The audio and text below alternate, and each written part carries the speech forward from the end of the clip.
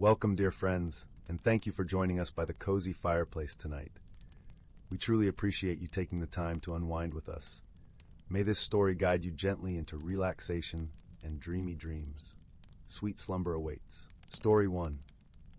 In the heart of the lush, verdant land known as Eldergrove, a place where magic seeped into the soil and the air was thick with enchantment, there lived a dragon named Elowen. Unlike the fearsome dragons of legend, Elowen was a dragon of gentleness and grace, with scales that shimmered like moonlit emeralds and eyes as deep and warm as the forest pools. She had lived for centuries in the same cozy cave beneath the roots of an ancient oak, a guardian of the delicate balance between magic and nature. The people of Eldergrove knew Elowen well and held her in high regard. She was a dragon of stories, of whispered secrets, and of the soft, nurturing glow that filled the forest with life. Children would leave her gifts of wildflowers and polished stones at the entrance of her cave, and in return, she would weave dreams of flying above the treetops or swimming with the river spirits into their slumber. Despite her peaceful existence, a shadow had begun to creep into Eldergrove. It started with the wilting of the silver lilies that bloomed only by the light of the full moon. Then the whispering winds that carried the songs of the forest began to falter and grow silent. The creatures of the woodlands became restless, and the once vibrant colors of the forest dulled as if a gray haze had settled over them. Elowen sensed the discord in the air and knew that something was amiss. Her heart ached for the land she loved so dearly. She decided it was time to seek out the source of this imbalance and restore the harmony that had been disrupted. Elowen's first visit was to her dear friend, Bramble, the mischievous spirit of the thicket. Bramble was a tiny, sprightly being, no taller than a toadstool, with hair that mimicked the autumn leaves and eyes that twinkled like stars. She was known for her pranks and laughter, but today she was unusually somber. "Bramble, dear friend," Elowen spoke softly, her voice a gentle melody. "Do you know what troubles our beloved Eldergrove?" Bramble sighed and perched on Elowen's snout. "I feel it too, Elowen. The spirits are restless, and their songs are fraught with worry. There's talk of a dark shadow that has taken root in the forest's heart, in the Grove of Whispers." The Grove of Whispers was a sacred place, a circle of ancient trees that had stood since time immemorial, their branches woven together like the fingers of a giant hand. It was said that the forest itself would speak in hushed tones to those who listened closely. "Then we must go there," Elowen decided, her resolve as firm as the sturdy oak beneath her cave. With Bramble nestled comfortably between her scales, Elowen set off on her journey. She moved with quiet grace, her wings rustling the leaves like a gentle breeze. As they traveled deeper into the forest, the path became more overgrown and tangled, as if the land itself was trying to keep them away. Finally, they reached the Grove of Whispers. It was a place of eerie silence, the air thick with a tension that made Elowen's scales tingle. She could feel the pulse of the earth beneath her, a slow, lamenting thrum. At the center of the grove stood a tree unlike any other, its bark a strange, dark hue, and its branches twisted and gnarled. It was here that Elowen felt the source of the imbalance, a cold, unnatural presence that had taken hold. As she approached, a voice, soft and sorrowful, echoed through the grove. "Who dares disturb my solitude?" Elowen breathed deeply, her words kind and gentle. "I am Elowen, a guardian of this land. I come to seek the cause of the disharmony that plagues our forest." From the dark tree emerged a figure, shifting and amorphous, like smoke caught in a sudden breeze. It was an ancient spirit, one that had long been forgotten by the world. Its eyes were like deep wells of sadness, and its presence was heavy with loneliness. "I am the spirit of the forgotten," it whispered, its voice carrying centuries of longing. "Long ago I was part of this forest's song, but time passed, and I was left behind, my voice no longer heard." Elowen's heart ached with understanding. "Oh, dear spirit, we did not mean to forget you. The world changes, but we should never leave behind those who are part of its tapestry." Bramble, perched on Elowen's head, chimed in with her usual candor. "What if we find a way to include your voice in the forest's songs once more?" The spirit hesitated, its form flickering like a candle in the wind. Could such a thing be possible? "It must be," Elowen replied with warmth. Let us weave your stories into the dreams of the children, into the whispers of the trees and the songs of the spirits. Let your voice be part of the lullabies that cradle the forest to sleep." With a hopeful nod, Bramble added, "Together, we can ensure you're never forgotten again." And so Elowen, Bramble, and the spirit of the forgotten worked to restore balance to Eldergrove. They gathered the forest creatures, from the tiniest insects to the grandest stags, and shared the tales and songs of the forgotten spirit. Elowen taught the villagers to listen to the whispers of the wind, to hear the stories that were once lost, and to cherish them. As time passed, the forest began to bloom anew. The silver lilies flourished under the moonlight, the colors of the woods returned to their vibrant hues, and the winds once more carried the joyful songs of the spirits. The Grove of Whispers became a place of pilgrimage where people would come to listen and remember. And the spirit of the forgotten, now woven into the fabric of Eldergrove, found peace in its song.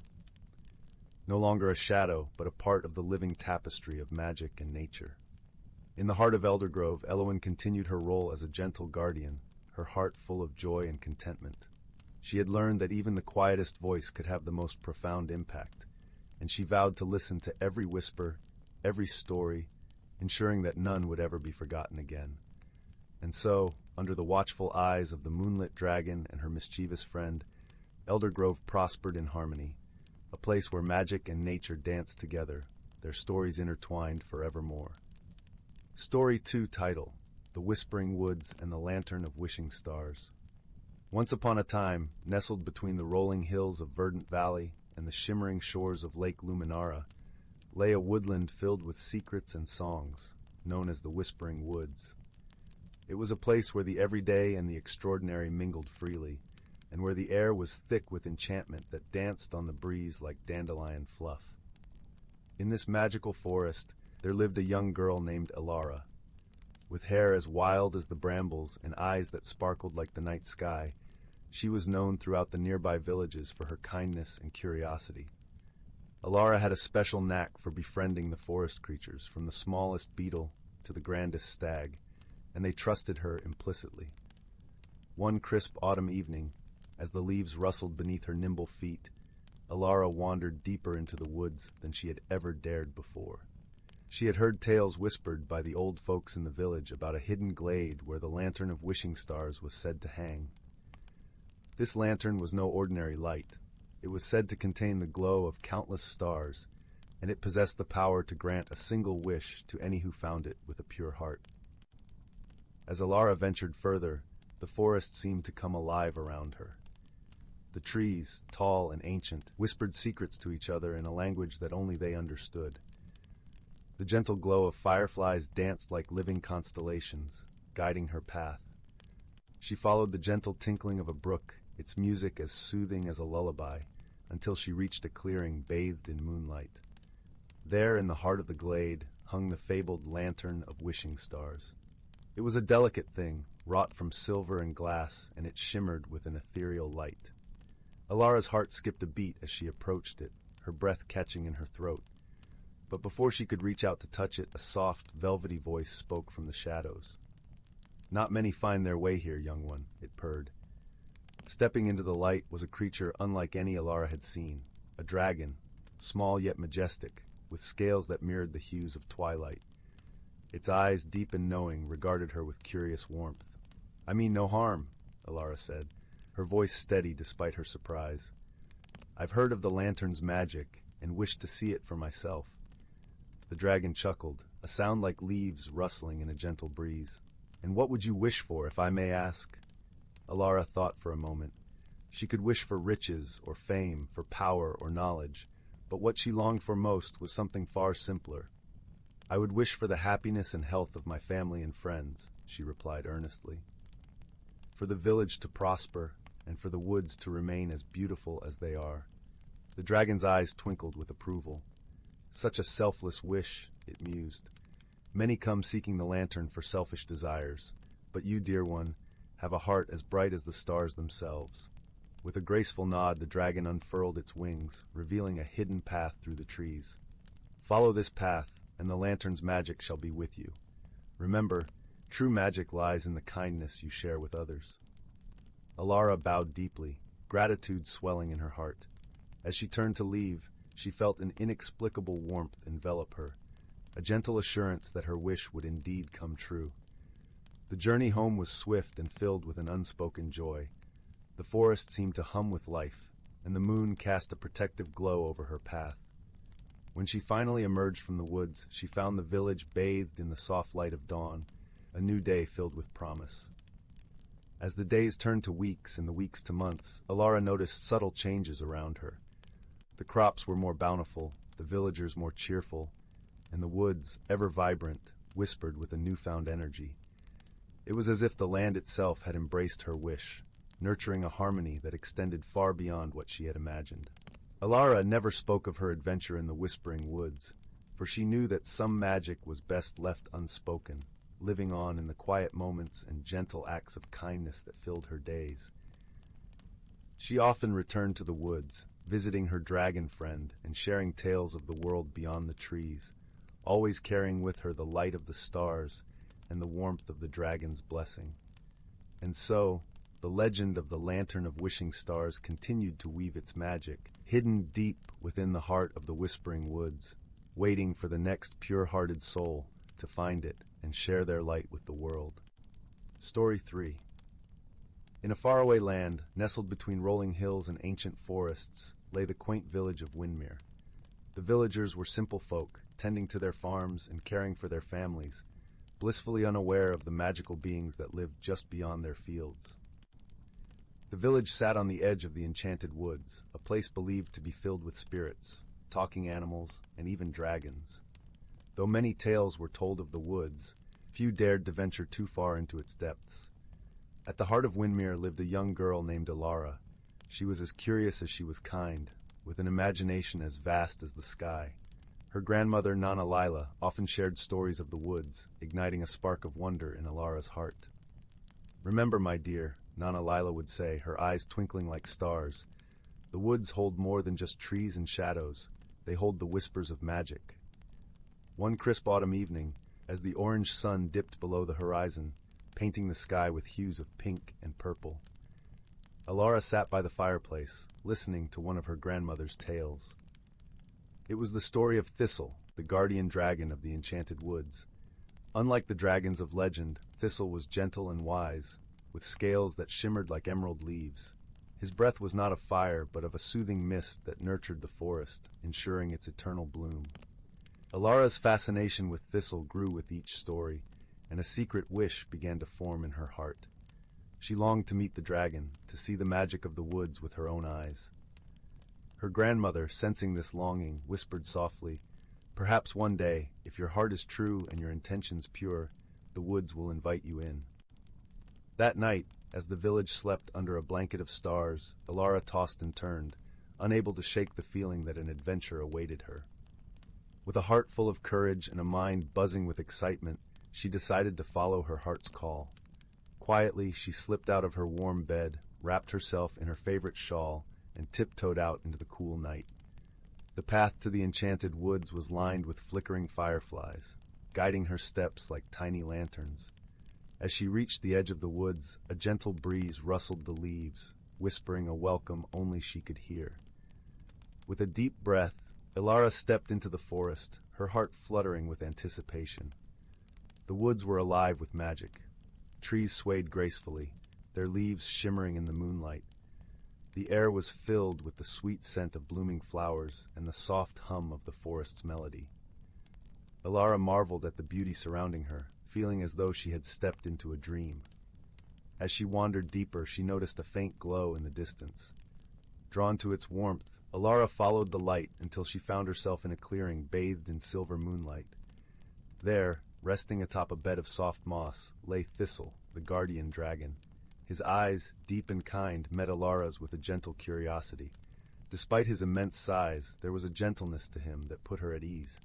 "Welcome, young one," Thistle rumbled, his voice as soothing as a lullaby. "I have been expecting you."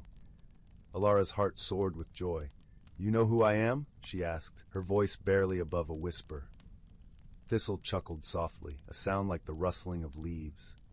Indeed, the forest speaks of you. Your heart is pure and your spirit is kind. You are welcome here. Overwhelmed with gratitude, Alara approached the dragon, her eyes wide with wonder. I've heard so many stories about you, she said, her voice filled with awe. Is it true that you protect the forest and all who dwell within it? Thistle nodded, his scales glinting in the moonlight. It is my duty and my joy to care for this sanctuary. The magic of the forest is delicate, and it thrives on harmony and balance. Every creature, every tree, and every stream has a role to play. As they talked, Thistle shared tales of the enchanted woods, of mischievous sprites who played tricks on unsuspecting wanderers, of wise old owls who held secrets of the ages, and of the gentle deer that danced under the moonlight. Alara listened intently, her heart swelling with a sense of belonging. Suddenly, a rustling sound caught their attention. From the shadows emerged a small, mischievous sprite named Pippin. His eyes twinkled with mischief, and his grin was as wide as the crescent moon. "Ah, visitor!" Pippin exclaimed, doing a little dance of joy. "What fun we shall have!"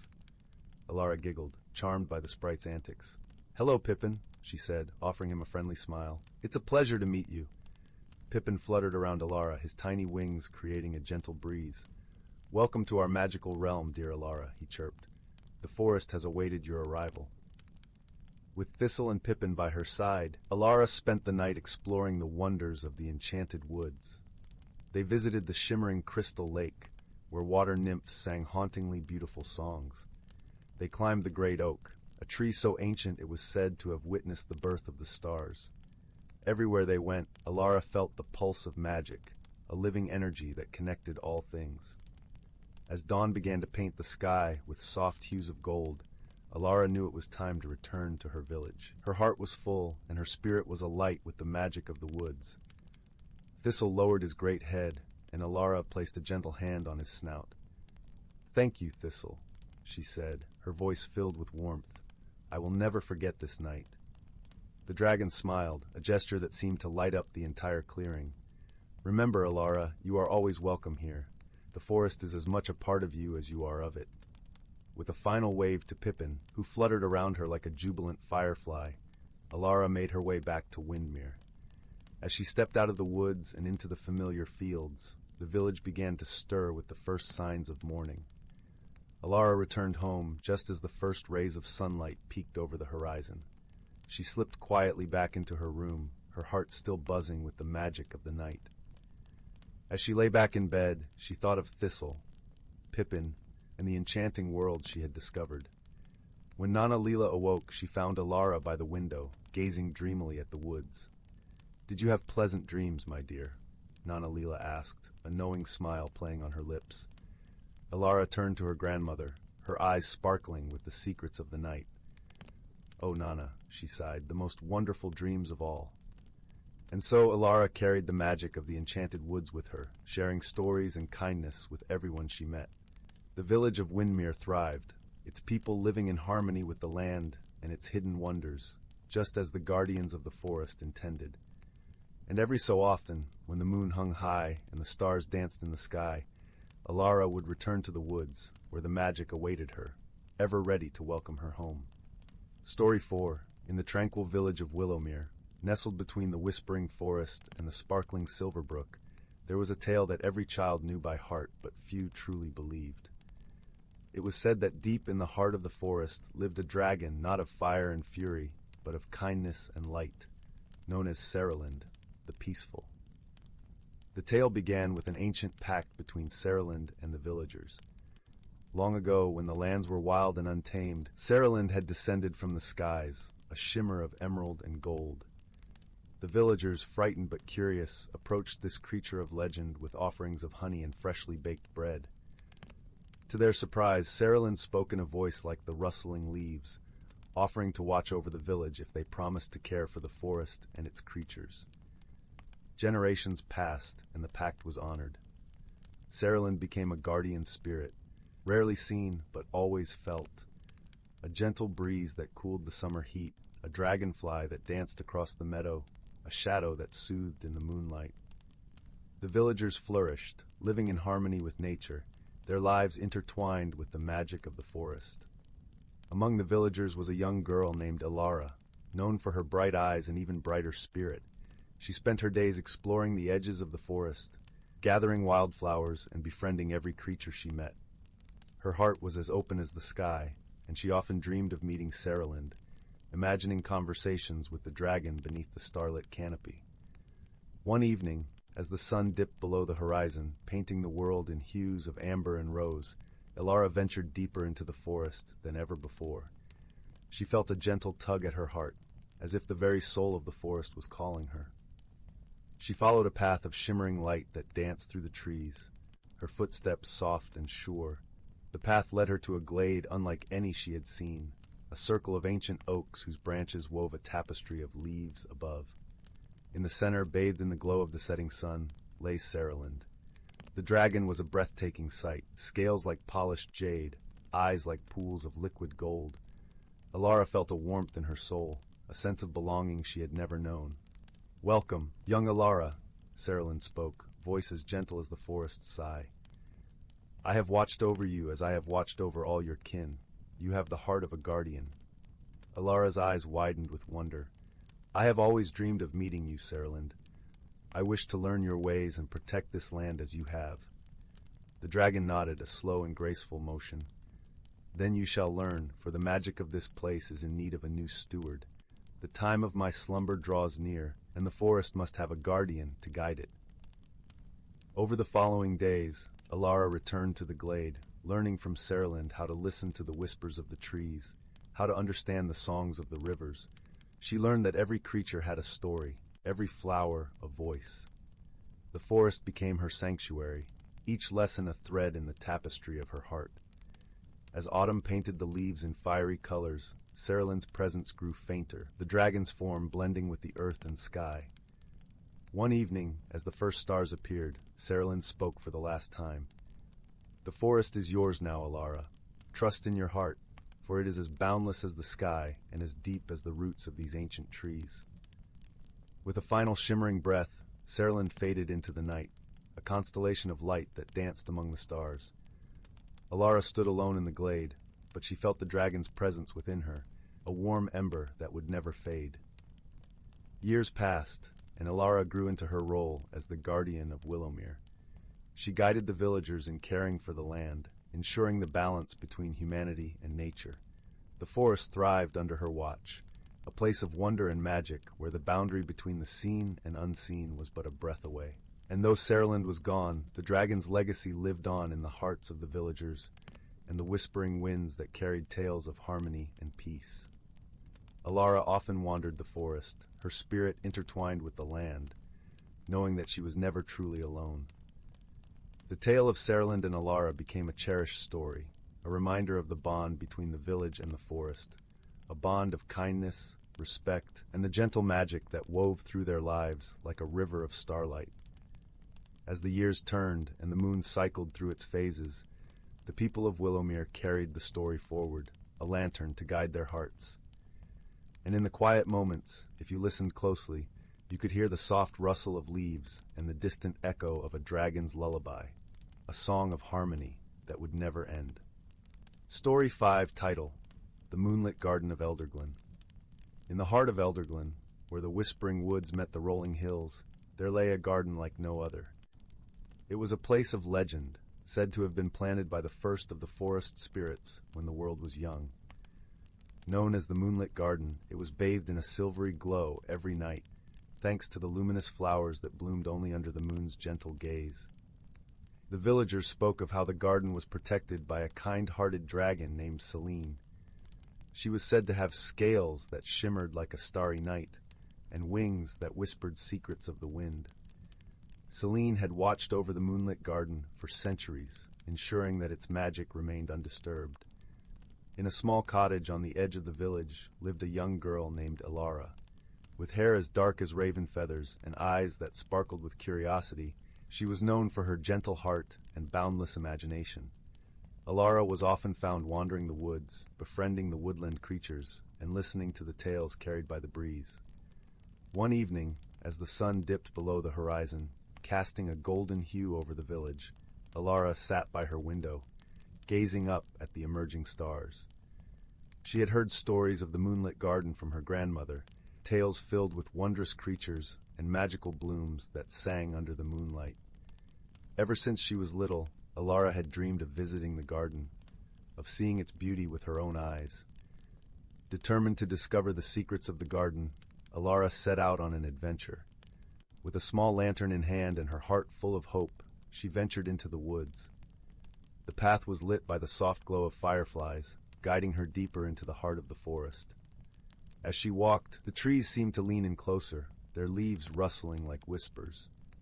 Alara greeted each creature she met along the way, a family of hedgehogs, a wise old owl, and even a mischievous fox who trotted alongside her for a while before darting back into the shadows. Finally, after what seemed like hours, she arrived at the garden's entrance. It was marked by two ancient willow trees, their branches intertwining to form a natural archway. As Alara stepped through, she felt a gentle breeze embrace her, as if welcoming her into a world untouched by time. The sight before her took her breath away.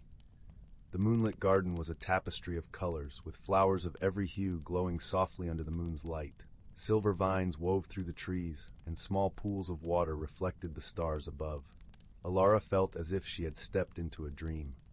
As she wandered, she noticed a figure among the flowers. It was Celine, the dragon guardian of the garden. Her presence was graceful and serene, her eyes gentle and wise. Sensing Alara's approach, Celine turned her head, her gaze meeting the young girl's with a warmth that melted away any lingering fear. "Welcome, little one." Celine's voice was soft, like the rustling of leaves. "What brings you to the moonlit garden?" Alara took a deep breath, her voice steady but filled with awe. "I have always dreamed of seeing this place. The stories my grandmother told me, they spoke of beauty and magic unlike any other." Celine chuckled, a sound like distant thunder softened by the wind. "Your grandmother spoke true. This garden is a place of wonder, tended by the forest spirits and watched over by me. But tell me, dear child, what is it you seek in this realm of dreams?" Alara paused, her thoughts swirling like the night sky above. "I think I seek understanding. The stories, the magic, they make me feel connected to something greater. I want to know the secrets of the world, to understand the balance between magic and nature." Celine nodded, her gaze thoughtful. "You have a wise heart, Alara. The world is full of mysteries, and the moonlit garden is but one of its many wonders. To seek understanding is a noble pursuit, one that requires patience and an open heart." As they spoke, a gentle melody began to fill the air. Alara looked around, her eyes wide with wonder. The flowers were singing, their notes weaving together in a symphony that seemed to echo the very heartbeat of the earth. Celine watched Alara with a fond smile. The flowers sing to those who truly listen. They share their stories with those who seek understanding. Alara closed her eyes, letting the music wash over her. She felt a deep sense of peace, as if the garden itself was embracing her. In that moment, she understood what her grandmother had meant when she spoke of the magic of the garden. It was not just in its beauty, but in the connection it fostered between all living things. As the night wore on, Celine shared stories of the garden and the creatures that called it home. She spoke of the mischievous pixies who danced among the flowers, and the wise old trees that stood sentinel over the land. Alara listened, her heart full of wonder and gratitude. When the first light of dawn began to touch the horizon, Alara knew it was time to return home. She bid farewell to Celine, promising to visit again. As she made her way back through the woods, the fireflies once again lighting her path, she felt a deep sense of belonging. The village was still asleep when Alara returned, the world wrapped in the gentle embrace of morning. She slipped into her cottage, her heart brimming with the magic of the night. From that day forward, Alara carried the garden's magic with her. She shared its stories with the villagers, her words painting vivid pictures of the wonders she had seen. And though many listened with skepticism, their hearts were touched by the warmth in her voice. Alara's adventures became the stuff of legend, and the moonlit garden of Elderglen remained a beacon of magic and hope. It was said that those who ventured to its heart with pure intentions would always find what they sought. And so, the garden continued to bloom, a timeless testament to the harmony between magic and nature, watched over by the gentle guardian dragon Celine. and the spirit of a young girl whose dreams had woven a tapestry of wonder and understanding. Story 6.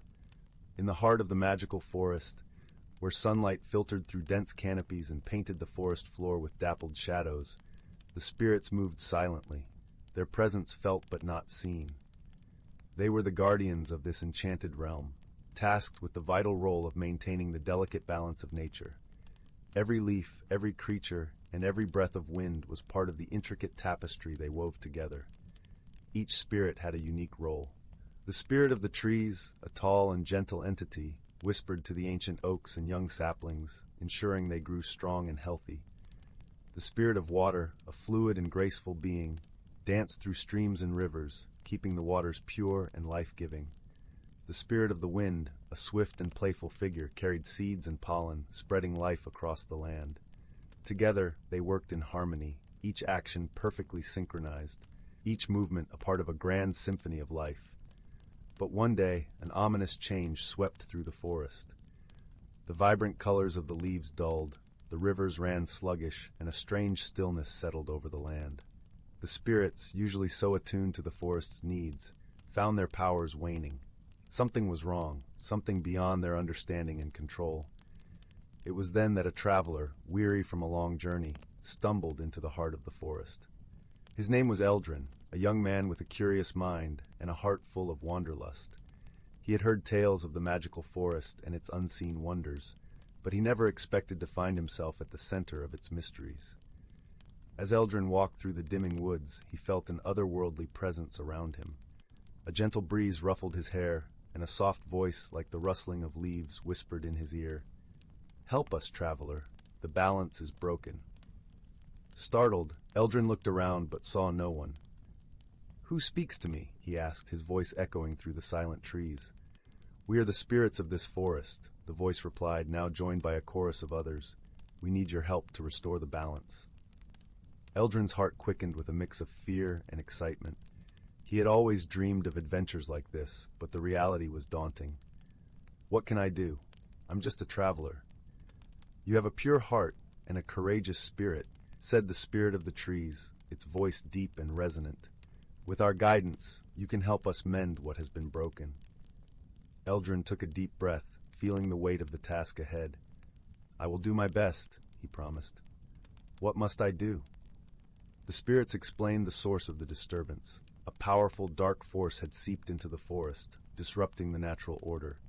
It was a malevolent entity that fed on chaos and decay, spreading its influence like a shadow over the land. To defeat it, Eldrin would need to journey to the heart of the forest, where the force was strongest, and confront it with both his courage and the spirit's aid. Thus began Eldrin's journey, guided by the spirits. His first task was to seek the spirit of the wind, who would lead him to a sacred grove where he could gather the necessary strength for the trials ahead. As Eldrin walked deeper into the forest, the path grew more treacherous. Trees twisted into unnatural shapes, and the air grew thick with tension. But the spirit of the wind was with him, a constant presence that buoyed his steps and whispered encouragements. The grove, when he finally reached it, was a place of ethereal beauty. Silver leaves shimmered in the gentle light, and the air hummed with a peaceful energy. Here, Eldrin learned his first lesson, the power of stillness and reflection. He sat beneath an ancient tree, feeling the pulse of the forest around him, and understood that to face the darkness, he must first find peace within himself. With renewed determination, Eldrin left the grove, the spirit of the wind at his side. His next destination was a hidden glade, where the spirit of water awaited him. The journey was long and fraught with challenges, but Eldrin's resolve never wavered. He crossed treacherous ravines and navigated through dense, tangled underbrush, each step guided by the spirit's gentle presence. At last he reached the glade, a serene pool of crystal-clear water surrounded by lush greenery. Here the spirit of water appeared to him, a shimmering figure dancing across the surface of the pool. It spoke of the importance of adaptability and flow, teaching Eldrin to move with the challenges he faced rather than against them. As Eldrin listened, he felt his understanding deepen, his heart opening to the wisdom of the forest. Empowered by the lessons of the spirits, Eldrin continued his journey, the final leg leading him to the heart of the forest, where the malevolent force awaited. The path was darkest here, the air heavy with foreboding. But Eldrin pressed on, his spirit bolstered by the strength of the forest guardians who walked with him. At the heart of the forest, Eldrin confronted the dark force. It was a swirling mass of shadows, its presence suffocating and cold.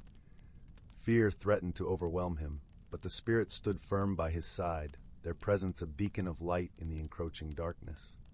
"Remember what you have learned," the spirit of the trees urged, its voice steady and calming. "The strength of nature is within you." Drawing upon the lessons of courage, adaptation, and inner peace, Eldrin faced the darkness. He called upon the spirits, their energies merging with his own, forming a barrier of light that pushed back against the shadows. The battle was fierce, a clash of light and dark that shook the very ground beneath Eldrin's feet. But with each moment, the spirits' power grew, fueled by their bond with the traveler who had come to their aid. Finally, with a surge of determination and unity, the darkness shattered, its hold over the forest broken. The malevolent force dissipated, leaving only a gentle breeze and the soft rustle of leaves in its wake. The forest began to heal, its colors returning, its stillness giving way to the vibrant symphony of life. Eldrin, exhausted but triumphant, stood amid the rejuvenated landscape, the spirits surrounding him with gratitude and warmth. "Thank you, brave traveler," said the spirit of the trees, its voice filled with deep appreciation. "You have restored the balance and saved our home." Eldrin smiled, his heart full of a profound joy and connection to the forest and its guardians. "It was not I alone," he replied. "It was our teamwork, our shared strength and wisdom, that brought us victory." With the balance restored, the spirits prepared to return to their unseen roles, their presence once again a quiet undercurrent of the forest's life. But they would not forget Eldrin, the traveler who had become a part of their world, a guardian in his own right. As Eldrin left the magical forest, he carried with him the lessons and memories of his journey, a testament to the power of courage, unity, and the enduring connection between all living things. And though the spirits faded from sight, their whispers would always guide him, a reminder of the enchanted forest and its timeless guardians. Story 7. In the heart of the evergreen vale, where the mossy woods whispered secrets to the rustling leaves, there lay the quaint village of Tinderglow. It was a place where the ordinary and the extraordinary danced hand in hand, and where the boundary between the human world and the realm of magic was as thin as a dragonfly's wing. The people of Tinderglow were accustomed to the occasional glimmer of enchantment. They lived alongside gentle beasts and playful spirits, respecting the ancient pacts that bound them in harmony. Yet, the most cherished of all magical beings was the wise and kind-hearted dragon, Emberlin. Emberlin was a majestic creature with scales that shimmered like polished amber and eyes that held the warmth of 1,000 sunsets. He made his home beneath the towering oak known as the Heartwood Tree, a sacred spot believed to be the birthplace of all magic in the Vale. Every year, as the frost began to creep over the land, the villagers would gather around the Heartwood to celebrate the Festival of Flames, a joyous occasion that marked the end of autumn and the beginning of winter. As the festival approached, young Alara, whose curiosity was as boundless as the sky, found herself drawn to the Heartwood more than ever. She was a spirited girl with a head full of dreams and a heart full of wonder. Her grandmother, Nana Lila, often shared tales of the olden days, stories of bravery, friendship, and the magic that flowed like a river through the land. Alara loved these stories, but there was one tale that she cherished above all others, the story of the Fireflower. According to Nana Lila, the Fireflower was a rare blossom that bloomed only in the deepest winter nights, beneath the light of the full moon. It was said to hold the power to heal any wound, warm the coldest night, and even awaken the dormant magic within those who were pure of heart. On the eve of the festival, as twilight painted the sky in hues of violet and gold, Alara wandered to the Heartwood Tree. She found Emberlin resting peacefully, his great form curled around the base of the tree. The dragon's breath rose in soft plumes, mingling with the crisp evening air. "Good evening, Emberlin," Alara whispered, her voice barely louder than the rustle of leaves. The dragon opened one eye, a gentle glow emanating from within. Ah, little Ilara, he rumbled fondly. What brings you to the Heartwood tonight? I've been thinking about the fireflower, she confessed, tucking a stray curl behind her ear. I wish to see it bloom. Emberlyn chuckled, a sound that resonated like distant thunder. Many have searched for the fireflower, but few have found it. It is a gift of rare magic, appearing only when the world needs it most. Alara's eyes sparkled with determination. I believe it's meant to be found this year. Something within me tells me so. The dragon considered her words, the weight of ages in his gaze. Perhaps you are right, dear child. The fireflower often reveals itself to those who are guided by true purpose. With a nod of encouragement from Emberlyn, Alara resolved to embark on her quest to find the elusive blossom. She knew the journey would require courage and faith, for the path to the fireflower was as unpredictable as the winter winds. The night of the festival arrived, and the village was alight with laughter and song. Bonfires crackled, sending sparks dancing into the star-studded sky. Alara watched the festivities from the edge of the Heartwood's glow, her heart pounding with excitement and a touch of nervousness.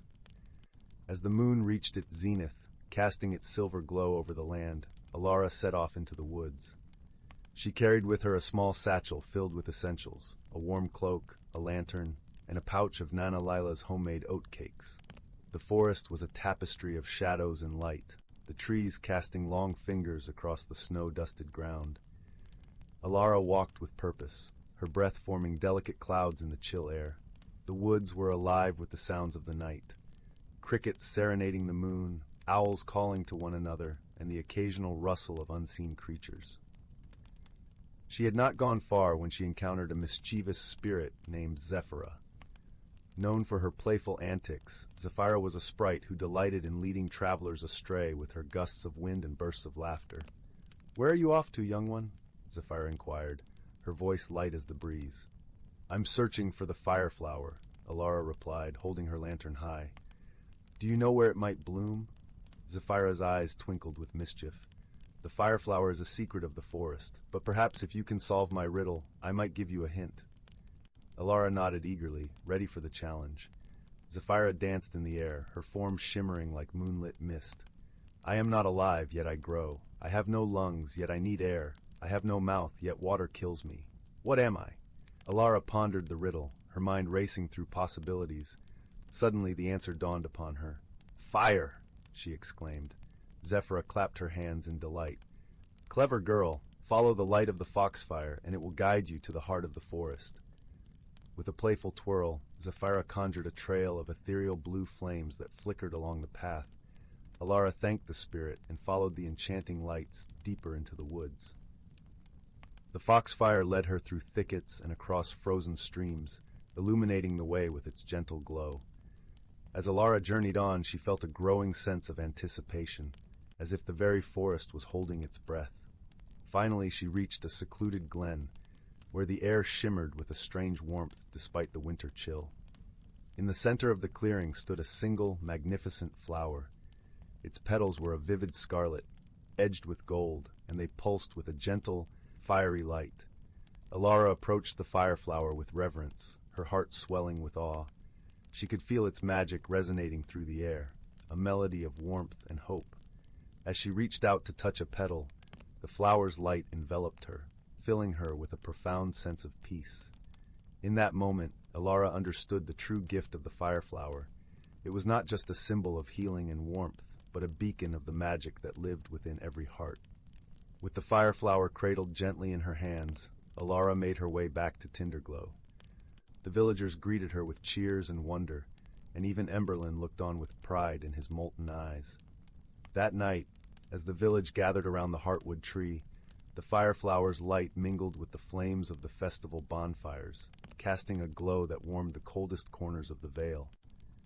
Alara's discovery became a cherished tale, passed down through generations as a reminder that the truest magic lies not in what we seek, but in what we find within ourselves. And so, in the heart of the evergreen vale, where magic wove through the tapestry of life, the people of Tinderglow continued to live in harmony with the wonders of their world, guided by the light of the fireflower and the wisdom of a young girl's courageous heart. Story 8. Once upon a time, nestled between the rolling hills and whispering woods, lay the quaint village of Willowbrook. The village was a tapestry of cobblestone streets and thatched-roof cottages, each adorned with flower boxes that overflowed with blooms of every conceivable color. The air was always filled with the scent of honeysuckle and the gentle hum of bees going about their work. But most enchanting of all was the ancient willow tree at the heart of the village, its branches spreading wide like a protective guardian, its leaves rustling with secrets untold. The people of Willowbrook lived in harmonious rhythm with the land, guided by the gentle wisdom of their elders and the whimsical tales passed down through generations. These stories spoke of the enchanted glade, a hidden sanctuary deep within the whispering woods, where it was said the boundary between the mundane and the magical blurred, and wonders beyond imagination could be found.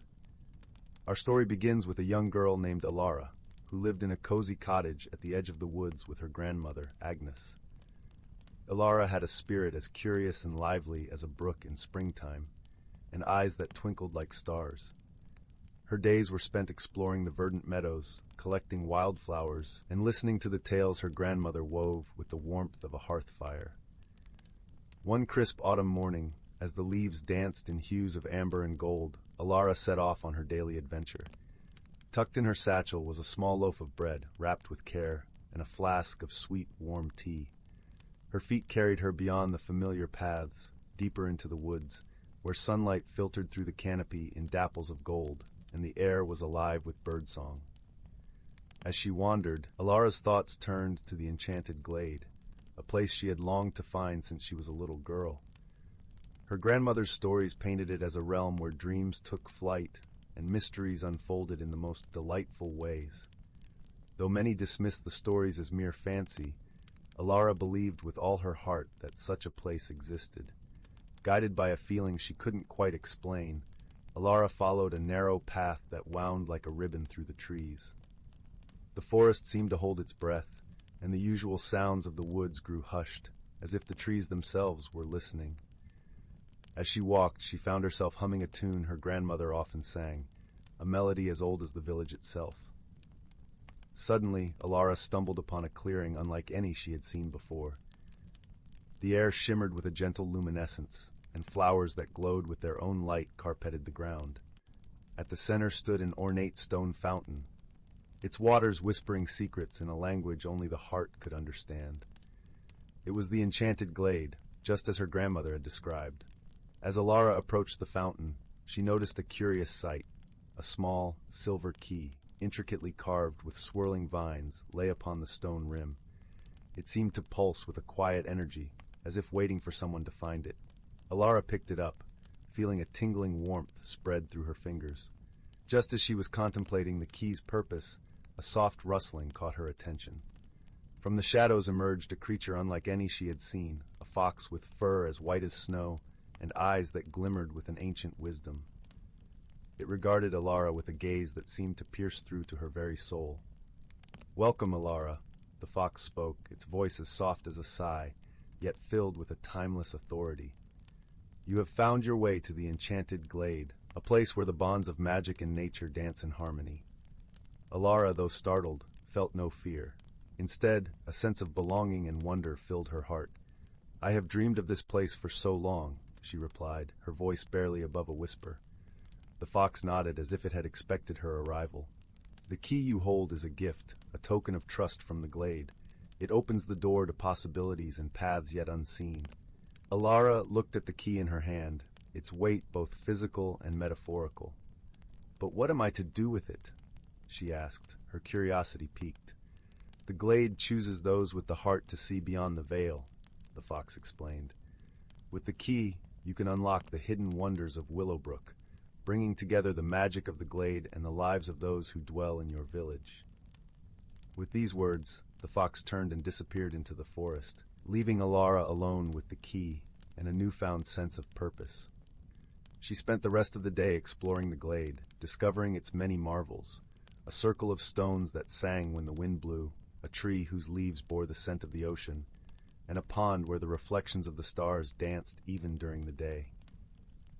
As the sun dipped below the horizon, painting the sky in shades of lavender and rose, Alara made her way back to the village. She felt as though she carried a piece of the glade within her, a spark of magic to light the path ahead.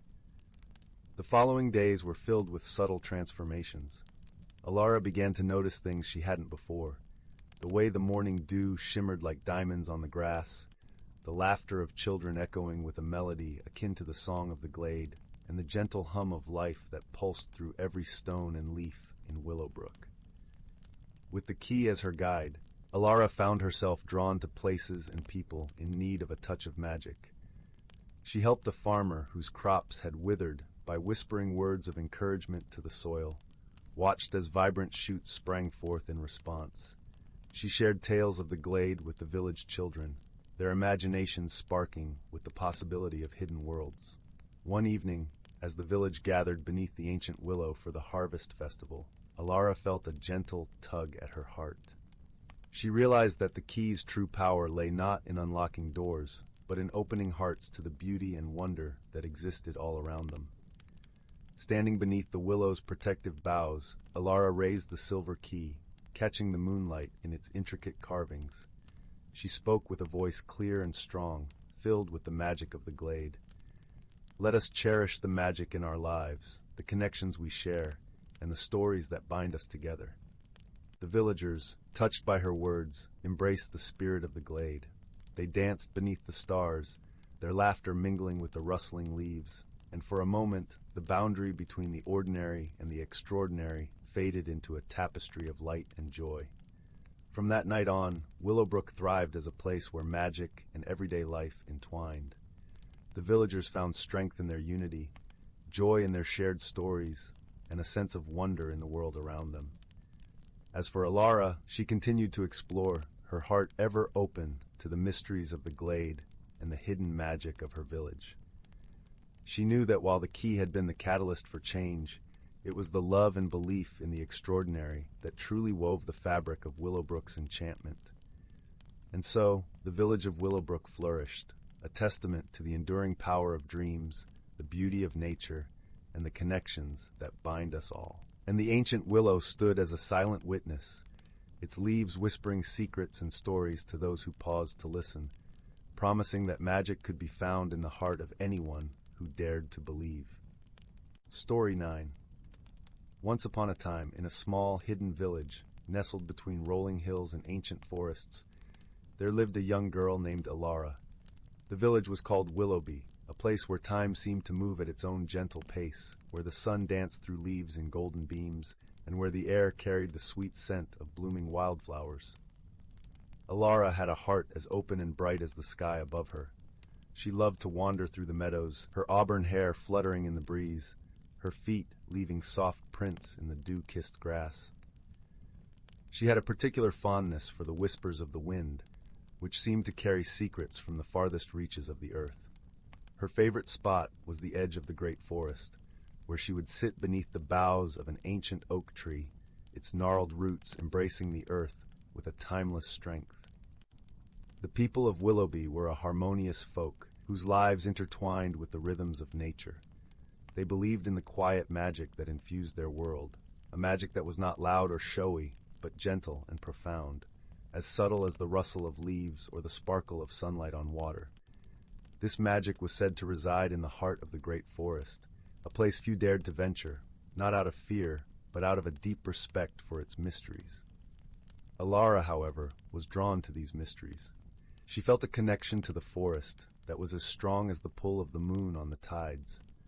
Her grandmother Maeve would often tell her stories of the forest's enchantments, of talking animals and hidden realms, of spirits that danced in the moonlight and ancient trees that held the wisdom of the ages. One gentle morning, as the first light of dawn painted the world in soft hues, Alara decided to follow the call of the forest. She packed a small satchel with a loaf of bread, a wedge of cheese, and an apple, then set off towards the great forest with a heart full of curiosity and wonder. As Alara stepped beneath the canopy, the outside world faded away, replaced by the symphony of the forest. Birds sang a melody that twined through the branches, and the leaves whispered stories only the wind could understand. The air was cool and fragrant, filled with the earthy scent of moss and the sweetness of honeysuckle. Alara wandered deeper, her footsteps light as a feather on the soft earth. She marveled at the towering trees, their trunks thick and strong, their leaves a tapestry of green. Sunlight filtered through the canopy, creating dapples of light on the forest floor that danced like fairy lanterns. It wasn't long before Alara came across a stream, its waters clear and bubbling merrily over smooth stones. She knelt by its edge, her reflection mingling with the shimmering surface, and cupped her hands to drink. The water was cool and refreshing, invigorating her spirit. As she rested by the stream, Alara noticed something curious, a small, delicate flower growing at the water's edge. Its petals were a vibrant blue, unlike any flower she had seen before. She reached out to touch it, and as her fingers brushed the petals, a soft voice whispered in her mind. "Welcome, Alara," it said, gentle and musical. "You have been chosen by the forest." Startled, Alara looked around, but saw no one. She touched the flower again, and the voice continued. "I am Azura, keeper of the hidden paths. The forest has watched you with kind eyes, and now it opens its heart to you." Alara's eyes widened in wonder. "What do you mean?" she asked softly, unsure if she was speaking aloud or in her mind. "The forest is alive with magic," Azura explained. "It seeks those who are pure of heart, who listen to its whispers and tread softly upon its soil. You have been chosen to learn its secrets, to become a guardian of its wonders." Alara's heart leapt with a mixture of joy and awe. She had always felt a kinship with nature, a bond that transcended words, and now it seemed she was being invited to deepen that connection. "What must I do?" she asked, eager to embrace this newfound purpose. "Follow the path of light," Azura instructed.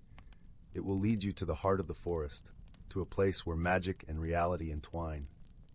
With a sense of determination, Alara rose and looked around. She noticed a faint trail of luminescence weaving through the trees, a silvery line that seemed to pulse with life. Taking a deep breath, she began to follow it, her footsteps guided by an unseen hand. As she ventured deeper into the forest, the path of light led her through groves of ancient trees that seemed to watch her passage with silent wisdom. She passed a family of rabbits, their ears twitching as they regarded her with curious eyes. A deer stepped gracefully across her path, pausing to meet her gaze before disappearing into the underbrush. The forest grew denser, the canopy overhead thickening until only slivers of sunlight broke through, casting the world in a twilight glow. Alara's heart beat with excitement and a touch of apprehension, for she sensed she was nearing her destination. Finally, the path opened into a clearing bathed in golden light. In the center stood a tree unlike any other, a majestic elder tree, its trunk wide and gnarled, its branches stretching skyward like arms reaching for the heavens. Its leaves shimmered with an ethereal glow, as if touched by the stars themselves. Alara approached reverently, feeling the weight of ages in the air. As she stood before the ancient tree, she felt a warmth spreading through her, a sense of belonging that filled her soul. The air around her shimmered, and she heard Azura's voice once more.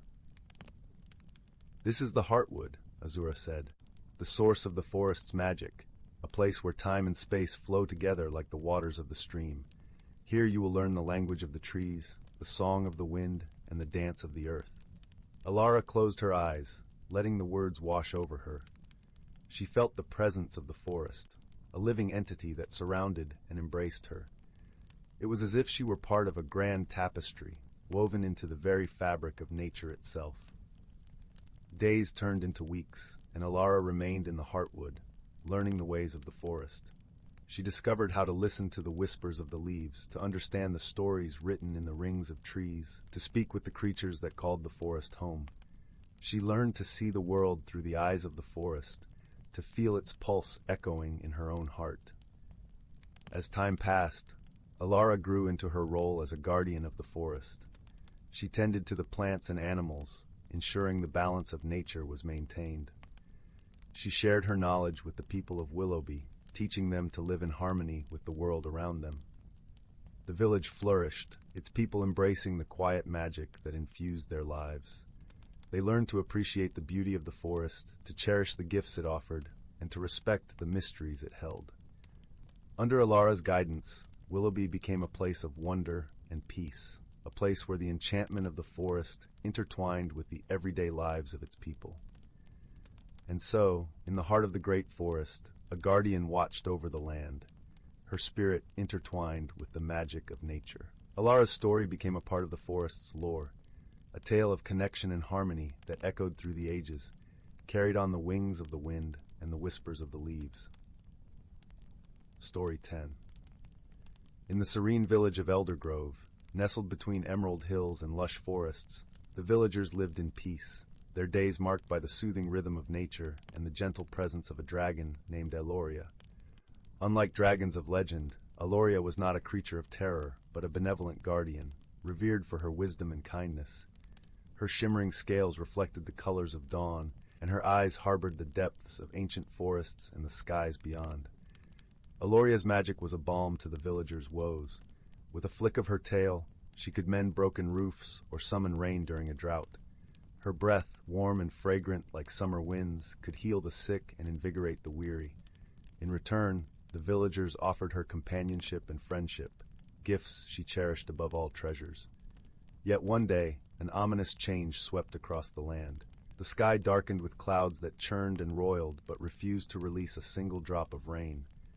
The trees whispered of unease, their leaves trembling without wind. The river that wound through Eldergrove receded, its banks parched and cracked. Animals grew skittish, and the air hung heavy with an unspoken tension.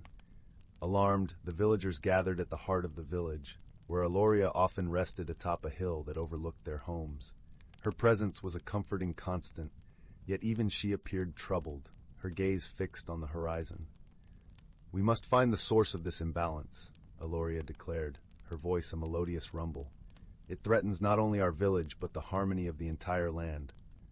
Among those gathered was a young woman named Lyra, a traveler from the distant city of Arenthia.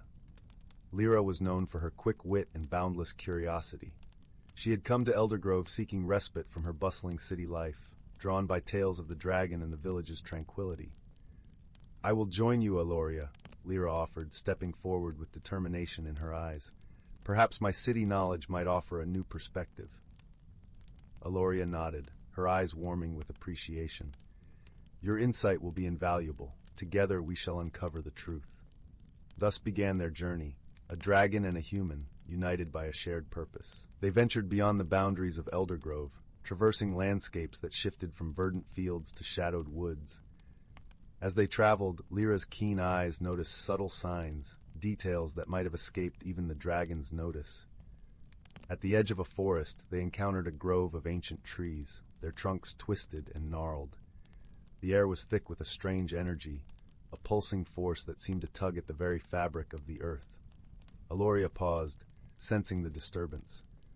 "This place is a nexus of the land's magic," she murmured, "but it is corrupted, twisted." Lyra knelt beside a tree, her fingers brushing its bark. "I've read about such phenomena," she said thoughtfully. "In my city, scholars speak of ley lines, currents of magic that flow beneath the earth. If these lines are disrupted, it could lead to chaos." Eloria nodded, her thoughts aligning with Lyra's. "We must find the source of this disruption and restore the balance." Their path led them deeper into the forest, where the light dimmed and shadows danced with a life of their own. Here they discovered a cavern, its entrance shrouded in mist. From within emanated a low hum, a discordant note that resonated in their bones. Inside, the cavern was alive with luminescent fungi and crystalline formations that glowed with an ethereal light. At its center stood a structure unlike anything they had seen, a monolith of obsidian, pulsating with dark energy. "This must be it," Lyra whispered, her voice reverent and fearful. Eloria approached the monolith cautiously, her scales shimmering in the cavern's glow. "This is powerful magic, wrought by hands long forgotten. But why now? And to what end?" As they pondered, a figure emerged from the shadows, a creature of shifting form, neither wholly human nor beast.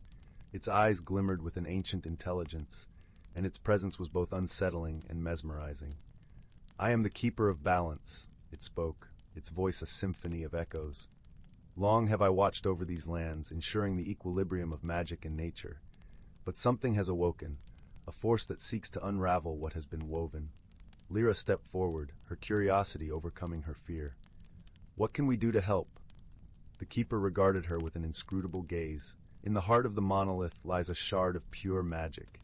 It must be removed and returned to the earth, where it can be cleansed and its energy restored. Eloria nodded, her purpose renewed. We shall do what is necessary. Together they approached the monolith. Lyra extended her hand, her fingers brushing its surface. Eloria lent her strength, a gentle warmth that flowed through Lyra, steadying her resolve. With great care, Lyra extracted the shard, a crystalline fragment that shimmered with an inner light, casting rainbows across the cavern walls. As she held it, she felt the weight of the land's magic, a force both potent and fragile. Quickly now, the keeper urged, its form flickering like firelight. Return it to the earth, where it may heal. Eloria and Lyra retraced their steps, emerging into the forest where the air felt charged with anticipation. At the base of an ancient oak, they dug a small hollow, placing the shard within. As they covered it with soil, a gentle tremor rippled through the ground, and the air seemed to sigh with relief. Slowly, the land began to heal. The oppressive clouds parted, revealing a sky of brilliant blue. The river's song returned, its waters flowing with renewed vigor.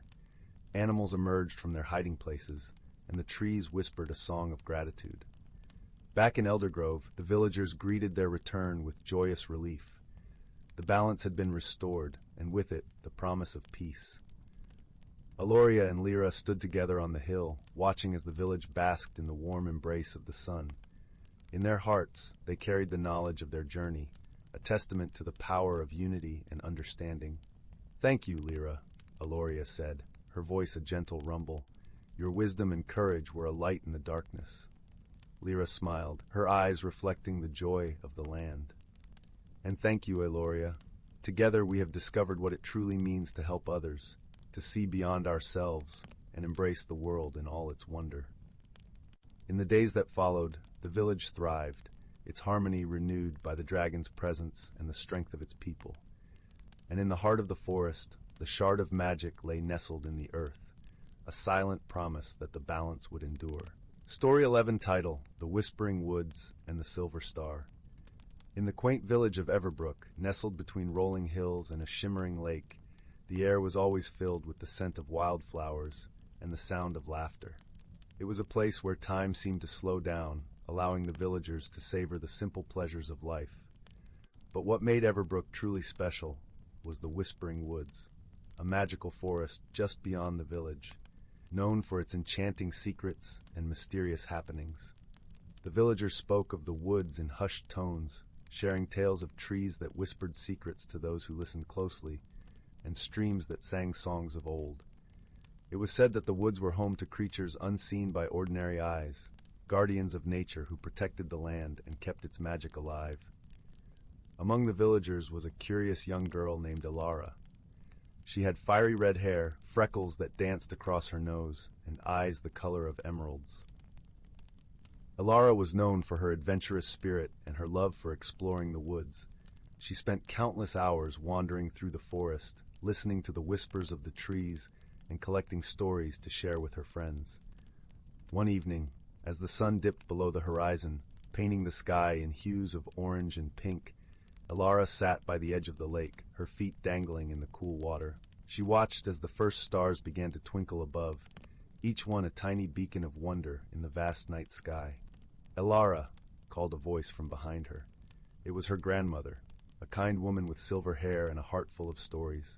"The stars are bright tonight, aren't they?" Elara nodded, her gaze still fixed on the shimmering constellations. "Yes, grandmother, they're beautiful." Her grandmother sat beside her, wrapping a warm shawl around her shoulders. "Did I ever tell you the story of the Silver Star?" Alara's eyes sparkled with curiosity. "No, grandmother, please tell me." Her grandmother smiled, her eyes twinkling like the stars above. Long ago, in the heart of the Whispering Woods, there was a tree unlike any other. Its bark was silver, and its leaves glowed with a gentle light. It was known as the Silver Star Tree, for it was believed that a fallen star had taken root and grown into this magnificent tree. Elara listened intently, her imagination painting vivid pictures of the magical tree. "The tree held a secret," her grandmother continued, "a secret that could only be revealed by those who approached with a pure heart and a curious mind. It was said that the silver star tree could grant a single wish to those who found it, but only if their wish was born of kindness and love. Alara's heart raced with excitement. "Do you think the tree still exists, grandmother?" Her grandmother chuckled softly. "Perhaps it does, my dear.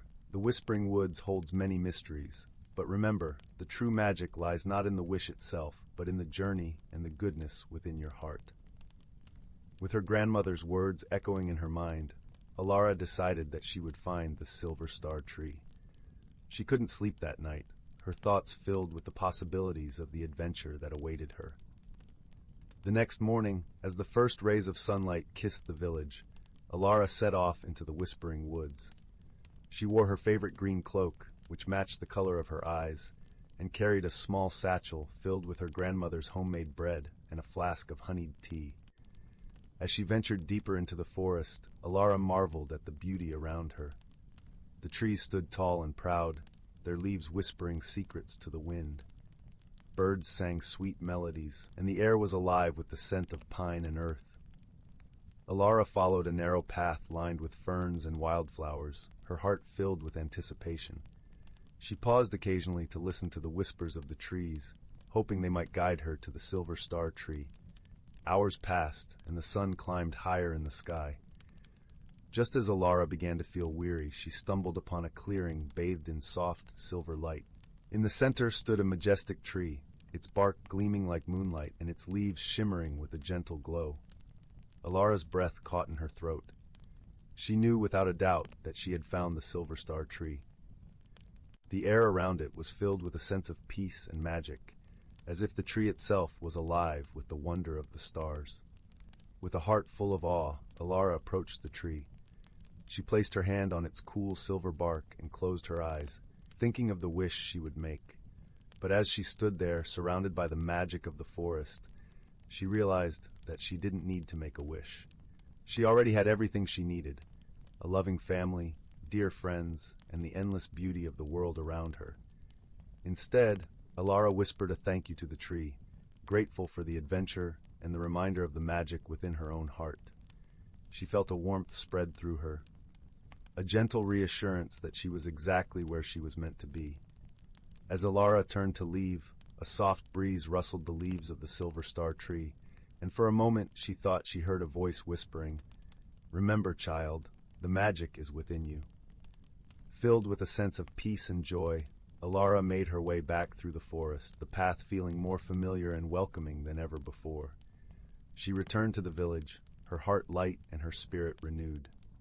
In the days that followed, Alara shared her story with the villagers, inspiring them to embrace the magic of the world around them and the goodness within their own hearts.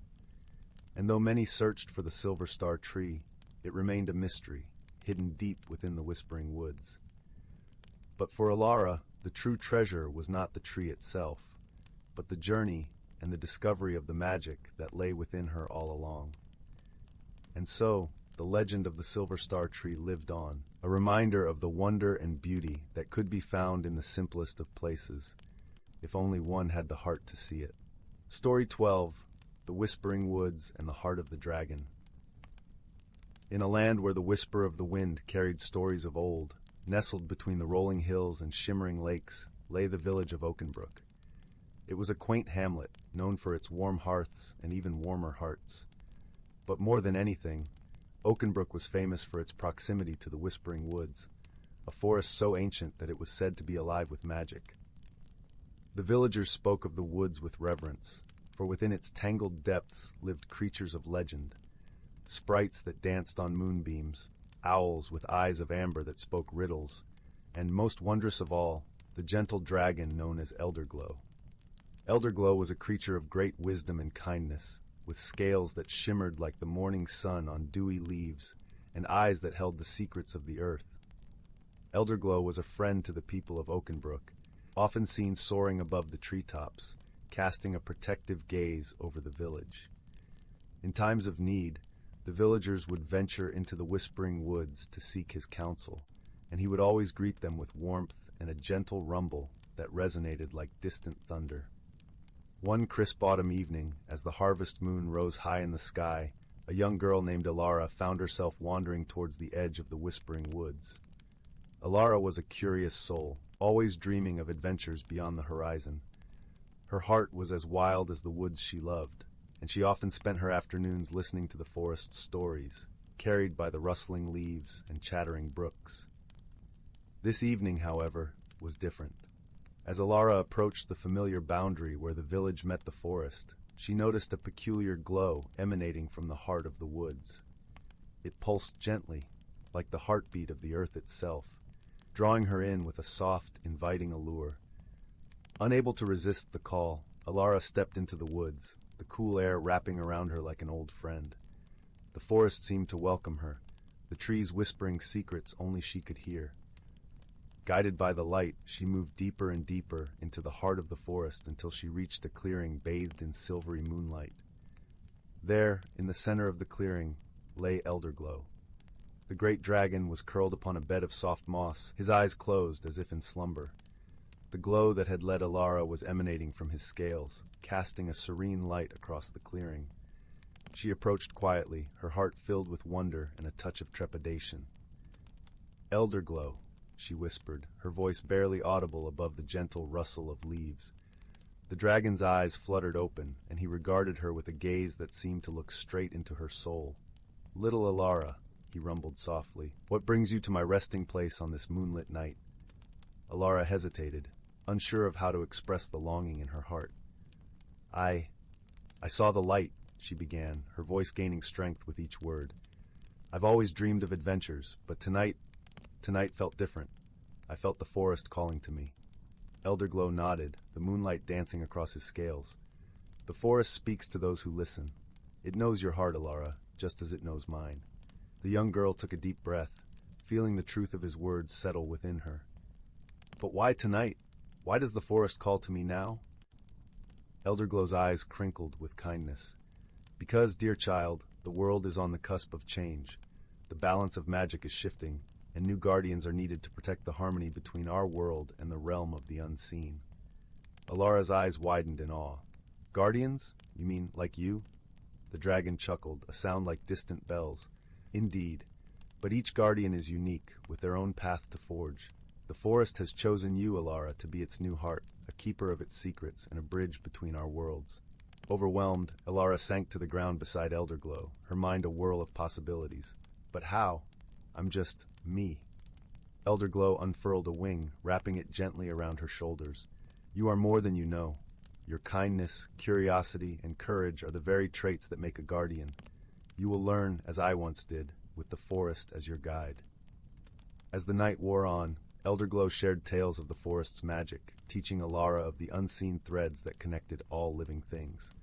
She listened intently, her heart swelling with purpose and belonging. From that night forward, Alara devoted herself to the Whispering Woods.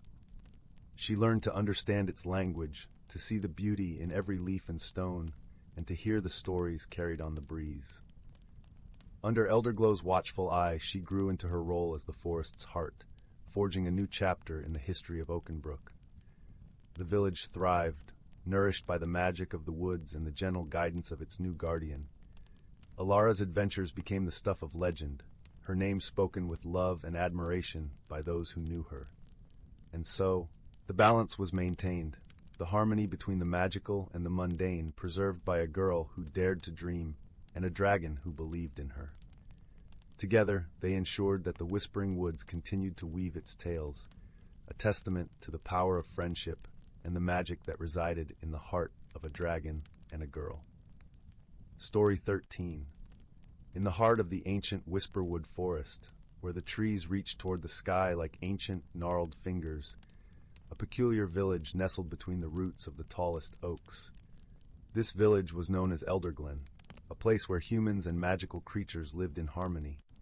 Here, the air was always filled with the sweet scent of elderflowers, and the gentle hum of enchantment lingered in the breeze. Elderglen was a place unlike any other, not because of the towering trees or the twinkling lights that danced among the branches at night, but due to its inhabitants. Humans shared their lives with an array of magical beings, kind-hearted dragons, mischievous sprites, and wise old fairies who whispered secrets to the wind. At the heart of Elderglen lived a young girl named Alara. She had hair as dark as the night sky and eyes that sparkled with curiosity and warmth. Alara was known for her gentle heart and the quiet strength she carried within her. She spent her days exploring the forest, often accompanied by her best friend, a small dragon named Ember. Ember was a vibrant creature, no larger than Alara's arm, with scales that shimmered like the setting sun.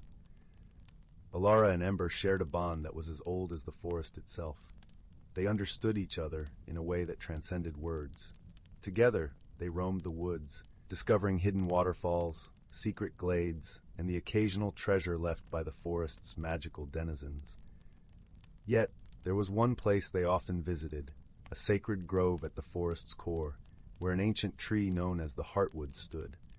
The heartwood was said to be the source of the forest's magic, its roots stretching into the very soul of the earth. The villagers of Elderglen revered the heartwood, for it was believed to be the guardian of their harmony. Every year, during the Festival of Lights, the villagers would gather in the grove to celebrate the bond between the magical and the mundane. Lanterns would be hung from the branches, and songs of old would fill the night air, echoing through the forest like a lullaby. As the Festival of Lights approached, excitement buzzed in the village. However, a shadow of unease lingered, for a rumor had spread that the heartwood was ailing. Its leaves, once vibrant and lush, had begun to wither, and the glow that emanated from its bark had dimmed. Alara, sensing the forest's distress, felt a pull in her heart. She knew she had to help the heartwood, not just for the festival, but for the harmony of Elderglen itself. With Ember perched on her shoulder, she set out to discover the cause of the heartwood's ailment. Their journey began at dawn, the forest bathed in the soft hues of sunrise. As they made their way deeper into the woods, they encountered various creatures who offered their wisdom and guidance. The fairies, with their silver wings, spoke of a forgotten song that could heal the heartwood, while the sprites, ever mischievous, hinted at a hidden spring with waters of pure magic. Alara listened carefully, piecing together the clues like a puzzle. She realized that the song was a melody of unity, one that required the voices of both humans and magical creatures. But first, she needed to find the spring, for its waters were said to hold the essence of life itself. Guided by Ember's keen senses, they ventured to the farthest reaches of the forest, where the trees stood like ancient sentinels, guarding their secrets. There, hidden behind a curtain of ivy, they found the spring. Its waters shimmered with a light that seemed to pulse with the heartbeat of the forest. Alara filled a small vial with the spring's water, feeling its warmth seep into her skin. With this, they returned to the heartwood, where a gathering of villagers and magical creatures awaited. The air was thick with anticipation, and the glow from the lanterns cast a gentle light upon the worried faces. Standing before the heartwood, Alara felt a surge of courage. She lifted the vial, allowing a single drop of the spring's water to fall upon the roots of the ancient tree. The ground trembled slightly, and a soft, golden light began to spread through the heartwood's branches. In that moment, Alara understood what needed to be done. She turned to the villagers and the magical creatures, her voice steady and sure. "We must sing the song of unity together." The fairies began with their ethereal voices, a melody that wove through the air like the threads of a tapestry. The sprites added their laughter-like notes, and the humans joined in with the deep, resonant tones of their ancestors. Ember, with his melodic chirps, added a harmony that wrapped around them all. As the song filled the grove, the heartwood responded. Its leaves unfurled, vibrant and green once more, and the light within its bark grew brighter, casting a warm glow that enveloped everyone present. The forest seemed to breathe a sigh of relief, its magic renewed and whole. The Festival of Lights became a celebration like no other, a testament to the power of unity and the bonds that held Elderglen together. Alara, standing beneath the heartwood with Ember by her side, felt a deep sense of belonging and purpose. She knew that the magic of the forest was not just in its creatures or its ancient trees, but in the connections between them all. As the night wore on and the stars twinkled above, Elderglen basked in the glow of the heartwood, its harmony restored. For Alara, the journey had been more than a quest to save the forest. It had been a reminder of the quiet heroism that lived within her and within every inhabitant of that magical village. And so the whisper of the forest continued, a gentle promise that in Elderglen, the magic of unity would forever light their path. Story 14. The Whispering Woods and the Song of the Sylphs. Once in the heart of the Whispering Woods, where the trees grew so tall their tops seemed to tickle the clouds, there was a small village named Willowbrook. It was a place where magic lingered in every shadow and danced in the beams of sunlight that broke through the canopy. The villagers lived in harmony with the forest, respecting its ancient rhythms and learning its secrets passed down from one generation to the next. At the center of these woods lay the enchanted, glimmering lake, which was said to be home to the sylphs, ethereal beings of air and song. The sylphs were known to be as capricious as the wind itself, yet they were benevolent, singing melodies that brought calm to the tempest and rain to the parched earth. Their voices, it was said, could heal the deepest sorrows and light even the darkest of paths. Among the villagers was a young girl named Alara, whose heart was as open as the sky, and whose curiosity often led her into the thickest parts of the woods. Alara was known for her kindness and her uncanny ability to befriend even the shyest of creatures. Her best friend was a small dragon named Ember, who was about the size of a house cat, and shared her love for adventure. With scales that shimmered like the autumn leaves and eyes that gleamed with mischief, Ember was as loyal as he was playful. One golden afternoon, as the sun began its descent and painted the sky with hues of rose and gold, Alara and Ember decided to venture towards the glimmering lake. The journey was one they had made many times, yet each trek felt new and filled with promise. The path wound through groves of whispering pines and fields of wildflowers, where the air was sweet with the scent of blossoms and the hum of bees. As they neared the lake, a gentle melody reached their ears, an intricate weave of notes that seemed to float on the breeze.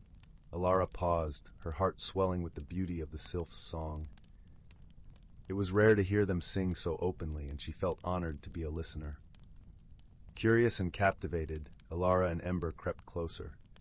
The lake was a mirror reflecting the sky, its surface shimmering under the waning light. And there, dancing above the water, were the sylphs, their forms translucent and ever-changing, like wisps of cloud caught in the wind. The sylphs sang of ancient times, of peace and unity between all beings of the forest.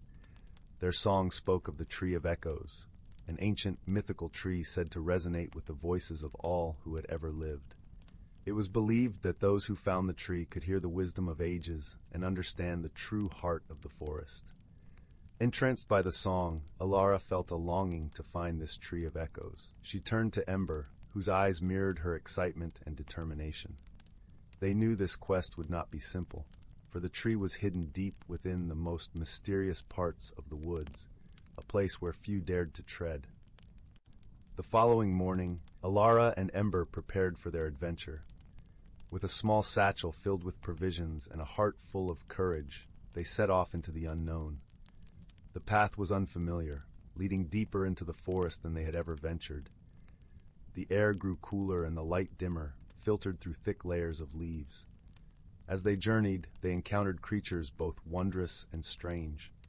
There were the lumina, tiny firefly-like beings that glowed with a gentle luminescence, guiding them through the dimmest paths. They met a family of spriggans, earthy little creatures who cared for the roots and soil, ensuring the forest remained lush and bountiful. The spriggans, recognizing Alara's heart, shared tales of the forest's past and offered her their blessings. Each night, Alara and Ember would rest beneath the stars, where Ember would curl up beside Alara, his warmth a comforting presence in the cool night air. They would listen to the distant songs of the sylphs, which seemed to grow clearer, guiding them as if the very notes were a map. Days turned into weeks as they delved deeper into the whispering woods. They faced challenges that tested their resolve, a sudden storm that required them to seek shelter beneath the roots of an ancient oak, and a mischievous band of will-o'-the-wisps that led them astray until they outwitted the playful spirits with Ember's quick thinking. Finally, one misty morning, they arrived at a part of the forest that felt different, ancient, and sacred. The air was thick with magic, and Alara felt a tingling sensation as if the very ground hummed with energy. Ahead, they saw it, the Tree of Echoes. Its trunk was vast, and its bark shimmered with a silvery sheen, while its branches stretched high, laden with leaves that whispered secrets to the wind. Alara approached the tree with reverence, placing her hand upon its cool, smooth bark. The moment she did, the world around her seemed to fall away. She heard voices, countless voices, all speaking at once yet in perfect harmony. It was the wisdom of the ages, the stories of those who had come before, the hopes and dreams of the forest itself. In that moment, Alara understood the true magic of the Whispering Woods. It was not just in the creatures or the sylph songs, but in the connections between all living things. The forest, the village, every plant and animal, they were all threads in the same tapestry, woven together by time and love. Alara and Ember lingered by the Tree of Echoes, absorbing its wisdom and beauty. When they finally returned to Willowbrook, they brought with them a deeper understanding and a renewed commitment to protect the magic of their home. The villagers welcomed them back with joy and curiosity, eager to hear of their adventures. Alara shared the tales of their journey, the lessons learned, and the melodies of the sylphs that had guided them. She spoke of the Tree of Echoes, its wisdom now a part of her, and how it had strengthened her bond with the forest. In the years that followed, Alara became a guardian of the Whispering Woods, teaching others the importance of balance and harmony. The sylph songs became a part of the village's traditions, celebrated in festivals where all would dance and sing under the stars. And so, the magic of the Whispering Woods endured, whispered from one generation to the next, a testament to the power of love, friendship, and the gentle heroism of a kind heart. Story 15. The Whispering Wood and the Wishing Dragon. Once upon a time, in a land where the mountains kissed the sky and rivers sang their way through lush valleys, there lay a village called Greenwood. This village was nestled at the edge of a vast, enchanted forest known as the Whispering Wood. The villagers called it so because the trees would murmur secrets to the wind, sharing tales of old magic and forgotten dreams. The Whispering Wood was home to creatures both mystical and mundane. Gentle deer grazed alongside ethereal fae that danced in beams of dappled sunlight. The elders often told stories around crackling hearth fires of a dragon that resided in the deepest heart of the forest. They spoke of it not with fear, but with reverence and affection, for this was no ordinary dragon. This was Eldorath, the wishing dragon, whose shimmering scales reflected the colors of dawn and whose breath smelled of blooming flowers. Eldorath had lived for centuries, weaving hope and dreams into the very fabric of the forest. It was said that once in a lifetime, Eldorath would grant a single wish to a soul pure of heart, a wish that could change the course of destiny itself. In the village, there lived a young girl named Alara. She had hair the color of ripe wheat and eyes that sparkled with curiosity and kindness. Alara was known for her gentle nature and her love for the stories of the Whispering Wood. She spent her days helping her mother in their small herbarium, crafting healing potions and remedies with the plants she gathered from the forest's edge. Despite her contentment, Alara held a secret wish close to her heart. Her younger brother, Finn, had been born with legs that could not carry him, and Alara wished nothing more than for him to run free among the meadows and fields. One crisp autumn morning, as the leaves turned to gold and crimson, Alara decided to venture deeper into the Whispering Wood than she ever had before. She hoped to find the wishing dragon and ask for her brother's wish. Her heart was a mix of trepidation and excitement as she packed a satchel with her mother's finest tea blend and a few honey cakes, gifts for the dragon if she were to find it. The forest welcomed her with a gentle rustle of leaves and the soft hum of life. As Alara walked, she marveled at the play of light through the canopy, where sunbeams danced like fairies across her path. Birds sang sweet melodies that seemed to guide her ever deeper into the heart of the wood. As she journeyed, Alara encountered many of the forest's denizens. A curious fox with fur the color of embers trotted beside her for a while, and a wise old owl, with eyes like polished amber, hooted gently from its perch, as if encouraging her onward. After what felt like hours, Alara found herself at a clearing unlike any she had seen before. The air shimmered with a soft golden glow, and in the center of the clearing lay a great dragon, its scales glinting with the hues of sunrise. Eldorath, the wishing dragon, was even more magnificent than the tales had described. Alara approached with reverence, her heart pounding. She knelt before the dragon and spoke softly. "Mighty Eldorath, my name is Alara. I come to you with a humble wish, not for myself, but for my brother." The dragon opened its eyes, which were as deep and wise as the forest itself. Its voice, when it spoke, was a gentle rumble that seemed to resonate through the trees. "Speak your wish, dear one, and let us see if your heart is as pure as it seems." With a deep breath, Alara shared her brother's plight, and her heartfelt desire for him to walk and run like other children. Eldorath listened intently, its gaze steady and warm. When she finished, the dragon nodded slowly. "You ask not for yourself, but for the joy of another," Eldorath rumbled. "This is a wish born of love, and such wishes are the ones I cherish most." Eldorath closed its eyes and breathed deeply, releasing a gentle tendril of mist that enveloped Alara. She felt a warmth spreading through her, a sensation like being wrapped in a soft blanket of morning sunlight. "Return home, child," Eldorath whispered. "Your wish shall be granted when the first star of evening appears." Alara thanked the dragon with tears of gratitude in her eyes. She left the clearing, her heart light and full of hope. The journey home felt shorter, as if the forest itself was guiding her steps. As she emerged from the Whispering Wood, the village was bathed in the golden glow of sunset. She hurried to her home, finding Finn playing with wooden toys by the hearth. As the evening deepened, Alara watched the sky anxiously. Her family gathered for supper, unaware of the magic about to unfold. When the first star twinkled into view, a soft glow surrounded Finn. He looked at Alara, his eyes wide with wonder, and slowly he stood on his own 2 feet. Cheers and laughter filled the room as Finn took his first unassisted steps, his joy a radiant echo of Alara's wish. The village celebrated, their hearts lifted by the miracle of the Whispering Wood. From that day forth, Alara often returned to the forest, not to seek a wish, but to offer her friendship to the creatures within. And though she never saw Eldorath again, she felt the dragon's presence in every rustling leaf and every whispered breeze. As for the Whispering Wood, it continued to be a place where magic and nature thrived in harmony, where dreams and wishes were woven into the tapestry of life by those who dared to venture into its depths with open hearts. And so the legend of Eldorath, the wishing dragon, grew ever more cherished, a beacon of hope and kindness for all who believed in the magic of love.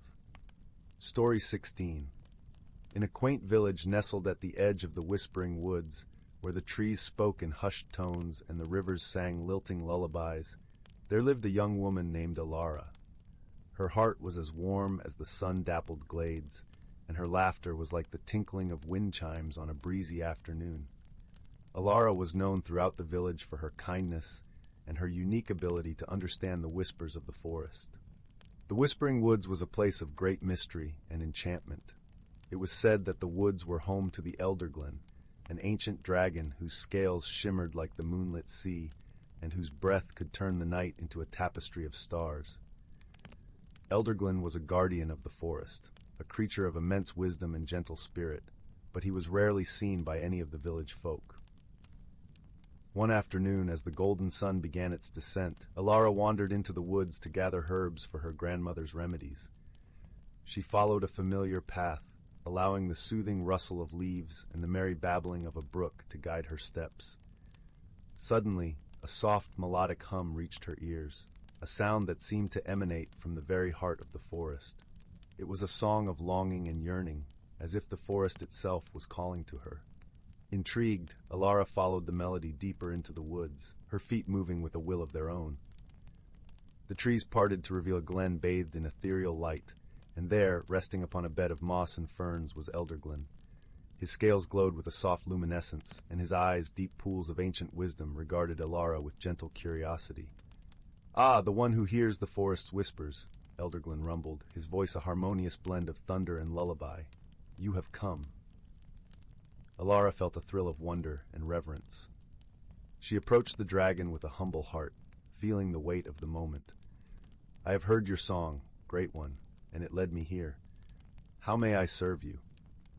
Elderglen lowered his great head, his breath warm and soothing as a summer breeze. The balance of the forest is threatened, young Alara. A darkness stirs in the shadows, seeking to unravel the harmony that binds us all. I have watched over these woods for centuries, but my strength wanes. I seek a guardian, one with a heart pure and courageous, to help restore what is lost. Alara's heart swelled with determination. I will do whatever I can to help, Elderglin. Tell me what must be done. The dragon's eyes twinkled with a spark of hope. Within the heart of the forest lies the crystal of harmony, a relic of great power. It maintains the balance between our world and the realms unseen. You must find it and restore its light, for its glow has dimmed, allowing shadows to encroach upon our lands. Alara nodded, understanding the gravity of the task before her. With Elderglin's guidance, she set off on her quest, her resolve as firm as the ancient oaks surrounding her. The forest was a labyrinth of winding paths and hidden passages, each step bringing Alara closer to the heart of its mystery. She encountered creatures of all kinds, playful sprites that danced upon the dew-kissed leaves, wise owls that watched with knowing eyes, and gentle deer that guided her through the dense underbrush. As day turned to night, the forest transformed into a realm of silver and shadow. The moon hung high, casting a soft glow upon Alara's path. It was then that she met Leora, a mischievous spirit of the woods with eyes like emeralds and hair woven from starlight. "Ah, a human bold enough to tread these woods by night," Leora teased, her voice a melody of mirth and mystery. "What brings you here, little one?" Alara, recognizing the spirit's playful nature, smiled. "I seek the crystal of harmony. The forest is in need, and I must restore its light." Leora's laughter filled the air, a sound as sweet as the tinkling of distant bells. "A noble quest indeed. Fear not, for I shall guide you. The path is fraught with illusion and trickery, but my light can pierce any shadow." Together, they journeyed deeper into the forest, Leora's presence a beacon of joy and mischief. They traversed glistening streams and climbed ancient trees whose branches stretched towards the heavens. At last, they arrived at a clearing where an ancient stone altar stood, the crystal of harmony resting upon it, dull and lifeless. Alara approached the altar with reverence, her heart pounding with anticipation. She reached out, her fingers brushing against the cool surface of the crystal. As she did, a whispering breeze stirred the air, carrying with it the voices of the forest. "Restore the light, child of the woods," the voices intoned, a chorus of hope and expectation. Drawing strength from the forest and her newfound companion, Alara closed her eyes and focused on the warmth within her heart. She thought of the vibrant life teeming within the woods, the harmony that bound all creatures together. Slowly, the crystal began to glow, a gentle light spreading from its core, radiating outward like the first rays of dawn. The forest responded in kind, the trees swaying in a joyous dance, the river's song rising in jubilant crescendo. Elderglin appeared, his great wings unfurling in a majestic display, his eyes alight with pride and gratitude. "You have done well, Alara," the dragon intoned, his voice resonating with the renewed energy of the forest. "The balance is restored and the darkness held at bay." Alara beamed, her heart filled with a sense of fulfillment and wonder. She had not only witnessed the magic of the forest, but had become a part of its eternal story. As dawn broke over the whispering woods, Alara returned to her village, carrying with her the light of the crystal and the blessings of the forest. From that day on, she was known not just as the girl who heard the whispers of the woods, but as the guardian of harmony, a keeper of peace between the realms of the seen and unseen. And so the forest thrived, a place of enchantment and wonder, watched over by a dragon's gentle eyes and a young woman's courageous heart. Together, they ensured that the whispers of the woods would continue to sing their timeless song, a melody of life, love, and harmony that echoed through the ages. Story 17. Once upon a time, in a realm where the sky kissed the earth with hues of lavender and gold, there lay a village named Whistlewood. Nestled between emerald hills and the shimmering lake of luminance, Whistlewood was unlike any other place. Here the air was thick with enchantment, and the villagers lived in harmony with magical creatures who roamed the lands freely. The heart of Whistlewood was an ancient oak tree, known as the Elderbark, whose roots stretched deep into the earth, drawing wisdom from the world itself. It was said that the Elderbark held the history of the village, whispering secrets to those who listened with open hearts and kind souls. Every night, as the moon cast its silvery glow over the village, the people of Whistlewood gathered beneath the elder bark for the nightly telling. It was a cherished tradition, where young and old alike would share stories, songs, and dreams under the watchful branches of the great tree. Among the villagers was a young girl named Alara. With her wild copper curls and eyes as bright as the stars, Alara was known for her boundless curiosity and gentle spirit.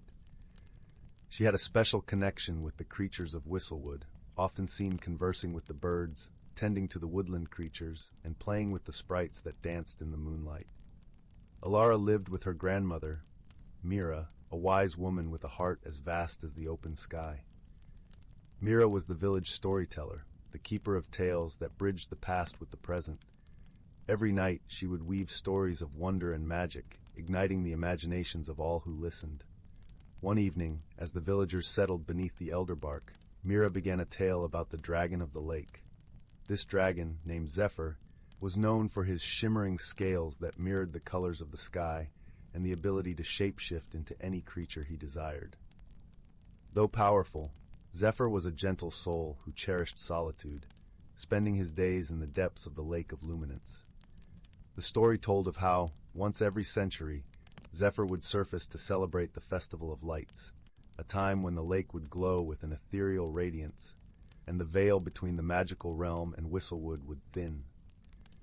It was said that during this festival, if a villager could present a gift of true kindness to Zephyr, the dragon would grant them a wish, a boon that could change the course of their life. Alara listened intently, her heart kindled with the idea of meeting Zephyr and the possibility of earning a wish. As the story concluded, she approached her grandmother with a determined look in her eyes. "Grandmother, do you think I could meet Zephyr and give him a gift?"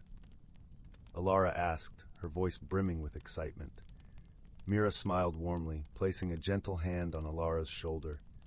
"My dear, meeting Zephyr requires more than just a gift. It requires understanding the true nature of kindness, which I believe you have in abundance. But remember, the journey to the lake is not just a physical one. It's a journey of the heart."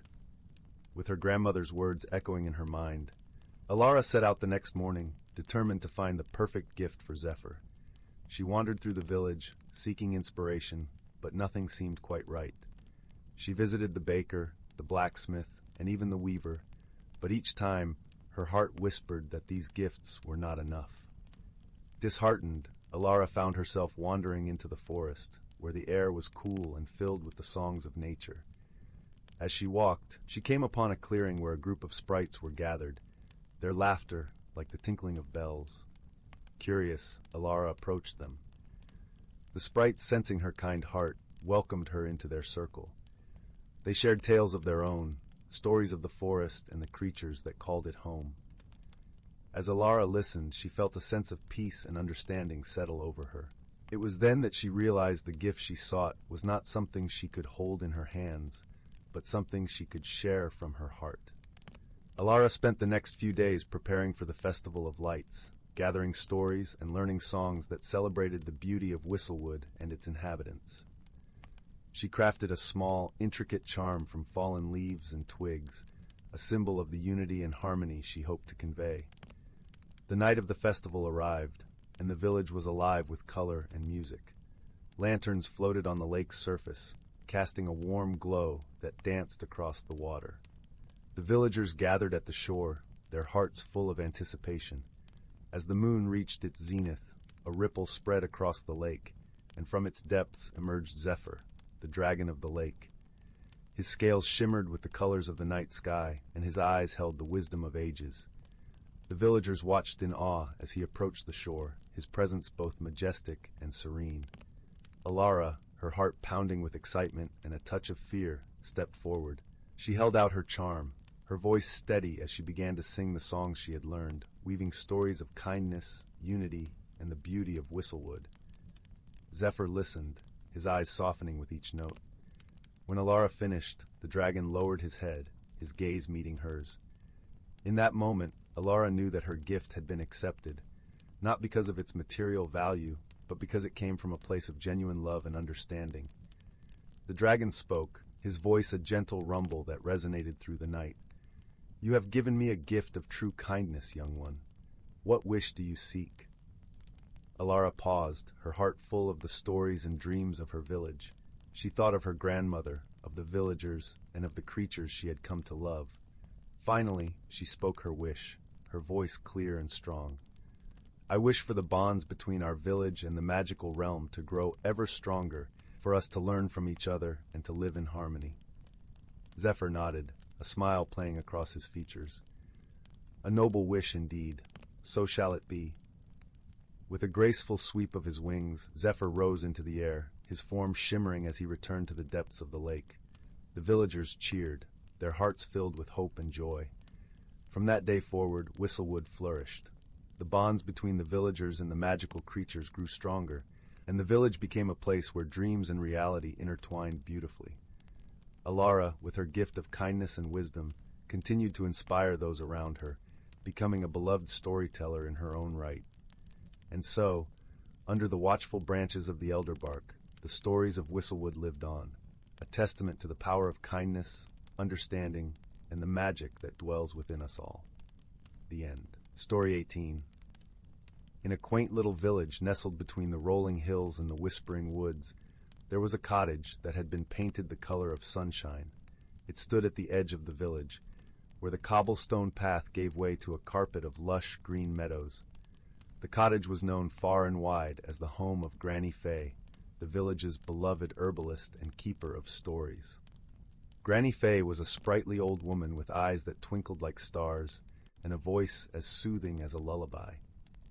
Her garden was a patchwork quilt of colors and fragrances, with every imaginable herb and flower growing in happy abundance. It was said that she could brew a tea to heal any ailment or calm any troubled mind. One crisp autumn morning, as the leaves turned to gold and scarlet, a young girl named Lila set out from the village to visit Granny Fay. Lila was a curious and thoughtful child, with a heart as big as the sky. She loved to spend her days wandering the woods and fields, collecting curious stones and watching the clouds drift lazily by. On this particular day, Lila carried a small basket filled with apples from her family's orchard. The apples were rosy and sweet, their scent mingling with the earthy aroma of fallen leaves. As she approached the sunny cottage, she found Granny Fay in her garden, humming a gentle tune as she gathered herbs. "Good morning, Granny Fay," Lila called, her voice bright as a bell. "I brought you some apples from our orchard." "Well, bless my heart, Lila," Granny Fay exclaimed, wiping her hands on her apron. "Those look simply delicious. Come sit with me, and we'll share a cup of tea." Lila followed Granny Fay into the cozy warmth of the cottage, where the air was filled with the comforting scent of dried herbs and freshly baked bread. The walls were lined with shelves, each one brimming with jars of herbs and spices, dried flowers, and curious trinkets from distant lands. Granny Fay set a kettle to boil and selected a handful of herbs from her collection. As she prepared the tea, Lila's eyes wandered to a curious object on the mantelpiece, a small, intricately carved wooden box. It was decorated with delicate patterns of leaves and vines, and a tiny silver key hung from a ribbon beside it. "What's inside the box, Granny Fay?" Lila asked, her curiosity piqued. "Ah, that box holds a very special treasure," Granny Fay replied with a mysterious smile. "It's a story box, Lila. Inside is a tale that has been passed down through my family for generations. Would you like to hear it?" "Oh, yes, please," Lila exclaimed, her eyes wide with anticipation. Granny Fay poured the fragrant tea into delicate cups and settled into her favorite armchair. Lila curled up on the soft rug at her feet, clutching her warm cup of tea. As the autumn sun streamed through the window, Granny Fay began to tell her tale. Long ago, in a time when magic was woven into the very fabric of the world, there was a young girl named Alara who lived in a village much like ours. Alara had a gift, a rare and wonderful gift. She had the ability to speak with the trees and the flowers, to understand their secrets and their stories. Lila leaned in closer, captivated by the unfolding tale. Alara's village was surrounded by a great forest, ancient and wise. The villagers often went into the forest to gather wood and herbs, but they were always cautious, for they knew that the forest held mysteries beyond their understanding. But Alara, with her special gift, found comfort and joy among the trees. She would wander for hours, singing to the flowers and listening to the whispers of the leaves. One day, as Elara wandered deeper into the forest than ever before, she came upon a clearing bathed in golden sunlight. In the center of the clearing stood the most magnificent tree she had ever seen. Its trunk was as wide as a house, and its branches stretched high into the sky, adorned with leaves that shimmered like silver in the light. Elara felt a pull towards this tree, a sense of belonging she couldn't quite explain. As she approached, she heard a gentle voice in her mind. "Welcome, Elara," the tree said. "I am the Heartwood, guardian of the forest, and I have been waiting for you." Elara was filled with wonder and gratitude. "Great Heartwood," she replied, "I am honored to be in your presence. How can I serve you?" The Heartwood told Elara of a great storm that was coming, one that would threaten the balance of the forest and the village that depended on it. "You have the power to help us, Elara," the Heartwood said. "With your gift, you can guide the villagers and protect our home." Elara's heart swelled with determination. She returned to the village and shared the Heartwood's warning. At first, the villagers were skeptical, but Elara's sincerity and the urgency in her voice convinced them to heed her words. Together, Elara and the villagers prepared for the storm. They gathered food and water, secured their homes, and worked to strengthen the bonds between the village and the forest. Elara spent her days in the forest, speaking with the trees and ensuring that every living thing was ready to weather the coming tempest. When the storm finally arrived, it was fierce and unrelenting. The winds howled like 1,000 wild wolves, and the rain fell in sheets, drenching the earth. But thanks to Elara's guidance, the village and the forest were prepared. They stood strong, united against the fury of the storm, and when it passed, they emerged unscathed. The villagers rejoiced and gave thanks to Elara and the Heartwood for their wisdom and protection. Elara continued to serve as the bridge between the village and the forest, nurturing the bond that ensured their mutual survival and prosperity. And so, the tale of Elara and the Heartwood became a cherished story, passed down from generation to generation, reminding us all of the power of connection, courage, and the magic that lives within each of us. As Granny Fay finished her story, Lila sat in quiet awe, her heart filled with warmth and inspiration. The room seemed to glow with a soft golden light, as if the spirit of Elara and the Heartwood had touched them both. "Thank you, Granny Fay," Lila whispered, her voice barely more than a breath. "That was beautiful." Granny Fay smiled, her eyes filled with gentle wisdom. "Stories have a way of finding us when we need them most, dear Lila. Remember, the magic of the world is always there, waiting for those who believe." Lila nodded, feeling a newfound sense of wonder and purpose. As she sipped her tea, she gazed out the window at the vibrant colors of autumn, and she knew that she would carry the story of Elara and the Heartwood with her, a guiding light in the tapestry of her own life. And so, as the sun dipped below the horizon, painting the sky with hues of pink and orange, Lila and Granny Fay sat together in the cozy cottage, their hearts entwined by the magic of stories and the timeless beauty of the world around them. Story 19, title The Whispering Woods and the Dragon's Secret. Once upon a time, nestled between the rolling hills of the Emerald Valley and the misty peaks of the Moonstone Mountains, lay a forest known as the Whispering Woods. This enchanting forest was home to creatures of every kind, from the tiniest of pixies to the grandest of griffins. It was said that the trees themselves could speak, their leaves murmuring ancient tales to those who would listen with an open heart. In the heart of this forest, hidden from the eyes of most, lived a dragon named Lysander. Unlike the fierce dragons of legend, Lysander was a gentle soul. His scales shimmered with the hues of the forest, deep greens, rich browns, and the occasional glint of gold, like sunlight dappling through the canopy. He had lived for centuries, watching over the woods and its inhabitants, ensuring that the balance between magic and nature was kept intact. Lysander's closest friend was a young girl named Elara. With hair the color of autumn leaves and eyes as bright as the morning sky, Elara had a heart as vast and kind as the forest itself. She was the daughter of the village healer and had inherited her mother's gift for understanding the language of the woods.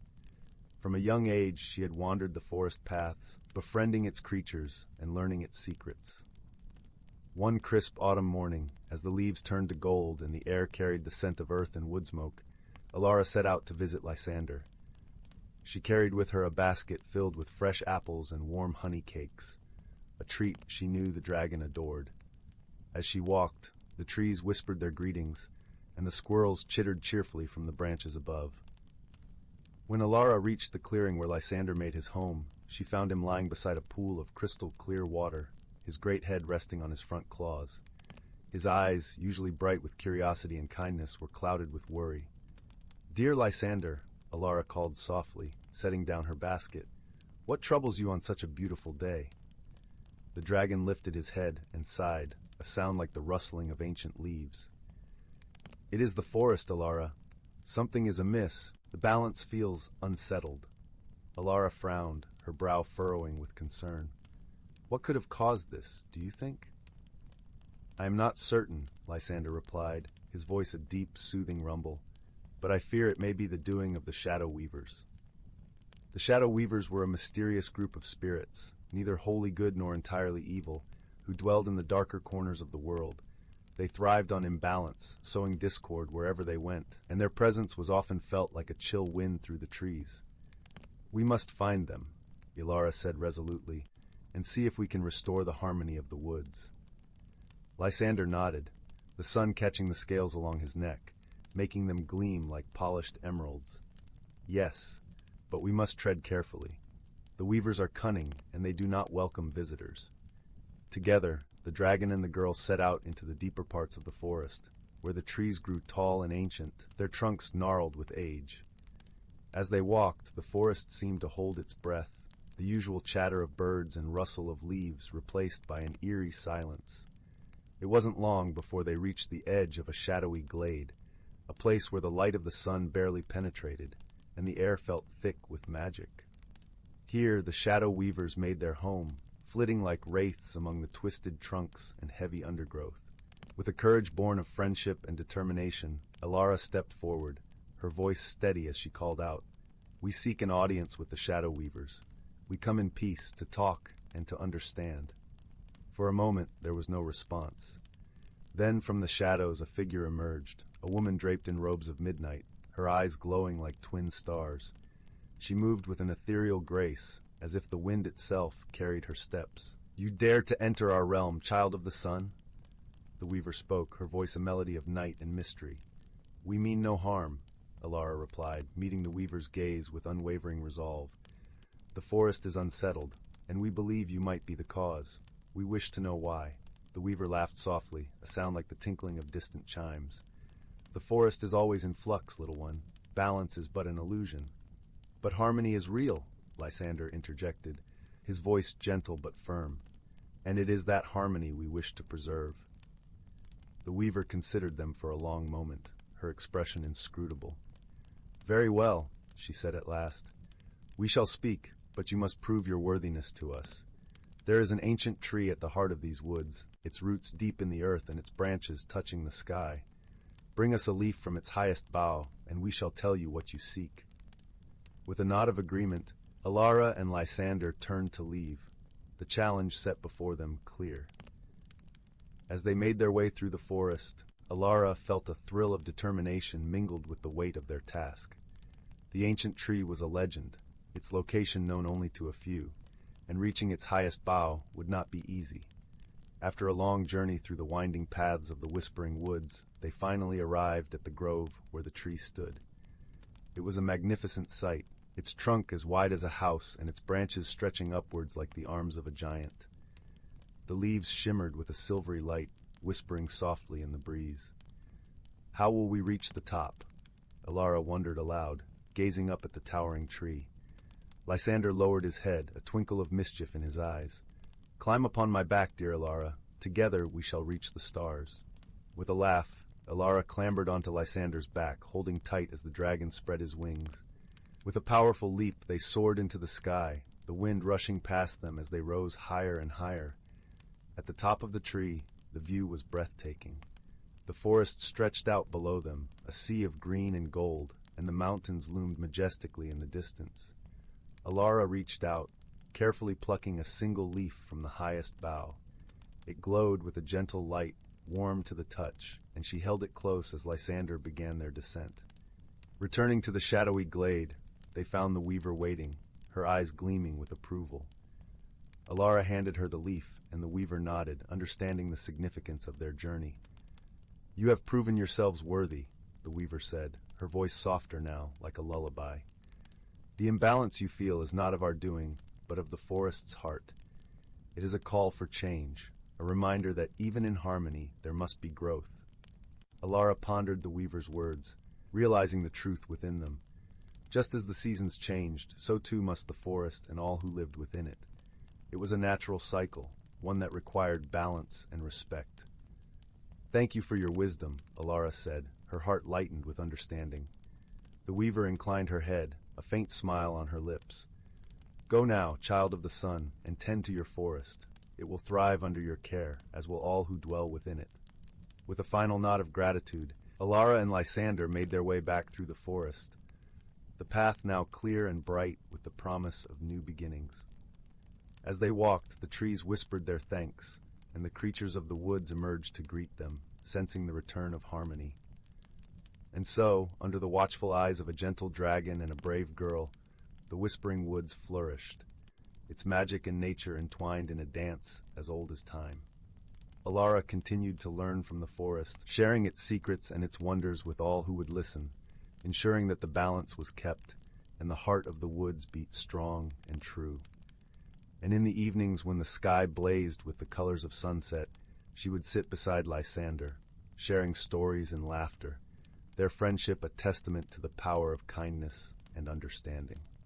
Together, they watched over the forest, knowing that as long as they stood united, the Whispering Woods would remain a place of magic and wonder for generations to come.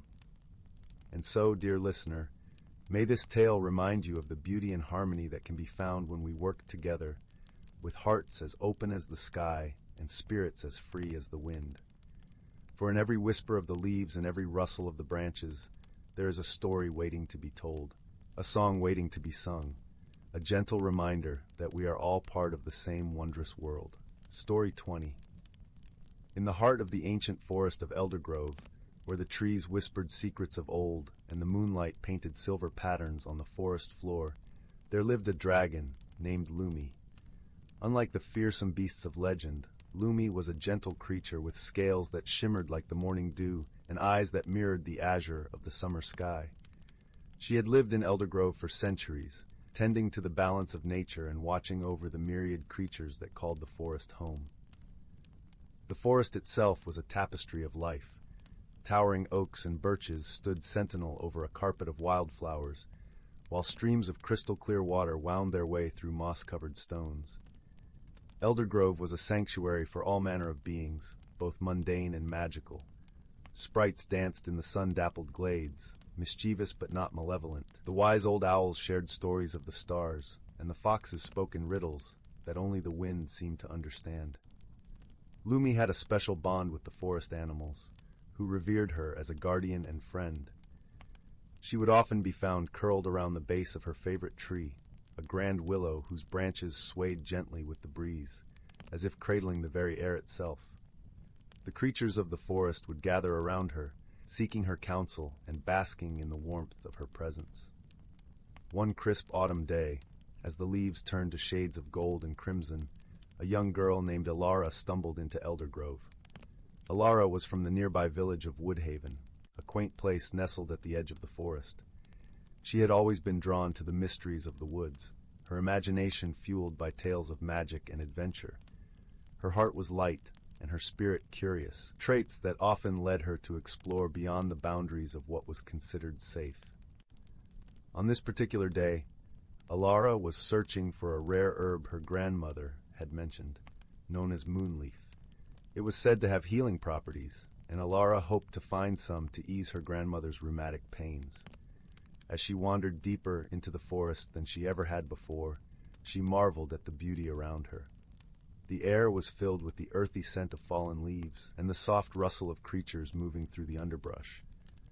Alara's path eventually led her to a clearing bathed in soft, golden light. In the center stood the grand willow, its branches swaying gently as if greeting her arrival.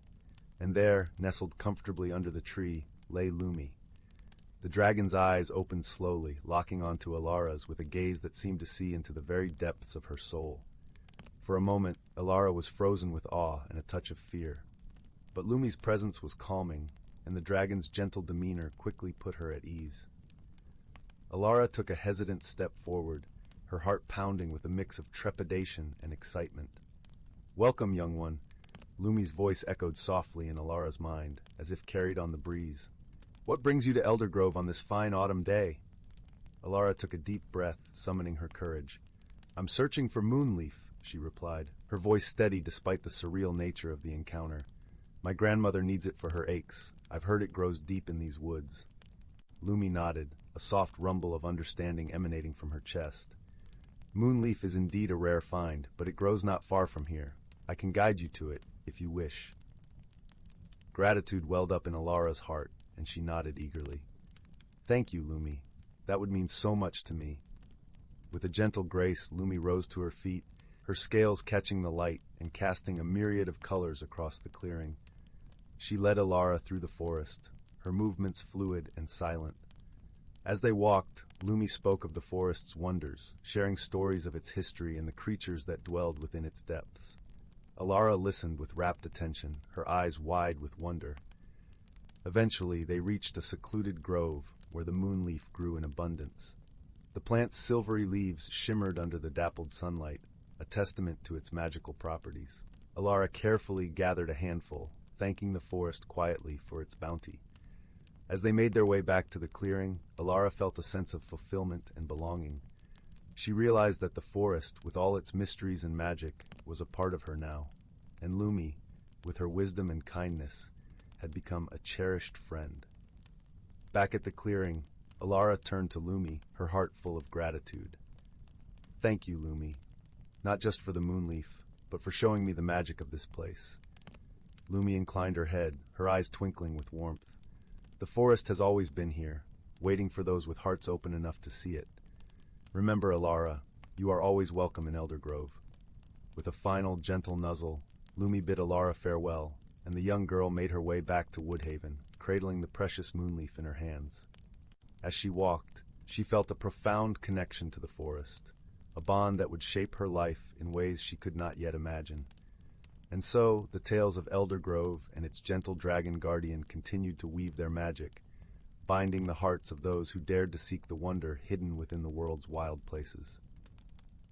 Alara knew she would return, and when she did, she would bring new stories and new discoveries, each one a testament to the enduring magic of the forest and the quiet heroism of those who called it home.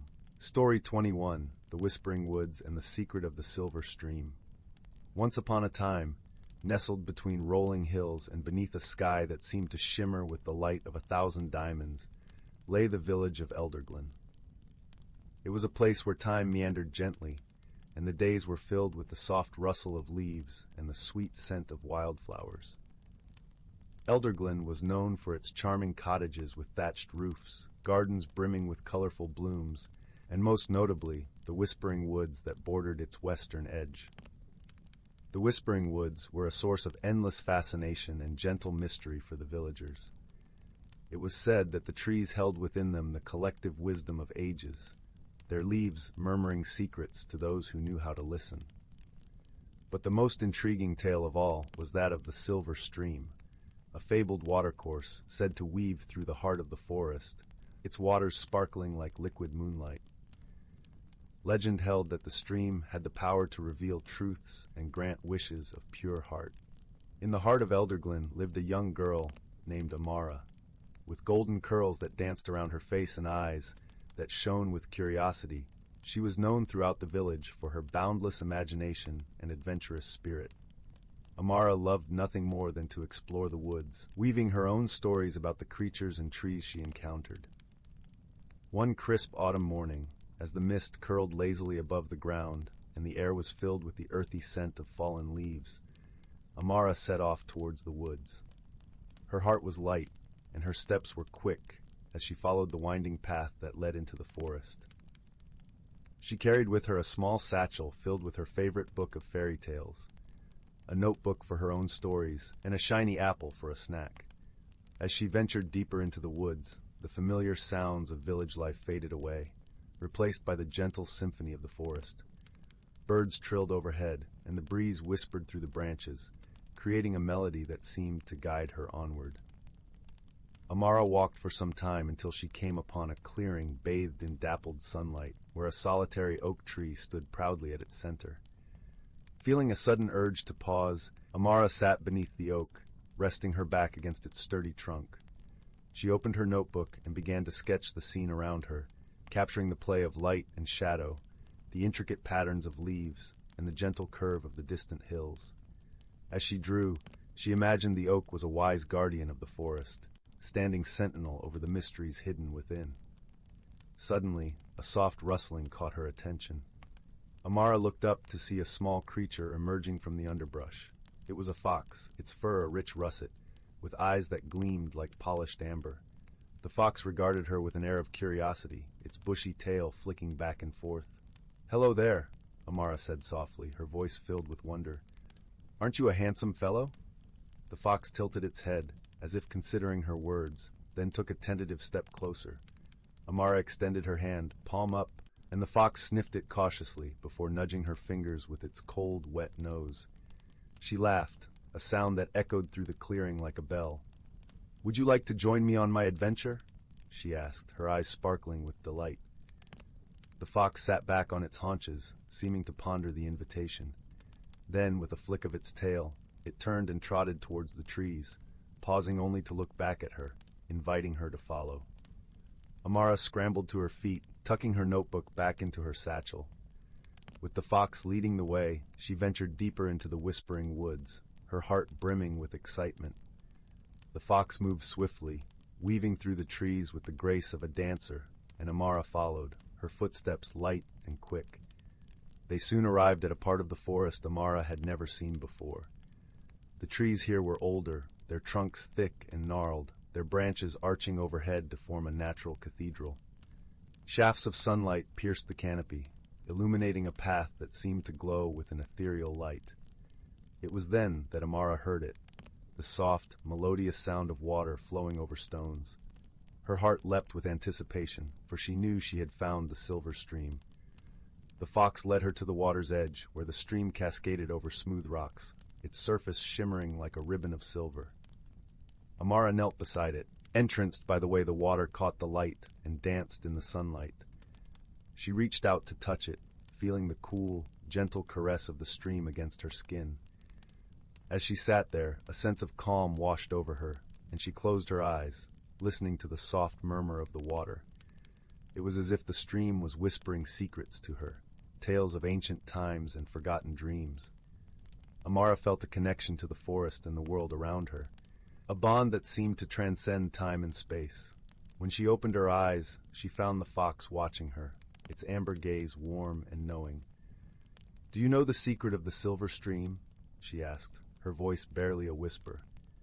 The fox blinked slowly, then dipped its head, as if affirming her question.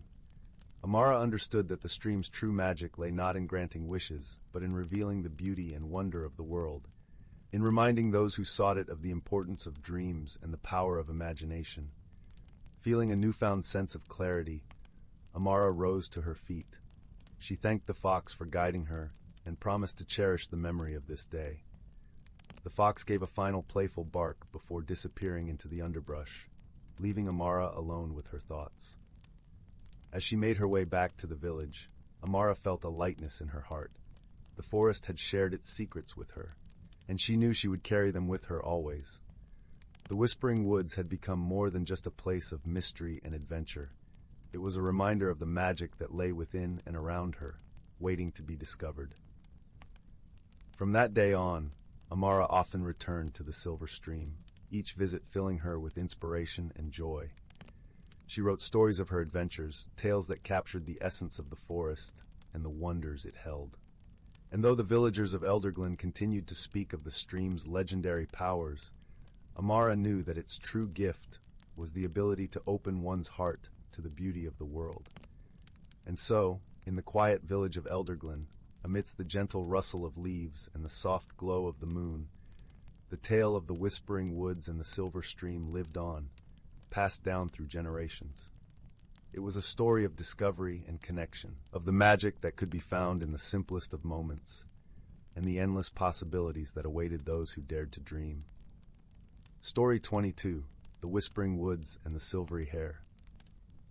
Once upon a time, nestled in the heart of an ancient forest, lay a quaint little village named Elderglen.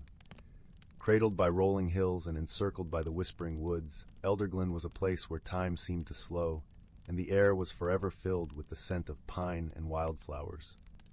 The villagers were a close-knit group, known for their kindness and stories shared by the fireside under starlit skies. The whispering woods, which bordered the village, held an air of mystery and magic. The trees were old and wise, their branches swaying gently as if sharing secrets with the wind. It was said that if you listened closely enough, the woods would whisper tales of enchantment and lore to those with open hearts.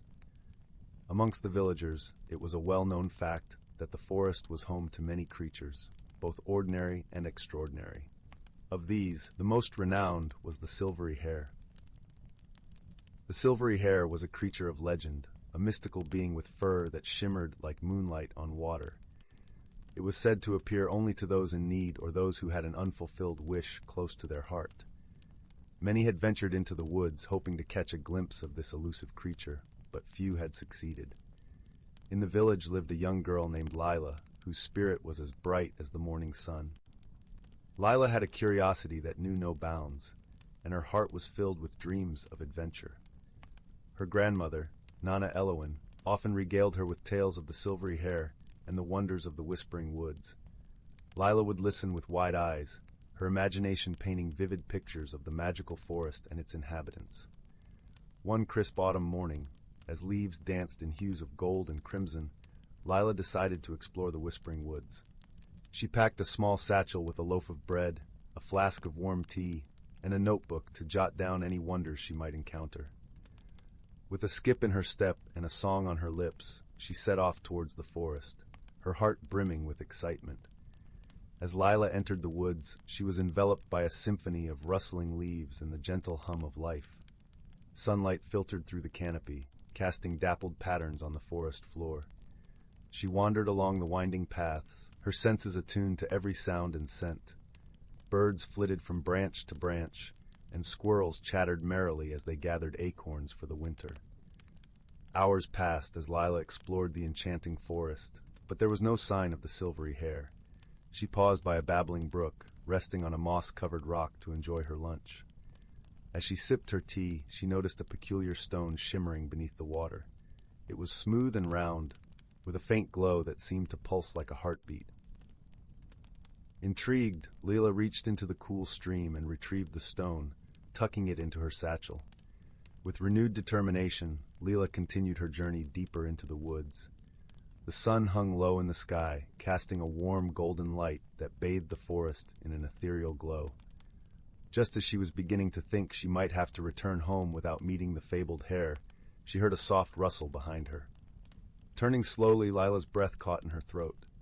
There, amidst the underbrush, stood the silvery hare. Its fur glistened like spun silver, and its eyes, deep and knowing, seemed to hold the wisdom of the ages.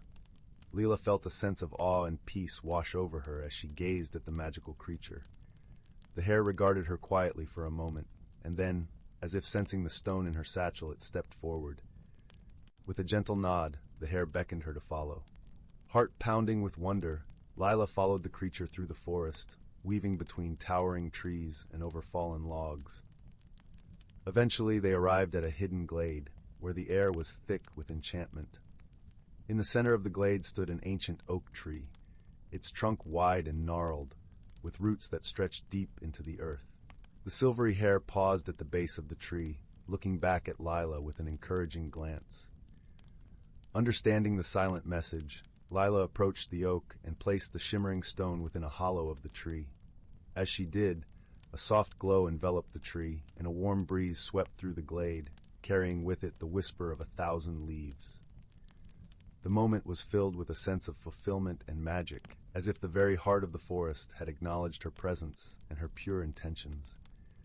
The silvery hare watched her with gentle eyes, and then, with a graceful leap, it disappeared into the woods, leaving only a trail of silver light in its wake.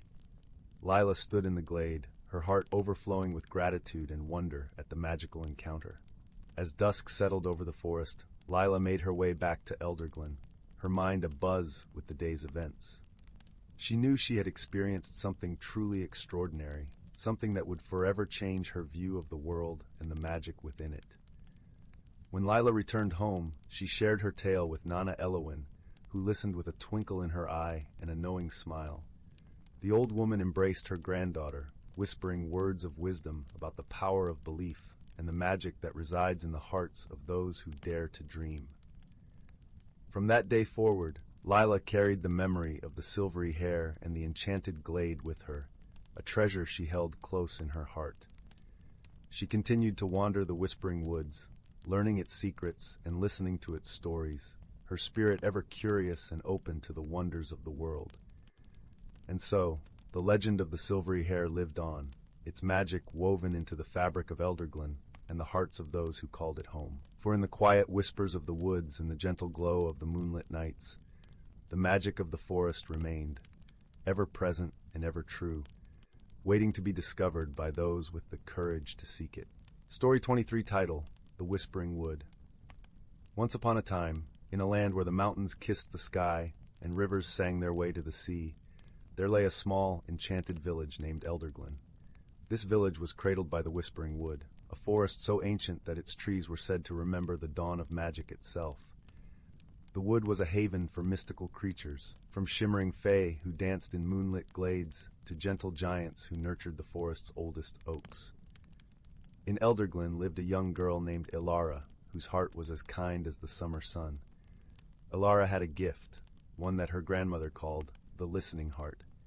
She could hear the whispers of the forest, the songs of the brook, and even the sighs of the wind. Most of all, Ilara loved the tales her grandmother spun about the Whispering Wood, particularly those involving the dragons who dwelt deep within its green embrace. These dragons were unlike any others. They were not the fierce, fire-breathing beasts of legend, but gentle, wise creatures who tended the balance of the forest. It was said that their scales shimmered with the colors of the dawn, and that their breath could nurture life or lull it to sleep with dreams of stars. Ilara longed to see these dragons, but they were elusive, appearing only when the forest itself deemed it necessary. Still, she often ventured into the wood, hoping that one day her patient heart would be rewarded. One crisp autumn afternoon, as golden leaves fluttered down like rain, Ilara set off on her usual wanderings. The forest was alive with the rustle of leaves and the chatter of squirrels preparing for winter. She followed a path lined with mushrooms that glowed faintly in the dim light, their soft luminescence guiding her deeper into the wood than she had ever ventured before. As she walked, Ilara heard a strange melody, a song woven from the very essence of the forest. It was a tune both ancient and new, filled with the promise of secrets revealed. Captivated, she followed the sound until she reached a clearing she had never seen. In the center of the clearing stood a magnificent tree, its trunk wide enough to house a dozen people, its branches reaching high into the sky. From its boughs hung clusters of glowing fruits, their light mingling with the setting sun to cast a kaleidoscope of colors across the forest floor. Perched among these branches was a dragon, its scales indeed shimmering with the hues of dawn and dusk. Its eyes were wise and gentle, and as it turned its gaze upon Ilara, she felt a warmth spread through her, as if greeting a long-lost friend.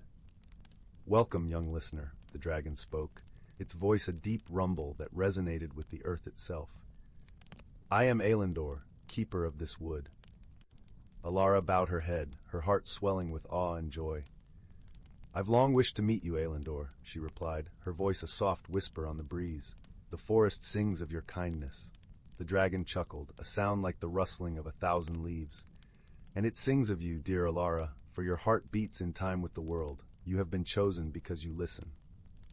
Elendor unfurled his wings, revealing patterns like starlit skies. "There is a task, a harmony that must be restored. A shadow has fallen over the Whispering Wood, and only one with a heart such as yours can help us bring light back."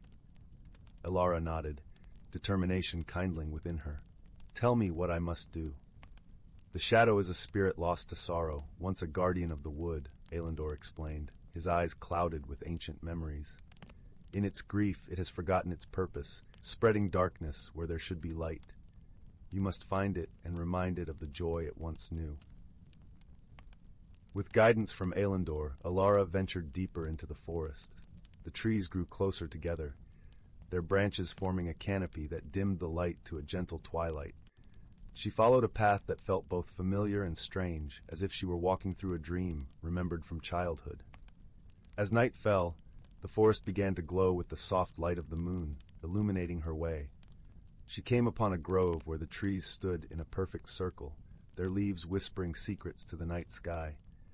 In the center of this grove lay the spirit, a misty figure shrouded in shadow, its form flickering like a flame caught in the wind. Elara approached cautiously, her heart open and her mind calm. "Hello," she called gently, her voice a soothing balm against the spirit's turmoil. "I've come to listen." The spirit turned, its eyes like pools of midnight. "Why do you seek me, child?" it asked, its voice a mournful echo. "I am lost to the darkness." Elara knelt beside the spirit, feeling the chill of its sorrow. "You are not lost," she said with quiet certainty. "You have simply forgotten your song. Let me help you remember."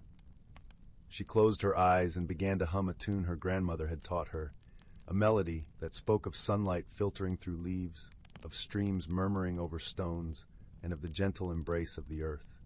As she sang, the spirit listened, its form gradually taking on a warmer glow, the shadows retreating like mist before the dawn. Slowly, the spirit's sorrow softened, replaced by a sense of peace. It began to hum along, its voice harmonizing with Elara's in a melody that resonated with the heart of the forest. The trees around them swayed gently, their leaves rustling in approval, and the stars above seemed to twinkle brighter. When the song ended, the spirit's form was no longer shadowy but shone with a soft, ethereal light. "Thank you," it whispered, a smile curving its lips for the first time in ages. "You have reminded me of who I am." Elara smiled, feeling the warmth of the spirit's gratitude wash over her. "You are a guardian of this wood," she said, "a bringer of balance and light." The spirit nodded, its eyes filled with a newfound clarity. "I will return to my duty, and the forest shall flourish once more." With a final nod of thanks, the spirit rose and drifted into the night, its presence a gentle breeze that stirred the leaves with renewed life. Elara watched it go, her heart light and her spirit aglow with the knowledge that she had helped restore harmony to the whispering wood. As she made her way back to the clearing where Elendor waited, the forest seemed to hum with a joyful energy, the creatures of the wood celebrating the return of their guardian. When she arrived, the dragon greeted her with a bow of his great head. "You have done well, Elara," Elendor said, his voice warm with pride. "The forest thanks you, and so do I." Elara blushed, her cheeks warm in the cool night air. "It was the forest that taught me," she replied humbly. "I merely listened." With a gentle smile, Elendor unfurled his wings, casting a protective shadow over the clearing. "The whispering wood will always be open to you, dear listener. May your heart continue to hear its songs." With those words, the dragon rose into the sky, a majestic silhouette against the moonlit clouds, disappearing into the tapestry of stars. Elara returned to Elderglen, her heart full of the forest's music and the memory of a dragon's gentle wisdom. She never stopped visiting the Whispering Wood, where the trees whispered her name and the creatures greeted her as a friend. And though the years passed, her listening heart remained forever attuned to the harmony she had helped to restore, a quiet heroism woven into the very fabric of the forest. And so, under the watchful gaze of the mountains and the serenade of the rivers, Elderglen thrived in the embrace of the Whispering Wood, a place where magic and nature danced in eternal harmony. And Elara, the girl with the listening heart, lived her days surrounded by the beauty she had helped to preserve, forever a cherished part of the wood's timeless tale. Story 24: The Whispering Woods and the Song of Seasons. In the small village of Eldergrove, nestled between rolling hills and the edge of the Whispering Woods, there lived a young girl named Elara. Eldergrove was a place where time seemed to stand still, where the ancient oak trees watched over the villagers like gentle guardians, and where the air was always filled with the scent of wildflowers and fresh earth. Alara was known throughout the village for her bright spirit and curiosity. She had a wild mane of chestnut curls and eyes that sparkled like dew-kissed leaves. Her greatest joy was exploring the Whispering Woods, a vast forest that bordered the village, a place both feared and revered by the villagers. They told stories of the woods being alive, whispering secrets of the past and future to those who dared to listen. One crisp autumn morning, as the first golden leaves began to fall, Alara decided to venture deeper into the Whispering Woods than she ever had before.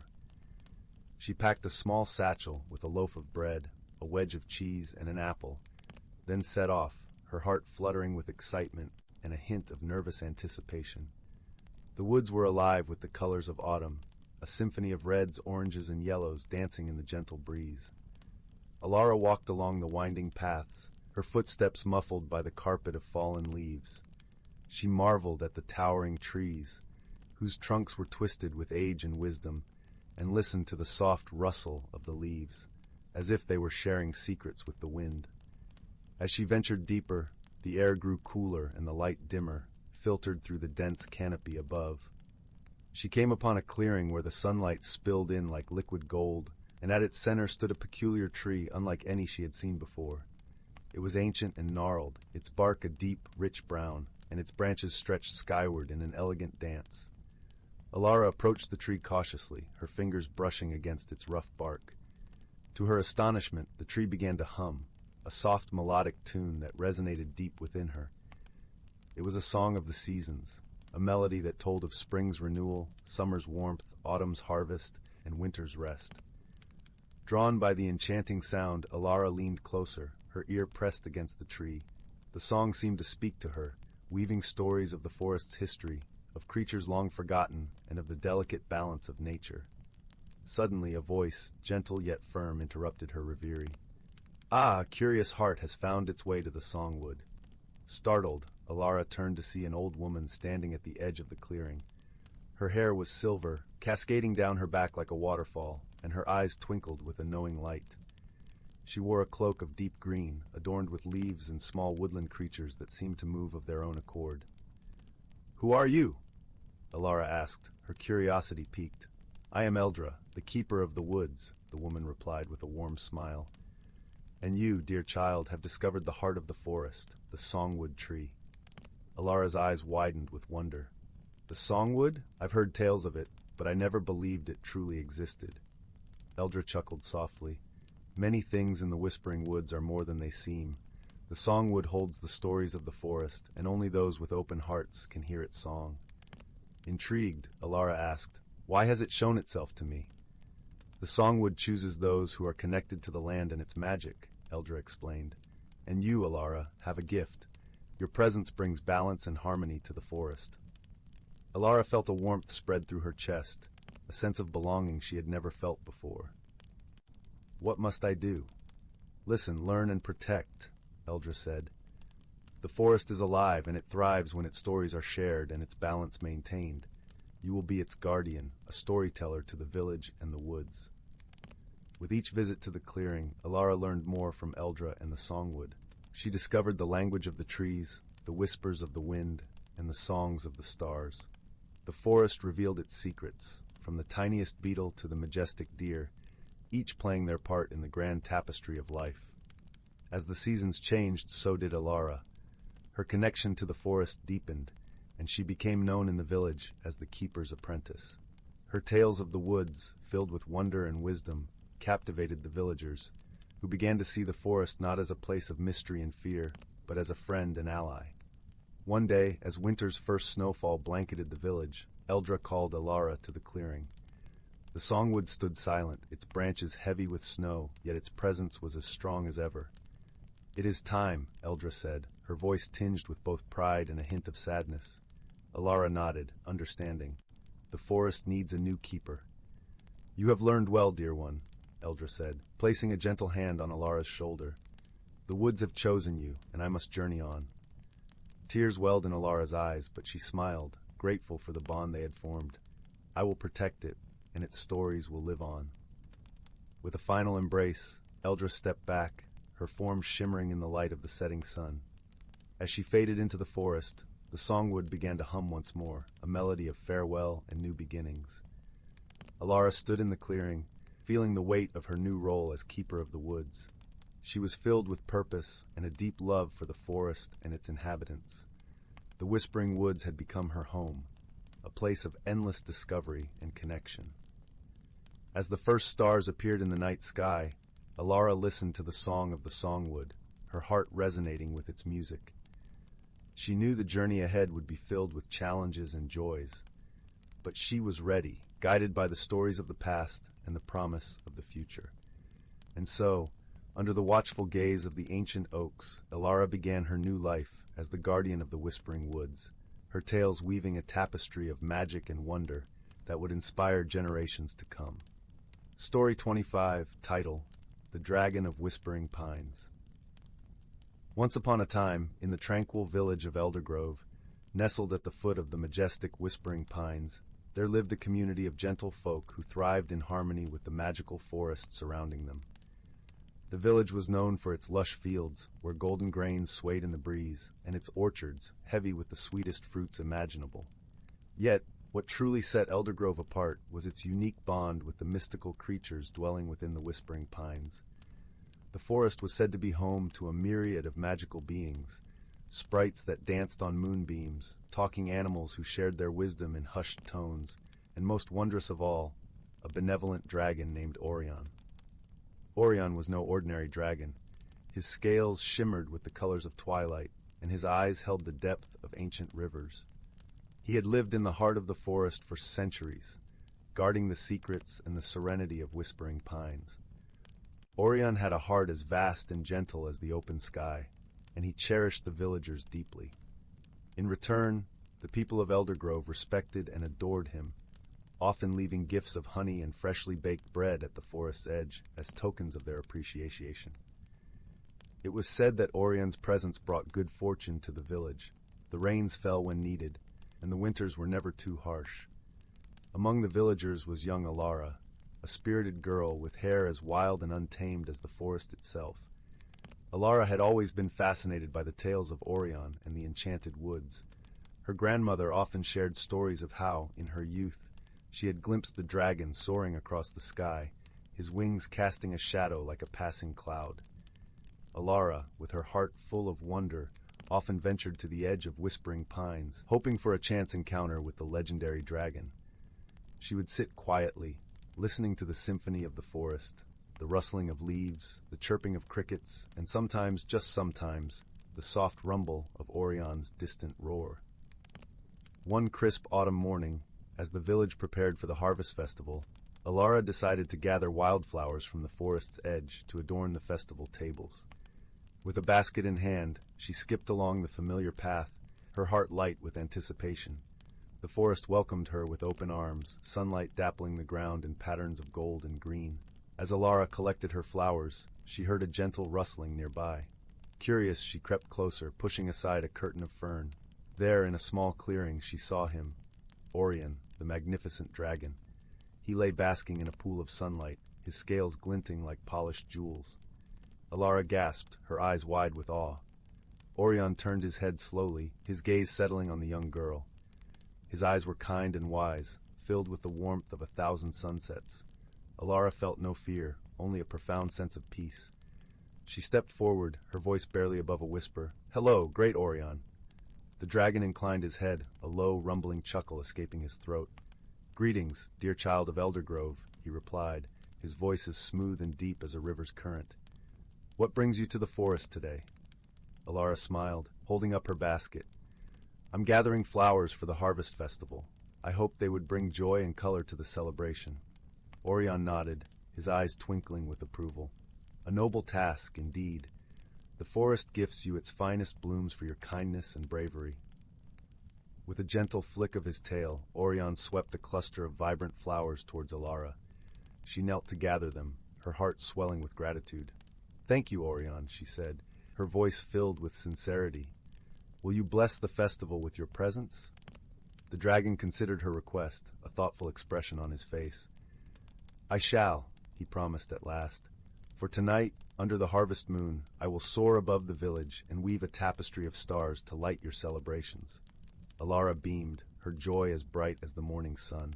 She returned to the village, her basket overflowing with flowers and her heart brimming with excitement.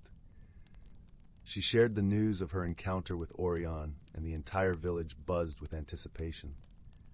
As dusk fell and the moon rose high, casting a silvery glow over Eldergrove, the villagers gathered in the central square. Laughter and music filled the air, the tables laden with the bounty of their harvest.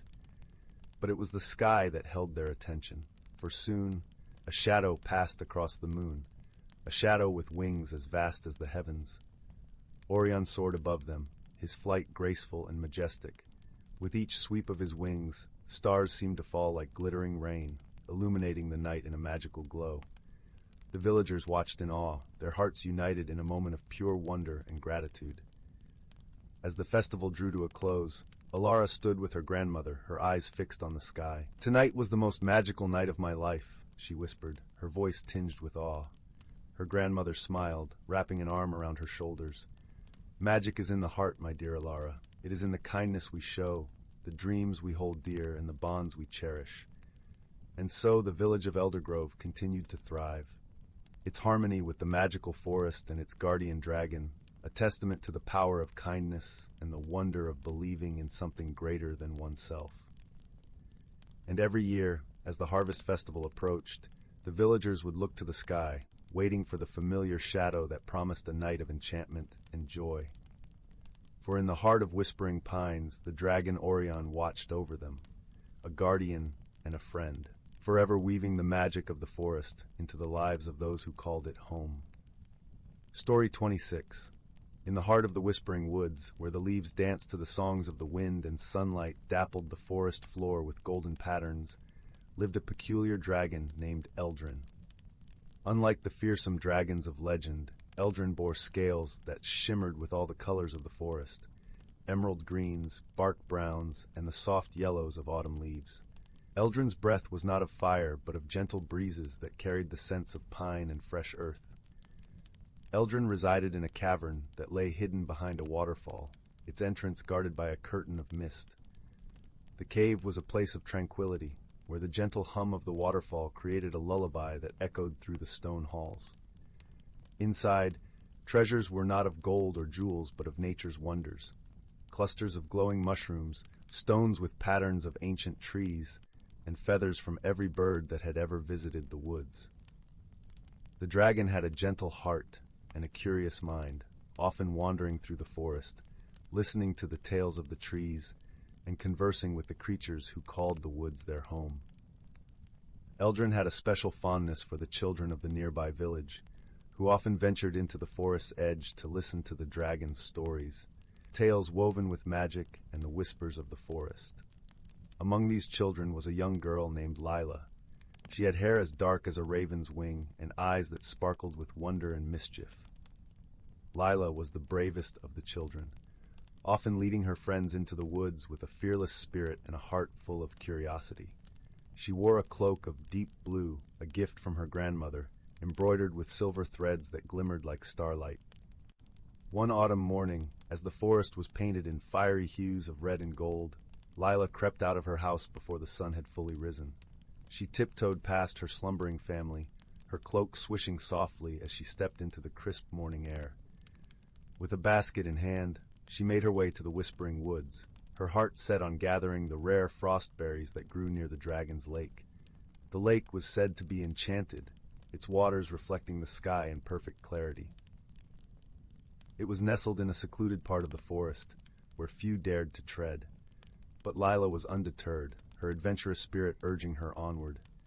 As she walked, the forest seemed to welcome her, the trees parting to let the sun's rays guide her path.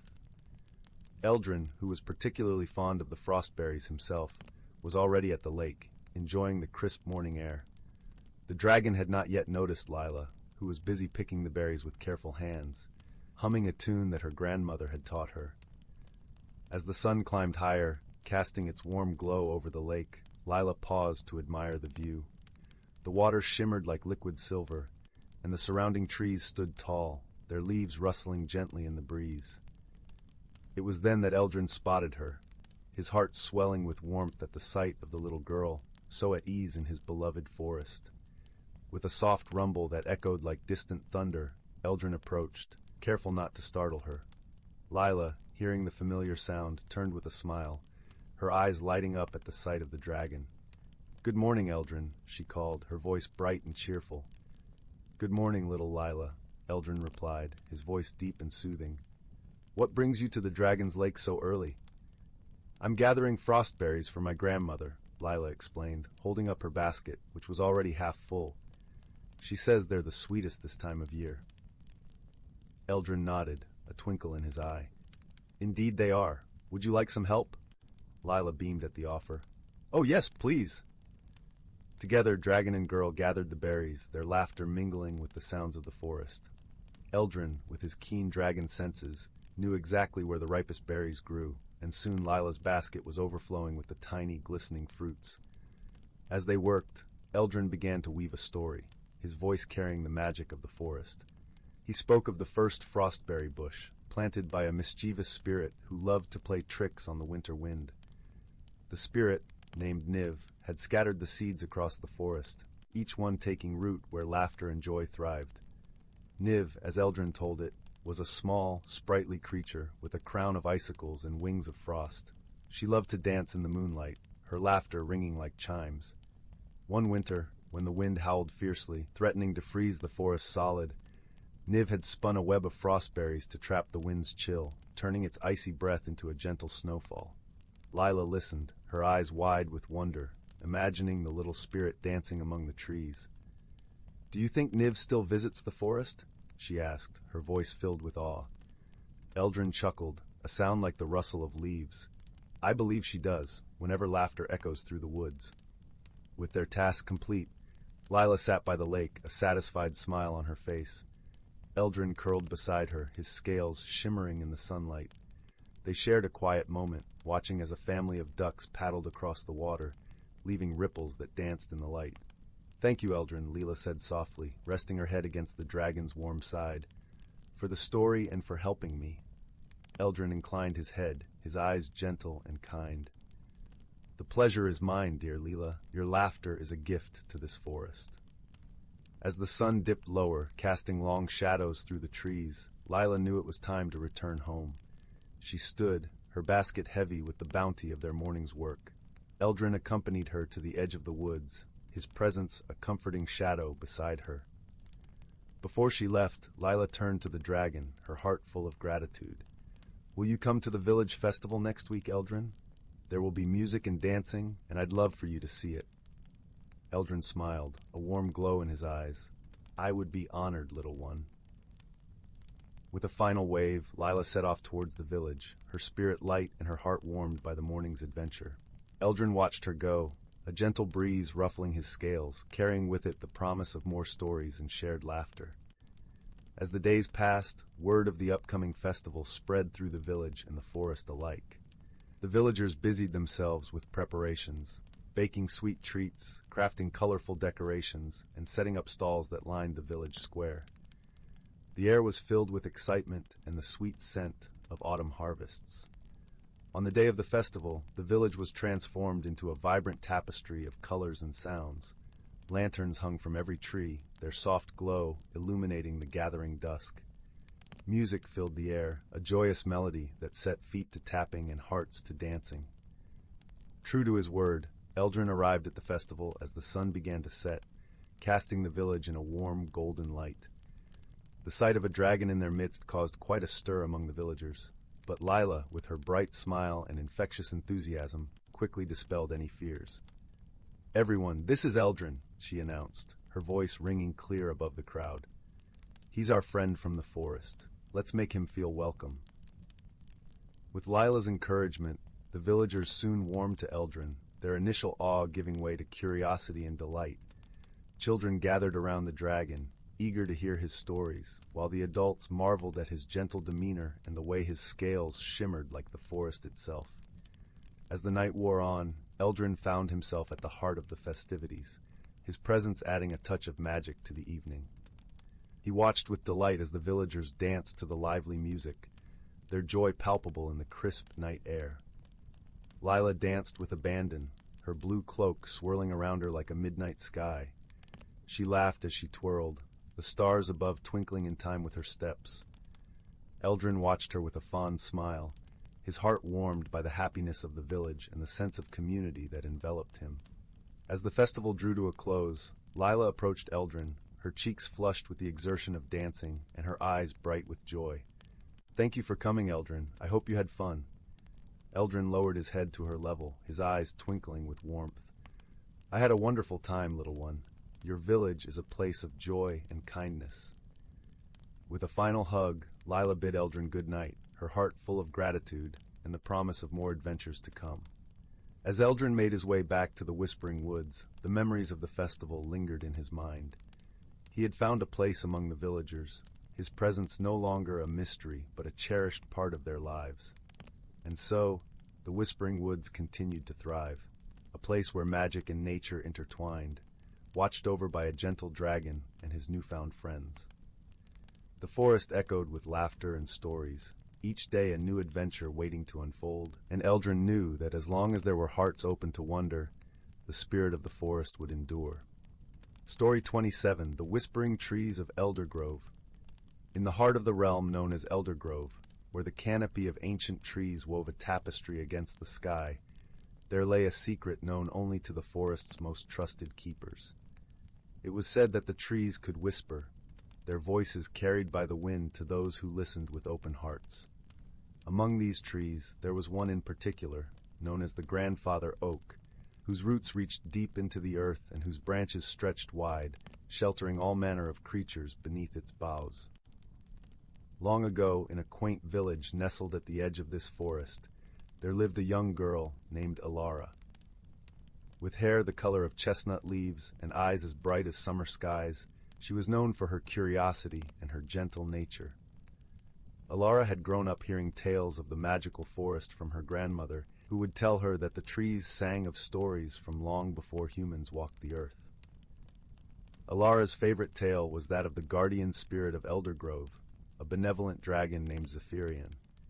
Unlike the fearsome dragons of legend, Zephyrian was said to be as gentle as a summer breeze, with scales that shimmered like moonlit water and eyes that twinkled with ancient wisdom. The villagers believed that Zephyrian's presence was what kept the balance of nature intact, ensuring bountiful harvests and peaceful seasons. One crisp autumn morning, as a golden sun dipped low on the horizon, Alara set out toward the heart of Eldergrove.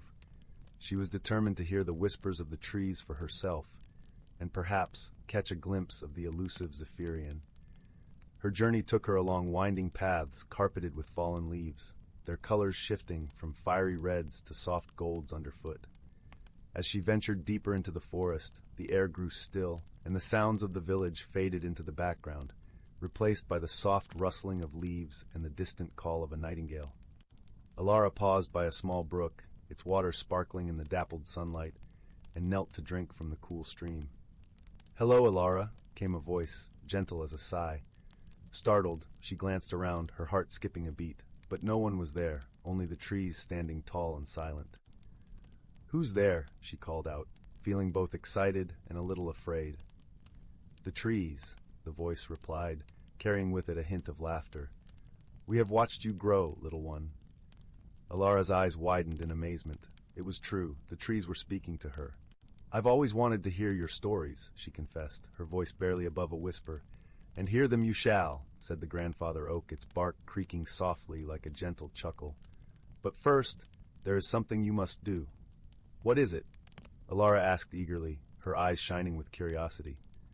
"The balance of our realm is threatened," the oak explained. "A shadow has crept into the forest, and it seeks to silence our voices. We need you to find Zephyrian, for only he can help us." Alara nodded, determination setting her heart aflame. "I will find him," she promised, "and I will do whatever I can to help." Guided by the whispers of the trees, Alara journeyed further into the heart of Eldergrove.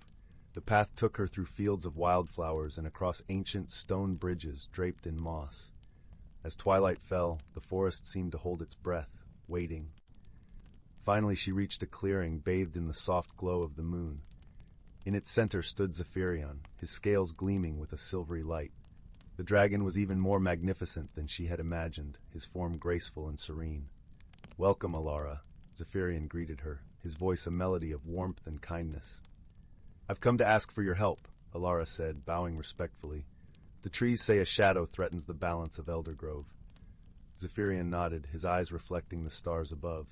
"Yes, a dark spirit has awoken, one who feeds on fear and discord. It has been dormant for many generations, but now it stirs again." "What can we do?" Alara asked, her heart heavy with concern. "The spirit can be banished with light and kindness," Zephyrion replied. "But it requires a bond of trust between our worlds, between humans and the magical realm." Alara listened intently, her courage unwavering. "I will help. Tell me what I must do." Zephyrion lowered his head, a gentle smile playing across his lips. "You must gather the villagers and bring them here. Together we shall weave a circle of harmony and light." Alara nodded, understanding the importance of unity. She thanked Zephyrion and promised to return with the villagers. As she made her way back through the forest, the trees encouraged her with their whispers, filling her with hope and determination. Upon reaching the village, Alara gathered her friends and family, sharing the tale of the dark spirit and the need for unity. Though some were skeptical, the trust and warmth in Alara's eyes convinced them to follow her into the forest. The villagers entered Eldergrove, their lanterns casting soft glows in the night. As they reached the clearing, Zephyrion greeted them with a gentle roar, his presence humbling and awe-inspiring. Together they formed a circle around the dragon, hand in hand, their hearts open to the magic of the moment. Zephyrion raised his wings, his scales shimmering with a radiant light that spread throughout the clearing. "Let your hearts shine," he encouraged, his voice rising like a song. "Let love and kindness banish the shadow." As the villagers focused on their shared warmth and goodwill, a soft glow began to emanate from their joined hands, spreading across the clearing like a gentle wave. The light grew brighter, fueled by their unity and hope. In that moment, the dark spirit emerged from the shadows, a figure of swirling mist and cold whispers. It paused, sensing the strength of the light before it.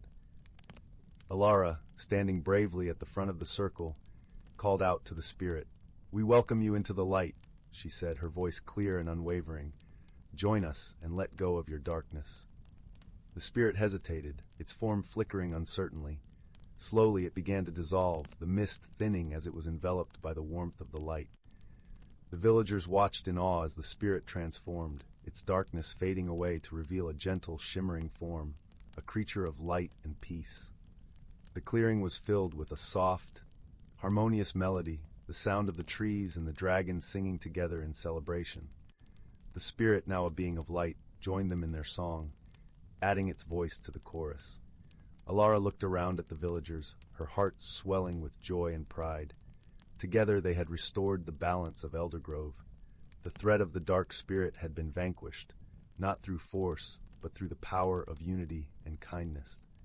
As dawn broke over the forest, the villagers returned to their homes, their spirits lifted and their bonds strengthened.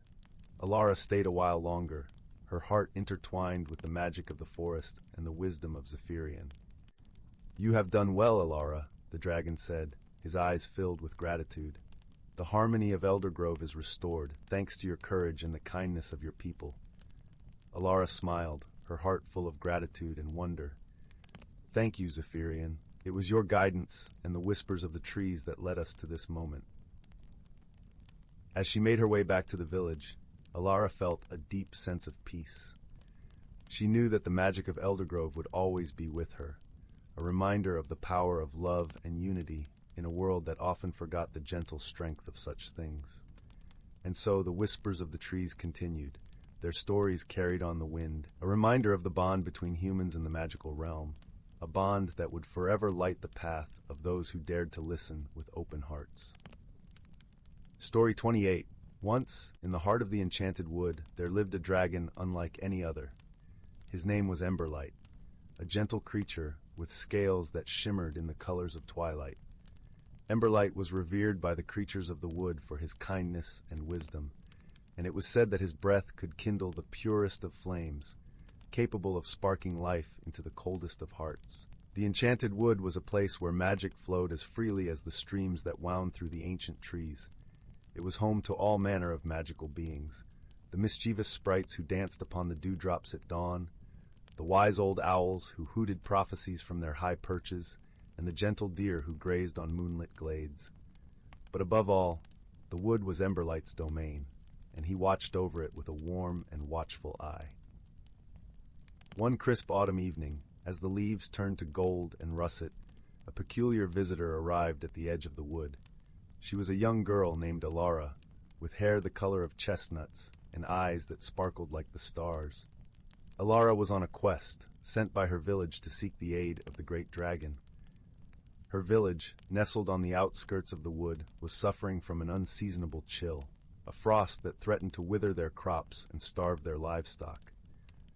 As she entered the wood, Alara felt a sense of wonder wash over her. The air was filled with the sweet scent of pine and earth, and the faint glow of will-o'-the-wisps guided her path deeper into the forest. She had heard stories of the enchanted wood from her grandmother, tales of its beauty and the powerful dragon who dwelt within. With each step, her heart swelled with a mixture of hope and trepidation. After what felt like hours, Alara reached a clearing, bathed in the silvery light of the moon. There, lying amongst a bed of flowers, was Emberlight himself. His eyes, wise and gentle, met hers as she stepped forward. "Welcome, young one," Emberlight rumbled, his voice like the softest thunder. "What brings you to my wood on this night?" Alara bowed deeply, her voice steady despite the awe she felt. "Great Emberlight, I come from the village of Willowbrook. Our crops are failing, and our people grow weary from the cold that grips us. We humbly ask for your help, for it is said that your flames can bring warmth and life." The dragon listened intently, his eyes narrowing thoughtfully. He understood the plight of the villagers and felt a surge of compassion for them. "Fear not, brave Alara," he replied. "I shall accompany you to your village and see what can be done." With a gentle nod, Emberlight unfurled his mighty wings. Alara climbed onto his back, feeling the warmth of his scales seep through her, chasing away the chill that clung to her bones. Together, they soared through the night sky, the stars twinkling above them like a million tiny lanterns. As they flew, Alara marveled at the beauty of the world below. The fields and forests stretched out like a patchwork quilt bathed in moonlight. She felt a deep sense of peace, knowing that Emberlight was with her, guiding her toward hope. When they arrived at Willowbrook, the village was silent and still, wrapped in a shroud of frost. Embers from the dying hearth fires flickered weakly, casting long shadows on the cobblestone streets. The villagers, roused by the sound of wings, emerged from their homes, their eyes wide with wonder and fear at the sight of the great dragon. Emberlight landed gently in the village square, and Alara slid down from his back. She turned to face her people, her voice ringing out clear and strong. "Do not fear, for Emberlight is here to help us. He brings warmth and life, a gift to banish the cold that has taken hold of our home." With a slow, deliberate breath, Emberlight exhaled a stream of fire that danced across the rooftops, filling the air with a golden glow. The flames were not wild or destructive. Instead, they wove a tapestry of warmth that spread through the village, melting the frost and bringing color back to the world. The villagers watched in awe as their fields began to thaw, the soil rich and ready for planting once more. As the warmth spread, the villagers gathered around Emberlight and Alara, their faces lit with gratitude and relief. They offered gifts of thanks, woven blankets, baskets of ripe apples, and jars of honey, all of which Emberlight accepted with a humble nod. In the days that followed, life returned to Willowbrook. The villagers worked side by side, planting new seeds and repairing what had been damaged by the cold. Emberlight stayed with them, his presence a comforting reminder of the magic that still existed in the world. Alara became a hero in her own right, her bravery and determination a beacon of hope for her people. She spent her days learning from Emberlight, gaining the wisdom of the forest and its creatures. Together, they forged a bond that would last a lifetime, a testament to the power of kindness and the strength of community. As the seasons turned and the world grew warm once more, Emberlight bade farewell to the village of Willowbrook. He returned to the enchanted wood, his heart filled with the love and gratitude of the people he had helped.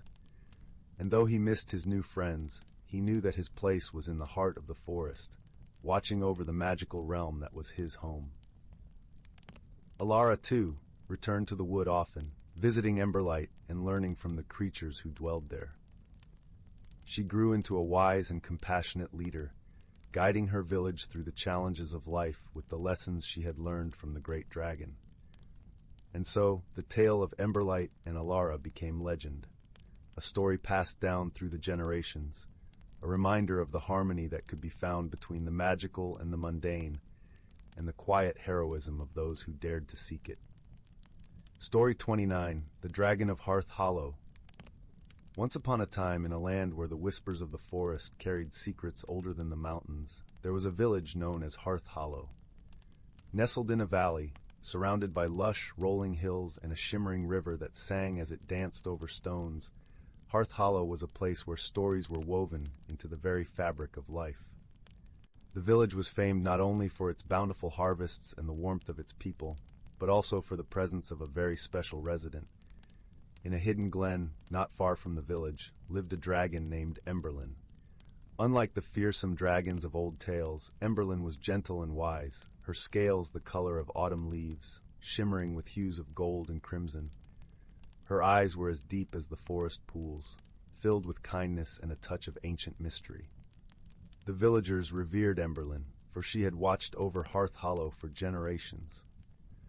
She was a guardian of the valley, ensuring that the seasons flowed in harmony and that the balance of nature was maintained. In return, the villagers honored her with festivals and songs, weaving her presence into their lives with gratitude and love. Every year, as the leaves began to turn and the air grew crisp, the people of Hearth Hollow celebrated the Dragon's Heart Festival. It was a time of joy, where laughter echoed through the village and the scent of spiced apple cider filled the air. The festival was a tribute to Emberlin, a celebration of the peace and prosperity she helped to nurture. On the eve of the festival, a young girl named Alara stood at the edge of the village, gazing towards the glen where Emberlin lived. Alara had always been fascinated by the stories of the dragon. Her heart brimmed with curiosity and wonder, and she longed to meet Emberlin, to see the dragon whose presence was woven into every aspect of her home. With a basket of fresh apples and wildflowers, Alara set off on the path that led to Emberlin's glen. The journey was short, but as she walked, the forest seemed to come alive around her. The leaves rustled softly, and the sunlight danced through the branches, creating patterns that shifted and changed with each step. As Alara approached the glen, she paused, taking a deep breath to steady her racing heart.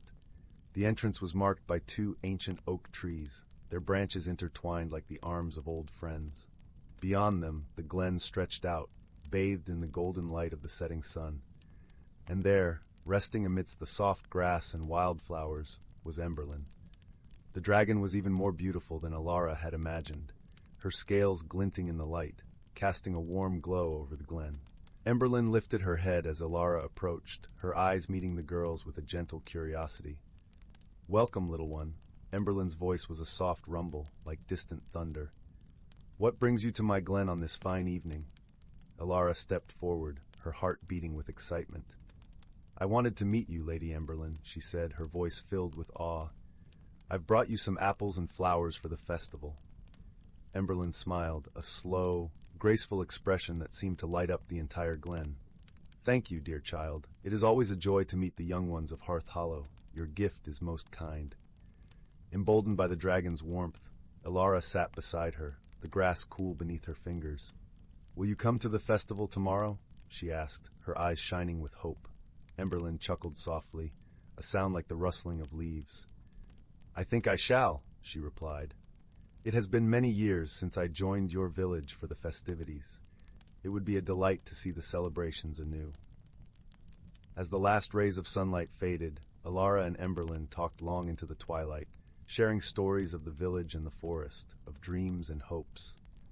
Alara learned much that night, not only about the dragon, but also about the deep connection between her people and the natural world around them. The following day, the Dragon's Heart Festival was a burst of color and music. The villagers gathered in the square, their faces alight with joy and anticipation. Alara stood at the edge of the crowd, her heart fluttering with excitement, knowing that Emberlyn would soon join them. As the sun reached its zenith, a hush fell over the gathering. The air shimmered with expectation, and then, with a graceful sweep of her wings, Emberlyn descended from the sky, landing gently in the square. A collective gasp of awe rose from the villagers as they beheld their guardian dragon among them. Emberlyn's presence was met with cheers and laughter, the people of Hearth Hollow welcoming her with open arms. The festival blossomed around her, a tapestry of joy and gratitude. Children danced around her, their laughter mingling with the music, while the elders shared stories of past festivals and the dragon's many deeds. As the day unfolded, Emberlyn moved among the villagers, her presence a blessing that touched each heart. She listened to their tales, shared in their laughter, and offered wisdom where it was needed. Her gentle spirit infused the festival with a magic that was both profound and tender. As the sun began to dip below the horizon, casting the village in a warm, golden glow, Alara found herself once again at Emberlyn's side. "Thank you for coming," she said softly, her heart full. Emberlyn looked down at the young girl, her eyes twinkling with a deep affection. "It is I who should thank you, Alara," she replied, "for reminding me of the joy that comes from being among friends, and for showing me the love that binds this village together." As the first stars appeared in the night sky, Emberlyn lifted her head, her voice rising in a song that echoed through the valley. It was a song of peace and harmony, of unity and hope, a melody that wrapped around the hearts of the villagers and carried them into the night. The Dragon's Heart Festival would be remembered for years to come, a cherished memory woven into the tapestry of Hearth Hollow. And every year after, Emberlyn would join the villagers, her presence a reminder of the bond between them and the natural world they cherished. And so, in the land where stories were as ancient as the hills, the dragon and the villagers of Hearth Hollow continued their dance, a harmony as timeless as the stars above.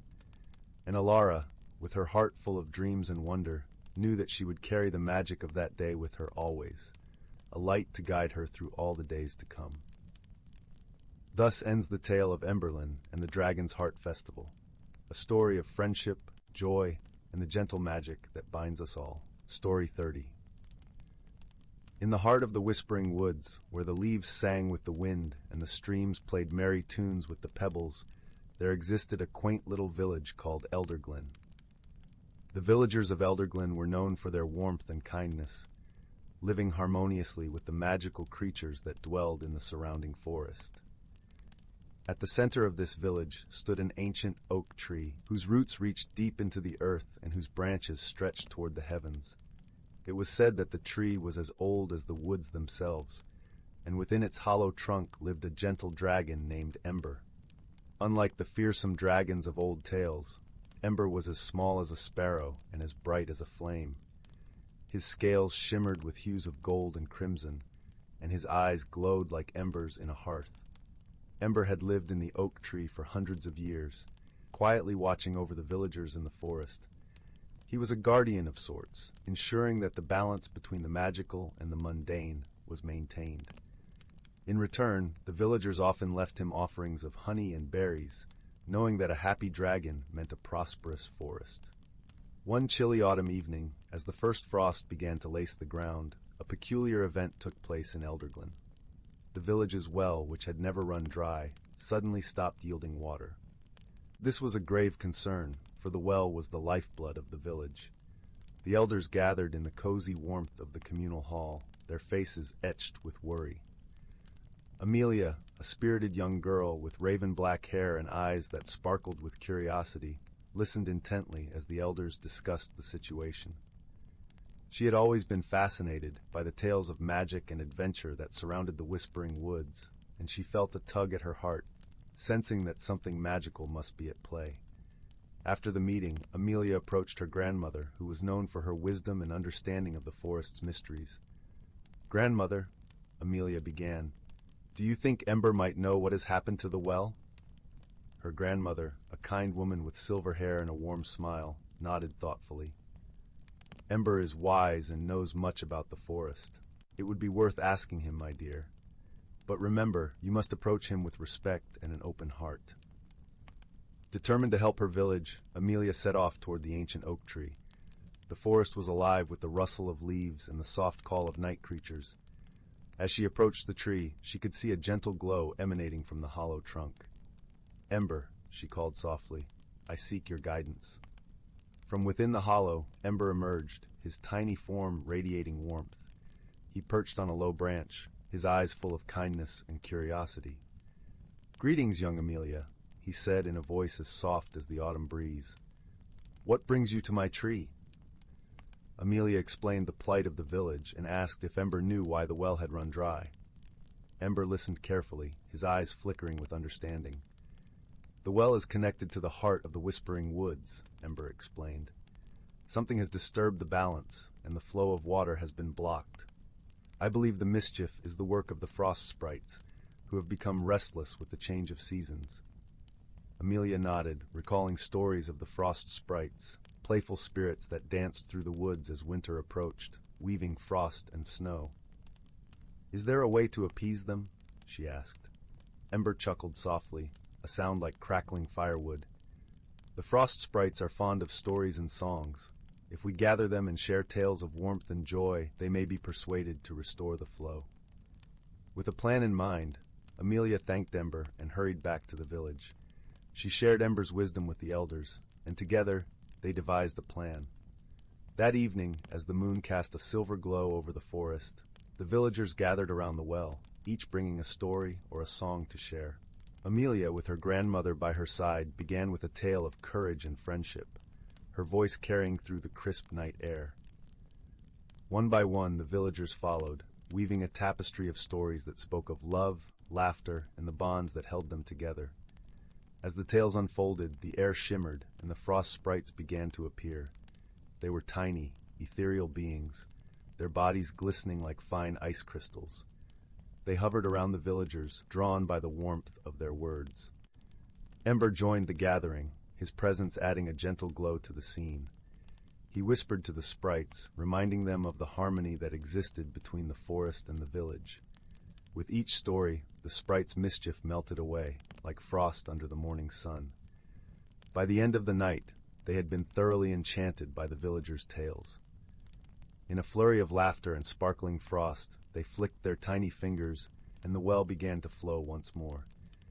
The villagers cheered, their gratitude echoing through the woods. Amelia watched the sprites dance away, a smile of wonder on her face. As dawn broke, the villagers returned to their homes, their hearts light and their spirits high. Ember, who had watched over them with quiet pride, settled back into his tree, content in the knowledge that the balance had been restored. From that day on, the villagers of Elderglen made it a tradition to gather each autumn and share their stories with the forest, ensuring that the bond between them and the magical world remained strong. And so, in the enchanting heart of the Whispering Woods, the tales of harmony and magic continued to thrive, as did the friendship between a village and a small, gentle dragon named Ember. Story 31. In the heart of a lush and verdant forest, where sunlight dappled the ground through a canopy of emerald leaves, there nestled a quaint village known as Elderglen. This village, with its cobblestone paths and thatched roof cottages, was a place where the ordinary and the extraordinary lived side by side. The villagers were familiar with the whispers of ancient trees and the occasional shimmer of magic that danced on the air like dandelion seeds carried by the wind. At the edge of Elderglen, right where the village mingled with the forest, there stood an old stone cottage with a door painted the color of ripe plums. It was home to a gentle woman named Esme, known to all as the village's kind-hearted herbalist. Her garden was a tapestry of color and fragrance, where lavender and rosemary mingled with wildflowers and the occasional sprig of enchanted herbs. Esme was beloved in Elderglen, for she had a way of knowing just what was needed to soothe a troubled heart or heal a weary soul. Her remedies were simple yet effective, brewed with love and a touch of magic passed down through generations. But it was her warm smile and listening ear that worked the most potent magic of all. One morning, as the sun rose and painted the sky in hues of gold and rose, Esme set out to gather herbs for the day's potions. Her favorite basket, woven from willow branches, swung gently at her side. As she stepped into the forest, the cool morning air kissed her cheeks, and the sound of birdsong filled her heart with joy. The forest was alive with the rustle of leaves and the chatter of squirrels scurrying about in search of breakfast. Esme hummed a soft tune as she walked, her eyes scanning the ground for the herbs she needed. She paused now and then to greet the trees and thank them for the gifts they shared, for she knew well the importance of gratitude and respect for nature's bounty. As she gathered a handful of chamomile blossoms, Esme noticed a flicker of movement at the corner of her eye. There, peeking from behind a cluster of ferns, was a small, curious creature. It had round, golden eyes and fur the color of autumn leaves. Esme recognized it as a fey fox, a creature of the forest known for its playful nature and elusive presence. "Hello there," she said softly, crouching down to meet the fox's gaze. "What brings you here today, little one?" The fey fox tilted its head, its eyes sparkling with a hint of mischief. It stepped forward cautiously, as if drawn by Esme's gentle nature. In its mouth it carried a small, delicate flower that shimmered with an iridescent light. Esme's eyes widened with delight. She recognized the flower as a moon petal, a rare and magical bloom said to grow only under the light of a full moon. It was known for its healing properties, capable of mending even the most stubborn ailments of the heart. "Why, thank you," Esme murmured, reaching out to accept the gift.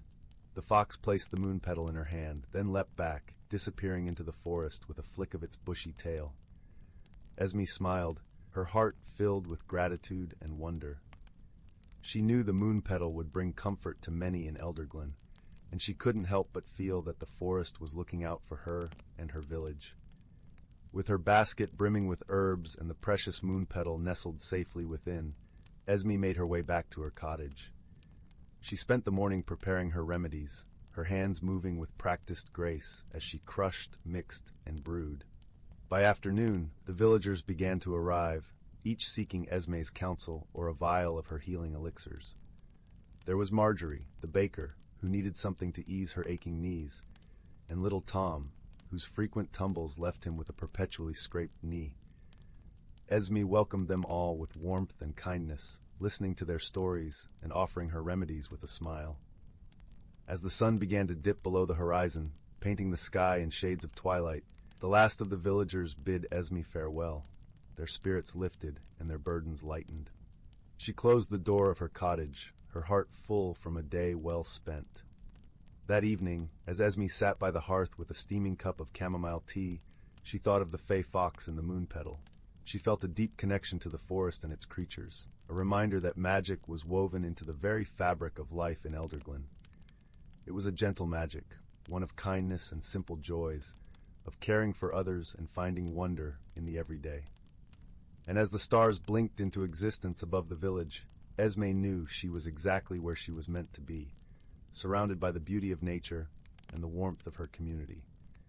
And so it was that in Elderglen, the village at the heart of the forest, life continued with its gentle rhythm, where magic and mundane danced together in harmony, and where the whispers of the trees carried the promise of new adventures yet to come. Story 32. In the heart of the whispering woods, where the emerald leaves danced to the melody of the breeze and sunbeams wove golden threads through the canopy, there lay a quaint village named Elderglen. The villagers were a simple folk, their lives intertwined with the rhythms of nature and the gentle whispers of magic that lingered like a sweet fragrance in the air.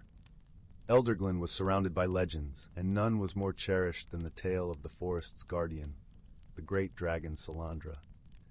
Salandra was no ordinary dragon. Unlike the fearsome beasts of old tales, she was as gentle as a summer rain, with scales that shimmered in hues of blue and green, like the ocean reflecting the sky. Her eyes, deep and knowing, held the wisdom of centuries and the warmth of a hearth on a winter's night. Salandra lived in a hidden glade, where the trees grew tallest, and the stars seemed to nestle closer to the earth. It was said she could speak to the trees, sing with the rivers, and dance with the winds, ensuring that all creatures lived in harmony. Every year, when the first frost kissed the land, the villagers celebrated the Festival of Lights, honoring Salandra and the magic she brought to their lives. Lanterns of all shapes and colors adorned the village, casting a gentle glow that mirrored the twinkling stars above. It was a time of joy, storytelling, and feasting, where even the shyest of forest creatures would emerge to join in the revelry. Among the villagers was a young girl named Alara. She had eyes as bright as the morning sun and hair like autumn leaves. Alara was known for her kind heart and boundless curiosity, often found exploring the woods with her loyal companion, a wise old fox named Finn. Unlike the other children, Alara believed in the tales of Solandra with all her heart. She had grown up listening to her grandmother's stories about the dragon who watched over the forest and had always dreamed of meeting her. One crisp autumn evening, as the festival drew near, Alara decided to venture deeper into the woods than ever before, hoping to see a glimpse of Solandra. With Finn trotting by her side, she followed the winding paths that led deeper into the heart of the whispering woods. The forest was alive with the sounds of rustling leaves and the soft hoots of owls, guiding her journey with an unseen hand. After what felt like hours, Alara and Finn arrived at the edge of a vast clearing. In the center stood an ancient oak tree, its branches reaching out like welcoming arms. She had heard of this place in tales. It was the Dragon's Glade, where Solandra was said to dwell. Alara's heart raced with excitement and a hint of fear, but she knew that the forest had never led her astray. As she stepped into the clearing, a gentle breeze swept through the glade, carrying with it a sweet melody that seemed to resonate with her very soul. It was then that she saw her, a majestic figure emerging from the shadows, as graceful and serene as the stories had described. Solandra's presence filled the clearing with a warm golden light, and her eyes met Alara's with a gaze that spoke of kindness and understanding. "Welcome, young one." Solandra's voice was a soft, melodic whisper that echoed in the air. "I have been waiting for you." Alara's breath caught in her throat, and she found herself unable to speak, overwhelmed by the dragon's beauty and the realization that her dreams had come true. Finn nudged her gently, as if encouraging her to step forward. "I've always believed in you." Alara finally managed to say, her voice barely above a whisper, "I've always known you were real." Solandra chuckled softly, a sound like the rustling of leaves. "Belief is a powerful magic, dear child. It weaves the fabric of the world and shapes the unseen." As the night deepened, Solandra shared stories of the forest, tales of ancient times when dragons and humans lived side by side, and the secrets of the stars that adorned the night sky. Alara listened, her heart filled with wonder and gratitude, feeling as though she had been given a gift beyond measure. When it was time to return to the village, Solandra bestowed upon Alara a single, shimmering scale, a token of their meeting and a reminder of the magic that lay within her heart. "Carry this with you, and know that you are never alone," Solandra said, her voice a gentle caress. Alara and Finn made their way back to Elderglen, the night air filled with the promise of new stories and adventures. As they stepped into the village, the lanterns of the Festival of Lights cast a warm, welcoming glow, and Alara knew that she would share her tale, ensuring that the legend of Solandra would continue to inspire and enchant for generations to come. From that day forward, Alara became the storyteller of Elderglen, weaving her own experiences with the ancient tales of the Whispering Woods. And every year, as the festival lanterns were lit, the village would gather to hear her stories, their hearts alight with the magic of belief and the gentle harmony of the world around them. And so, in the heart of the Whispering Woods, the spirit of Solandra lived on, a guardian of dreams and a beacon of hope, reminding all who listened that magic was as real as the love that bound them together. Story 33. In the quiet, mist-covered village of Elderglen, nestled between the Whispering Woods and the Emerald Hills, there was a tale known to all but spoken aloud only in the hushed tones of twilight. This was the tale of the Moonlit Market, a magical bazaar that appeared only once every 7 years on the night of the harvest moon. The villagers of Elderglen lived simple lives, tending to their sheep and fields, crafting their wares, and cherishing the gentle rhythm of the seasons. But every 7 years, when the golden moon hung low and luminous in the sky, anticipation thrummed through the village like a melody. For that was when the moonlit market would appear at the heart of the woods. where reality and dreams wove together in a delicate tapestry of enchantment. This year, the 7th-year mark had arrived, and with it, the villagers' hearts buzzed with the thrill of the unknown. Among them was a young girl named Alara, whose curiosity was as bright as her smile.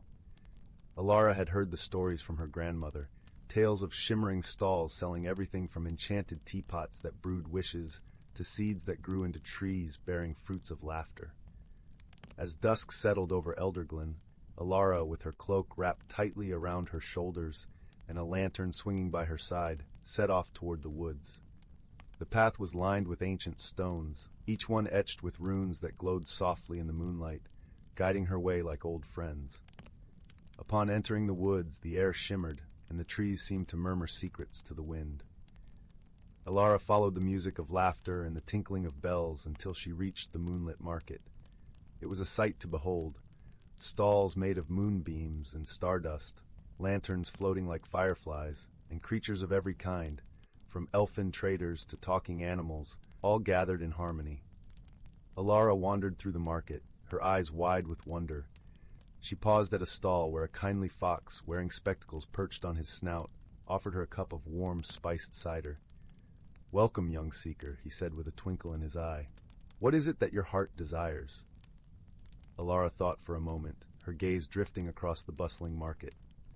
"I think," she began, "I want to find something that will help my village, something that brings joy and light."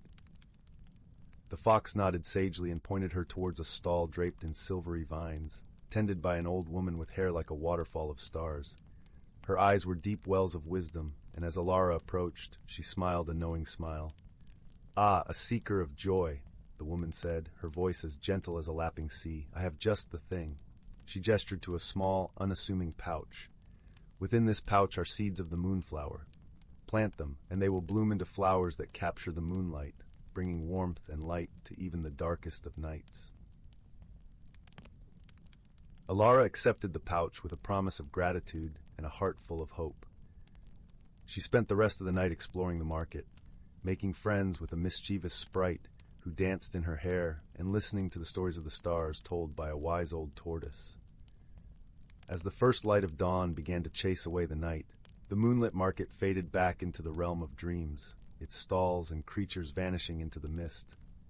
Alara returned to the village, the pouch of moonflower seeds clutched tightly in her hand. Back in Elderglen, Alara gathered the villagers and shared her tale. Together, they planted the seeds in the village green, and as the days passed, the moonflowers began to grow. On the night of the next full moon, the flowers unfurled their petals, each bloom capturing and reflecting the moonlight, bathing the village in a soft, silvery glow. The villagers gathered around, their faces lit with awe and delight. The moonflower's light was warm and inviting, driving away shadows and filling the hearts of all with a sense of peace and joy. It was said that the flowers even whispered stories to those who listened closely. Tales of courage, kindness, and the magic that resides in every corner of the world. From that night on, the moonflowers became a cherished part of Elderglen, a symbol of the magic that lies in seeking joy and sharing it with others. And though the moonlit market would only return every 7 years, its spirit lingered in the hearts of the villagers, a reminder that wonder and magic can be found in the most unexpected places. And so, beneath the watchful gaze of the harvest moon, Elderglen thrived, its people bound together by the light of the moonflowers and the stories they shared, the quiet heroism of everyday lives woven into the tapestry of time. And if you should ever wander into the woods on a moonlit night, listen closely. You might just hear the echo of laughter and the gentle rustle of moonflowers, whispering tales of magic and friendship, waiting to be discovered by those with the heart to seek them.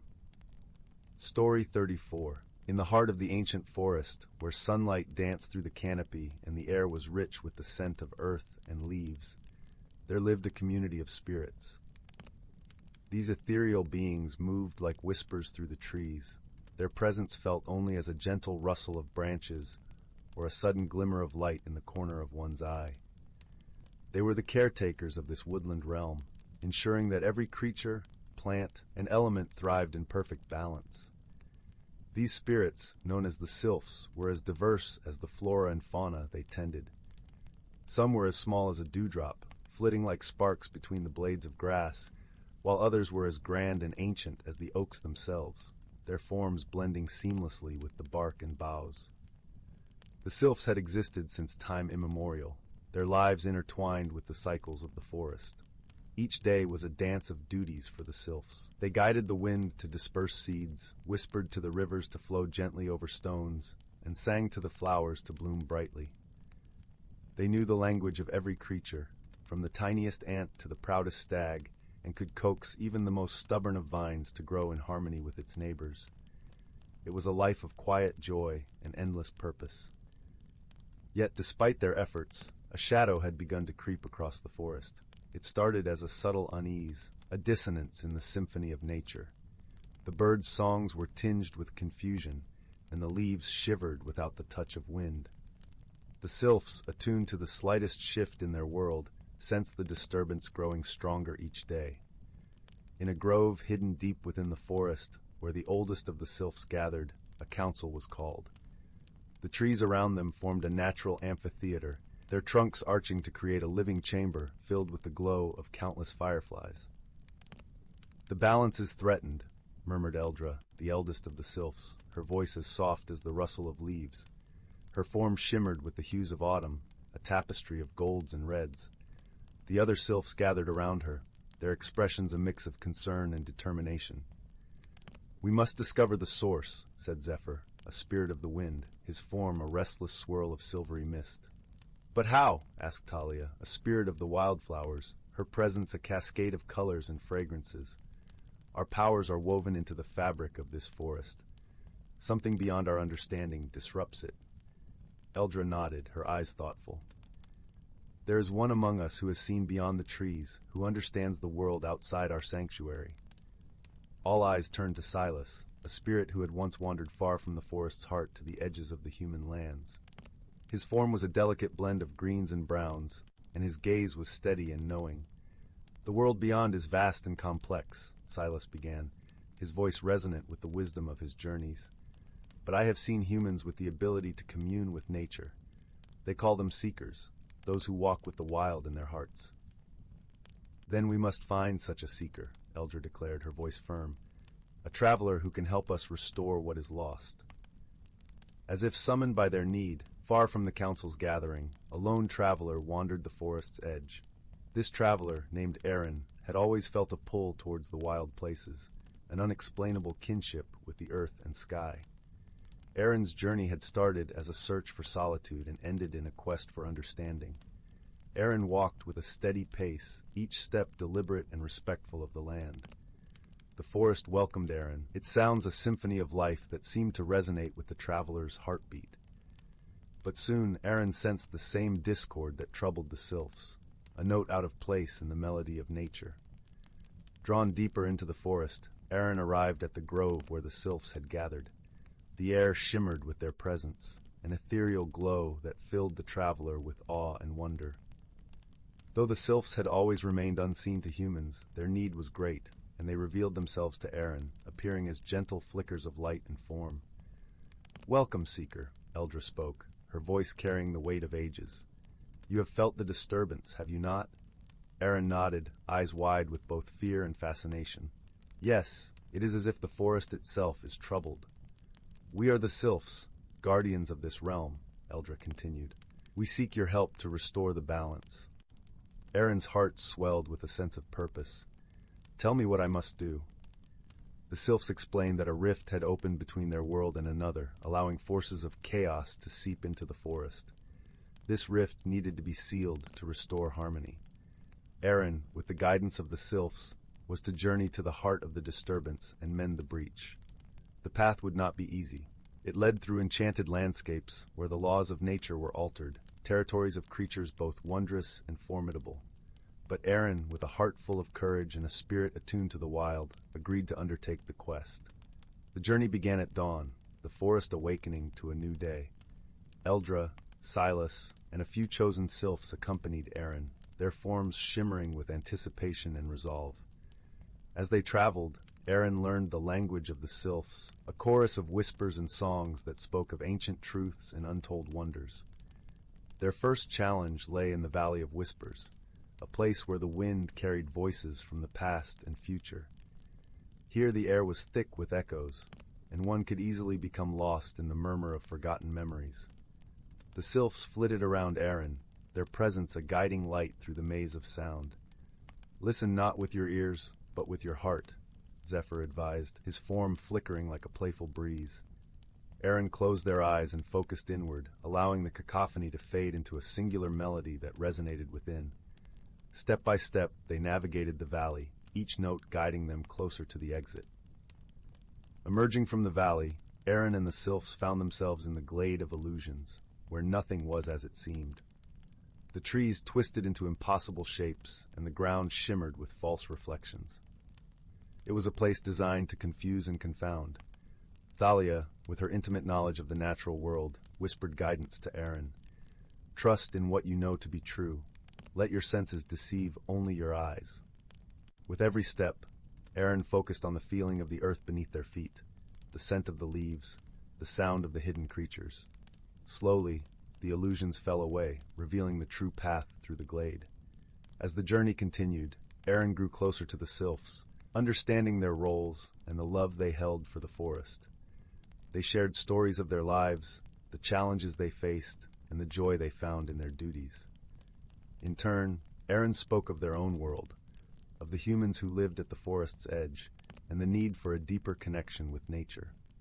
Finally, they reached the source of the disturbance, a chasm that pulsed with a chaotic energy, its edges fraying the fabric of the forest. It was a rift between worlds, a tear that threatened to unravel the harmony the sylphs had worked so hard to maintain.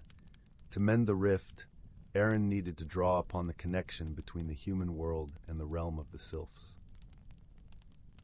With the spirits by their side, Aaron focused on the bond they had forged during their journey, the lessons learned, and the trust built. The sylphs formed a circle around Aaron, their voices rising in a harmonious chant that echoed through the forest. Aaron joined in, their voice weaving with the chorus, creating a melody that resonated with the very essence of life. As the song reached its crescendo, the rift began to heal. The chaotic energy dissipated, replaced by a gentle warmth that spread through the forest. The trees sighed in relief, the animals stirred with newfound vigor, and the balance was restored. With the crisis averted, the sylphs and Aaron returned to the grove, their hearts light with the knowledge of their success. Eldra, her form glowing with pride, addressed Aaron. "You have done more than mend a rift, Seeker. You have shown us the strength of unity, the power of understanding between our worlds." Aaron smiled, feeling a deep sense of fulfillment. "I have learned much from you as well. The forest is a teacher to all who listen." With the balance restored, the sylphs returned to their duties, their presence once again becoming part of the unseen tapestry of the forest. Aaron, having fulfilled their quest, prepared to leave the enchanted realm, their heart forever touched by the magic they had witnessed. As a parting gift, Eldra bestowed upon Aaron a small token, a pendant woven from the light of the sylphs, a reminder of the connection between their worlds. "May you carry the spirit of the forest with you wherever your path may lead." With gratitude and a promise to return, Aaron bade farewell to the sylphs, stepping back into the world beyond the trees. The forest whispered a gentle farewell, its song now harmonious once more. And so, the traveler and the spirits parted ways, each forever changed by the journey. The sylphs continued their work, tending to the forest with renewed vigor, while Aaron carried the wisdom and wonder of the magical realm into the human world, a bridge between two worlds forever united in harmony. Story 35. Once upon a time, in the verdant heart of the Whispering Woods, there lived a peculiar dragon named Thistle. Unlike the fearsome dragons of legend, Thistle was a gentle soul, with scales that shimmered like the emerald leaves of a sunlit forest and eyes as deep and welcoming as the mossy undergrowth. Thistle's breath, instead of fire, exhaled a soothing mist that nurtured the flowers and herbs scattered throughout the glades. Thistle's home was a cozy cave nestled beneath the roots of an ancient oak, whose boughs whispered secrets of the ages to those who cared to listen. The dragon shared this home with a myriad of woodland creatures. a family of squirrels who chattered incessantly, a wise old owl who dispensed advice to those in need, and a family of hedgehogs who often huddled together during the colder months. Each day, Thistle would wander the woods, tending to the plants and chatting with the creatures who lived there. The forest was alive with magic, its very soil whispering tales of old, and its streams singing melodies that could calm even the most troubled heart. The creatures of the forest adored Thistle, for they knew that beneath the dragon's gentle demeanor lay a heart as rich and nurturing as the earth itself. One bright morning, as the first rays of dawn crept through the dense canopy, Thistle awoke to the sound of soft weeping. Following the sound, the dragon found a young girl sitting at the forest's edge, her face buried in her hands. Her name was Alara, and she was known in the nearby village for her kindness and her knack for storytelling, weaving tales that filled the hearts of her listeners with wonder. Thistle approached her gently, mindful not to startle the girl. "Why do you weep, dear one?" The dragon asked in a voice that rumbled like a distant thunderstorm, yet carried the warmth of a summer breeze. Alara looked up, her eyes glistening with tears. "Oh, Thistle," she said, recognizing the dragon immediately. "I fear I have lost something precious, a story that was whispered to me by the wind itself, a tale so wondrous that it would have brought joy to many. But now it's gone, slipped through the fingers of my mind like sand." Thistle pondered this for a moment, his great tail curling around the roots of the oak as he thought. "The forest remembers, child. Sometimes, when we lose something dear to us, it is not truly gone, but merely hidden, waiting to be found anew." With a gentle nod, Thistle led Alara through the forest, their path winding beneath the cathedral-like arches of the trees. As they walked, Thistle hummed a soft tune, one that seemed to coax the very air into joining in harmony. The birds took up the melody, and soon the whole forest was alive with song. They came to a clearing where a crystal-clear pond lay, its surface as smooth as glass. "This pond," Thistle explained, "is known as the Mirror of Memories. It reflects not just our images, but the echoes of our past. Perhaps it can help you find what you seek." Alara knelt by the pond and gazed into its depths. At first, she saw only her own reflection, but as she focused, images began to emerge. Images of a time when she had sat beneath a willow tree, listening to the whispers of the wind. She heard the faintest echo of the tale she sought, a story of a brave little mouse who had outwitted a cunning fox. Encouraged by this glimpse, Thistle suggested, "Let us seek the counsel of Alder, the guardian spirit of the forest. He is wise and might know how to fully retrieve your lost story." Alder was an ancient spirit, older than even the oldest tree in the forest. He dwelled in a secluded glen where time seemed to stand still, and the air was thick with the scent of wildflowers. As Thistle and Alara approached, they felt a gentle wind swirl around them, and from the shadows stepped Alder, his form wreathed in leaves and his eyes twinkling with ageless wisdom. "Greetings, Thistle, and to you, young Alara," Alder said in a voice that rustled like the wind through autumn leaves. "What brings you to my glen?"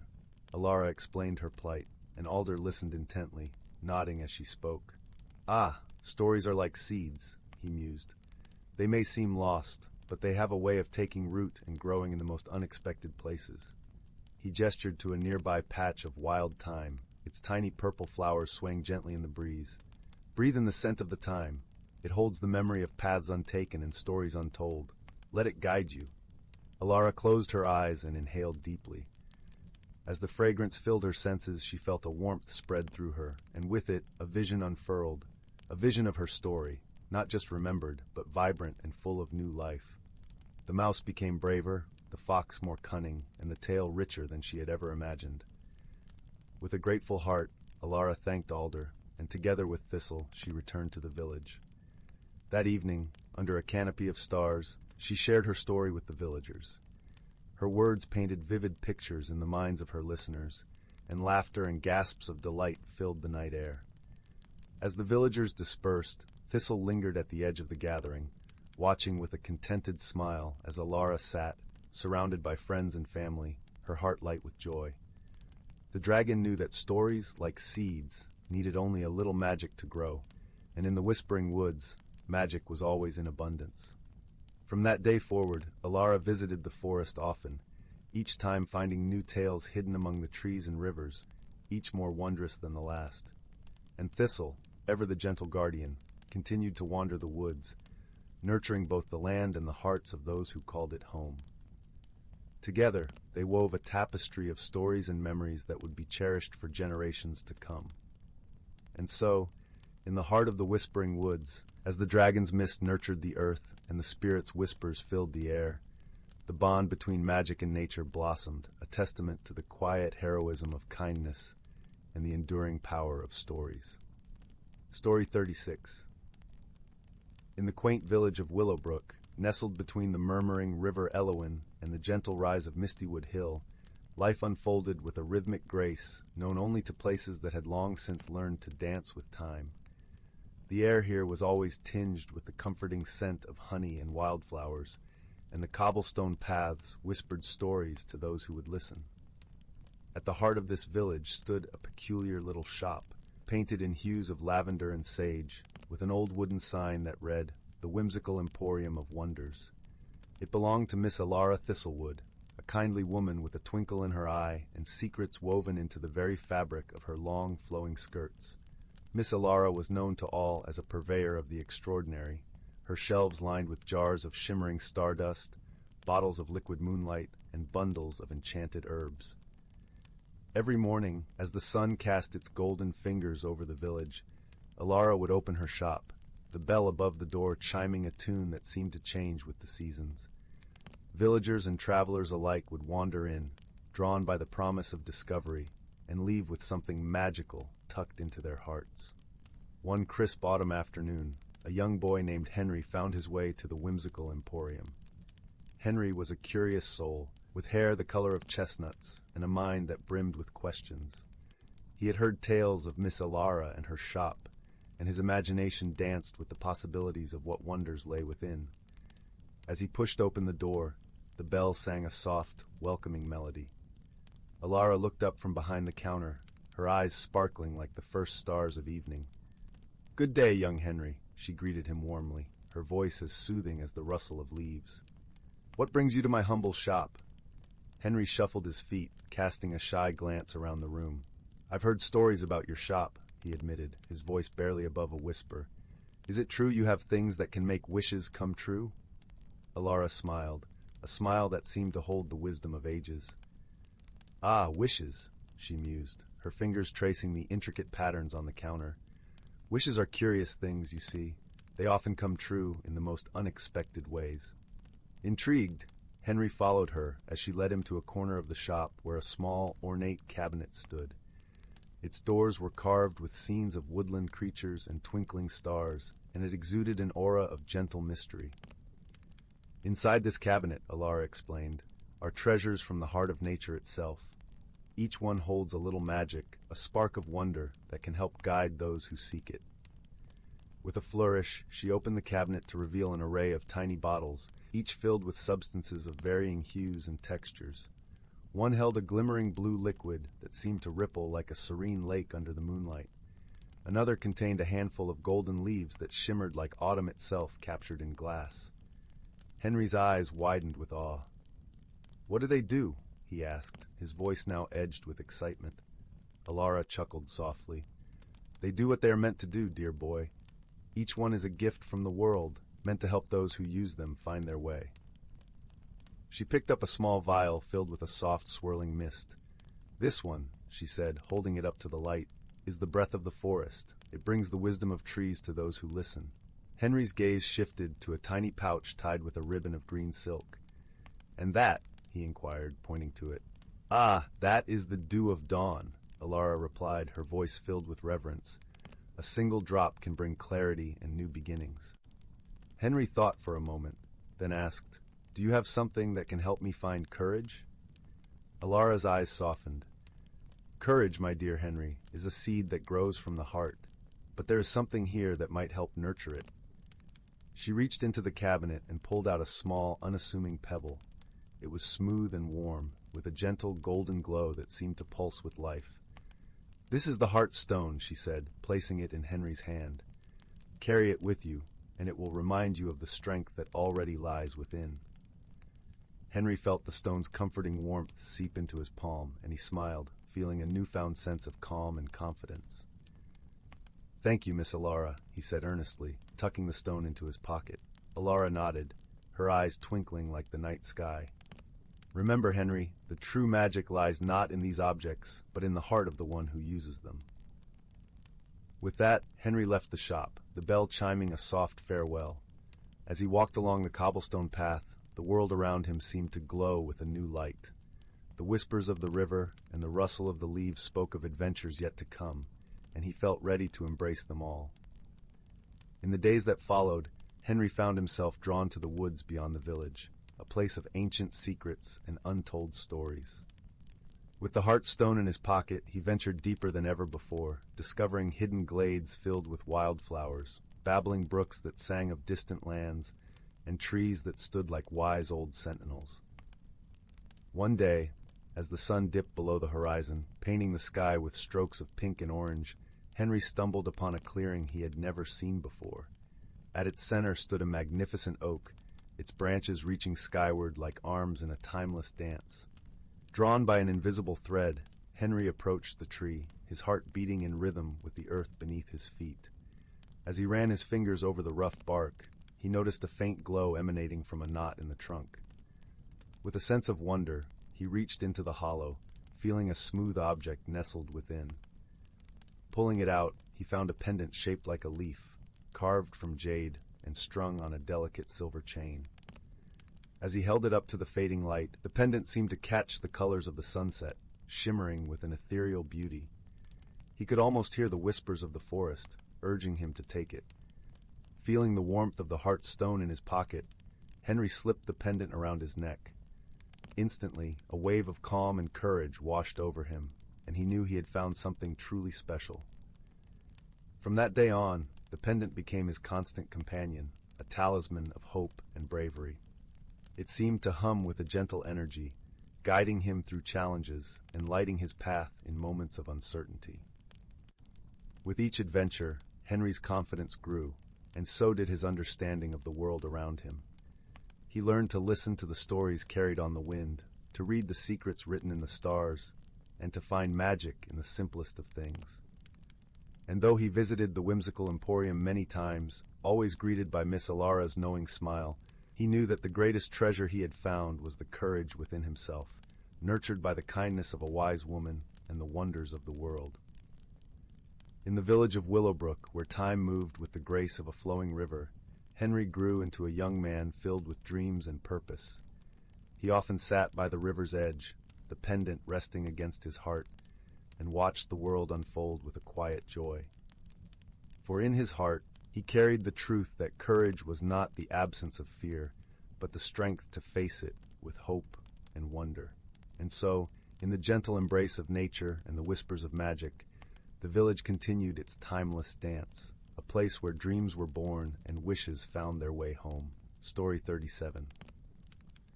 In the tranquil village of Windwhisper, nestled at the edge of the verdantwood forest, the air always seemed to carry a hint of magic. Windwhisper was known for its gentle breezes that sang through the trees, creating melodies that lulled the villagers into peaceful dreams. It was said that the forest itself was alive, its heart beating with the rhythm of ancient magic. The villagers of Windwhisper lived in harmony with the enchantments of the forest. They often spoke of the shy woodland spirits who watched over them, ensuring bountiful harvests and safe travels. The most beloved tale among the villagers was that of Ember, the kind-hearted dragon who dwelled in the heart of the verdant wood. Ember was no ordinary dragon. Her scales shimmered with hues of autumn leaves, and her eyes twinkled like the stars that blanketed the night sky. She was gentle and wise, with a roar that sounded like the softest of lullabies.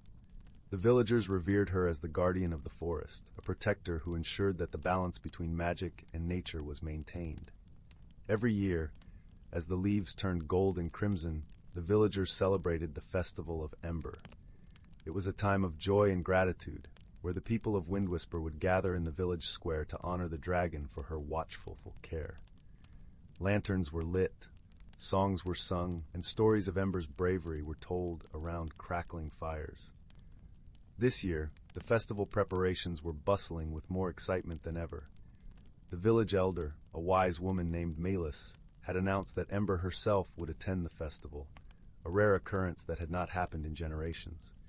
The news spread like wildfire, and the village was abuzz with anticipation. Amidst the preparations, there lived a young girl named Leora, whose heart was as curious as it was kind. Leora had always been fascinated by the tales of Ember, often wandering to the edge of the forest in hopes of catching a glimpse of the mythical dragon. She would sit for hours, listening to the whispers of the wind and imagining the adventures that lay beyond the forest's edge.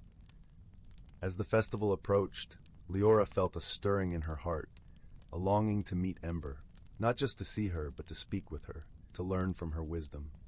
She knew it was a bold wish, for Ember was a creature of legend, and Leora was but a simple village girl. Yet the dream persisted, and Leora's determination grew with each passing day. On the eve of the festival, as the sun dipped below the horizon, painting the sky in shades of twilight, Leora set out towards the forest. She carried with her a small lantern, its gentle glow illuminating the path through the trees. The air was cool and fragrant with the scent of pine and earth, and the forest was alive with the sounds of crickets and rustling leaves. Leora walked deeper into the verdant wood, guided by an instinct she couldn't quite name. The path seemed to open before her, as if the forest itself was leading her to her destination. As she walked, she whispered her hopes and dreams to the wind, hoping that perhaps the spirits of the forest would hear her plea. After what felt like an eternity of walking, Leora emerged into a clearing bathed in moonlight. At its center stood a large, ancient oak, its branches stretching towards the sky like welcoming arms. And there, resting beneath the tree, was Ember. The dragon was even more magnificent than Leora had imagined. Her scales glimmered in the moonlight, and her eyes, deep and knowing, held a warmth that made Leora's heart soar. Ember regarded Leora with a gentle curiosity, her presence filling the clearing with a sense of peace and wonder. Gathering her courage, Leora stepped forward, her voice barely a whisper. "Ember," she began, "I have longed to meet you. I wish to understand the magic of the forest and the stories you hold." Ember watched her for a moment, and then in a voice like a gentle breeze, she spoke. "Dear child, the magic of the forest is woven with the threads of kindness, balance, and the love that connects all living things. It is not something to be understood with the mind alone, but with the heart." Leora listened, her heart open and eager. "I want to learn, to help protect the magic in the forest," she said earnestly. Ember nodded, her eyes twinkling with approval. "Then you shall. For those who seek with a pure heart shall always find the answers they need. But remember, little one, true magic lies in the everyday acts of kindness and the harmony you create with those around you." With that, a gentle breeze swirled around the clearing, lifting Leora's hair and filling her with a sense of belonging and purpose. She felt the connection Ember spoke of, a thread of magic that tied her to the forest, to the village, and to the dragon herself. As the first light of dawn began to touch the horizon, Leora knew it was time to return. She thanked Ember with a heart full of gratitude and turned back towards the village, the path now clear and filled with the promise of new beginnings. The Festival of Ember was a joyous celebration, with laughter, music, and the glow of lanterns lighting up the village. Leora joined the festivities, her spirit alight with the magic of her encounter. She shared her story with the villagers, weaving the tale of Ember's wisdom into the tapestry of their lives. And so, the village of Windwhisper continued to thrive under the watchful gaze of Ember, the kind-hearted dragon, and the gentle guidance of Leora, who became a bridge between the world of magic and the world of men. Together, they ensured that the harmony between the realms was maintained, a legacy of wonder and warmth that would be cherished for generations to come. In the heart of the verdant wood, Ember rested beneath the ancient oak, her spirit intertwined with the forest and the village she loved. And as the winds sang their lullabies, the people of Windwhisper slept peacefully, cradled by the magic of a dragon's gentle heart. Story 38, The Tale of the Gentle Dragon and the Whispering Woods. In the heart of the Whispering Woods, where the trees sang lullabies to the stars and the rivers murmured secrets to the stones, there lived a dragon named Eldwin. Unlike the fearsome dragons of legend, Eldwin was a kind-hearted soul whose scales shimmered in hues of emerald and gold, reflecting the dappled sunlight that filtered through the leafy canopy above. Eldwin's home was a cozy cave, nestled beneath an ancient oak, the oldest tree in the forest, whose roots wove through the earth like a grandmother's knitting. The cave was adorned with twinkling ferns and mosses that glowed softly in the dark, a gift from the fireflies that often visited Eldwin when the moon was high. Though dragons were rare in the land of Eldara, Eldwin was beloved by the creatures of the forest. He brought warmth to the animals during the chilly nights with his gentle breath of fire and played melodies on a reed flute that echoed through the woods, soothing the spirits and creatures alike. One day, as the first blush of dawn painted the sky, Eldwin awoke to a peculiar silence. The usual symphony of chirping birds and rustling leaves was absent, replaced by a hush that seemed to cling to the air. Concerned, he stretched his wings and set off to investigate. As he glided over the treetops, his keen eyes spotted something unusual. A group of woodland creatures gathered in a clearing, their gazes fixed on a peculiar sight. There, in the center of the glade, stood a mysterious figure cloaked in mist, their form shifting like smoke caught in a breeze.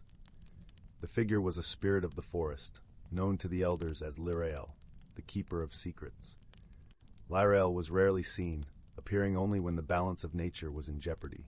Eldwin landed softly at the edge of the clearing, his presence calming the anxious murmurs of the animals. Lyrael, Eldwin greeted with a dip of his head, his voice a rumbling melody. What brings you to the heart of the woods this day? The spirit turned, eyes like pools of starlight meeting Eldwin's gaze. Gentle Eldwin, the harmony of the forest is threatened. A shadow stirs beneath the earth, and it seeks to unravel the ties that bind our world together. The forest creatures exchanged worried glances, for they knew that Lyrael spoke only in truths. Eldwin, ever the protector, nodded with determination. What must be done to restore balance? The heart of the forest beats within the great oak, Lyrael explained, gesturing toward Eldwin's own home. Beneath its roots lies a crystal of pure magic, the source of all life here. You must journey to the heart and renew its light, lest the shadow consumes it. Eldwin's heart swelled with resolve. I will undertake this quest, for the sake of our home and all who dwell within it. With a gentle nod from Lyrael, Eldwin set forth. The creatures of the forest cheered him on, their voices a chorus of hope that followed him as he delved deeper into the woods.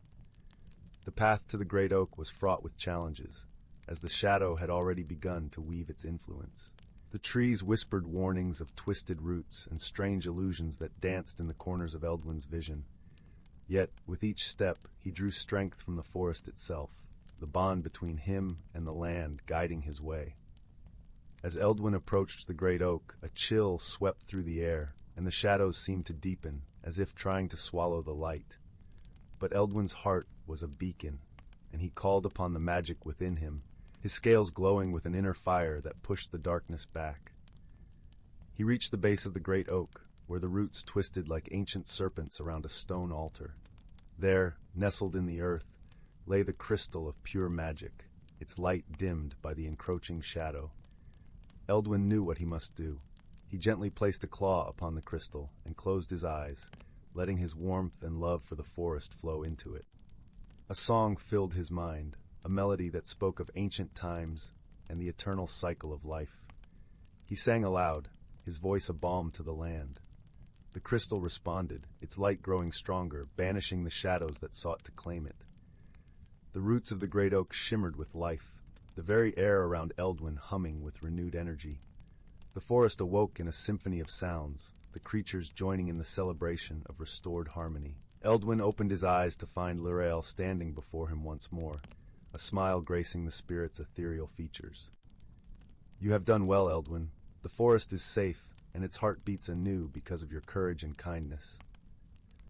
The dragon bowed his head humbly, his heart full of joy. It is the least I could do for a home that has given me so much. With a gentle nod, Lyrael faded into the mist, leaving Eldwin surrounded by the grateful creatures of the forest. As the sun dipped below the horizon, casting a golden glow over the whispering woods, Eldwin returned to his cave beneath the great oak, feeling more at peace than ever before.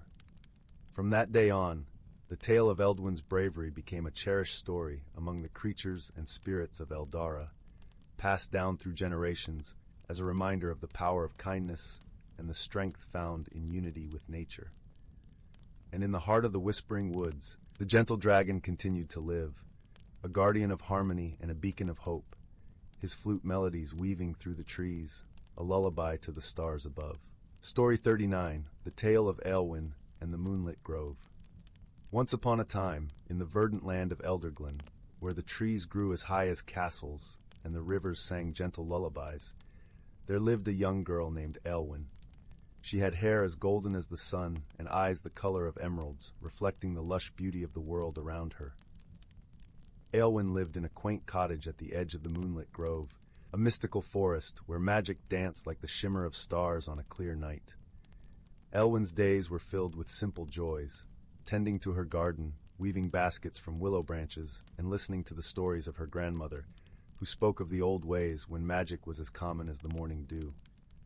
Yet, it was in the evenings, under the gentle glow of the moon, that Elowen felt the true pull of the forest.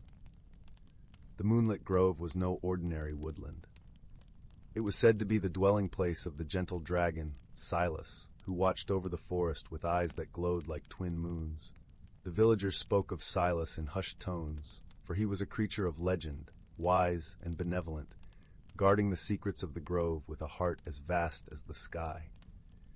One evening, as the stars began to twinkle and the world was bathed in silvery light, Elowen decided to venture deeper into the forest than she ever had before. She felt a peculiar tug at her heart, as if the very trees were whispering her name, urging her onward. With nothing but her courage and a small lantern to light her way, she stepped into the depths of the moonlit grove. The forest was alive with magic. Fireflies danced in the air like tiny lanterns, illuminating the path with their golden glow. The leaves rustled softly, carrying with them the sweet scent of night-blooming flowers. As Elowen walked, she felt the presence of the forest spirits, playful and curious, watching her from the shadows. Elowen soon came upon a clearing bathed in moonlight, and there, at its center, lay Silas the dragon. His scales shimmered like silver, and his eyes, wise and kind, reflected the light of 1,000 stars. Elowen felt no fear, only awe, for in Silas she sensed a spirit as gentle as the breeze. "Welcome, Elowen," rumbled Silas in a voice as deep as the earth. "You have come to seek the heart of the forest, have you not?" Elowen nodded, her heart pounding with excitement and wonder. "Yes, Silas, I've always felt connected to this place, as if it calls to me." Silas smiled, his expression warm and knowing. "The forest has chosen you, dear child. It sees in you a heart pure and true, one that can understand the language of the trees and the song of the rivers." With those words, Silas beckoned Elowen closer and shared with her the secrets of the moonlit grove. He spoke of the ancient pact between the creatures of the forest and the people of Elderglen, a bond of harmony and respect that ensured the prosperity of both. Silas taught her the old songs, the ones that could awaken the sleeping earth and summon rain from the heavens. As Elowen listened, she felt a profound sense of belonging, as if the forest had always been a part of her, and she a part of it. She promised Silas to safeguard the grove, to be its voice and its protector in the world beyond the trees. In the days that followed, Elowen returned to the village, her heart alight with the magic she had learned. She shared her knowledge with the villagers, teaching them to cherish the land and live in harmony with the creatures that dwelled within it. Under her guidance, Elderglen flourished, its people and the forest thriving in a perfect balance. As the years passed, Elowen became known as the guardian of the grove, a title she wore with pride and humility. And though she grew older, her spirit remained as youthful as the day she first stepped into the forest. Every full moon, Elowen would visit Silas in the clearing, where they would sit and speak of dreams and stars, of the dance of life that bound them all together. Silas, the gentle dragon with eyes of moonlight, watched over her in the forest, a sentinel of peace and wisdom. And so, the tale of Elowen and the moonlit grove became a cherished story in Elderglen, a reminder of the magic that lives in every leaf and stone, in every heart that listens to the whispers of the world. In the end, Elowen's legacy was not just the flourishing of the land, but the harmony she kindled between the human heart and the natural world. Her story was told by grandmothers to their grandchildren, a beacon of hope and love that shone as brightly as the stars in the night sky. And if you wander into the moonlit grove on a moonlit night, you might just hear the echo of her laughter, carried on the wind, a testament to the girl who listened to the forest and found her place among the stars. Story 40. In a quaint village nestled between towering mountains and lush green forests, there lived a dragon unlike any other. This dragon, known to the villagers as Elderglow, was not the fearsome creature of legend that scorched fields and razed castles. Instead, Elderglow was a benevolent guardian, whose shimmering scales reflected the gentle light of dawn, and whose breath carried the sweet scent of spring blossoms. Elderglow had lived among the villagers for generations, using its magic to aid them in times of need. It cured ailments with a touch of its paw, calmed storms with a whisper of its wings, and encouraged bountiful harvests with a gentle breath over the crops. The villagers revered Elderglow not out of fear, but out of deep respect and gratitude. Life in the village was peaceful, a delicate tapestry woven with the threads of harmony and mutual care. The villagers tended to their fields, raised their children, and celebrated the changing seasons with festivals filled with music and dance. Elderglow watched over them with a loving eye, content in the knowledge that its presence brought them joy and security. However, one day, the tranquil rhythm of village life was disrupted by an unusual problem. The sun rose over the mountains, casting a golden hue across the land, but there was an unsettling stillness in the air. The birds, usually a cacophony of morning song, were silent. The river that flowed past the village, always a source of life and laughter, had slowed to a trickle, and the crops had begun to wilt under the relentless sun. The villagers gathered in the town square, murmuring among themselves, their faces etched with worry. Elderglow, sensing the unease, unfurled its great wings and took to the sky, surveying the land from above. As it soared higher, it noticed that the surrounding forests were shrinking, their once vibrant greens turning to a dull brown. The rivers that fed the valley were drying up, and the animals of the forest were fleeing, leaving their homes behind. Elderglow returned to the village, landing gracefully in the square, and addressed the gathered crowd. "There is a disturbance in the balance of our land," its voice echoed, gentle yet commanding. "The rivers are dwindling, and the forests are fading. We must discover the cause and restore harmony before it is too late." Among the villagers stood a young woman named Leora, known for her curiosity and adventurous spirit. She stepped forward, her eyes shining with determination. "I will join you, Elderglow," she said, her voice steady. "Together we can find the source of this disturbance and set things right." Elderglow regarded her with a warm gaze, sensing the strength and wisdom within her. "Very well, Leora," it replied. "Your courage and insight will be invaluable on this journey." And so Elderglow and Leora set out, venturing beyond the village into the heart of the land. As they traveled, they encountered many challenges: a forest overtaken by creeping shadows, a mountain pass blocked by a sudden landslide, and a lake that had turned an unnatural shade of black. Each obstacle tested their resolve and ingenuity, yet with each trial, they grew stronger and more united. In the forest, they met a family of foxes whose den had been swallowed by the encroaching darkness. Leora, with her gentle touch and soothing voice, calmed their fears and promised to help. Elderglow, with a wave of its mighty tail, cleared the shadows, restoring light to the forest floor. The foxes, in gratitude, guided them to a hidden path that led deeper into the woods. As they climbed the mountain, they faced the landslide, a daunting wall of rock and earth. Leora, recalling the stories of her ancestors, remembered a song of the earth, a melody that resonated with the stones. She sang softly, her voice echoing against the cliffs, and Elderglow joined in, its deep rumble harmonizing with her tune. Slowly the rocks shifted, forming a passage through which they could continue their journey. At the mysterious black lake they paused, unsure of how to proceed. The water was thick and ominous, its surface reflecting nothing but darkness. Elderglow dipped a claw into the water and with a flare of its magic revealed the source of the corruption, a relic, buried deep beneath the waves, pulsing with a malevolent energy. Realizing the relic was the cause of the land's distress, Leora and Elderglow devised a plan. Leora, with her knowledge of ancient lore, crafted a charm to contain the relic's power. Elderglow, using its magic, dived into the depths, retrieving the relic and bringing it to the surface. Together, they sealed it within the charm, restoring purity to the lake. With the relic contained, the balance of the land slowly began to return. The rivers flowed once more, the forests regained their vibrant hues, and the animals returned to their homes. Elderglow and Leora, their task complete, made their way back to the village, where they were greeted with joy and celebration. The village rejoiced, and the harmony of the land was restored.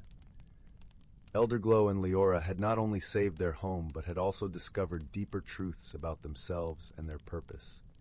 Elderglow realized that its role was not just to aid with magic, but to inspire courage and unity among the people it protected. Leora, through her journey, learned that true strength lay in collaboration and understanding. The two became lifelong friends, their bond a testament to the power of trust and shared vision. And though challenges would arise in the years to come, the village knew that with Elderglow and Leora by their side, they could face any adversity with hope and resilience. Together, they would continue to cherish and protect the land they called home, ensuring that harmony reigned for generations to come. Story 41. In the heart of the Whispering Wood, nestled between the moss-clad hills and the babbling brook, lay the village of Elderglen. It was a place where the sky was painted with the soft hues of dawn and dusk, and where the air was always laced with the scent of blooming wildflowers. The villagers lived simple, contented lives, harmonizing with the rhythms of the seasons and the gentle whispers of the forest. At the edge of Elderglen, in a quaint little cottage with a thatched roof, lived a young girl named Alara. Her eyes sparkled with the curiosity of 1,000 untold stories, and her heart danced to the melodies of the world around her.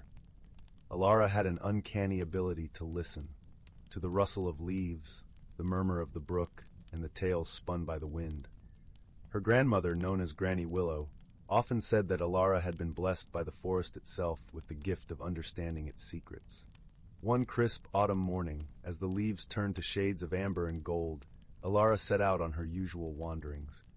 She wore her favorite cloak, the color of twilight, and carried a small satchel filled with bread and honey.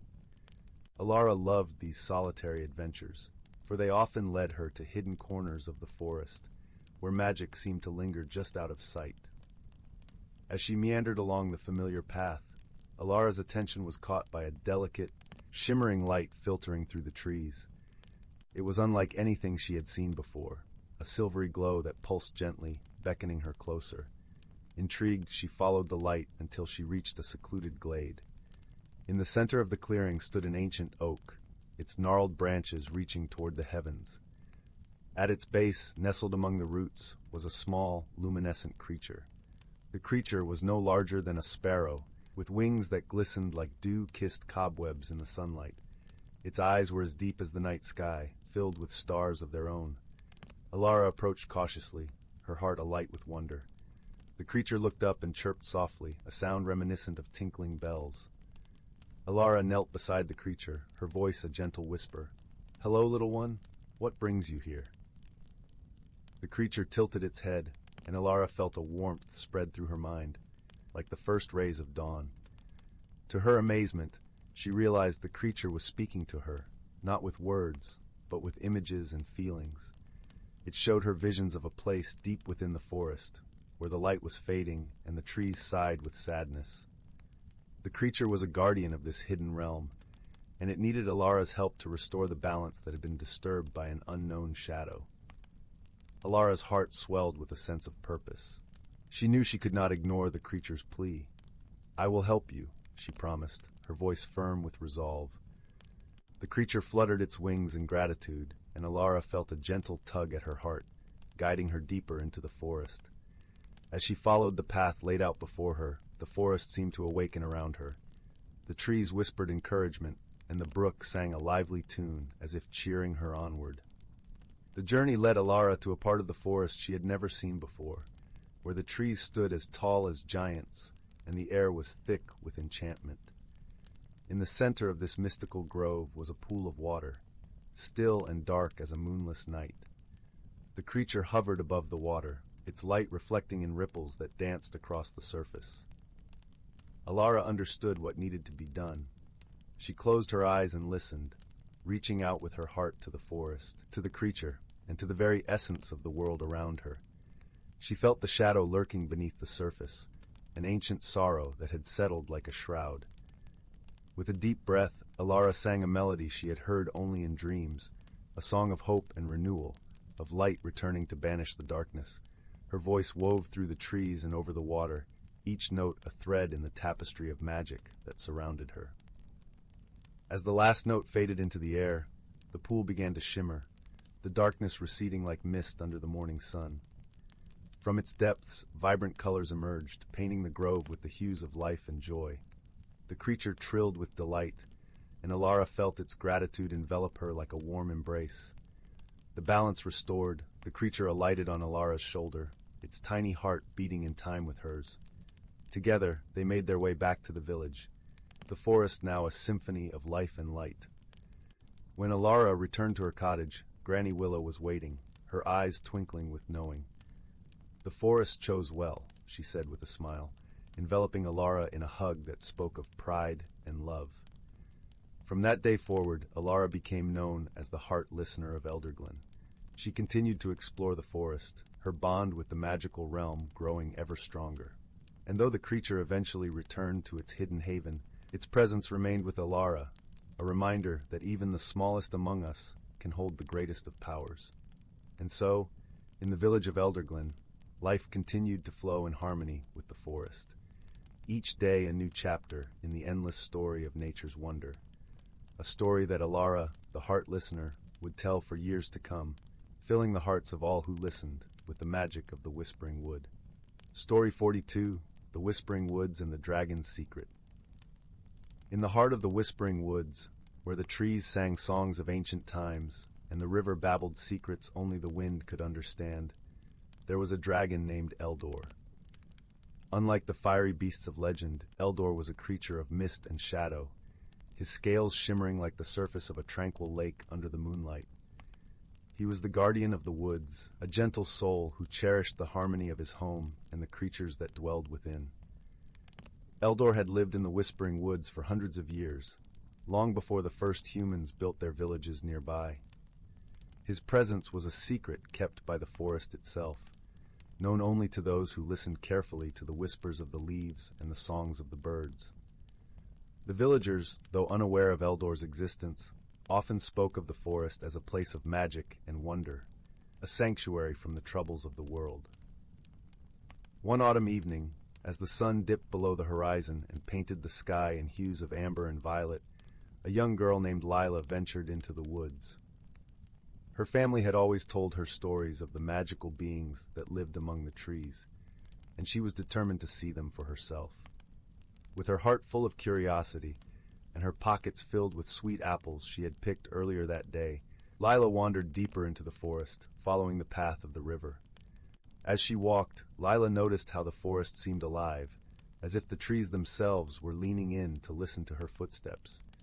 The air was crisp and carried the scent of pine and earth, and the leaves rustled softly in the gentle breeze. She felt a sense of belonging, as if the forest was welcoming her into its embrace. It wasn't long before Lila reached a clearing bathed in the silver light of the rising moon. In the center of the clearing, surrounded by a ring of ancient oaks, stood a pool of water as clear as glass. Lila approached it with awe, her reflection gazing back at her with wide, curious eyes. She knelt by the water's edge, placing the apples beside her, and peered into the depths. Suddenly, the surface of the pool rippled gently, and from the mist that rose from the water, Eldor emerged. His form was ethereal, his eyes a soft, glowing blue that held the wisdom of ages. Lila gasped, her heart racing with a mixture of fear and wonder. But there was kindness in Eldor's gaze, and she felt an inexplicable sense of calm wash over her. "Do not be afraid, young one," Eldor spoke, his voice a soothing melody that echoed through the clearing. "I am Eldor, the guardian of these woods. It has been many moons since a human walked this path." Lila, though captivated by the sight before her, found her voice. "I didn't mean to intrude, sir," she said, her voice barely above a whisper. "I just wanted to see if the stories were true." Eldor chuckled, a sound like the tinkling of bells in the breeze. The stories are true, dear Lila. The forest is alive with magic, though hidden from those who do not believe. Lila's eyes sparkled with excitement. I've always believed in magic. Ever since I was a little girl, I've felt the forest calling to me. Then you are welcome here as a friend of the woods, Eldor replied. But tell me, why do you carry apples with you on this night? Lila blushed, suddenly self-conscious. I thought the creatures of the forest might like them. My grandmother always said that sharing food is a way to make friends. Eldor's eyes softened. Your grandmother is wise. The forest rewards those with kind hearts. With that, Eldor lowered his great head and gently nudged one of the apples with his snout. Lila laughed, the sound bright and clear in the quiet night, and offered an apple to Eldor. He accepted it with grace, savoring the sweetness. As they shared the simple feast, Eldor told Lila tales of the forest's history, of the spirits that danced in the moonlight and the ancient trees that had witnessed the passage of time. Lila listened with rapt attention, her imagination painting vivid pictures of the stories told.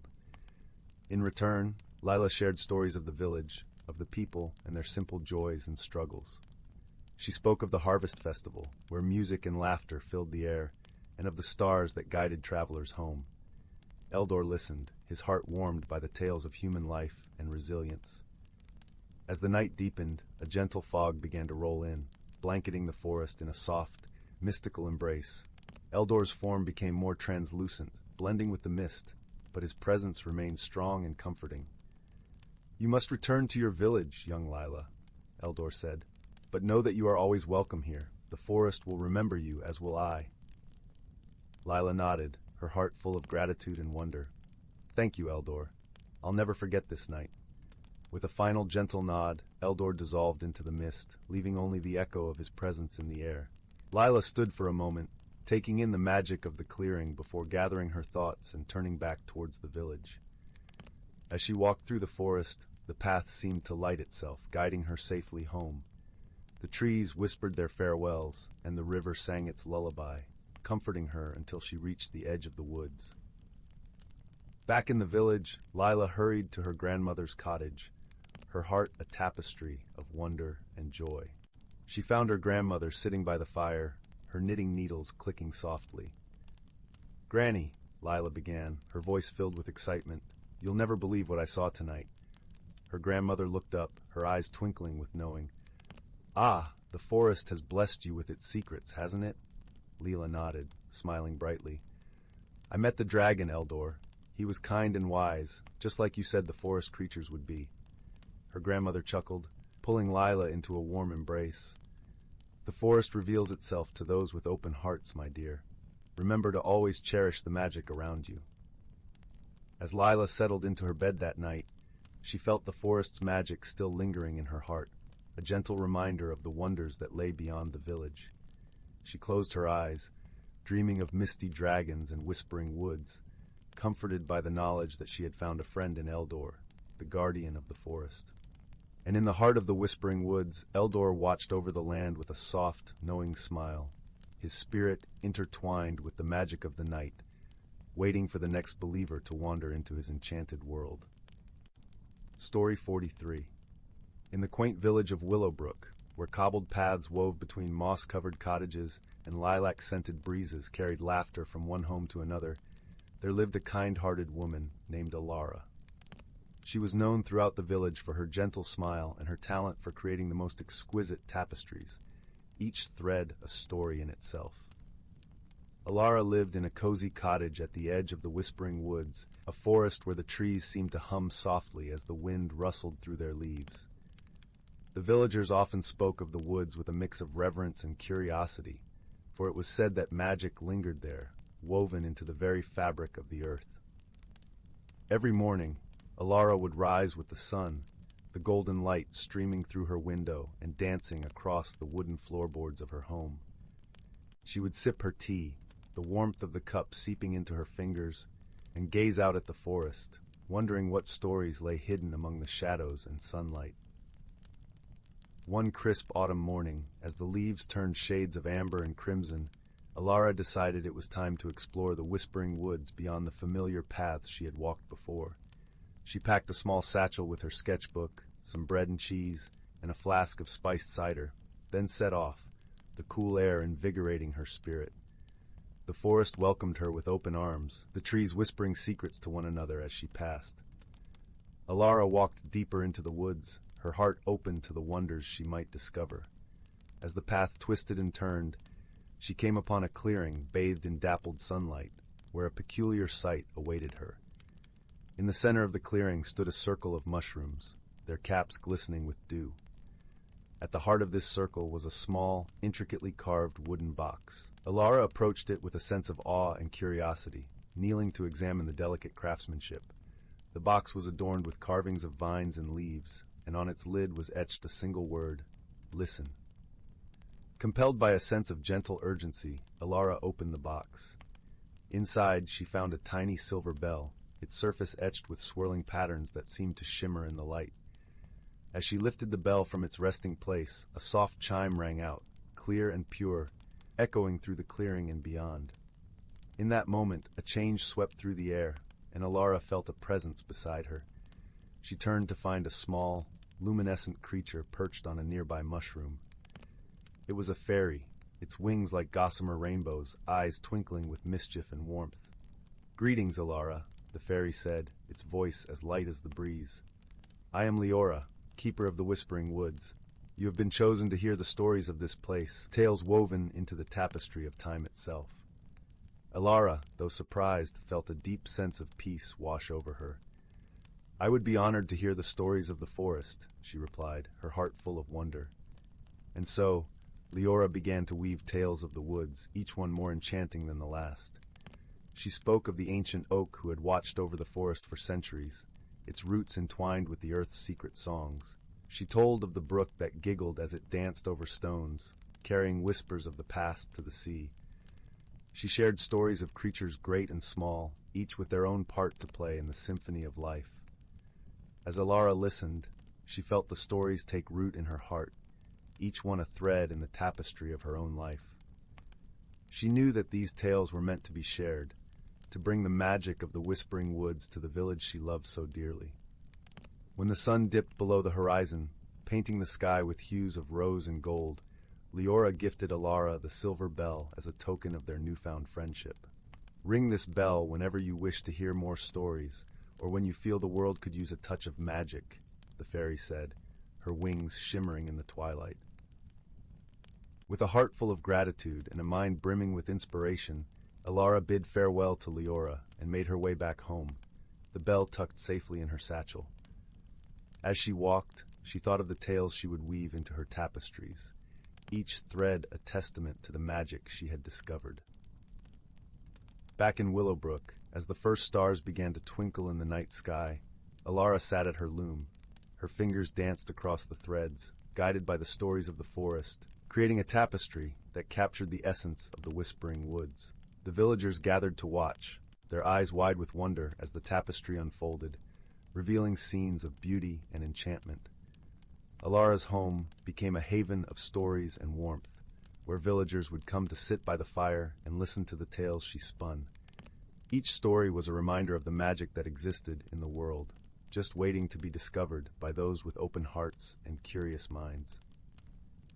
And so, the magic of the Whispering Woods spread through Willowbrook, carried by the threads of Alara's tapestries and the gentle chime of a silver bell, ringing softly in the hearts of all who heard it. Story 44, The Whispering Woods and the Lantern Bearer. In a land where the sky kissed the earth with gentle hues of lavender and gold, lay the Whispering Woods, a forest unlike any other. It was known for its vibrant foliage, each leaf a brushstroke of emerald, sapphire, and topaz. The trees were wise and ancient, their roots weaving tales of old magic deep into the earth. But what truly set the Whispering Woods apart were its inhabitants, a myriad of magical creatures who lived in harmony with the land. In the heart of the woods, under the sheltering boughs of the great oak, lived a kind-hearted dragon named Eldrin. Unlike the fierce dragons of legend, Eldrin was gentle and wise, with scales that shimmered like moonlit water. His breath was not of fire, but of a warm, comforting breeze that carried the scent of blooming jasmine. Eldrin was the guardian of the Whispering Woods, a role he cherished and fulfilled with kindness and diligence. One crisp autumn morning, as the first frost painted the leaves with silver, Eldrin awoke to a gentle prodding at his side. It was Wisp, a small, mischievous spirit with eyes like twinkling stars and a laugh that sounded like tinkling bells. Wisp was known for his playful nature, often flitting between the trees, leaving trails of sparkling dust in his wake. "Eldrin, wake up!" Wisp chimed, his voice bright with excitement. "There's something happening at the edge of the forest." Stirring from his slumber, Eldrin stretched his massive wings and blinked his golden eyes. "What is it, little one?" he asked with a yawn that rustled the leaves overhead. "It's the lantern-bearer!" Wisp exclaimed, doing a loop-de-loop in the air out of sheer excitement. "She's returned!" Eldrin's eyes widened with surprise and delight. The lantern-bearer was a figure of legend, a mysterious traveler who wandered the world, bringing light to the darkest of places. Her visits to the Whispering Woods were rare, but each one left a mark of wonder and magic. "Let's not keep her waiting," Eldrin said, his voice a rumble of warmth. With a graceful sweep of his tail, he rose to his feet, and together with Wisp, they set off through the forest. The path to the forest's edge was a tapestry of vibrant colors, with sunlight filtering through the leaves in a dance of light and shadow. As they neared the edge, the air grew fragrant with the scent of pine and earth, mingling with a soft, ethereal glow that seemed to pulse with life. There, standing amidst a circle of ancient stones, was the lantern-bearer. She was a figure of ethereal beauty, her hair woven with strands of starlight, and her eyes deep as the midnight sky. In her hands, she held a lantern that glowed with a soft, golden light, its flame flickering with a life of its own. "Eldrin, Wisp," she greeted, her voice like a melody carried on the wind. "It's good to see you again." Eldrin bowed his head in respect, his heart swelling with warmth. "Lantern-bearer, it is an honor to have you in our woods once more. What brings you to us?" The lantern-bearer smiled, a gentle curve of her lips that seemed to light up the world around her.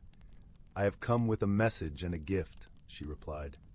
"The world beyond is changing, and soon the magic that holds it together will be tested. I need your help to ensure that light prevails over darkness." Wisp flitted closer, his curiosity palpable. "A message from whom, and what kind of gift?" "The message is from the world itself," the lantern-bearer explained, her gaze sweeping over the forest with deep affection. "It whispers of an impending shadow, a darkness that seeks to unravel the harmony of life. But fear not, for you are not alone." With a graceful motion, she lifted her lantern high, and from its glowing heart, a stream of light unfurled, weaving through the trees. As it touched each trunk, the forest seemed to awaken, the leaves shimmering with renewed vibrancy and the air humming with energy. "And the gift," she continued, lowering the lantern to reveal a small, intricately carved wooden box, "is a token of hope and unity." Eldrin watched in awe as she opened the box, revealing a crystal vial filled with shimmering liquid. It radiated a light so pure and warm that it felt like the embrace of a loved one. "This is the essence of unity," the lantern-bearer explained, handing the vial to Eldrin. "It is a distillation of the love and harmony that binds all living things. When the time comes, it will guide you to those who need it most." Eldrin accepted the vial with reverence, its glow reflecting in his eyes. "We will guard it well," he promised, feeling the weight of his responsibility settle comfortably around him. Wisp hovered closer, eyes wide with wonder. "How will we know when to use it?" The lantern-bearer chuckled softly, a sound like the rustle of leaves in a gentle breeze. "Your heart will tell you, dear Wisp, for it is in the quiet moments of the soul that true guidance is found." With her message delivered and her gift bestowed, the lantern-bearer prepared to continue her journey. Eldrin and Wisp watched as she lifted her lantern once more, the light within it flaring brightly as she stepped back into the shadows of the world beyond. "Remember," she called out, her voice a fading echo, "light thrives in the presence of hope and love." As the lantern-bearer disappeared into the misty morning, Eldrin and Wisp stood in reflective silence, the weight of her words settling into their hearts like a gentle snowfall. They turned back to the forest, feeling the pulse of life all around them, renewed and vibrant. And so, life in the Whispering Woods continued, each day a tapestry of magic and wonder. Eldrin and Wisp, guided by the lantern-bearer's gift, watched over the forest with renewed purpose, ready for the day when their light would be needed most. Seasons passed, each one a chapter in the ongoing story of the woods. The trees whispered secrets to the stars, the streams sang lullabies to the moon, and the creatures of the forest danced in the glow of the sun.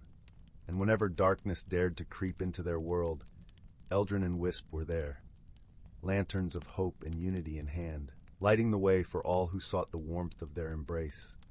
In the end, it was not the grand battles or fiery dragons that defined the Whispering Woods, but the quiet heroism of everyday acts of kindness and love, each one a thread in the tapestry of light that kept the darkness at bay. And so, the Whispering Woods remained, a place of magic and harmony, where the light of hope shone brightly, guided by the gentle flame of the lantern-bearer's enduring gift. Story 45. In the heart of a vast ancient forest, where the canopy formed a tapestry of greens and golds, there existed a realm unseen by ordinary eyes. Here, the air was thick with the whispers of the unseen spirits, the ethereal keepers of the forest's delicate balance. They flitted through the trees, their presence felt only as a gentle rustle of leaves or a fleeting shimmer in the dappled sunlight. These spirits, born of the forest's very soul, worked tirelessly to ensure that life thrived harmoniously. Under their watchful gaze, streams babbled with crystal clarity, flowers bloomed in vibrant hues, and creatures great and small went about their lives in a symphony of natural rhythms. Yet, the spirits remained hidden, their existence a secret to all but the most sensitive of souls. One day, a disruption unlike any other shook the forest to its core. A dark cloud of imbalance unfurled across the land, its tendrils reaching into every corner of the woodland. Trees began to wither, the once clear waters turned murky, and an unsettling silence fell where there once was song. The spirits, usually a picture of serene diligence, found themselves in disarray, their efforts to restore order thwarted at every turn. Desperate, they convened in the ancient glade, a sacred place where the oldest and wisest among them gathered to seek counsel. It was decided that the time had come to reach beyond their hidden world and seek aid from the realm of humans. A risky venture, for few humans could see or understand the spirit's ethereal existence. As fate would have it, a traveler wandered into the forest that very day. They were a solitary figure, clad in well-worn clothes and carrying a pack filled with tools and trinkets from their journeys. The traveler moved with an air of quiet contemplation, their eyes keenly observing the world around them. The spirits watched intently, sensing a unique aura about this human, a potential to perceive beyond the ordinary. Taking a collective breath, a rustle through leaves, a ripple on the water, they revealed themselves. To the traveler, it seemed as though the air shimmered with life, the spirits manifesting in forms both fantastical and beautiful, like living constellations suspended in daylight. Startled but unafraid, the traveler spoke, their voice a calm echo in the glade. "What are you, and why have you revealed yourselves to me?" The spirits, their voices like the chiming of distant bells, answered in unison. "We are the keepers of this forest, guardians of its balance. A darkness has fallen upon our realm, and we seek your help to restore what has been disrupted." Curiosity and a sense of duty stirred within the traveler. "How can I, a mere wanderer, aid beings such as you?" The spirits, sensing the sincerity in the traveler's heart, explained the task ahead. They spoke of the journey to the heart of the disturbance, a place where the natural and unnatural had collided. It was a path fraught with challenges that would require courage, wisdom, and an understanding of the interconnectedness of all living things. With a nod, the traveler accepted the call to adventure, feeling a strange yet comforting bond with these unseen protectors of the forest. Together, they set off, the spirits guiding the traveler through landscapes that shimmered with enchantment and mystery. Their journey began in the sunlit grove, where the light danced through the leaves in patterns of breathtaking beauty. Here, the traveler learned the first lesson, the power of observation. By watching the spirits interact with the flora and fauna, they began to understand the subtle ways in which the forest communicated, a language spoken through the rustle of leaves and the songs of birds. Next, they ventured into the twilight marsh, a place of shadows and secrets. The path was treacherous, the ground shifting beneath their feet, and the air thick with uncertainty. It was here that the traveler learned the second lesson, the strength of trust. In moments of doubt, the spirits, though ethereal, provided guidance and support, teaching the traveler to rely on both intuition and their new companions. As they journeyed deeper, they reached the Whispering Hollow, where the trees stood ancient and wise, their bark etched with the stories of time. Here the traveler learned the third lesson, the value of knowledge. The spirits shared their history, tales of how the forest came to be, and the eternal cycles that governed life. This understanding deepened the traveler's appreciation of the delicate web that connected all things. Finally, they arrived at the crystalline falls, a place where the waters cascaded with a melody that echoed the harmony sought by the spirits. It was here that the traveler faced the final challenge, confronting the source of the imbalance. A great shadow loomed, born of forgotten magic and unchecked desire, threatening to consume all. Drawing upon the lessons learned, the traveler, with the spirits by their side, engaged in a dance of light and shadow. They called upon the courage to face the darkness, the teamwork to stand united, and the wisdom to see beyond fear. In that moment, the traveler understood the fourth and most profound lesson, unity. Together, human and spirit wove a tapestry of light that pierced the shadow, unraveling its hold on the forest. The air cleared, the waters sparkled anew, and life began to hum with renewed vigor. The balance, once teetering on the brink, was restored. The spirits, their forms now glowing with gratitude and joy, gathered around the traveler. "You have done more than help us," they chimed, their voices a melody of gratitude. "You have become one with the forest, a guardian in your own right." The traveler, humbled by the experience, smiled. "I have learned much from you, and I am grateful for the journey we have shared. I will carry these lessons with me always."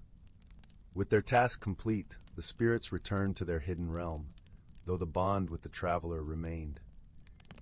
As the traveler made their way out of the forest, they carried with them the knowledge that the world was a tapestry of connections, each thread vital to the whole.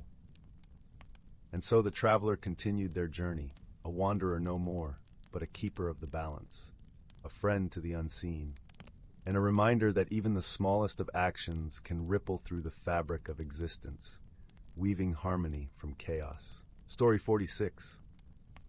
In a land where the sky was often painted in shades of lavender and the air hummed with the melody of unseen harps, there lay the quaint village of Elderwood.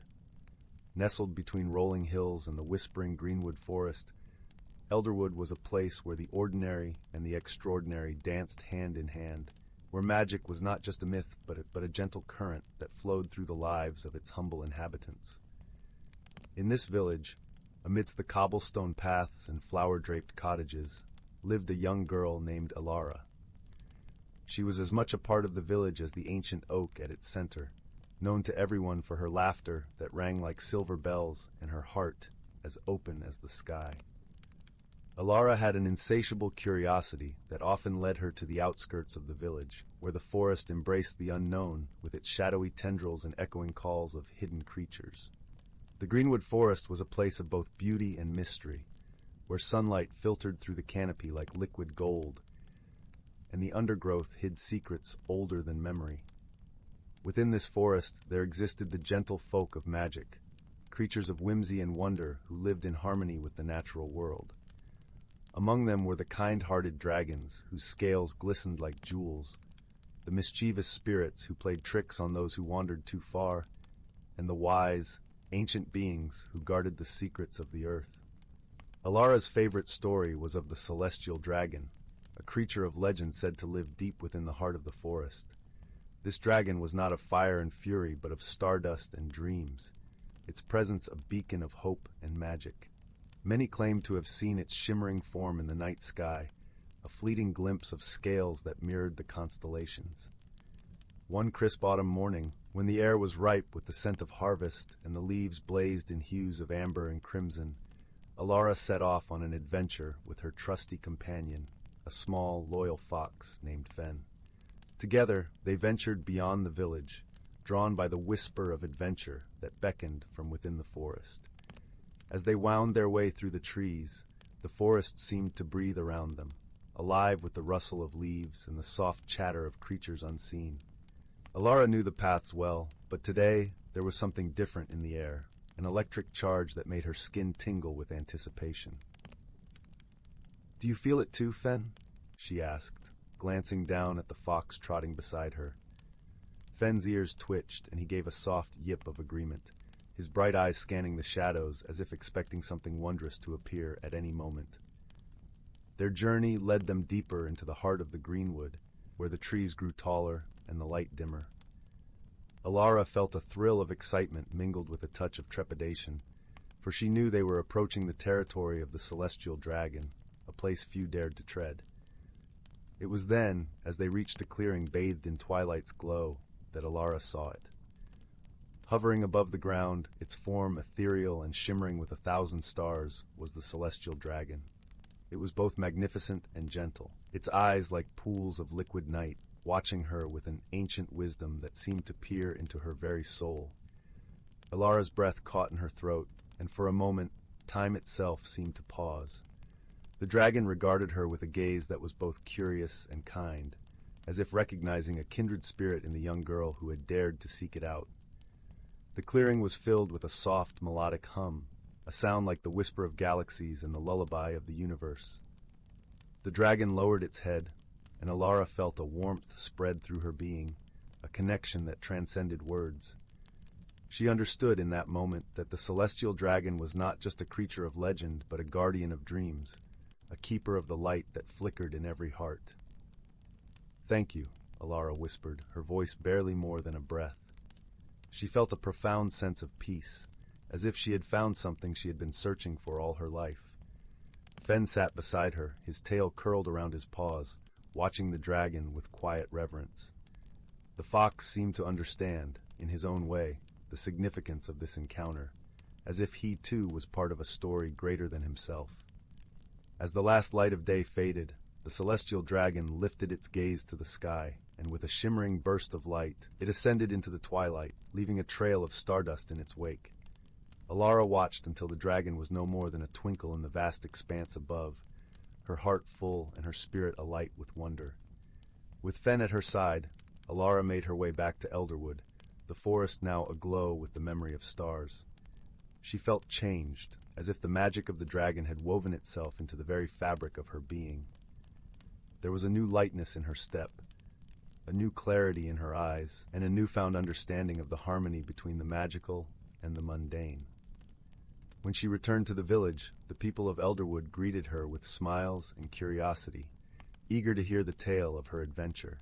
Sitting by the warm glow of the hearth, Alara recounted her meeting with the celestial dragon, her voice filled with the wonder and magic of the forest. And so, the story of Alara and the celestial dragon became part of the tapestry of Elderwood's folklore, a tale of gentle adventure and the quiet heroism of a young girl who dared to dream. It was a story that reminded the villagers of the magic that lay all around them, and the power of hope and courage that shone like a beacon in the night. In the years that followed, Alara's tale was told and retold, passed down through generations as a reminder of the harmony between the magical and the natural world. And though the celestial dragon was never seen again, its presence was felt in the hearts of all who believed, a guardian of dreams and a keeper of the light that danced in the stars above. In the village of Elderwood, where the ordinary and the extraordinary were forever entwined, the story of Alara and the celestial dragon lived on, a testament to the magic that lies within us all. Story 47, title The Lantern of Luminara. In the heart of a peaceful realm called Luminara, where the skies glowed with the soft hues of dawn and the nights danced with stars, there lived a young girl named Alara. She resided in a quaint village nestled between the radiant fields of fireflies and the whispering woods, where every leaf and creature was alive with magic. The village of Luminara was known for its annual Festival of Lights, a celebration that honored the harmony between the villagers and the magical beings that roamed the land. Alara was a spirited and kind-hearted girl, with hair like spun gold and eyes that mirrored the azure of the sky. Her days were spent exploring the vibrant meadows and listening to the stories of old told by her grandmother, who seemed to know every tale that had ever been spun in Luminara. Of all the stories, Elara loved the one about the Lantern of Luminara the most, a mythical lantern said to have been crafted from the first light of the world, capable of granting one true wish each year during the festival. As the Festival of Lights approached, the village buzzed with excitement. Lanterns of all shapes and sizes were being crafted, each one more intricate than the last, ready to be released into the night sky. However, this year, an unsettling rumor spread through the village like wildfire. The magical beings of the forest, the Lumine, had disappeared. Without the Lumine, the festival would be just a shadow of its former self, for it was their glowing presence that brought the lanterns to life. Determined to save the festival and restore the joy of her village, Elara decided to embark on a journey into the Whispering Woods to find the Lumine. She packed a small satchel with bread, cheese, and her grandmother's map of the enchanted forest, where mysterious paths intertwined like vines. As Elara stepped into the woods, the air was filled with an ancient melody, as if the trees themselves whispered secrets of old. She followed a winding path lined with bioluminescent flowers that glowed in hues of pink and purple. The deeper she ventured, the more vivid the forest became, with colors and creatures she had never seen before. Elara felt a sense of wonder and belonging, as if the forest embraced her spirit. After hours of wandering, Elara reached a clearing where the sunlight streamed down like golden rain, illuminating a circle of stones. In the center stood a magnificent, ancient tree, its bark shimmering with the colors of the dawn. As Elara approached, she noticed a flickering light beneath its branches, a small, ethereal creature with wings like stained glass. "Are you a Lumine?" Elara asked softly, her voice barely above a whisper. The creature nodded, its eyes reflecting the stars. "I am Althea, guardian of the Lumine. We have retreated deeper into the forest, for a shadow has fallen upon our realm, dimming our light." Elara's heart ached at the thought of the Lumine's plight. "What can I do to help?" she asked earnestly. Althea fluttered closer, her voice like the tinkling of bells. "There is a dark spirit in the northern part of the forest, draining the light from our realm. If you can find a way to banish it, the Lumine will return for the festival." With her heart set on saving the Lumine and her village's festival, Elara set off toward the north, guided by Althea's light. The path grew darker and more treacherous, the air thick with an unsettling chill. Shadows loomed larger, and the once vibrant colors of the forest seemed to fade away. As dusk fell, Elara reached a desolate area where the trees were twisted and gnarled, their branches clawing at the sky. She felt the presence of the dark spirit, an ominous force that seemed to drain the very light from her surroundings. Drawing on her courage, Elara stepped forward. "Show yourself," she called into the gloom. From the shadows emerged a figure cloaked in darkness, its eyes glowing with an eerie light. The dark spirit's voice was a low, rumbling whisper. "Why do you seek to disturb my domain?" "I come to restore the light to Luminara," Elara replied, her voice steady despite the fear that gripped her heart. "You are taking something that does not belong to you." The spirit let out a cold laugh. "The light of the Lumine is powerful. It is mine by right, taken from a world that has forgotten its magic." Elara thought of her village, the stories of her grandmother, and the wonder of the world she cherished. "There is still magic in the world," she insisted, her voice growing stronger. "You only need to look for it." The spirit paused, considering her words. "And what would you offer in exchange for the light?" Elara closed her eyes, seeking the wisdom within her heart. She remembered the Lantern of Luminara, the mythical object of her grandmother's tales, and spoke with conviction. "I offer you the first light of the festival, the light of hope and unity to bring back balance." Intrigued, the dark spirit hesitated, its form wavering like smoke. "Very well, child of light. If you can find the Lantern of Luminara and release its light for all to see, I shall return what I have taken." With the spirit's challenge accepted, Elara returned to the village, carrying Althea's light as her guide.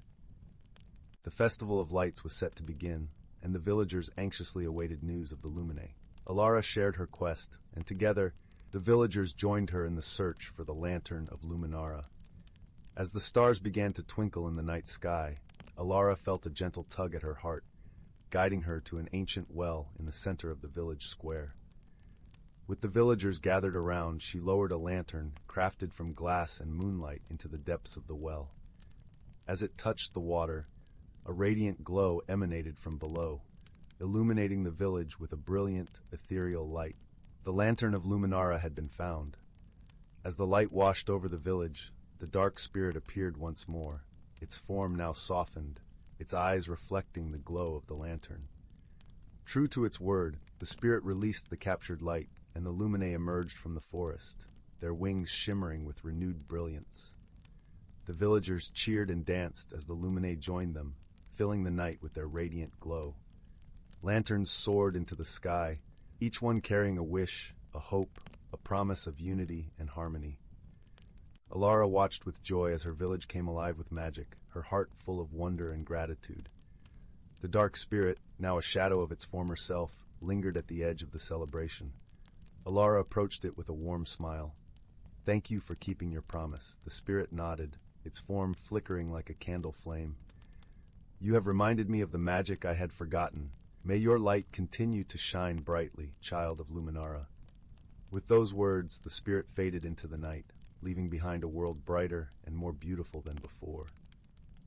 As the festival continued, Alara knew that the bonds between the magical beings in her village had grown stronger, woven with light and love. And so the Lantern of Luminara became a symbol of hope and unity, a reminder that even in the darkest times, the light of kindness and courage could illuminate the world. Alara returned to her grandmother's side, who embraced her with pride and joy, knowing that her granddaughter's heart had touched the very essence of magic.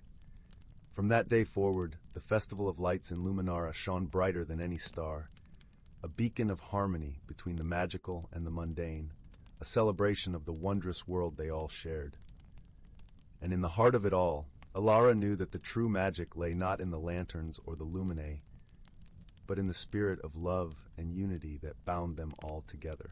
Story 48, title, The Whispering Wind and the Wishing Tree.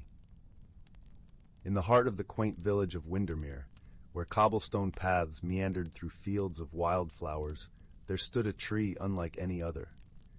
Known as the Wishing Tree, it was ancient and majestic, with branches that reached out like welcoming arms, and leaves that shimmered in hues of emerald and gold.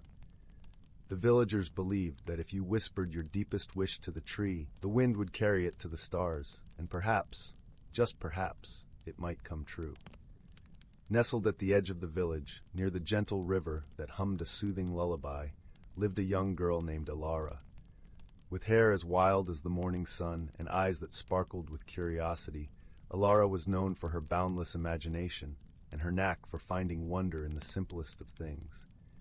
Her days were spent exploring the meadows, befriending the creatures of the forest, and listening to the tales spun by the elders about the wishing tree.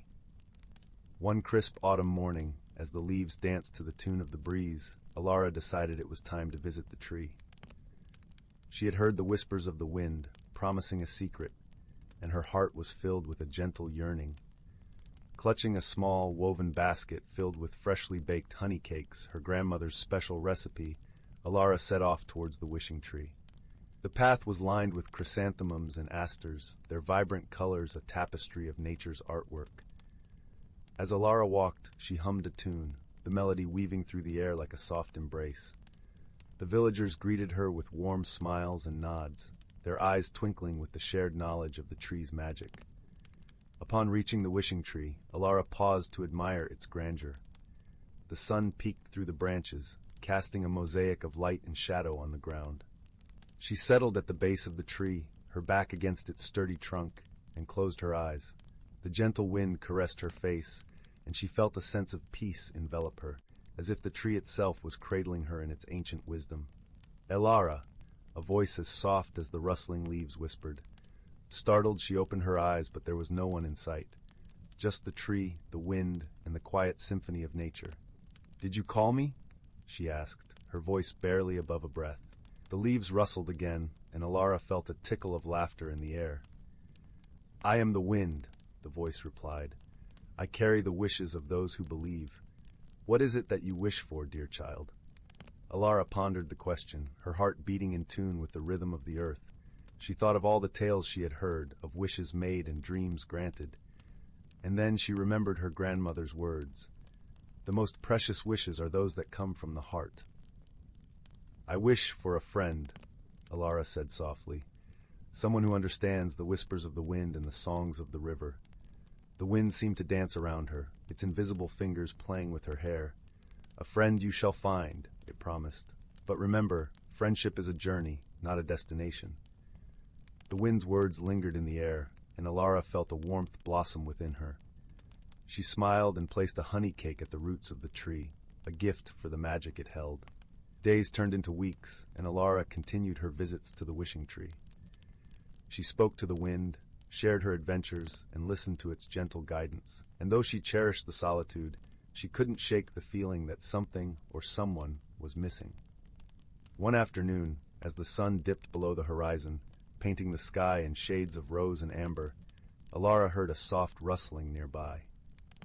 She turned to see a small, fluffy squirrel perched on a low branch, its eyes wide and curious. "Hello there," Alara greeted, her voice a gentle melody. "What brings you to the wishing tree?" The squirrel tilted its head, as if considering her question, then scurried down the branch and onto her shoulder. Alara giggled at the soft tickle of its paws. "Do you have a name?" she asked. The squirrel chattered in response, a series of clicks and chirps that sounded like laughter. Alara decided to call him Whisker, for his whiskers twitched with every movement, a testament to his lively spirit. From that day on, Whisker became Alara's constant companion. Together, they explored the hidden nooks of the forest, shared secrets with the wind, and watched the stars dance in the night sky. Whisker, with his playful antics and boundless energy, brought joy to Alara's days, and she felt her heart swell with the warmth of friendship.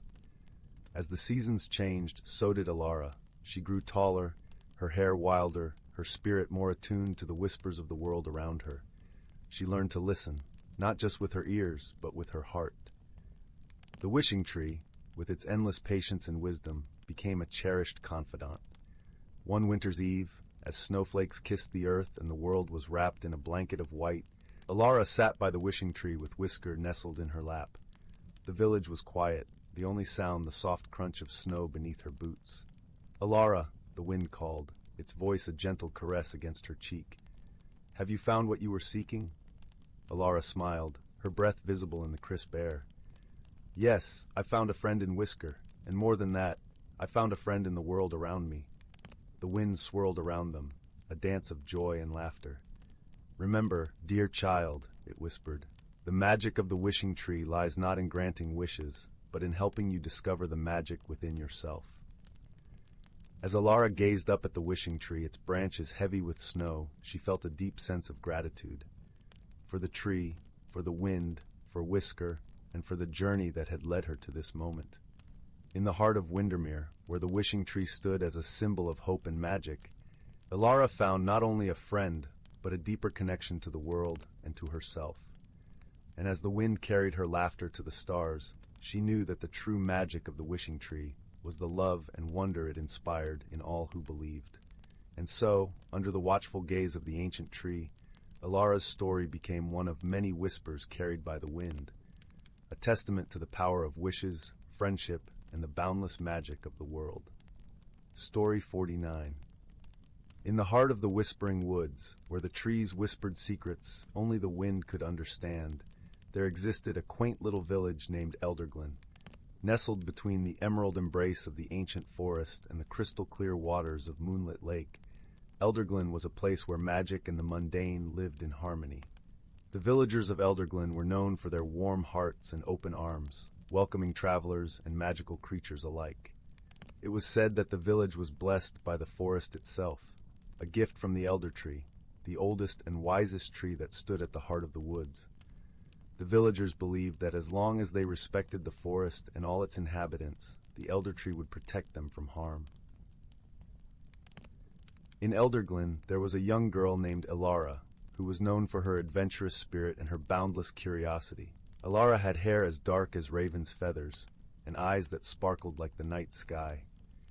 She was beloved by everyone for her gentle nature and her ability to listen to the forest's whispers.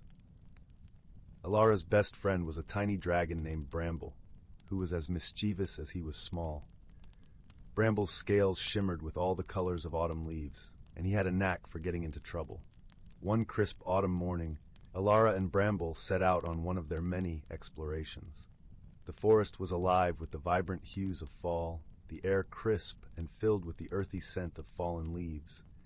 As they ventured deeper into the woods, they came across a path they had never seen before, a narrow trail lined with luminescent mushrooms that glowed softly in the dim light. "Do you think it leads somewhere magical?" Alara asked, her eyes wide with excitement. Bramble fluttered his wings, sending a shower of tiny sparks into the air. "Only one way to find out," he chirped, his voice tinged with mischief. With a shared glance filled with adventure, they followed the glowing path, their footsteps soft against the forest floor. The trail wound through towering trees, whose branches wove together like the fingers of old friends. As they walked, they noticed the forest growing quieter, as if holding its breath in anticipation. Finally, the path opened into a small clearing bathed in golden sunlight. In the center stood a peculiar stone arch, its surface covered in intricate carvings of dragons, spirits, and ancient symbols. Alara and Bramble approached it with a sense of wonder, feeling the gentle hum of magic in the air. "This must be a portal," Alara whispered, her heart pounding with excitement. Bramble nodded, his eyes wide with awe. "I've heard of such things. They say these portals lead to places beyond imagination." Alara reached out to touch the stone, feeling its warmth beneath her fingertips. As she did, the carvings began to glow with a soft, golden light, and the air shimmered around them. Bramble fluttered to her shoulder, his tiny claws gripping her sleeve tightly. "Are you ready?" Alara asked, her voice a soft murmur. Bramble gave a determined nod, and together they stepped through the arch. The world around them shifted, the colors blending and swirling until they found themselves in a place unlike any they had ever seen. They stood on a grassy hill overlooking a vast valley filled with flowers that sang with the voices of the wind. In the distance, a river of pure starlight wound its way through the landscape, casting a gentle glow that illuminated the world around them. "Welcome to the Vale of Whispers," a voice called out, melodious and kind. Startled, Alara and Bramble turned to see a figure approaching. It was a spirit, her form woven from moonlight and shadows, with eyes that held the wisdom of ages. She wore a cloak of shimmering mist, and her presence filled the air with a sense of peace. "I am Lirel, guardian of this realm," the spirit said, her voice as soft as the rustle of leaves. "You are welcome here, travelers."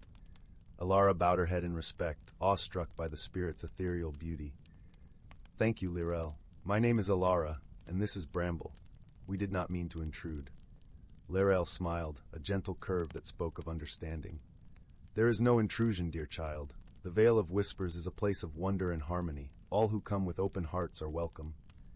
As they spoke, Bramble fluttered around excitedly, his eyes taking in every detail of the magical landscape. "This place is incredible," he exclaimed, his voice a joyful chirp. Lirel chuckled, the sound like the tinkling of distant bells. "Indeed it is. The Vale is a sanctuary for all who seek solace and adventure. Here, the flowers sing and the rivers whisper the secrets of the stars." Alara felt a sense of belonging, as if the Vale was a home she had never known she longed for. "What is this place's secret?" she asked, her curiosity piqued. "The Vale exists between worlds," Lirel explained, her gaze drifting to the horizon where the starlit river met the sky. "It is a place where the magic of the universe converges, where time flows like water and dreams take flight." As they wandered through the Vale, Lirel shared stories of the realm's wonders and its inhabitants. They met creatures of legend and lore, each as enchanting as the next. A phoenix with feathers of fire that danced in the sky, a unicorn with a mane of silver moonbeams, and sprites that flitted through the air like sparks of laughter. Alara and Bramble were captivated by the beauty and magic of the Vale, their hearts filled with joy and wonder. They spent the day exploring, their spirits soaring with the freedom and enchantment of the place. As the sun dipped below the horizon, painting the sky with hues of twilight, Lirel guided them back to the stone arch. "It is time for you to return," she said gently, her eyes filled with warmth. "But know that the Vale will always welcome those who come with open hearts." Alara nodded, gratitude swelling within her. "Thank you, Lirel. We will never forget this place." Bramble fluttered to Lorel's shoulder, leaving a tiny spark as a farewell. "We'll be back," he promised, his voice a bright melody of hope. With a final wave, Alara and Bramble stepped through the arch, the world around them shifting once more. They found themselves back in the familiar embrace of the whispering woods, the night air cool and filled with the scent of autumn. As they made their way back to Elderglen, Alara and Bramble's hearts were light with the magic of the Vale. They knew that the memories of their adventure would stay with them forever, a reminder of the wonders that lay beyond their everyday world. And so, under the watchful gaze of the elder tree, Alara and Bramble returned to their village, their spirits intertwined with the magic of the forest and the stars above. They knew that as long as they carried the wonder of the Vale within them, they would always find magic in the world around them. Story 50. In the tranquil village of Willowbrook, nestled at the edge of the great whispering woods, the arrival of autumn was a time of gentle transformation. The leaves blushed with hues of amber and gold, and the crisp air carried the scent of earth and distant fires. It was a season that seemed to hold its breath, waiting for magic to unfold. Amidst this enchanting backdrop, a small, ivy-clad cottage stood at the heart of the village. It was the home of Alara, a kind-hearted woman known for her deep connection with the woodland creatures and her knack for crafting healing potions from the forest's bounty.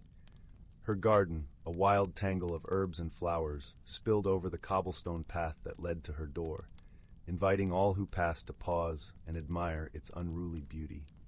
Alara's days were filled with simple joys, gathering ingredients, tending to her plants, and sharing her knowledge with the villagers who came seeking remedies for their ailments.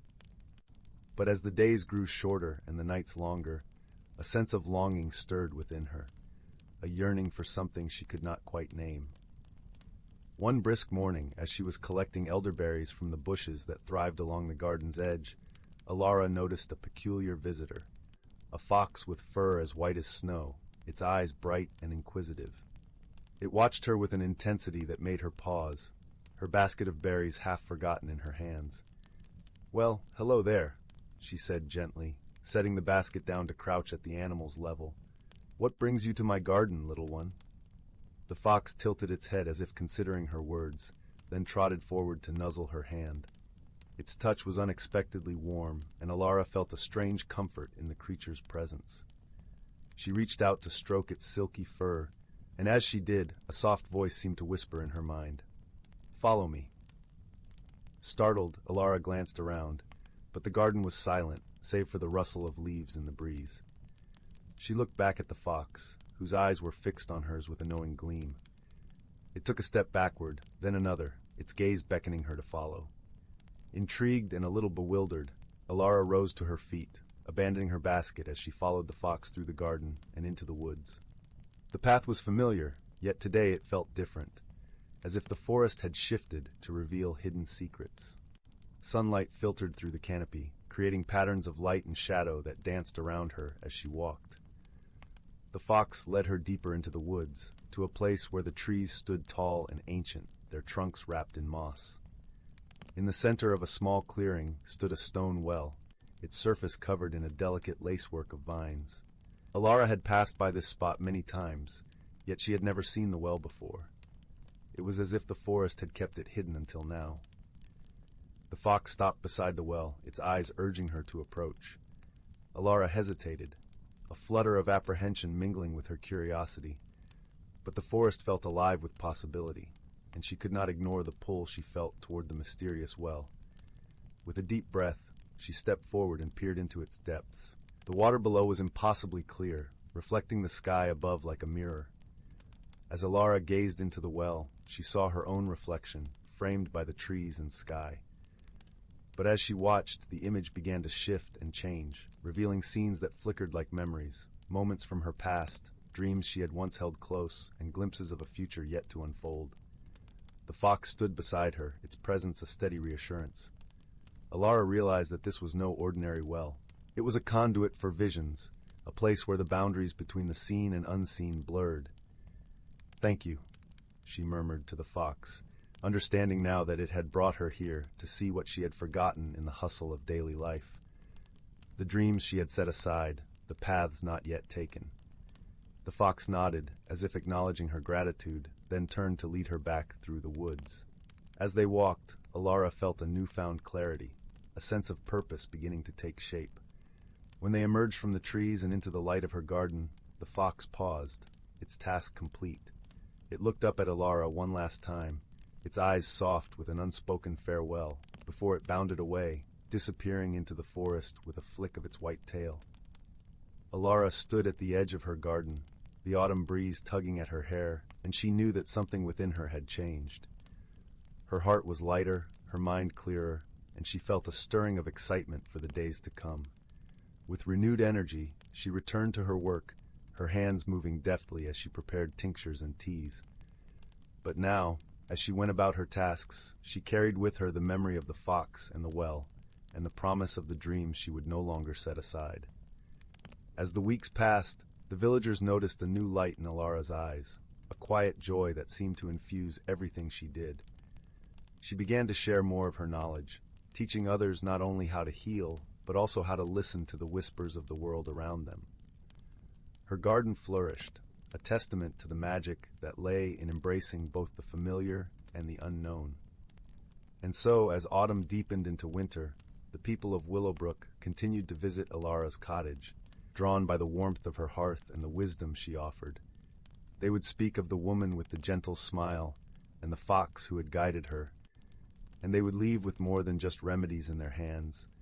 They left with hearts touched by the enchantment of a life lived in harmony with the world. In the quiet moments when the fire crackled softly and the night settled over the village, Alara would sit by her window gazing out at the woods. She knew that somewhere within the forest, the white fox watched over her, a guardian of the dreams that had once been hidden but were now free to unfold in their own time. And in the stillness, she would whisper her thanks to the fox and the forest for reminding her of the magic that had been there all along, waiting for her to see. Story 51. Once upon a time, nestled in the verdant folds of the Whispering Woods, there lay a village called Larkspur Hollow.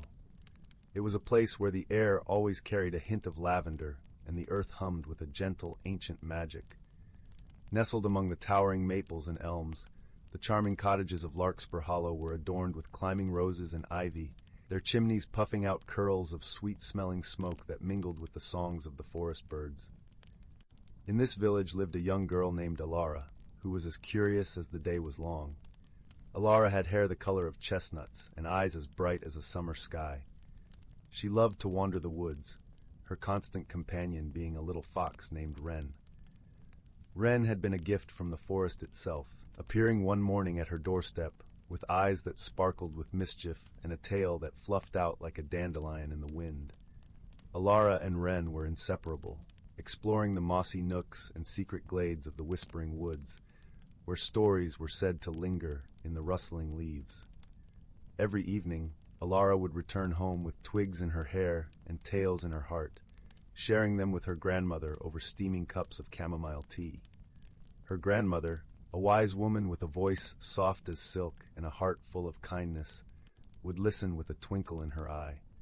She would tell Alara that the woods were alive with magic, that they had watched over the village for generations, whispering secrets only to those who truly listened.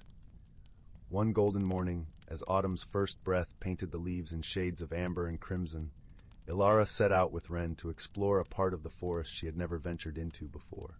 They followed a narrow, winding path, dappled with sunlight, until they came upon a small, hidden glade. In its center, there stood an ancient oak tree, its gnarled branches stretching skyward like the arms of an old friend. At the base of this oak, nestled among its roots, was a peculiar sight, a small, wooden door, intricately carved with symbols and patterns that seemed to shimmer with an inner light. Alara's heart leapt with excitement. She had heard stories of the Tree of Echoes, a mythical place where time whispered its tales to those who dared to listen. Wren, sensing her excitement, twitched his ears and stood on his hind legs, peering curiously at the door. With a gentle push, Alara opened it, revealing a spiral staircase that wound its way down into the heart of the tree. Taking a deep breath, she stepped inside, Wren at her heels, and began her descent. The staircase seemed endless, yet as they descended, the air grew warmer, filled with the scent of honey and wildflowers. Finally, they emerged into a vast chamber, the walls of which glowed with a soft, golden light. In the center of this chamber stood a grand, ancient table, upon which lay a collection of scrolls and books, their pages fluttering gently as if touched by an unseen breeze. Alara approached the table, her fingers brushing lightly over the worn leather and parchment. Each scroll bore tales of old, stories of the forest, of its guardians and the magic it held. One particular scroll caught her eye, its edges embroidered with silver threads that sparkled like stars. It was the tale of the Starry Path, a legend of a celestial road that connected the heavens to the earth, traveled only by those chosen by fate. As she read, the chamber seemed to come alive, the stories unfolding around her like a tapestry of light and sound. The whispers of the past danced through the air, wrapping around her like a gentle embrace. It was as if the tree itself was sharing its memories with her, weaving its stories into her own. Time flowed differently in the chamber, and when Alara finally resurfaced, the sun was setting, painting the sky with strokes of violet and rose. Wren bounded ahead, his paws barely touching the ground as they made their way back to Larkspur Hollow. That evening, as Alara recounted her adventure to her grandmother, she felt a new sense of connection to the forest, as though the stories had become a part of her. Her grandmother smiled knowingly, her eyes reflecting the glow of the hearth. "The forest has chosen you, my dear," she said softly, "to carry its tales and its wonders, to share them with the world." From that day on, Alara became the village storyteller, her tales captivating the hearts and minds of young and old alike. She spoke of the Tree of Echoes and the Starry Path, of the magic that thrummed beneath their feet and the secrets that whispered through the leaves. As seasons turned and years slipped by like pages in a book, Alara grew into a wise woman, much like her grandmother. The villagers would gather around her, eager to hear her stories, which seemed to shimmer and glow with the magic of the forest itself. And so, the tales of Larkspur Hollow lived on, passed from generation to generation, carried on the wings of the wind and the whispers of the trees. In the heart of the whispering woods, magic thrived, and stories grew like wildflowers, forever blooming, forever enchanting. Story 52 title, The Enchanted Tea Garden. In the heart of the quaint village of Willowbrook, nestled between the whispering woods and the babbling brook, lay a hidden sanctuary known as the Enchanted Tea Garden. This was no ordinary garden. It was a place where the air shimmered with magic, and stories unfolded like the petals of the rarest flowers. The garden was tended by Alara, a gentle soul with a heart as warm as a summer's day, and eyes that sparkled with the secrets of the universe. Alara had inherited the garden from her grandmother, a wise woman who had whispered incantations into the soil and coaxed miracles from the earth. The villagers spoke of the garden in hushed tones, for it was said to be a place where time danced to its own rhythm and dreams took root alongside the daisies. Every morning, Alara would rise with the sun, her footsteps light upon the dew-kissed grass, to greet the garden's inhabitants. The flowers, each with their own personality, would sway in greeting, their vibrant hues painting a living tapestry. There were the sun blossoms, who opened their golden faces to the light with joyful abandon, and the moon lilies, whose petals glowed softly in the night, casting a gentle luminescence upon the garden. But the most extraordinary feature of the garden was the tea tree, an ancient and wise sentinel that stood at its heart. Its branches were adorned with teacups of all shapes and sizes, each one filled with a brew that could warm the soul or unlock the secrets of the heart.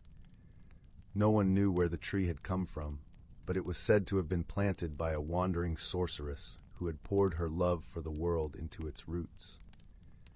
One crisp autumn morning, as the leaves began to paint the world in shades of amber and gold, a curious visitor arrived at the garden gate. Her name was Lyra, a young woman with a spirit as unbridled as the wind and a thirst for adventure that could never be quenched. She had heard tales of the enchanted tea garden during her travels and felt an inexplicable pull to seek it out. As Lyra pushed open the wrought iron gate, a soft chime echoed through the air, as if the garden itself was welcoming her.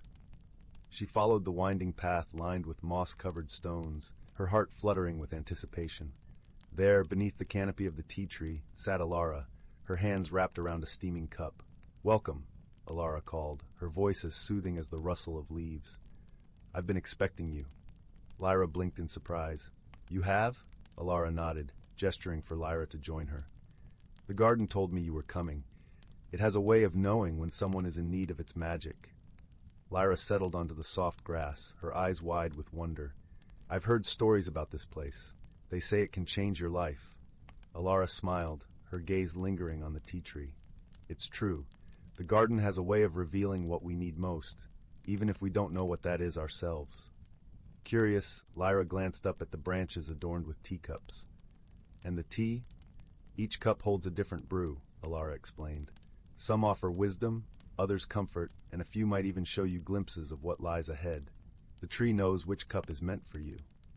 With a sense of reverence, Lyra reached up, her fingers brushing against the delicate porcelain. A particular cup caught her eye, its surface painted with images of stars and swirling galaxies. As she lifted it from the branch, a warm, spicy aroma filled the air. Alara watched with a knowing smile. "Ah, the tea of dreams. A fitting choice for a seeker of stories." Lyra sipped the tea, the flavors dancing on her tongue like a symphony of cinnamon and starlight. As she drank, the garden seemed to shift around her, the colors deepening, the sounds of nature growing more vibrant. She felt a gentle tug at her heart, as if the universe itself was whispering secrets only she could hear. Images began to unfurl in her mind, a tapestry of memories and possibilities. She saw herself as a child, running through fields of wildflowers, her laughter mingling with the song of the wind. She saw paths she had not yet traveled, roads lined with mysteries and encounters that beckoned her onward. And then she saw the face of a friend she had not yet met, a kindred spirit whose presence would illuminate her journey. In that moment, Lyra understood that the garden had not only revealed her past and future, but had also awakened something within her, a sense of purpose and belonging that she had longed for without knowing it. As the vision faded, Lyra set the cup back upon the branch, her heart full and her spirit renewed. She turned to Alara, gratitude shining in her eyes. "Thank you," she whispered. "I think I understand now." Alara nodded, her expression serene. "The garden has a way of showing us what we need, even if it's not what we expected." As the sun began its descent, casting a golden glow over the garden, Lyra rose to leave, her steps lighter than they had been in years. She paused at the gate, looking back at the tranquil haven that had changed her life in ways she could not yet fully comprehend. "Will I see you again?" she called to Alara, her voice filled with hope. Alara's laughter rang out like a melody. "The garden is always here, waiting, and so am I." With a heart full of wonder and a soul newly awakened, Lyra stepped back into the world, ready to embrace the adventures that awaited her. The enchanted tea garden had given her the gift of clarity and connection, a gentle reminder that magic was all around for those who believed. And as the stars began to twinkle in the evening sky, the garden whispered its ancient song, a lullaby of dreams and possibilities, weaving its enchantment into the fabric of the world. Story 53. In the tranquil village of Willowbrook, nestled between the whispering woods and the glistening silver lake, there lived a young girl named Alara. Her days were filled with the simple joys of village life, helping her grandmother with baking, tending to the small garden, and weaving tales for the village children under the ancient oak tree. Alara had a secret, one that she shared with no one except the forest itself. She could speak with the creatures that dwelled within it. The people of Willowbrook often spoke of the magical beings that lived beyond the village borders. Tales of kind-hearted dragons, mischievous spirits, and the wise old tree guardians were passed down through generations. Alara, however, had met these beings. It was during one of her many wanderings in the woods that she found herself face to face with a dragon.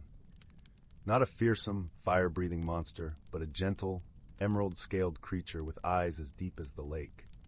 His name was Zephyr, and he had lived in the woods for centuries, watching over the land and its people. Alara was not afraid, for she sensed the kindness in his gaze. From that day on, she often visited Zephyr, bringing him tales from the village and listening as he shared the ancient stories of the forest. One day, as autumn leaves began to fall, a strange unease settled over Willowbrook. The air felt heavy, and the winds carried whispers of something amiss. The village elder, a wise woman named Marin, called upon the villagers to gather by the oak tree. Alara stood amidst the crowd, listening intently as Marin spoke of a disturbance in the balance between the village and the magical realm. "Something stirs in the forest," Marin said, her voice steady and calm. "A spirit of mischief has awakened, and it threatens the harmony we have long cherished." The villagers murmured amongst themselves, worry etching their faces. Alara's heart quickened. She knew she must speak with Zephyr, for he would know how to restore the balance. That evening, under the light of a crescent moon, Alara made her way to the forest. The trees seemed to whisper her name as she walked, guiding her to Zephyr's hidden glade. There she found him waiting, his scales shimmering like jewels in the moonlight. "Zephyr," she called softly, "something troubles the village. The elder speaks of a spirit that has awakened." Zephyr nodded slowly. "I have felt it too, young Alara. The spirit you speak of is Puck, a sprite known for his pranks.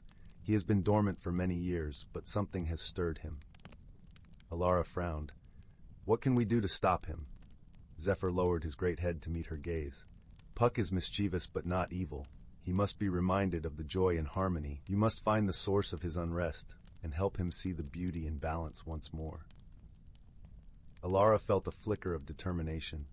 With Zephyr's guidance, she would find Puck and restore peace to her village. The next morning, Alara set out into the forest with a small satchel filled with offerings, a handful of acorns, a vial of spring water, and a loaf of her grandmother's honey bread. She followed the path deeper into the woods, feeling the gentle nudge of Zephyr's presence behind her, a silent guardian watching over her steps. As she walked, the forest seemed alive with anticipation. The leaves rustled with secrets, and the birds sang songs of encouragement. Alara's heart swelled with the magic of it all, the deep connection she felt with the world around her. After hours of wandering, she came upon a clearing where the air shimmered with an otherworldly light. There, at the center, danced a small figure, its laughter echoing through the trees. It was Puck, his form a blur of colors and light, his eyes twinkling with mischief. Alara stepped forward, her voice gentle but firm. "Puck, spirit of the forest, I have come to speak with you." Puck paused, his eyes narrowing with curiosity.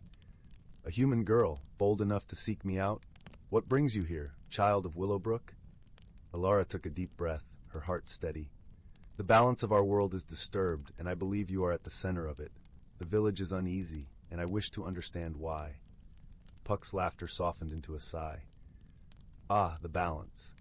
It is true, I have been restless, but not out of malice, young one. The world has changed, and I find myself longing for the days when magic flowed freely between your kind and mine." Alara nodded, understanding dawning in her heart. "The world does change, but the connection between us remains. Perhaps we can find a way to celebrate that bond, to remind everyone of the magic that still lingers." Puck tilted his head, intrigued. "And how do you propose we do that?" Alara smiled, the warmth of an idea blossoming within her. "We will hold a festival, a gathering of village and forest alike, a celebration of stories, music, and laughter, a reminder that we are all part of the same tapestry." Puck clapped his hands in delight, the air around him sparkling with his joy. "A festival! Yes, that is precisely what is needed. I shall help you, little one. Together, we will weave a night of wonder and magic." With Puck's promise, Alara returned to the village, her heart light and hopeful. She shared her plan with Marin and the villagers, who embraced the idea with open arms. Preparations began at once, the village buzzing with excitement as they gathered decorations, prepared feasts, and rehearsed songs. On the night of the festival, the village square was transformed into a wonderland of light and color. Lanterns hung from the trees, casting a warm glow over the gathering. Tables were laden with food, and the air was filled with the sweet melodies of flutes and fiddles. As twilight settled, the forest began to stir. From the shadows emerged the magical beings of the woods, sprites, nymphs, and even a few curious tree guardians. Zephyr made a grand entrance, his wings casting shimmering reflections across the lake. The villagers welcomed them all with open arms, their hearts open to the magic that surrounded them. Alara stood at the center of it all, her heart full to bursting.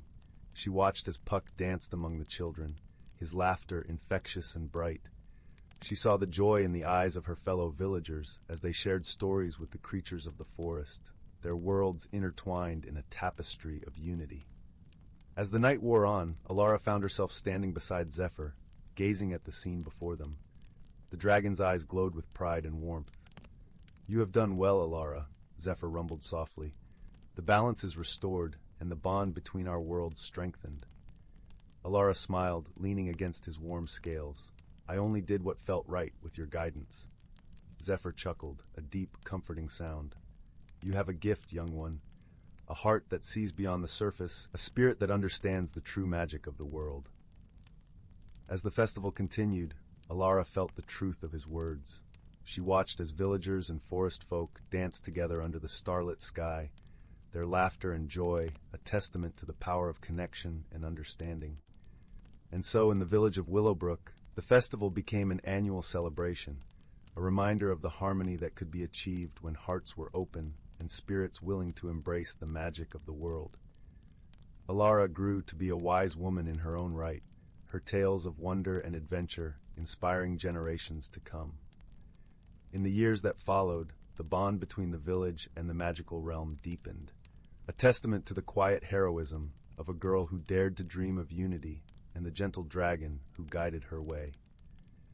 And in the heart of the forest, Zephyr watched over them all, his eyes filled with the timeless wisdom of a world where magic and humanity walked hand in hand. Story 54. In the tranquil village of Elderglen, nestled between the whispering woods and the serene expanse of Lake Luminara, there was a time when magic danced in every shadow and shimmered in every sunbeam. The villagers, though simple folk, lived in harmony with the enchanting creatures that called the forest home. Among these creatures were the gentle Lumina dragons, whose scales glowed with the colors of the dawn, and the playful sylphs, whose laughter sounded like the tinkling of distant bells. The heart of Elderglen was its ancient oak tree, known as the Elder Tree, whose roots reached deep into the earth and branches stretched towards the sky, bridging the realms of human and magic. It was said that the tree was the source of all magic in the land, and its leaves whispered the secrets of the ages to those who listened. One crisp autumn morning, as the leaves of the elder tree began to turn golden and fiery red, a young girl named Maris stood at its base. Maris was known for her curiosity and her kind heart. Her eyes sparkled with the same curiosity that often led her into adventures, and her smile was as warm as the summer sun. She had grown up listening to tales of the magical creatures that lived in the woods and longed to meet them. As Maris pressed her ear to the rough bark of the elder tree, hoping to hear its ancient tales, she noticed a peculiar glow emanating from the roots. There, nestled between the gnarled roots, was a small egg, shimmering with a soft, iridescent light. It was no ordinary egg. It was a Lumina dragon egg, known to choose a caretaker from among the pure of heart. Maris gently cradled the egg, feeling its warmth seep into her palms. She knew that finding a dragon egg was a rare gift, and she felt a sense of responsibility to protect it. With the egg safely tucked in her satchel, Maris set out to seek the advice of the village elder, a wise woman named Alara, who had a deep understanding of the magical world. Alara's cottage was nestled on the edge of the village, surrounded by a garden that bloomed with herbs and flowers that never wilted, even in the harshest winter. When Maris arrived, she found Alara tending to her garden, her silver hair glinting in the sunlight. "Ah, Maris," Alara greeted her with a knowing smile. "I see you've found something special." Maris carefully showed the egg to Alara, who nodded in approval. "This is a gift from the Lumina dragons," Alara explained. "They have chosen you, dear Maris, to be this dragon's guardian. You must care for it with love and patience, for when it hatches, it will need a friend to guide it." Maris felt a flutter of excitement mixed with the weight of responsibility. "What must I do, Alara?" she asked earnestly. "Listen to the elder tree, for it will guide you. And remember, a dragon's heart is linked to the land. As long as you nurture its spirit, it will bring joy and prosperity to Elderglen." With Alara's words in her heart, Maris returned home, determined to fulfill her new role. Each day, she visited the elder tree, sitting beneath its branches with the egg, whispering stories and singing songs she had learned from her grandmother. The egg responded with a gentle glow, as if absorbing the love and warmth she offered. As the days turned into weeks, Maris noticed subtle changes around the village. The harvest was bountiful, the weather mild, and a sense of peace enveloped Elderglen. The villagers, unaware of the dragon egg, attributed the good fortune to the blessings of the elder tree. One night, as the moon cast its silvery glow over the land, Maris was awakened by a soft crackling sound. She hurried to the egg, which now shimmered more brightly than ever. As she watched, the egg began to crack, revealing a tiny dragonette with scales that sparkled like morning dew. The dragonette blinked up at Maris with eyes that held the wisdom of ages, and in that moment, a bond was forged between them. Maris named the dragonette Lumia, after the light that had guided her. Together, they explored the woods, where Lumia learned to fly and breathe gentle flames that warmed the earth. The villagers, though amazed by the presence of the dragon, welcomed Lumia with open hearts, seeing her as a symbol of the harmony between their world and the magical one. Under Maris's care, Lumia grew, her wings spreading wide as she soared across the sky, painting the clouds with hues of gold and lavender. She became a guardian of Elderglen, ensuring the village remained a haven of peace and prosperity. The years rolled by like the gentle streams that crisscrossed the land, and Maris grew into a wise and beloved figure in the village, known for her kindness and the unbreakable bond she shared with Lumia. Together they taught the villagers to live in harmony with the magical creatures of the woods, weaving a tapestry of friendship and understanding that would endure for generations. And so, the tales of Maris and Lumia became part of the lore of Elderglen, a testament to the magic that dwells not just in dragons, but in the hearts of those willing to listen to the whispers of the ancient trees and embrace the wonder of the world around them. Story 55, title, The Whispering Woods and the Dragon's Gift. In the heart of the Whispering Woods, where the trees spoke in hushed tones and the streams sang crystal-clear lullabies, there lived a dragon named Eldoran. Unlike the fearsome beasts of old tales, Eldoran was a gentle giant, with scales that shimmered like moonlit water and eyes as warm as a summer's hearth. His presence was a secret known only to the forest creatures and a select few humans who truly listened to the whispers of the woods. Eldoran's lair was a cavern hidden beneath the roots of the oldest oak, a tree so ancient it had witnessed the birth of stars. Within, treasures of a different kind were stored, not gold or jewels, but stories, dreams, and the laughter of children. Eldoran was a collector of joy and keeper of peace, ensuring that harmony reigned in the Whispering Woods. One crisp autumn day, as the leaves blazed with fiery colors, a young girl named Elara wandered into the woods. She was a curious soul, drawn to the woods by tales spun by her grandmother, who once spoke of a dragon that guarded the heart of the forest. Elara, with her auburn hair and eyes the color of twilight, was determined to seek out this mythical creature, not for glory, but to understand the magic her grandmother cherished. As Elara ventured deeper, the forest seemed to welcome her. The trees bowed slightly, and the breeze carried scents of pine and honeysuckle, guiding her path. She soon stumbled upon a peculiar sight, a circle of mushrooms that seemed to pulse with a soft, ethereal glow.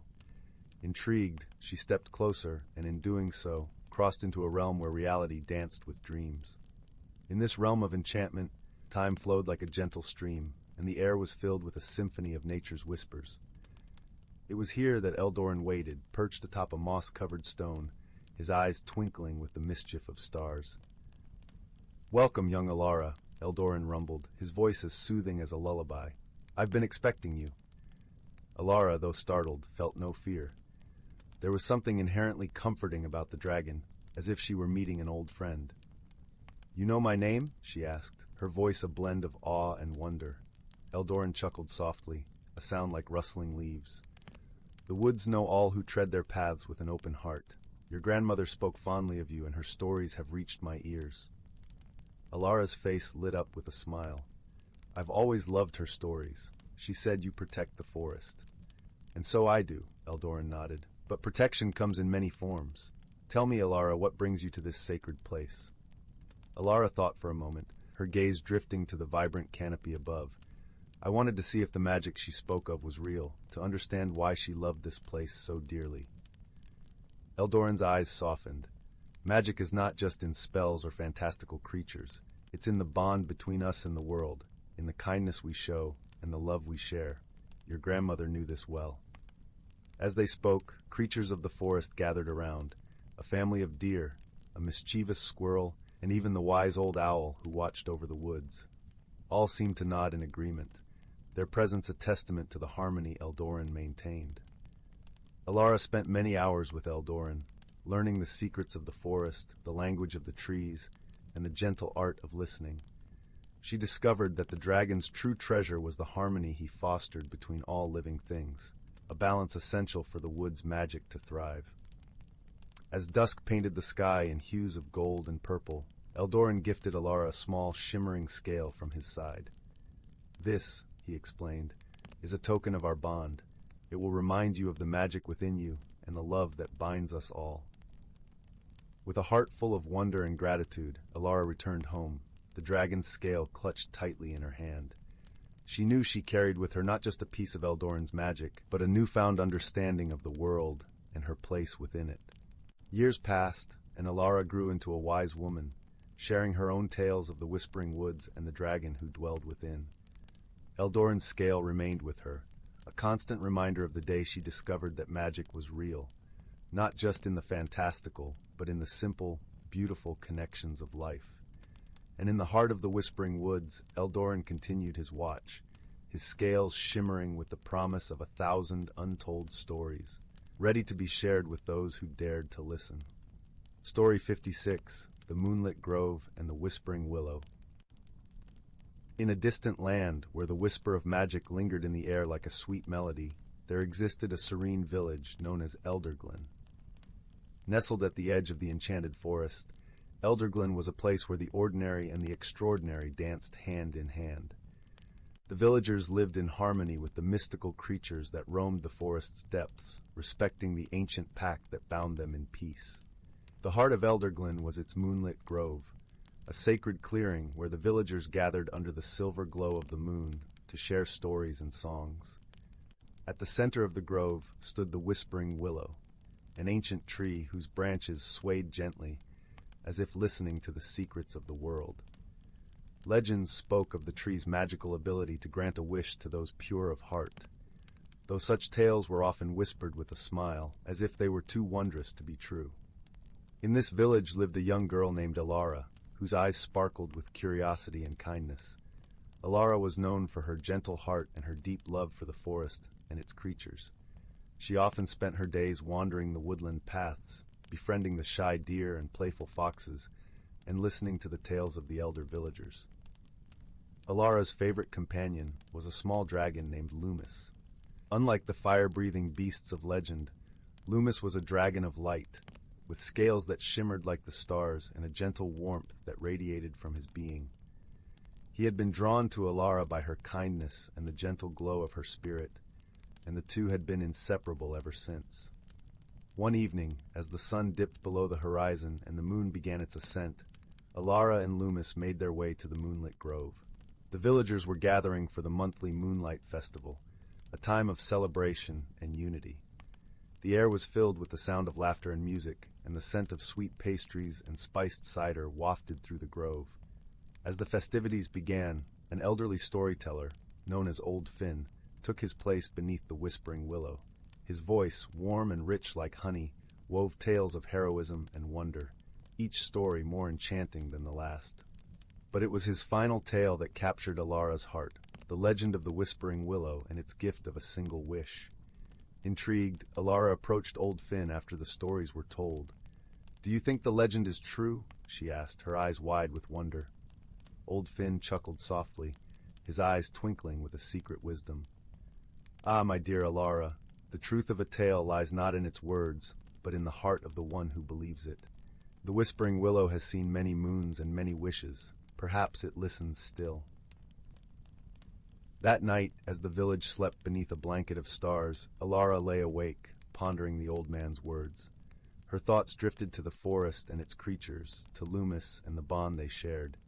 She wondered what she might wish for, should the legend be true. The next morning, Alara awoke with a sense of purpose. She decided to visit the whispering willow, not out of desire for a wish, but simply to speak with it, as she would an old friend. Loomis, sensing her resolve, accompanied her, his scales glowing softly in the morning light. As they reached the grove, Alara approached the ancient tree, its bark weathered and wise. She placed her hand gently on its trunk and spoke softly. "Whispering willow, if you truly listen, I wish not for myself but for the forest. May it always thrive and remain a haven for all who call it home." To her surprise, the tree's branches rustled gently, as if acknowledging her sincerity.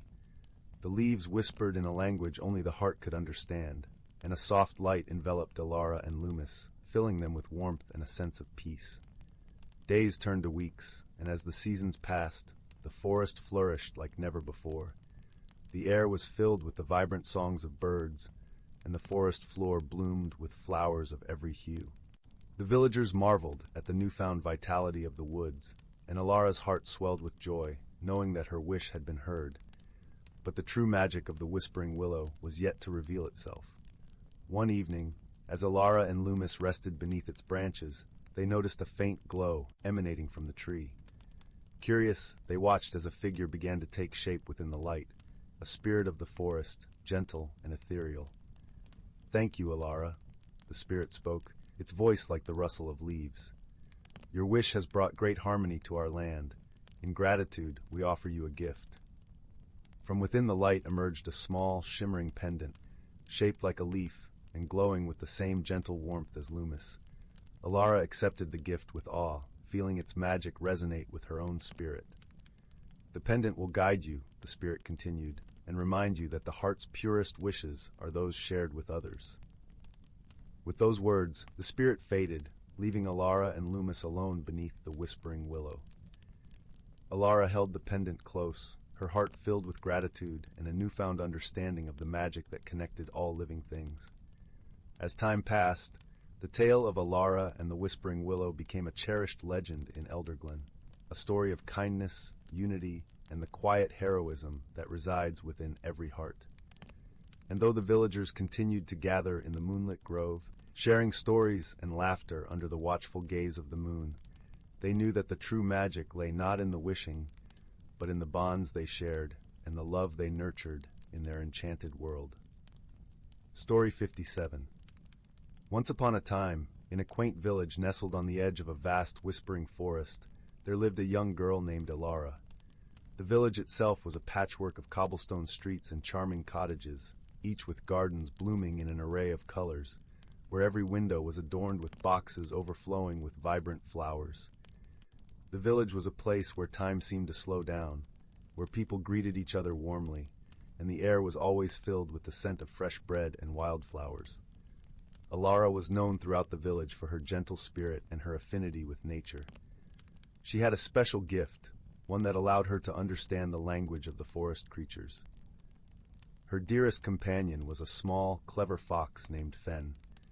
Fen had fur as red as autumn leaves and eyes that sparkled like sunlight dancing on a brook. The two were inseparable, often seen wandering along the forest paths or resting beneath the ancient oak tree that stood at the heart of the village. One summer's morning, as the first light of dawn peeked over the horizon, Alara awoke to find Fen tapping lightly on her window with his paw. He had an excited gleam in his eye, and Alara knew he had something important to share.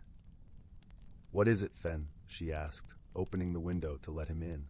Fen's ears twitched with excitement. "Alara, there's something wonderful happening in the forest," he said in his soft, melodic voice. "The great oak has begun to bloom with the rarest of flowers, the luminara blossoms. They only bloom once every 100 years, and their light is said to hold the wisdom of the forest." Alara's eyes widened in wonder. She had heard stories of the luminara blossoms from the village elders, tales of their ethereal glow and the secrets they whispered to those who listened. She knew she had to see them. With a quick breakfast and a promise to her parents to be safe, Alara set off with Fen by her side.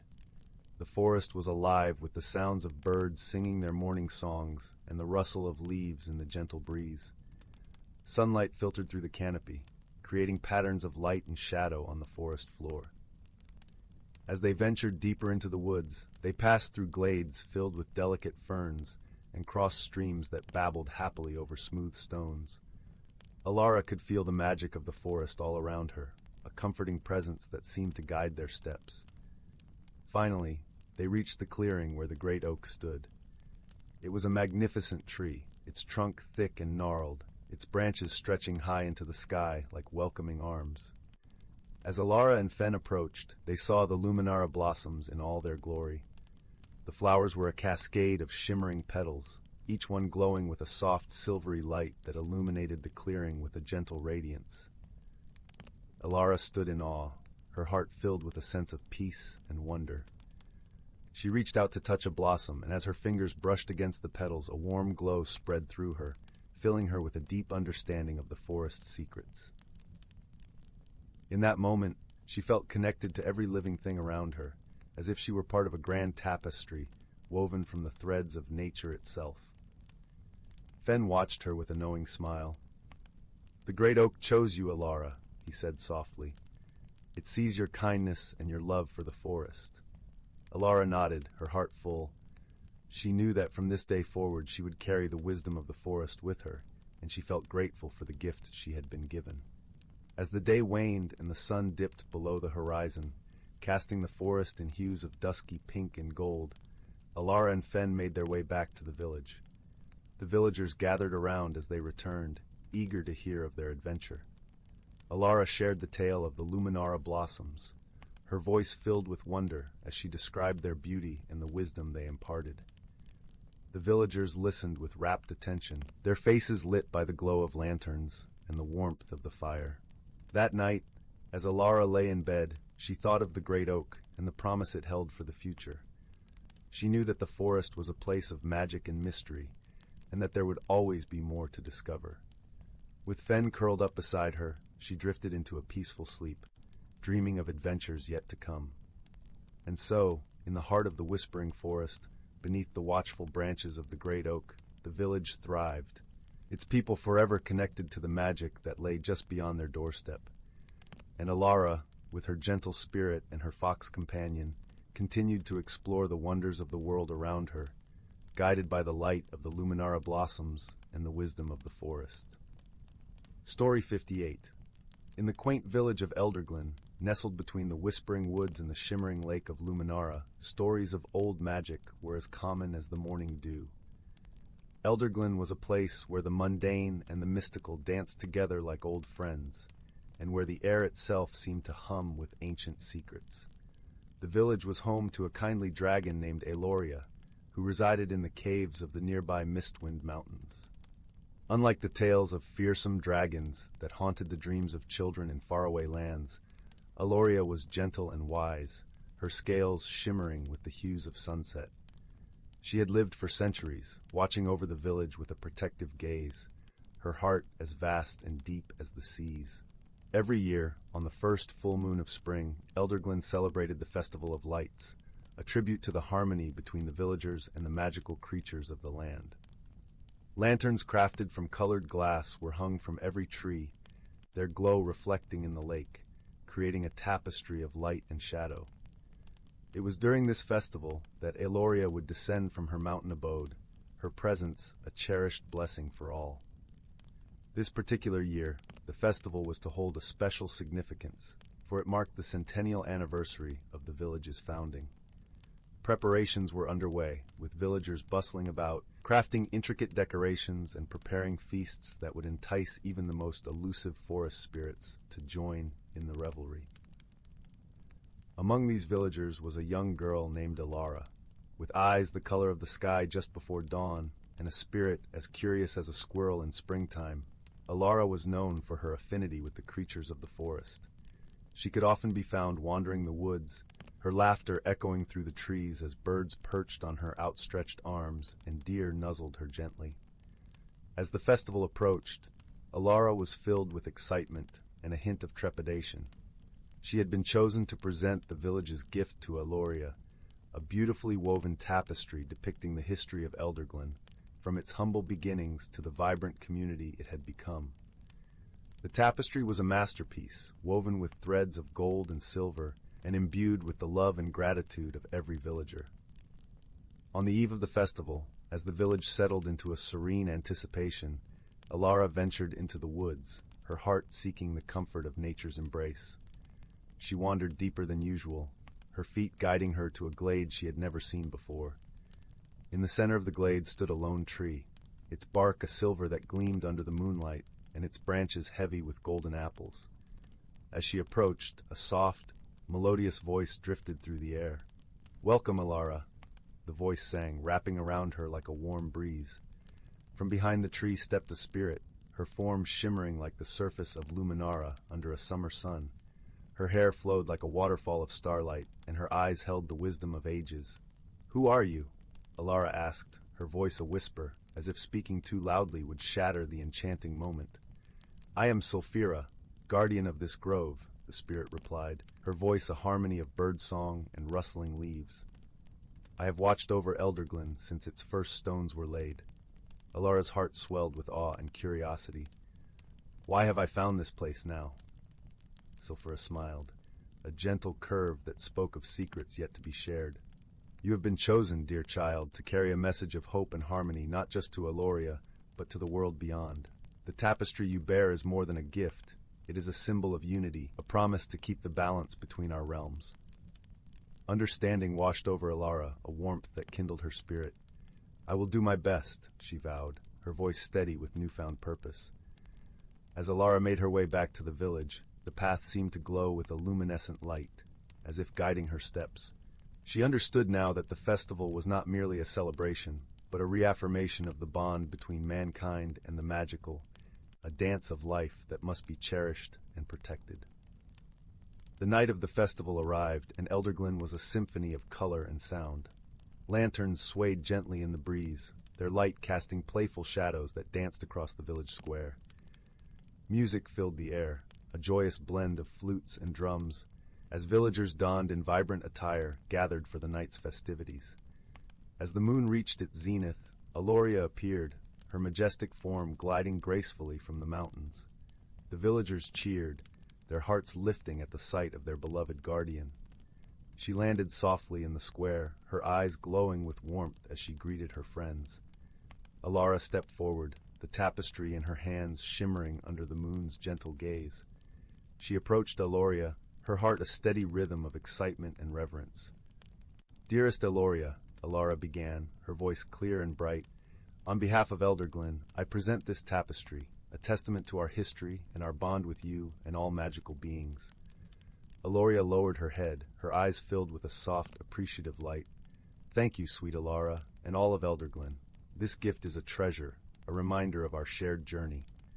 As Aloria spoke, Sulfira stepped from the shadows, her presence a whisper of starlight. The villagers gasped in wonder, their eyes wide with awe at the sight of the spirit. "Let this festival be a beacon," Sulfira declared, her voice carrying the power of the ancient winds, a beacon of unity, of respect, and of love for all that is seen and unseen. The night continued with laughter, stories, and the gentle glow of lanterns reflecting in every joyful eye. As dawn approached, the villagers gathered by the lake, watching the first light of the new day kiss the horizon. Aloria and Sulfira joined them, their forms a reassuring presence, a promise of continued harmony. And as the sun rose, Alara felt a sense of peace and purpose settle within her, a quiet heroism born of understanding and love. In the years that followed, the tale of the Festival of Lights and the tapestry of Elderglen spread far and wide, carried by the winds to distant lands. It became a story told around hearths and campfires, a story of hope and the enduring bond between the magical and the mundane. And so in a world where dragons and spirits walked alongside humankind, the village of Elderglen thrived, a testament to the power of friendship, the magic of unity, and the gentle adventure found in everyday life. Story 59, The Whispering Woods and the Starry-Eyed Owl. Once upon a time, in a village nestled at the edge of the Whispering Woods, there lived a young girl named Alara. The village was a quaint collection of cobblestone cottages with thatched roofs, surrounded by fields of lavender and wildflowers that danced in the gentle breeze. Alara had a mane of curly auburn hair and eyes that sparkled like the morning dew on a sunny day. Her heart was as boundless as the sky, filled with dreams of adventure and discovery. Alara's village was a place where stories were cherished like heirlooms, passed down through generations and woven into the fabric of everyday life. Her grandmother, a wise woman with a voice as soft as a lullaby, often spoke of the whispering woods. She told tales of ancient trees that murmured secrets, of streams that sang melodies, and of creatures that roamed under the moonlit canopy. Among these tales, one story captured Alara's imagination more than any other, the legend of the starry-eyed owl. It was said that this mystical creature appeared only on the clearest nights, its feathers shimmering with stardust, its eyes reflecting the cosmos. The owl, so the story went, possessed the wisdom of the ages and the power to grant a single wish to those pure of heart. Alara was captivated by the idea of meeting the starry-eyed owl. She longed to explore the whispering woods, to uncover its secrets, and perhaps, if fortune favored her, to catch a glimpse of the legendary owl. One crisp autumn evening, under a sky strewn with stars like scattered diamonds, Alara decided that the time had come. She wrapped herself in a warm cloak, tucked a small lantern into her satchel, and set off toward the woods. The air was laced with the scent of pine and earth, a fragrant reminder of the mysteries that lay ahead. As she entered the whispering woods, Alara felt a gentle thrill course through her. The trees, tall and ancient, seemed to lean in closer, their leaves rustling softly, as if sharing secrets with the wind. The path beneath her feet was cushioned with fallen leaves, each step a whisper in the night. Guided by the silvery moonlight, Alara wandered deeper into the woods. She marveled at the bioluminescent fungi that glowed softly along the forest floor, and at the delicate fireflies flitting about like tiny lanterns. Her heart beat in time with the rhythm of the forest, a gentle pulse that seemed to echo her own excitement. After a while, Alara reached a small clearing bathed in moonlight. She paused, feeling a sudden sense of calm wash over her. It was as if the forest itself was holding its breath, waiting for something magical to occur. And then she saw it, a streak of light across the sky, a shooting star blazing a trail through the heavens. Alara closed her eyes and made a wish, her heart whispering her deepest desire. As she opened her eyes, she noticed a movement in the shadows at the edge of the clearing. There, perched on a low branch, was the starry-eyed owl. Its feathers glimmered like the night sky, flecked with the brilliance of 1,000 stars. The owl's eyes, vast and knowing, met Alara's gaze, and in that moment, she felt a connection as ancient as the earth itself. The owl hooted softly, a sound like the tinkling of distant chimes. Alara felt a warmth spreading through her chest, a gentle glow that seemed to fill her with light. She didn't need to speak her wish aloud. It was as if the owl could see into her very soul. With a graceful sweep of its wings, the starry-eyed owl took flight, circling above the clearing before disappearing into the night. Alara watched it go, feeling a sense of peace settle over her. She knew, deep in her heart, that her wish had been heard. As she made her way back through the woods, the forest seemed to hum with a newfound harmony. The trees whispered their secrets, the streams sang their songs, and the creatures of the night watched with gentle curiosity as Alara passed. When she emerged from the woods, the village lay quiet beneath the stars, the chimneys issuing soft plumes of smoke that drifted lazily into the night. Alara felt a profound sense of gratitude for the world around her, for the magic that existed in the whispers of the wind and the glow of the moon. In the days that followed, Alara carried the memory of her encounter with the starry-eyed owl close to her heart. She found joy in the simple things: a child's laughter, the rustle of leaves, the warmth of the sun on her face. Her wish, though unspoken, seemed to weave itself into her everyday life, bringing with it a sense of wonder and fulfillment. The villagers noticed the change in Alara. Her smile radiated like sunlight, her laughter rang like a melody. She shared her stories of the whispering woods, of the magic that lay within reach, if only one believed. Her tales inspired others to seek their own adventures, to listen to the whispers of the world around them. And as for the starry-eyed owl, it remained a cherished part of the village lore, a symbol of hope and possibility. Alara knew that it was out there, somewhere in the vast expanse of the woods, watching over those who dared to dream. Years passed, and Alara grew into a wise and gentle woman, her spirit as vibrant as ever. She became the storyteller of the village, her tales woven with threads of magic and wonder. Children gathered at her feet, their eyes wide with awe as she spun her stories, each one a journey to a world beyond the ordinary. And on clear starlit nights, when the sky was a tapestry of light, Alara would gaze up at the heavens and remember the night she met the starry-eyed owl. She knew that as long as there were dreams to be dreamt and wishes to be made, magic would always exist in the world. And so, the legend of the starry-eyed owl lived on, a beacon of hope and enchantment in the hearts of those who believed in the quiet beauty of everyday life and the wonders that lay just beyond the horizon. Story 60. In the heart of the ancient whispering woods, where the trees spoke in hushed tones and the air was thick with enchantment, there existed a village known as Elderglen. This village was unlike any other, for it was a place where magic and the mundane intertwined seamlessly, weaving a tapestry of life that was both extraordinary and familiar. At the center of Elderglen stood the great oak, an immense tree whose branches stretched towards the heavens and whose roots delved deep into the earth, connecting the villagers to the very essence of the land. It was said that the great oak was as old as time itself, a living library of the world's stories, and the guardian of the village's harmony. The people of Elderglen had long lived in harmony with the magical creatures of the woods. It was not uncommon to see a fairy flitting about, leaving trails of sparkling laughter in its wake, or to hear the deep, resonant hum of a gentle giant weaving through the forest, tending to the trees. And then there were the dragons, noble and wise beings who roamed the skies, their scales shimmering in the sunlight like jewels cast upon the wind. One such dragon, named Elysian, was a frequent visitor to Elderglen. Elysian was a majestic creature with sapphire scales and eyes that held the secrets of ages past. Despite his grandeur, he was known for his kindness and had a special fondness for the villagers, often bringing them gifts of rare herbs and precious stones from distant lands. The village was also home to a young girl named Lyra, whose heart was as pure as the morning dew. Lyra had a deep love for the forest and its denizens, spending her days exploring the woods and learning the secrets of the earth. She had a particular affinity for the great oak, often sitting beneath its boughs, listening to the whispers of ancient tales carried by the wind. One balmy evening, as the sun dipped below the horizon and the sky blushed with hues of orange and violet, Lyra sat beneath the great oak, her mind adrift in dreams of adventure. She had just closed her eyes when she heard a soft rustling in the leaves above. Opening her eyes, she found herself gazing into the gentle eyes of Elysian, who had landed silently beside her.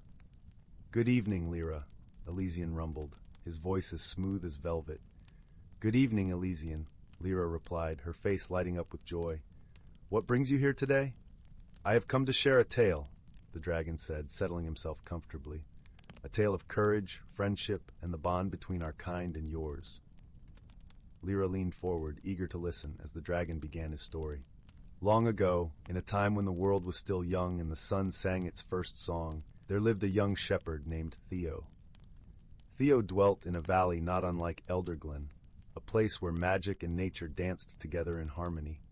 He was known for his gentle heart and his ability to understand the language of the wind and the whispers of the brook.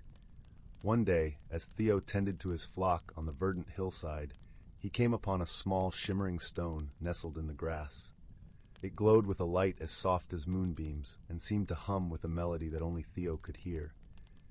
Entranced, he picked up the stone, feeling its warmth seep into his fingers. That night, as he lay beneath the vast expanse of stars, Theo dreamt of a dragon, a magnificent creature with scales of silver and eyes like pools of starlight. In the dream, the dragon spoke to him, its voice a gentle breeze. "Theo," the dragon said, "I am trapped in a realm beyond your own, bound by a curse that only the heart of a pure soul can break. The stone you found is the key to my freedom, for it holds the essence of dreams and the power of hope. Will you help me?" Without hesitation, Theo pledged his aid, and when he awoke, he found the stone still clutched in his hand, its glow as bright as ever. Guided by the whispers of the stone and the call of the dragon, Theo embarked on a journey across lands both familiar and strange. He traversed mountains that scraped the sky, crossed rivers that sang of forgotten times, and ventured into forests where ancient spirits wove the fabric of life. Throughout his travels, Theo encountered creatures of every kind. He befriended a mischievous sprite who guided him through the labyrinthine woods, and a wise old owl who shared the secrets of the stars. Each encounter brought him closer to understanding the true nature of courage and the strength found in friendship. Finally, after many moons had passed, Theo arrived at a place where the veil between worlds was thin, a shimmering lake where the sky met the water in a seamless embrace. As he stood at the water's edge, the stone in his hand began to pulse with a radiant light, and from the depths of the lake, the dragon emerged. With a roar that echoed through the valleys, the dragon was freed from its prison, its silver scales reflecting the light of 1,000 dawns. In gratitude, the dragon bestowed upon Theo a gift, a scale from its own body, imbued with the power to protect and heal.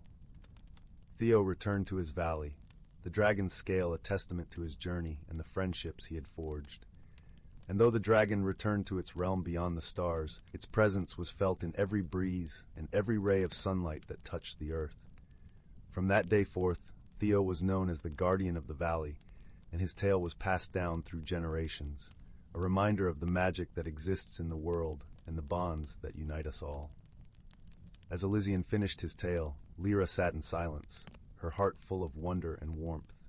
She knew that, like Theo, she too was part of a greater story, a story woven from the threads of dreams and the light of hope. "Thank you, Elysian," Lyra said softly, her voice filled with gratitude. "Your tale has touched my heart." The dragon nodded, a gentle smile playing upon his lips. "Remember, dear Lyra, that the world is full of magic for those who have the heart to see it. And know that you are never alone, for the bonds we share are the truest form of magic." With that, Elysian spread his wings, their tips brushing the stars, and soared into the night sky, leaving behind a trail of shimmering light. Lyra watched him go, feeling a sense of peace and belonging. She knew that the Whispering Woods with its ancient trees and magical creatures would always be her home, a place where her own tale would unfold, guided by the wisdom of dragons and the whispers of the great oak.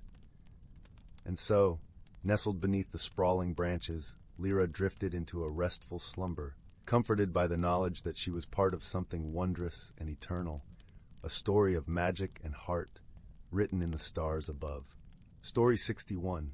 In the village of Eldergrove, nestled in the embrace of the great forest, the presence of the dragon was as ancient as the tales sung by the elders. Known as Lyranth, the dragon was a creature of shimmering emerald scales that glistened under the sun and eyes that held the wisdom of centuries.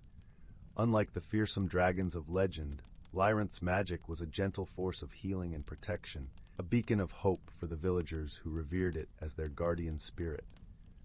For generations, Lyranth had watched over Eldergrove, swooping down from its mountain abode to aid in times of need.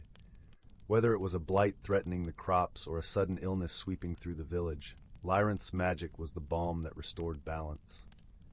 The villagers honored the dragon with offerings of fruit and song, celebrating the bond that had flourished between them. However, change was stirring in the winds. It began with whispers of unease, carried by the rustling leaves and the sudden silence of the forest creatures. The river that ran alongside the village, once a lively torrent of crystal waters, had turned sluggish and murky, its flow interrupted by unseen forces. The crops, too, began to wilt, their vibrant green leaves fading to a sickly yellow. The villagers turned to Lyranth, their eyes filled with worry, and the dragon, sensing the gravity of the situation, descended from its mountain peak. It was during this time that a traveler arrived at Eldergrove, a young woman named Alara, who bore the look of one accustomed to journeys and discoveries.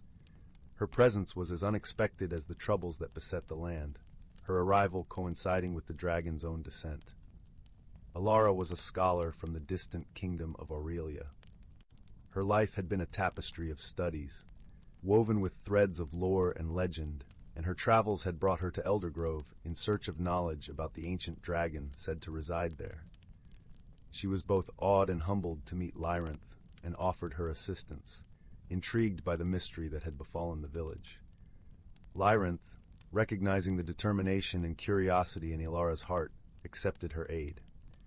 Together, They embarked on a quest to uncover the root of the disturbances plaguing the land.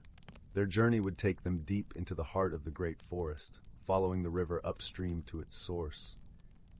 As they traveled, Alara marveled at the symbiotic relationship between the dragon and the land. She observed how Lyranth's mere presence seemed to invigorate the forest, its magic seeping into the soil and air, bringing a brief respite to the ailing flora. The dragon, in turn, was curious about Alara's knowledge, often pausing to listen as she recounted tales of other lands and dragons she had studied. Their path led them to the foot of the misty peaks, where the river was born from the snowmelt of the towering mountains. Here, they discovered the first sign of the disturbance, a barrier of dark, pulsating energy that shimmered like an oil slick upon the water. It was a magic unfamiliar to Lyranth, its presence discordant with the natural harmony of the land. "We must find the source of this corruption," Lyranth rumbled, its voice a deep melody that resonated through the forest. "It threatens to unravel the very fabric of life here." Alara nodded, her brow furrowed in thought. "This magic is unlike anything I've encountered. It feels artificial, as if crafted with intent rather than born of nature." Their investigation led them to a hidden glen, a place untouched by the sun's rays and shrouded in perpetual twilight. Here, they found an ancient stone altar, its surface etched with runes that glowed faintly with the same dark energy. Around it, the air was thick with the scent of decay and the whisper of old, forgotten voices. Alara approached the altar cautiously, her fingers tracing the runes. "These markings," she said, her voice tinged with awe, "tell a story of a pact made long ago between a sorcerer and a spirit of the land. But the pact was broken, and the spirit, in its rage, has been poisoning the land ever since." Lyranth studied the altar, its eyes narrowing in contemplation. "If the spirit is bound to this place, perhaps we can negotiate a new pact, one that restores balance." Alara nodded, her mind racing with possibilities. "We must first cleanse the altar of the dark magic. Only then can we summon the spirit and speak with it." With a plan formed, Lyranth and Alara set to work. The dragon used its magic to create a protective barrier around them, shielding them from the oppressive energy. Alara, drawing upon her knowledge of ancient rites, began the ritual of cleansing, her voice rising and falling in a melodic chant that echoed through the glen.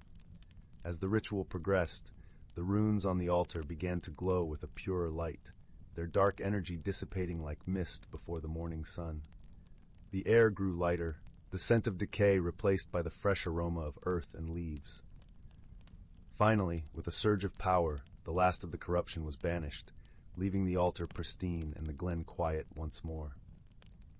With the altar cleansed, Lyranth called upon the spirit, its voice carrying a note of authority tempered with respect. The ground trembled, and from the shadows emerged a figure of ethereal beauty, its form shifting like the play of light on water. The spirit regarded them with eyes that held the depths of ages, its expression inscrutable. "Why have you disturbed my slumber?" the spirit asked, its voice a whisper of wind through the trees. "We seek to restore harmony to the land," Lyranth replied, inclining its head in a gesture of peace. "The pact of old was broken, and its remnants have brought suffering to the people and the forest alike." Alara stepped forward, her voice steady and filled with conviction. "We wish to forge a new pact, one that honors both the land and its guardians.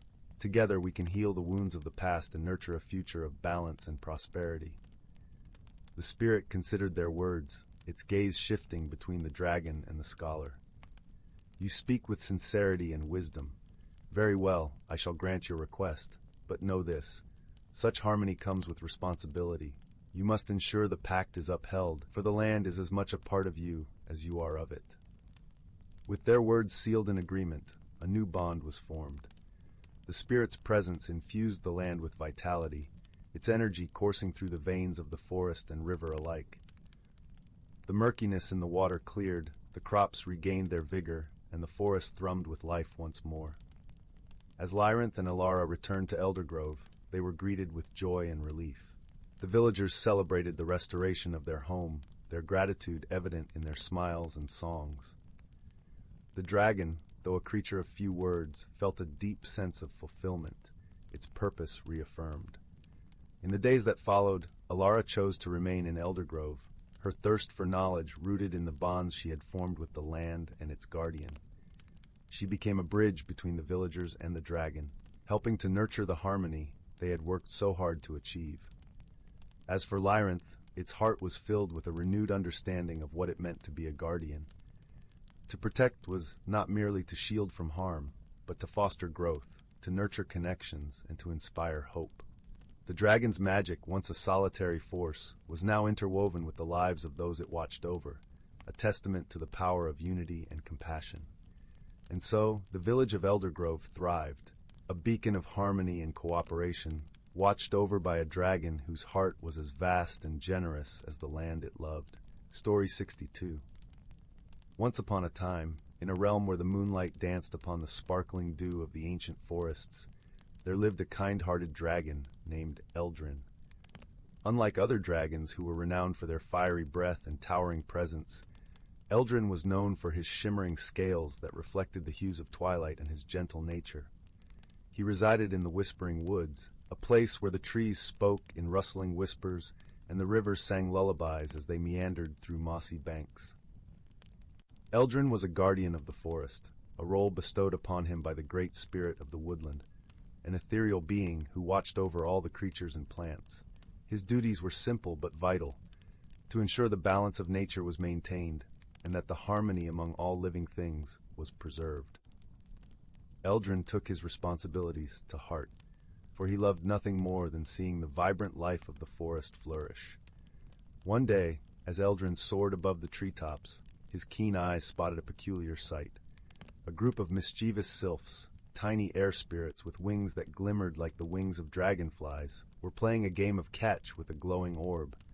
The orb was not just a playful bauble, it was the heart of the forest, a magical gem that sustained the life force of the entire woodland.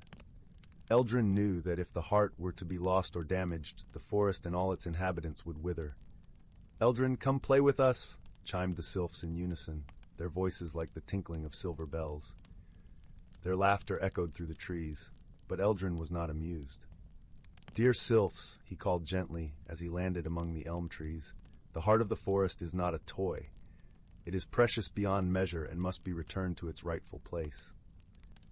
The sylphs, realizing the seriousness of the dragon's tone, ceased their game and hovered around him, their expressions contrite. "We meant no harm, Eldrin," said one, her wings drooping slightly. "We were just caught up in the excitement." Eldrin nodded, his eyes softening. "I understand the allure of play, but some things are too important to be risked." With great care, Eldrin took the orb into his claws, its warmth and gentle pulse a reminder of the life it nurtured. As he prepared to return it to the Heart's Grove, the sylphs flitted around him, offering apologies and assistance. "We'll guide you, Eldrin," they chimed, their spirits lifted once more. "The path to the grove is filled with enchantments that only we can help you navigate." Together they journeyed through the forest, the sylphs illuminating the way with their luminescent glow.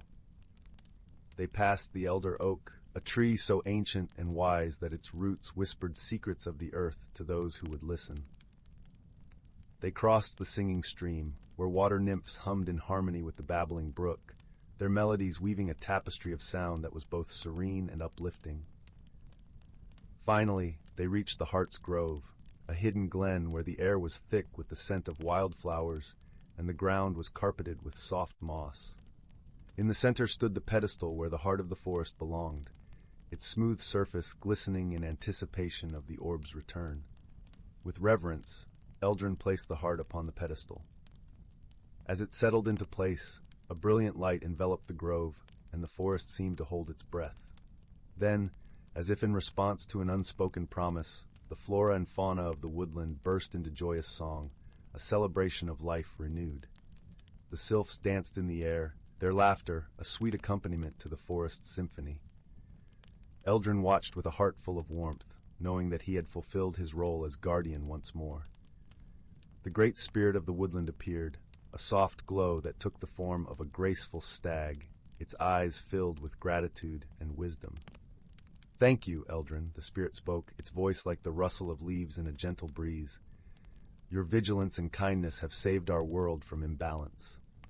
Eldrin bowed his head, humbled by the spirit's praise, "It is my honor to serve the forest," he replied, his voice resonant with sincerity. As the sun began to set, casting golden hues across the whispering woods, Eldrin knew that he was exactly where he belonged, among the trees and creatures that he cherished, in a world where magic and nature lived in perfect harmony.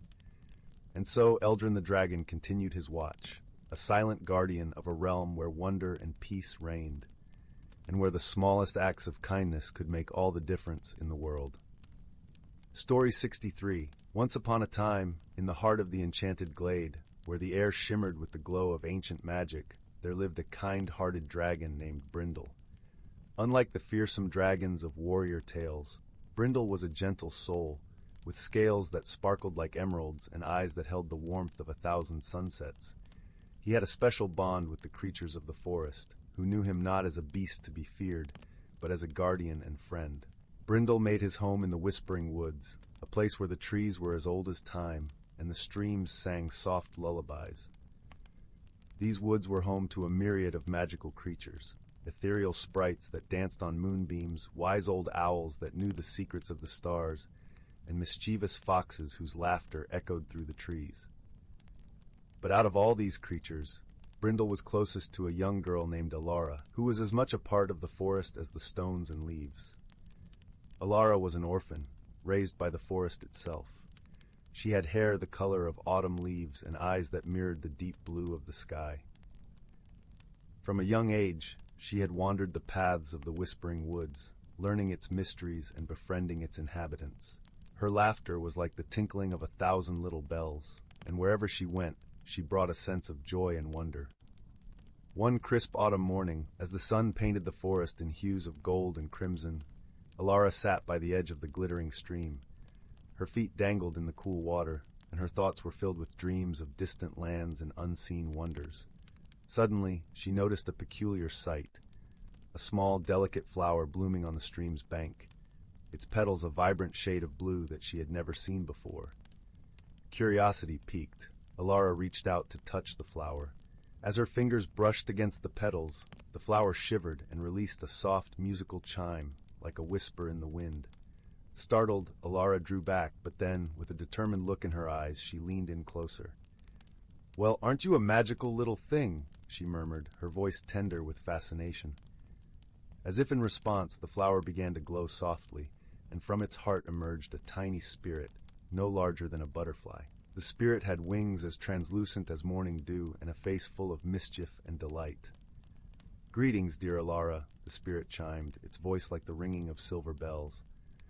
"I am Lyra, a spirit of the old world. Your touch awakened me from a slumber that has lasted centuries." Alara's eyes widened with surprise and delight. "Lyra, what a beautiful name. I didn't mean to wake you. I hope I haven't disturbed your rest." Lyra fluttered closer, her laughter like a gentle breeze. "Not at all, dear child. In fact, I am grateful, for it has been too long since I last saw the light of this world. Tell me, what has become of the forest and its magic?" With a smile, Alara began to tell Lyra of the Whispering Woods and its inhabitants, of Brindle the dragon and the endless wonders that filled their days. As they spoke, the two became fast friends, and Alara realized that Lyra's presence was a gift, a reminder of the magic that lay hidden in the smallest corners of the world. Meanwhile, Brindle was soaring high above the treetops, his great wings slicing through the crisp autumn air. He loved these flights, for they allowed him to gaze upon the vastness of the forest and ensure its safety. As he circled back towards the glittering stream, he spotted Alara sitting by the water's edge, her face alight with excitement. Curious, Brindle landed softly beside her, his massive form settling into the earth with a gentle thump. "Alara, what has you so full of joy this morning?" Alara turned to him, her smile as bright as the sun. "Brindle, I found a new friend. Meet Lyra, a spirit of the old world." The dragon's eyes widened in surprise and wonder as he beheld the tiny spirit hovering beside Alara. "Well, well," he rumbled, his voice deep and warm. "It has been many ages since I last saw one of your kind, little Lyra. Welcome back to the world." Lyra bowed with a graceful flutter. "Thank you, noble Brindle. I am honored to meet the guardian of this forest." The three spent the morning sharing stories and laughter, and as the sun climbed higher in the sky, a sense of peace settled over them. But as the afternoon waned, a shadow passed over the forest, and a chill crept into the air. Alara noticed it first, a tingling at the back of her neck. She glanced up, her gaze scanning the treetops. "Do you feel that, Brindle? Something's not right." The dragon lifted his head, his nostrils flaring as he sniffed the air. "I sense it too," he murmured, a note of concern in his voice. "It feels like a disturbance in the magic." Lyra fluttered closer, her wings shimmering with a worried light. "There is a darkness approaching, something that seeks to unravel the harmony of this place." Determined to protect their home, Alara, Brindle, and Lyra set off through the forest, following the trail of the disturbance. As they journeyed deeper into the woods, the air grew colder, and the shadows lengthened, as if the sun itself had turned its back on the land. Their path led them to the heart of the Whispering Woods, to a place where the trees stood taller than giants, and the air thrummed with ancient power. There, in a clearing, they found the source of the disturbance, a stone circle that pulsed with a dark, eerie light. At the center of the circle stood a figure cloaked in shadows, its presence a whirlpool of malice and chaos. It was a spirit of discord, an ancient being that fed on the disharmony of the world. Its eyes blazed like coals, and its voice was a jagged whisper that cut through the air. "You cannot stop me," it hissed, its form shifting and swirling like smoke. "The balance has been broken, and soon all will fall into chaos." Alara, her heart full of courage, stepped forward. "We won't let you destroy the harmony of this place. The forest is our home, and we will protect it." Brindle moved to stand beside her, his scales glinting like a shield of green fire. "You face not only a girl and a dragon, but the spirit of the forest itself." Lyra hovered above them, her light shining with a fierce determination. "We stand together, and together we are strong." The spirit of discord laughed, a sound that sent shivers down their spines. "You are but small beings against the tide of chaos. What hope do you have?" But Alara, Brindle, and Lyra knew that their strength lay not in might, but in the bonds they shared and the harmony they protected. As one, they reached out, their hearts uniting in a song of hope and unity. The forest responded to their call, the trees shivering with life and the ground humming with power. The very air around them seemed to shimmer as the Whispering Woods lent its strength to their cause. The spirit of discord faltered, its form flickering as it struggled against the tide of harmony that rose to meet it. With a cry that was both fierce and gentle, Alara stretched out her hand, and from her fingertips flowed a stream of pure, radiant light. Brindle's breath joined hers, a plume of emerald fire that danced with the light, while Lyra wove her own magic into the air, a melody of ancient power and grace. The combined force of their magic surged forward, a wave of harmony that engulfed the spirit of discord. The shadows that cloaked it began to unravel, strands of darkness peeling away to reveal a core of light hidden deep within. For a moment the clearing was silent, the air heavy with anticipation. Then with a final, echoing cry, the spirit of discord dissolved into the light, its power scattered to the winds like leaves in a storm. As the darkness faded, the forest seemed to exhale, the tension that had gripped it melting away like morning mist. The sun broke through the clouds, bathing the clearing in warm golden light. Alara, Brindle, and Lyra stood together, their faces alight with relief and joy. They had faced the darkness and emerged victorious, their bonds stronger than ever. The Whispering Woods, grateful for their courage and unity, gifted them with a new sense of wonder. The trees whispered their thanks, the streams sang of their bravery, and the creatures of the forest gathered to celebrate their triumph. As the day turned to night, Alara, Brindle, and Lyra returned to the glittering stream, their hearts full of gratitude and love for the world they called home. They sat together beneath the stars, their spirits intertwined in a dance as old as time. And so the Whispering Woods thrived, a place where magic and harmony reigned, and where the bonds of friendship could overcome any darkness. Alara, Brindle, and Lyra continued to explore its wonders, their adventures weaving a tapestry of stories that would be told for generations to come. In the heart of the enchanted glade, they found not only the magic of the world, but the magic within themselves, a magic born of kindness, courage, and the unbreakable ties of friendship. And in that magic, they found a home, a place where dreams flourished and the light of hope never dimmed. And so, dear listener, May your own heart find the magic of friendship and the strength of unity wherever your journey may lead. For in the quiet corners of the world, where the light meets the shadows, the true magic of life is found.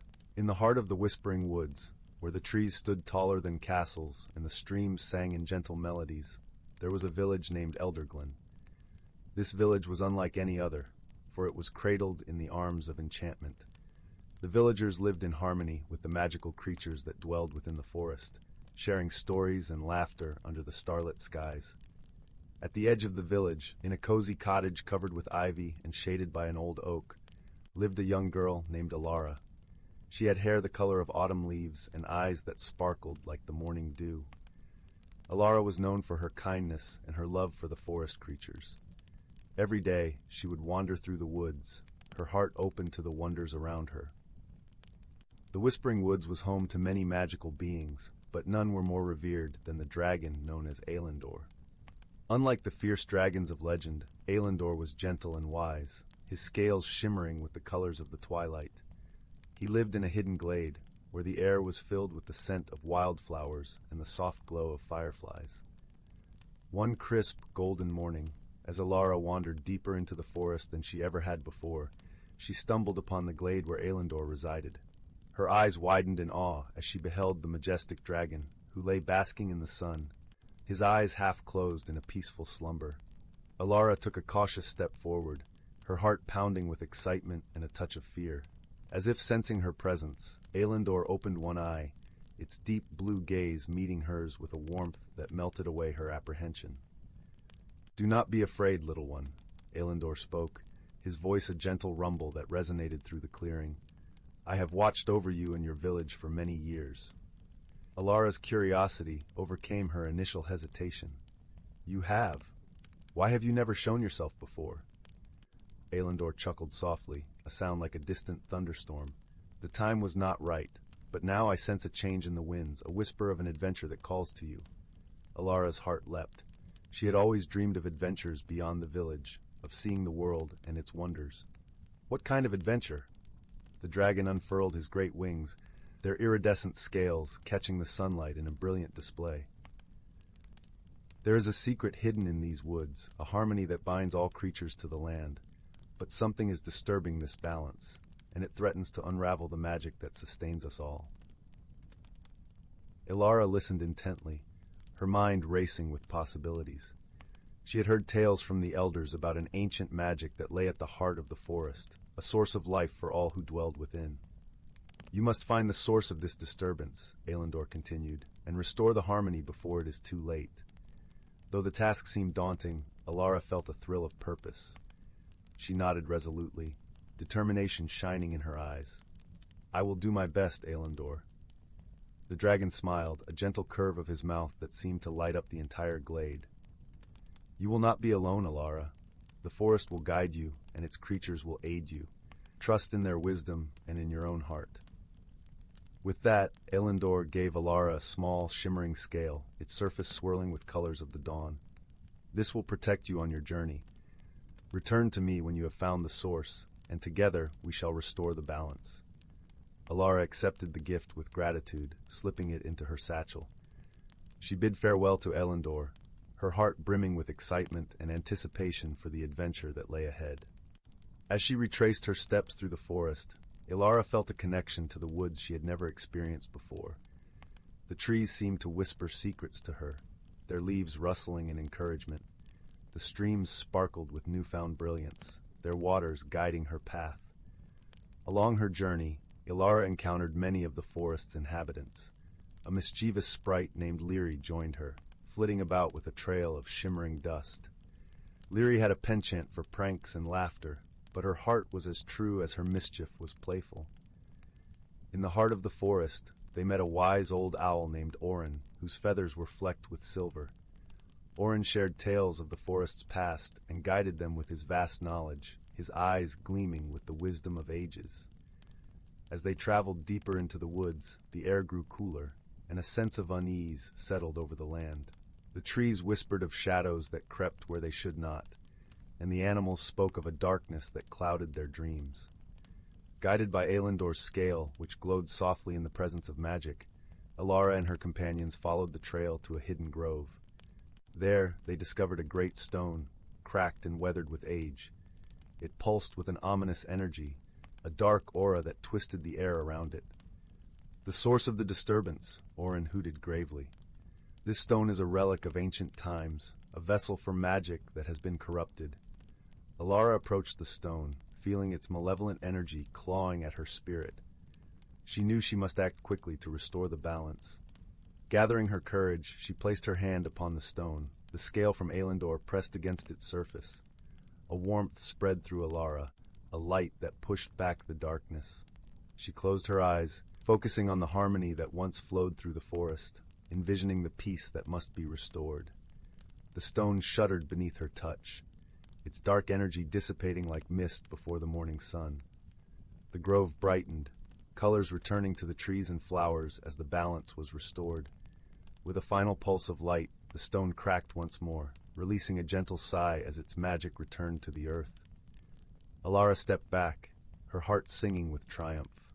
Lyri cheered, her laughter echoing through the grove, while Orin bowed his head in respect. "You have done well, Alara. The forest is grateful for your bravery." With their task complete, Alara and her companions made their way back to the glade where Elendor awaited. The dragon greeted them with a proud nod, his eyes twinkling with approval. "You have restored the harmony, Alara," he said, his voice warm with gratitude. "The forest shall thrive once more, thanks to your courage and the bonds you forged along your journey." Alara smiled, her heart full of joy and contentment. She had found her adventure, not in distant lands, but in the heart of the world she called home. As the sun set, casting a golden glow over the whispering woods, Alara knew that she would always be a guardian of the harmony that bound them all. And with Elendor and her newfound friends by her side, she was ready for whatever adventures the future might hold. Story 65. In the heart of the whispering woods, where the trees sang songs with the rustling wind and the moonlight danced on the leaves, there lived a dragon named Emberglow. Unlike the fearsome dragons of old tales, Emberglow was a gentle soul, with scales that shimmered like autumn leaves and eyes as warm as a crackling hearth fire. His cave, nestled against the backdrop of the woods, hidden beneath a cascading waterfall, was a sanctuary for all creatures seeking refuge or advice. Emberglow was known far and wide for his wisdom and kindness. Animals of all kinds, from the tiniest field mice to the stateliest deer, would come to him with their troubles. He listened patiently, offering words of comfort and guidance. His fire was never used for destruction, but for warmth and light, a beacon for those who were lost in the woods. One crisp autumn evening, as the sun dipped below the horizon, painting the sky with shades of orange and pink, a young girl named Alara ventured into the whispering woods. She was searching for something she had only heard of in bedtime stories, the heart of the forest. It was said to be a mythical flower, glowing with the light of the stars, capable of granting the purest wish to those who found it. Alara's village was suffering from a drought, and she hoped the flower could bring rain to their parched lands. Alara was no stranger to the woods. Her grandmother had often taken her for walks under the towering oaks, teaching her the language of the birds and the secrets of the forest paths. But tonight, the woods felt different, alive with a magic she could only feel in her bones. As she walked deeper, the trees whispered softly, guiding her footsteps. The path led her to a clearing bathed in silvery moonlight. In the center stood a stone pedestal, and upon it lay a single, luminescent flower. Its petals glowed with a spectral light, casting gentle shadows that danced around the clearing.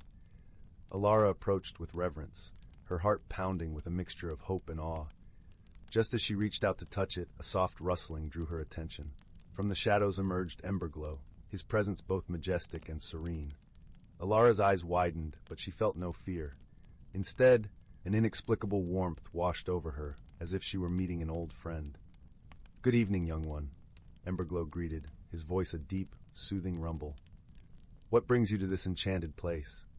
Alara took a deep breath, steadying her voice. "I seek the heart of the forest to save my village. We are in desperate need of rain." Emberglow nodded, understanding the weight of her quest. "The heart of the forest is a powerful gift," he said, "but it is not given lightly. Tell me, Alara, what would you wish for if you could hold its magic? Alara paused, the gravity of her mission settling over her. I wish for rain to nourish our crops and sustain our people, she replied earnestly. I wish for life to thrive once more. Emberglow regarded her with those wise, knowing eyes. Your heart is noble and your wish is selfless. But the heart of the forest requires more than just a wish. It demands a promise, an understanding of the balance it maintains. Alara listened intently, her gaze unwavering. What must I do? The magic of the heart is ancient and tied to the very essence of the forest, Emberglow explained. In return for its gift, you must vow to protect these woods, to ensure that the harmony between nature and magic is never broken. Without hesitation, Alara nodded. I promise, with all my heart, I will protect the Whispering Woods and all its secrets. Satisfied, Emberglow bowed his head. Then you shall have your wish, dear Alara. With a gentle breath, Emberglow blew a stream of warm air over the flower. It shimmered, its glow intensifying until it bathed the entire clearing in radiant light. Alara closed her eyes, feeling a rush of warmth and a sense of peace envelop her. When she opened them, the flower had vanished, leaving behind a soft rain that began to fall gently from the sky. The rain spread like a soothing balm across the land. Rivers once dry filling with crystal-clear water, fields drinking deeply of the life-giving moisture. Alara's village, nestled at the edge of the woods, was soon alive with joy and laughter, the air filled with the scent of wet earth and new beginnings. Alara returned home a hero, but she never forgot her promise. She became the guardian of the Whispering Woods, teaching others the importance of respecting and cherishing the natural world. The village and the forest thrived together, bound by the magic of that fateful night. And as for Emberglow, he continued to watch over the woods, his heart warmed by the knowledge that his trust had been well placed. The legend of Alara and the heart of the forest spread far and wide, a tale of kindness, courage, and the enduring bond between humans and the magical realm of nature. In the years that followed, many came to the Whispering Woods in search of the mythical flower, but only those with pure intentions and the willingness to protect the magic were ever granted its blessing. And so the harmony of the forest endured, a reminder that true magic lies not just in grand gestures, but in the quiet, enduring promise to care for the world around us.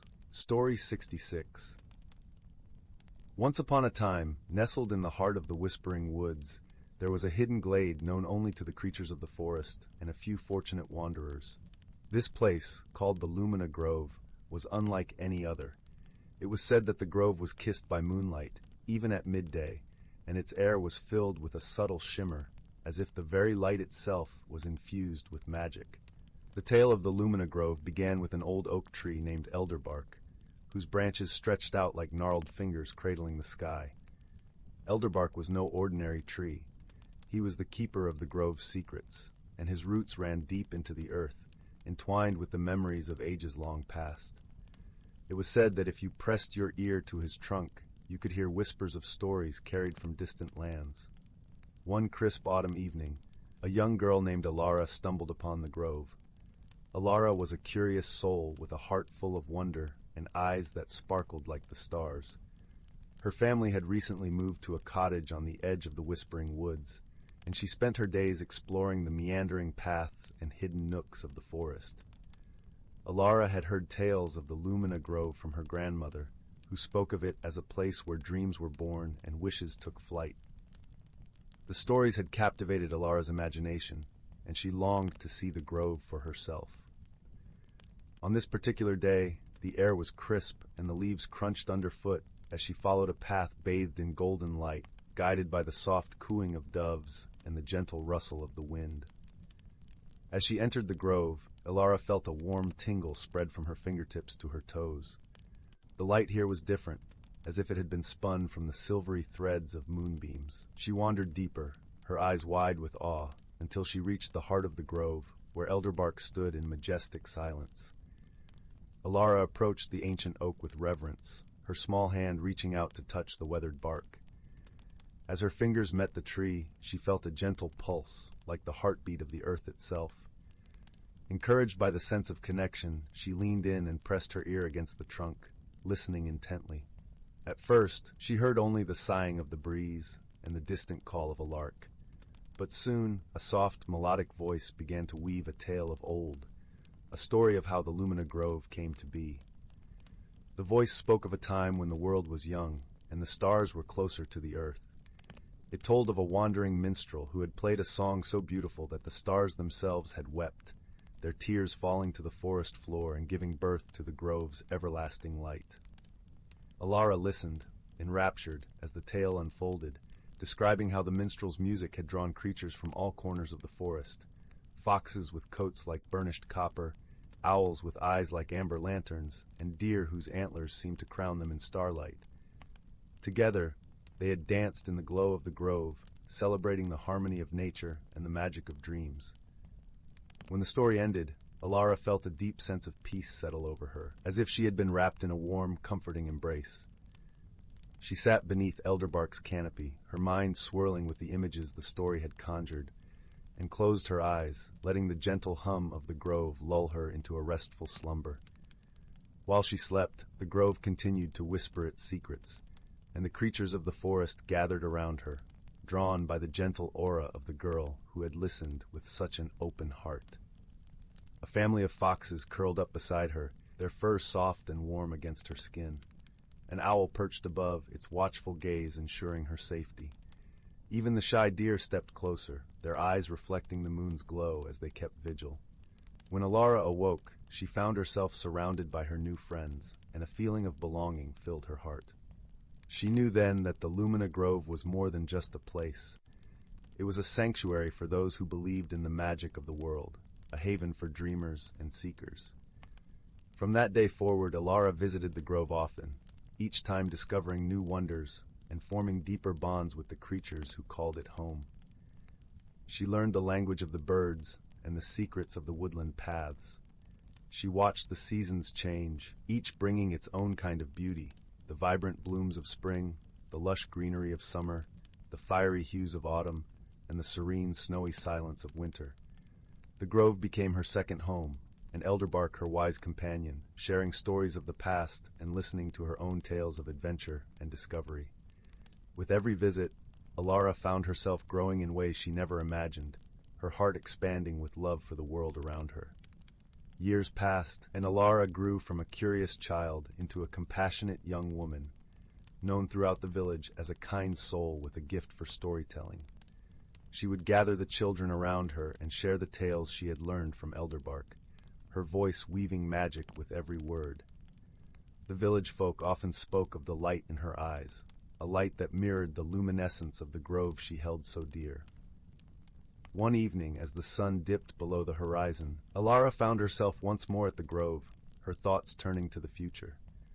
She had a dream, a wish she held close to her heart: to share the grove's magic with those who needed it most, to offer a place of solace and inspiration to dreamers like herself. As she sat beneath Elderbark, her fingers tracing the familiar patterns of the bark, she whispered her wish to the grove, hoping it would find its way into the world. In response, the air around her shimmered with a gentle glow, and she felt a warmth blossom within her, a promise that her dream would come true. Inspired by this moment, Alara set about creating a sanctuary for those seeking peace and inspiration. She invited villagers and travelers alike to visit the Lumina Grove, sharing its secrets and inviting them to listen to the stories carried on the wind. The grove became a place of gathering, where people came to find comfort, forge friendships, and rekindle their sense of wonder. In time, the grove's reputation spread far and wide, drawing visitors from distant lands. Artists and poets, musicians and dreamers all found their way to the enchanted glade, each leaving with hearts fuller and spirits lighter. The Lumina Grove became a beacon of hope, a testament to the power of dreams and the magic of nature. Through it all, Alara remained the heart of the grove, her life intertwined with its rhythm, her stories passed down through generations. And though the world changed around her, the Lumina Grove stood as a timeless sanctuary, a place where light danced with shadow, and the whispers of the past mingled with the hopes of the future. And so the tale of the Lumina Grove continued, a living story written in the hearts of those who believed in its magic, and a reminder that even the smallest wish, when shared with an open heart, could illuminate the darkest of nights. Story 67. In a time long forgotten, nestled between the whispering seas and the silver-tipped mountains, lay the enchanting kingdom of Eldergrove. This land was renowned not for its grand castles or mighty warriors, but for its living tapestry of magic woven seamlessly with the natural world. Here, creatures of legend and lore roamed freely, and the air was always tinged with the scent of possibility. At the heart of Eldergrove was a quaint village named Lullaby Hollow, where the homes were built from the trunks of ancient trees, their branches weaving together to form a canopy that sheltered the villagers and their secrets. The people of Lullaby Hollow were gentle souls, living in harmony with the enchanted creatures that shared their land. Among them was a humble baker named Elara, whose pastries were said to hold the warmth of a sunrise and the sweetness of a moonlit night. Elara was no ordinary baker, for her flour was milled from the grains of the sunlit fields, and her ovens were stoked by the breath of Ember, the kindly dragon who lived in the caverns beneath the hills. Many a night, Ember would curl his massive, shimmering body around the ovens, his gentle flames licking at the stone, giving each loaf a golden crust that seemed to glow from within. In return, Elara offered him slices of her bread infused with honey and herbs, which he savored with a rumbling purr of gratitude. One crisp autumn morning, as the leaves turned to gold and danced in the breeze, Elara woke to a peculiar silence. The birds, usually chirping their dawn chorus, were nowhere to be heard, and the air felt heavy with an unspoken tension. Venturing outside, she found the village square unusually empty. The townsfolk, usually bustling about with morning chores and cheerful greetings, were gathered in hushed clusters, their eyes wide with worry. In the center of the square stood Gilda, the village elder, her face lined with the wisdom of ages. She raised a hand for silence, and the murmurs ceased. "Friends," she began, her voice carrying the weight of the news she bore, "the whispering woods are troubled, the spirits of the forest are restless, and the balance we have cherished for so long is at risk." The whispering woods bordered Lullaby Hollow, a sanctuary of towering oaks and hidden glades, where spirits of the earth and sky dwelled in harmony. It was said that the woods whispered their secrets to those who listened with open hearts, and many a villager had found solace in its embrace. But now something was amiss. Eager to help, Elara stepped forward. "What can we do, Gilda?" she asked, her voice steady despite the worry gnawing at her heart. Gilda's eyes softened as she looked upon the baker. "The spirits are uneasy, dear Elara. They speak of shadows gathering in the heart of the forest, a dark presence that disturbs their peace. We must find the source and restore balance before the unrest spreads." With a nod of determination, Elara volunteered to venture into the woods, her resolve bolstered by the thought of the creatures she had come to cherish. Gathering supplies, she set off towards the forest, her path lit by the golden morning light, her heart buoyed by the promise of adventure. As she entered the whispering woods, a sense of calm washed over her. The trees whispered their familiar songs, and shafts of sunlight danced through the leaves, creating patterns that seemed to guide her steps. Deeper and deeper she ventured, until the air grew cooler and the whispers turned to murmurs of unease. It was then that Elara noticed a small figure darting between the trees, a flicker of movement that seemed to beckon her onward. She followed, her curiosity piqued, until she reached a clearing she had never seen before. At its center stood a gnarled tree, its branches twisted and bare, unlike any in the vibrant forest. Beneath its shadow, a creature lay curled, a fox, its fur a deep russet, eyes closed as if in slumber. But Elara sensed something was amiss. Drawing nearer, she saw that the fox was not sleeping, but trapped in a restless dream, its paws twitching as if running from unseen foes. Kneeling beside the creature, Elara reached out a gentle hand, whispering soothing words. As her fingers brushed its fur, a shiver ran through the fox, and it opened its eyes, revealing a gaze of deep amber flecked with starlight. "Thank you, kind one," the fox murmured, its voice a soft melody. "I am Aislinn, a guardian of these woods. A dark enchantment has taken root here, and I am bound by its spell." Elara's heart ached for the creature. "How can I help free you, Aislinn?" she asked, her determination renewed. Aislinn's eyes met hers, their depths filled with ancient knowledge. The enchantment stems from the roots of this tree, twisted by a spirit of malice. To break it, you must find the heart of the forest, where the oldest oak stands. There, you will find the spirit of the woods. She holds the key to restoring balance. Without hesitation, Alara agreed, her resolve unwavering. With a nod of gratitude, Aislinn guided her to the path that would lead to the heart of the forest. The journey was not without its challenges. Shadows seemed to stretch longer here, and the air was thick with the whisper of unseen eyes. Yet Alara pressed on, her courage buoyed by thoughts of her beloved village and the magical creatures she had grown to love. Finally, as dusk began to weave its cloak of stars across the sky, Alara reached a grove unlike any other. At its center stood the oldest oak, its trunk wide and branches reaching skyward like the arms of an ancient guardian. Beneath its boughs a figure awaited, a woman with hair like the trailing vines and eyes as green as new leaves. "Welcome, Alara," the spirit of the woods greeted, her voice a gentle breeze that stirred the leaves. "I have awaited your coming." Alara bowed her head in respect. "Great Spirit, I seek to free Aislinn and restore balance to the woods. Will you help me?" The spirit smiled, her eyes twinkling with warmth. "Indeed, the forest has suffered under this dark presence. To dispel it, you must weave a song of harmony, one that calls upon the heart of the forest and the light within all creatures." Alara nodded, understanding that this song was not one of words, but of intention and spirit.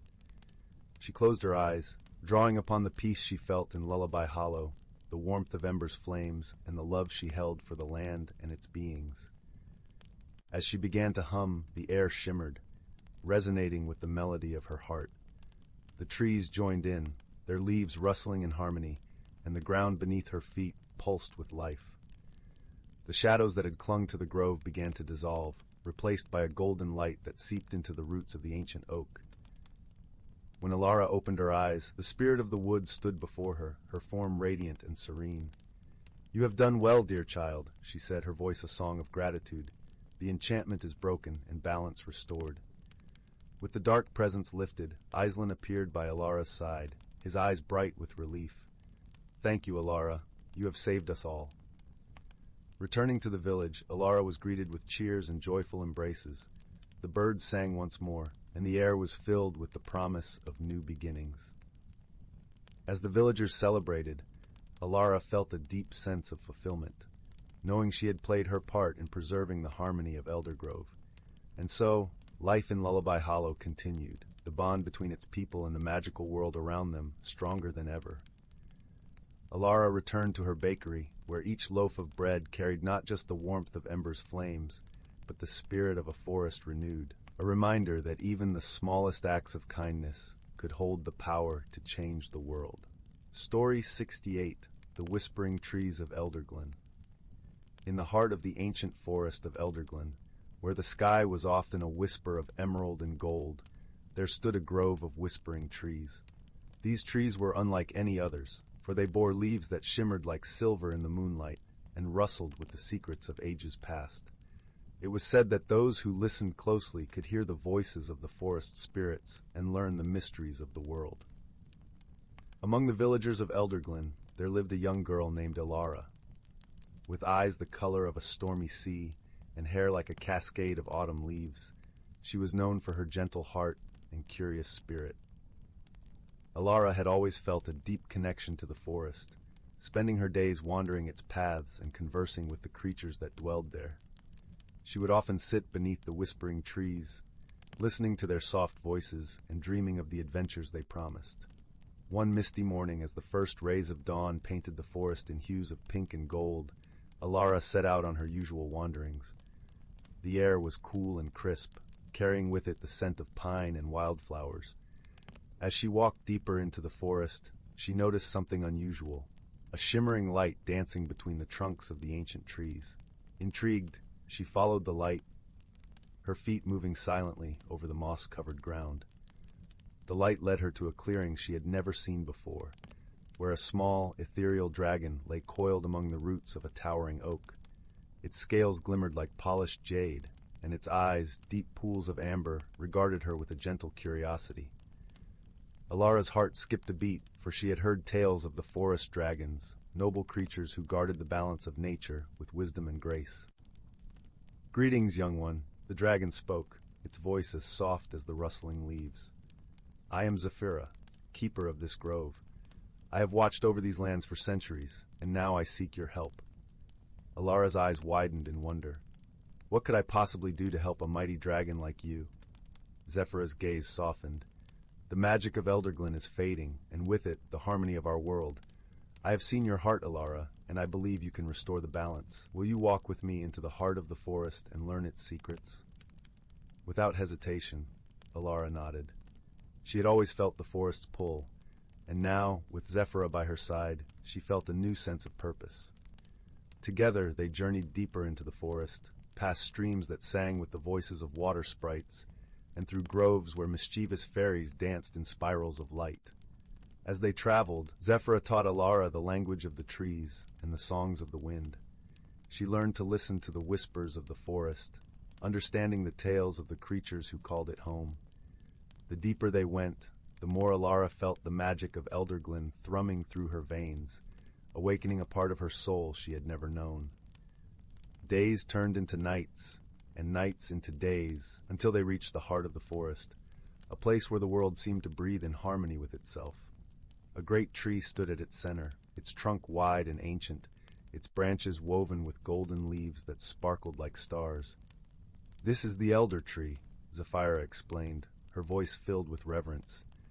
"It is the source of all magic in Elderglen, but its light is fading." Alara approached the tree, feeling its warmth and wisdom envelop her. She placed her hands upon its bark and closed her eyes, allowing the whispers of the forest to guide her. She heard the songs of the past, the laughter of the fairies, the strength of the wolves, and the quiet wisdom of the trees, and in that moment she understood what she must do. Drawing upon the knowledge she had gained, Alara sang to the elder tree. Her voice, soft and pure, rose through the canopy, weaving a melody of hope and renewal. The forest listened, and the creatures gathered around, lending their voices to her song. Together, they created a symphony of life, a celebration of the magic that bound them all. As the final notes of the song echoed through the forest, a brilliant light enveloped the elder tree. Its golden leaves blazed with renewed vigor, casting a warm glow over the land. The magic of Elderglen surged back to life, vibrant and strong, and with it, the harmony of the forest was restored. Zephyra watched with pride and gratitude as the forest thrived once more. She turned to Alara, her eyes bright with joy. "You have done it, young one. You have awakened the heart of Elderglen and ensured its future. Never forget, the magic of the world is within you, and with it, you can bring light to even the darkest of places."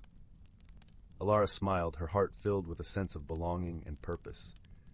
She knew that her journey was just beginning, and that the secrets of the forest would continue to guide her. Together with Zephyra, she would watch over Elderglen, protecting its magic and sharing its wonders with those who dared to listen to the whispers of the trees. And so, under the shimmering canopy of the whispering trees, Alara and Zephyra began their new adventure, embracing the magic of the world and the promise of a brighter tomorrow. Story 69. In the tranquil village of Wispwood Hollow, nestled in the heart of the verdant vale, the villagers lived in quiet harmony with the magical world surrounding them. This was a place where the ordinary met the extraordinary, where the veil between the mundane and the mystical was thin and shimmering. At the center of this village stood an ancient oak tree, known as the Heart Tree. Its gnarled branches stretched wide, casting a protective shadow over the cobblestone square. The Heart Tree was not only the soul of Wispwood Hollow, but also a bridge to the world of magic. For centuries, the villagers had gathered beneath its boughs to celebrate the changing seasons, seek wisdom, and tell stories of the magical beings that inhabited their world. Among these beings were the Luminae, gentle, glowing sprites who flitted through the forest on moonlit nights, trailing ribbons of light in their wake. The Luminae were known for their playful nature, often leading travelers astray with their laughter, only to guide them safely home again. Yet they were also known for their kindness, for they whispered secrets of the forest to those who listened with open hearts. One such listener was a young girl named Alara. With hair as dark as raven feathers and eyes that sparkled like stars, Alara possessed a curiosity that knew no bounds. She spent her days wandering the woods, collecting stories like stones, and dreaming of adventures beyond the horizon.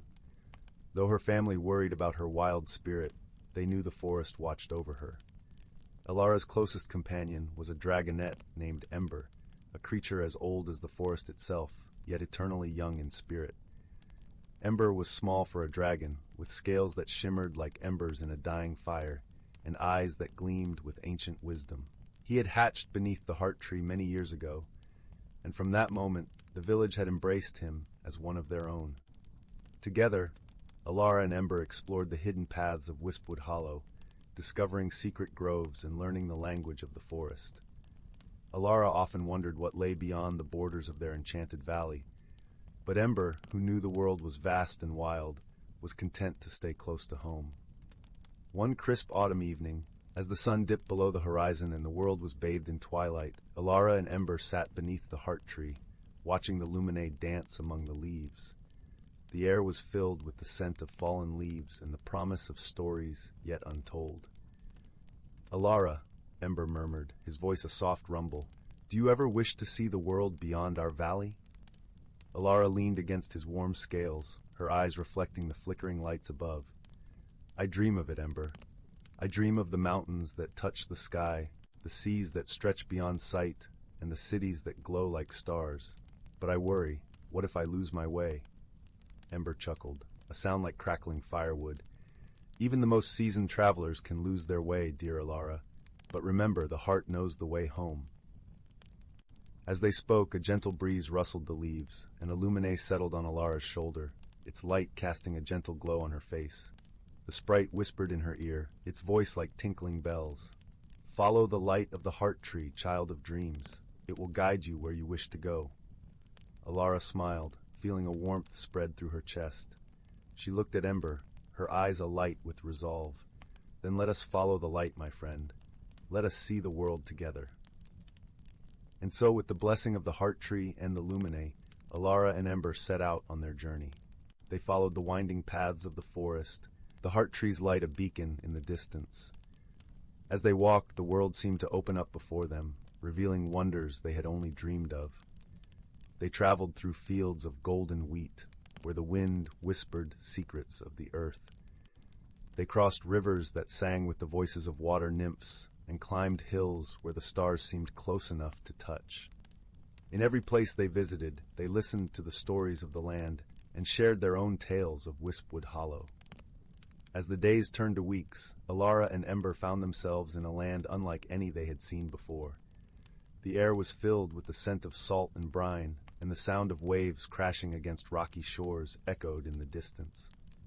Before them lay the great sea, its vast expanse shimmering under the sun. The sight took Alara's breath away. She stood at the edge of the cliffs, her heart soaring with the wind. "Look, Ember, the sea is more beautiful than I ever imagined." Ember watched the waves with a thoughtful gaze. "The sea is a world unto itself, Alara.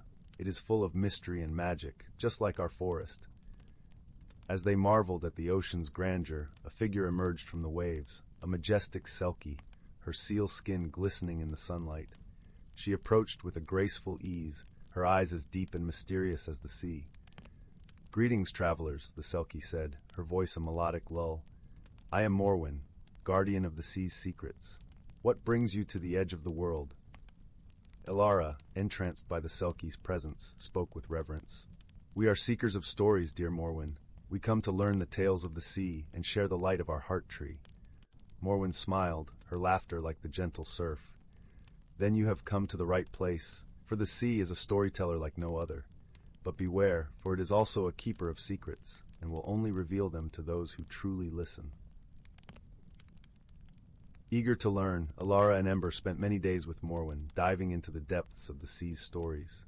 They learned of ancient shipwrecks where spirits lingered, of coral palaces where merfolk danced, and of storms that sang with the voices of lost sailors.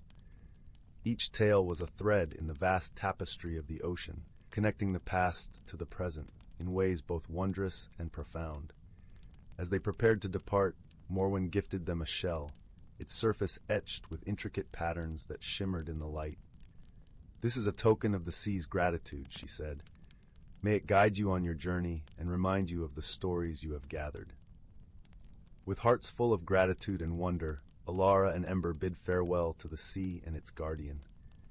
They continued their journey, their spirits buoyed by the stories they carried. Their travels took them to many lands, each with its own magic and mysteries. They visited the floating isles, where air sylphs danced among the clouds, and wandered the whispering desert, where the sands sang of ancient times.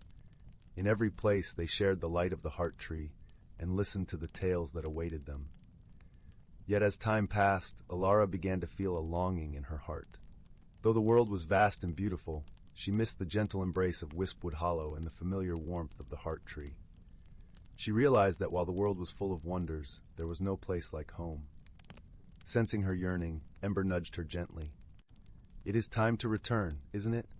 Alara nodded, her eyes soft with emotion. "Yes, Ember, it is time." With the stories of the world tucked safely in their hearts, Alara and Ember made their way back to Wispwood Hollow. They followed the light of the heart tree, its glow a guiding star in the night. Upon their return, the villagers greeted them with open arms, eager to hear of their adventures. Alara and Ember shared tales of the sea and the sky, of deserts and dreams, weaving the stories they had gathered into the fabric of their community. And beneath the boughs of the heart tree, they found a peace that was as deep and enduring as the roots of the earth itself. For in their journey, they had learned that while the world was a tapestry of endless stories, the heart always knew the way home. In the years that followed, Alara became a storyteller, weaving the magic of her adventures into the lives of those around her. She and Ember continued to explore the world, always returning to Wispwood Hollow with new tales to share. And in their journeys, they carried with them the light of the heart tree, a beacon of hope and wonder in a world that was ever full of magic. And so, in the gentle embrace of Wispwood Hollow, the stories of the world and the light of the heart tree continued to shine, a testament to the harmony between the magical and the mundane, and the quiet heroism of those who dared to dream. Story 70, The Whispering Woods and the Song of the Starling. Once upon a time, nestled in the heart of an emerald valley, lay the village of Elderglen. This village, with its cobblestone paths and cozy thatched cottages, was surrounded by the Whispering Woods, a vast forest known for its ancient trees that murmured secrets to those who listened closely. Elderglen was a place where time seemed to linger, like the last ray of sun on a summer's eve, gently bathing the village in a timeless glow. Among the villagers was a young girl named Lila, known for her fiery red hair and her penchant for exploring the woods. Lila had a knack for noticing the smallest of details, a dew-laden spider web glistening like a jeweled necklace in the morning light, or the way the wind danced through the leaves, creating a melody that only she seemed to hear. One crisp autumn morning, as the sun painted the sky with hues of orange and pink, Lila set off towards the Whispering Woods. The air was filled with the earthy scent of fallen leaves, and the forest beckoned with promises of new discoveries. Lila loved this time of year when change was tangible, and the world seemed poised on the brink of transformation. As she wandered deeper into the woods, Lila noticed a peculiar sound, a soft, intricate melody that seemed to twirl around her like a gentle breeze. It was unlike any birdsong she had heard before, filled with notes that rose and fell like a gentle wave. Intrigued, Lila followed the sound, her heart beating in rhythm with the mysterious melody. The song led her to a sun-dappled clearing where an ancient oak tree stood proudly, its branches reaching skyward as if in praise of the heavens. Perched on one of its lower boughs was a small, iridescent bird, a starling, its feathers shimmering with every hue of the rainbow. As it sang, the starling seemed to weave a tapestry of sound that wrapped around Lila, filling her with a sense of wonder and peace. Entranced, Lila approached the starling, her footsteps soft on the forest floor. The bird paused its song, turning its head to regard her with bright, intelligent eyes. Lila felt as if the starling was peering into her very soul, understanding her in a way that transcended words. "Hello, little one," Lila whispered, her voice gentle and filled with awe. "Your song is beautiful. What secrets do you hold?" To her surprise, the starling fluttered down from its perch, landing gracefully on the forest floor before her. It tilted its head and chirped a series of notes that sounded remarkably like words, a language of song and sound that Leela felt she almost understood. As if sensing her curiosity, the starling hopped closer, and with a flourish of its wings, it began to sing once more. This time Lila closed her eyes, allowing the music to envelop her, each note painting a vivid picture in her mind.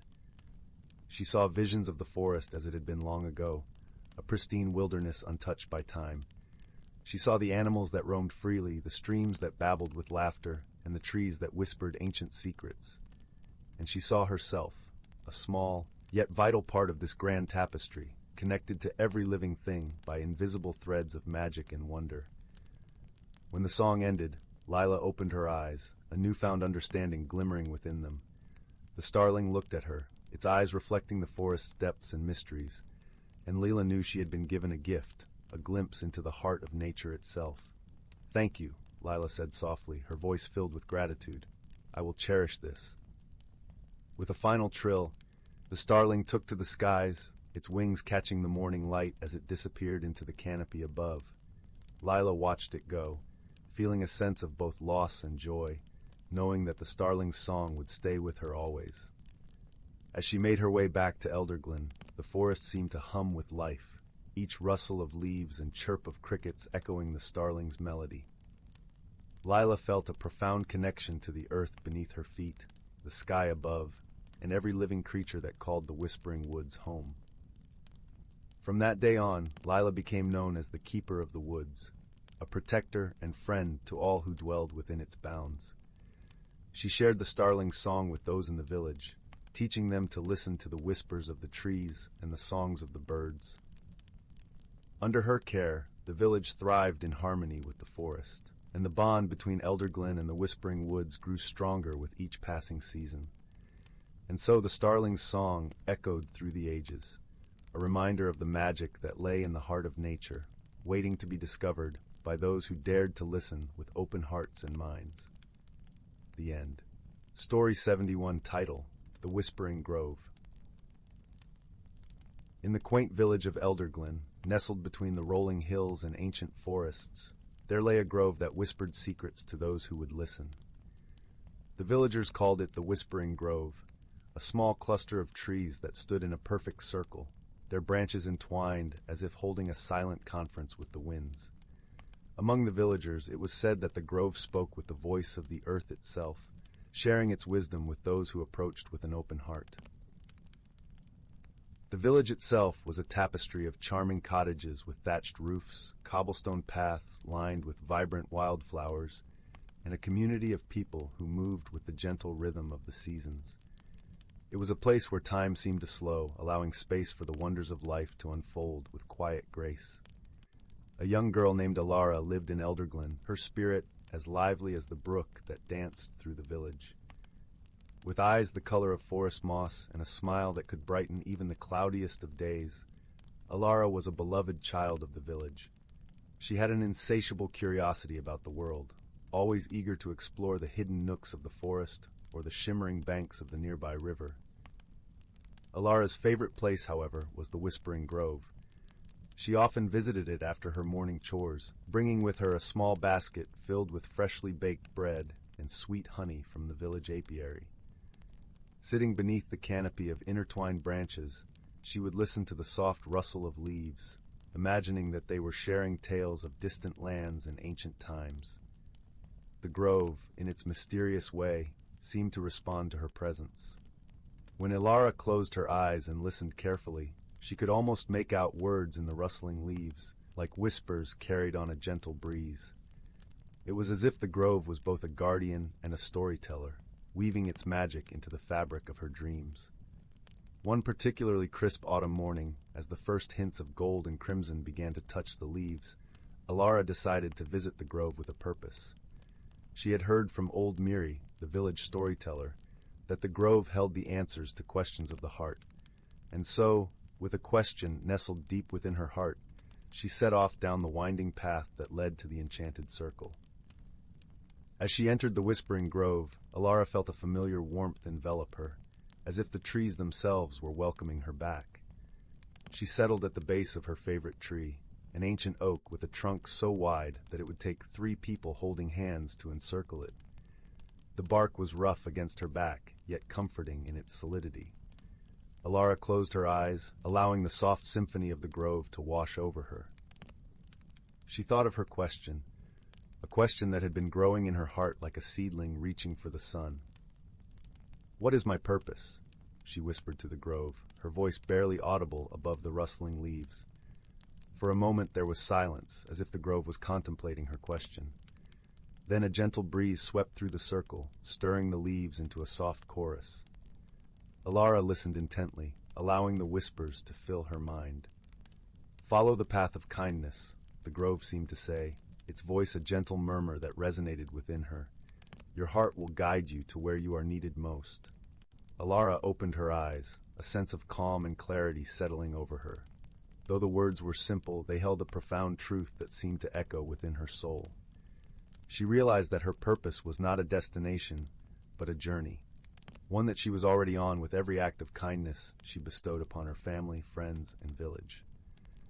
Feeling a newfound sense of wonder, Alara rose from her spot beneath the oak, her heart light and her spirit buoyed by the grove's gentle wisdom.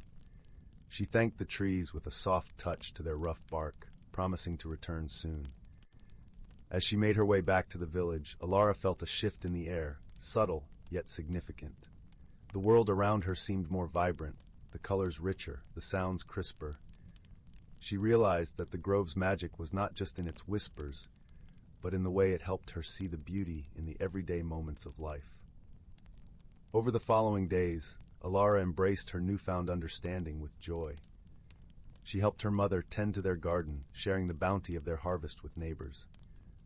She spent afternoons with old Miri, listening to the elders' tales and learning the art of storytelling. And she played with the younger children, crafting imaginary worlds where they could embark on grand adventures together. The village of Elderglen thrived on the simple acts of kindness that Alara and others like her brought to their community. The bonds between the villagers grew stronger, woven together by shared laughter, generosity, and care. As autumn deepened and winter approached, Alara returned to the Whispering Grove often, finding solace and inspiration in its serene embrace.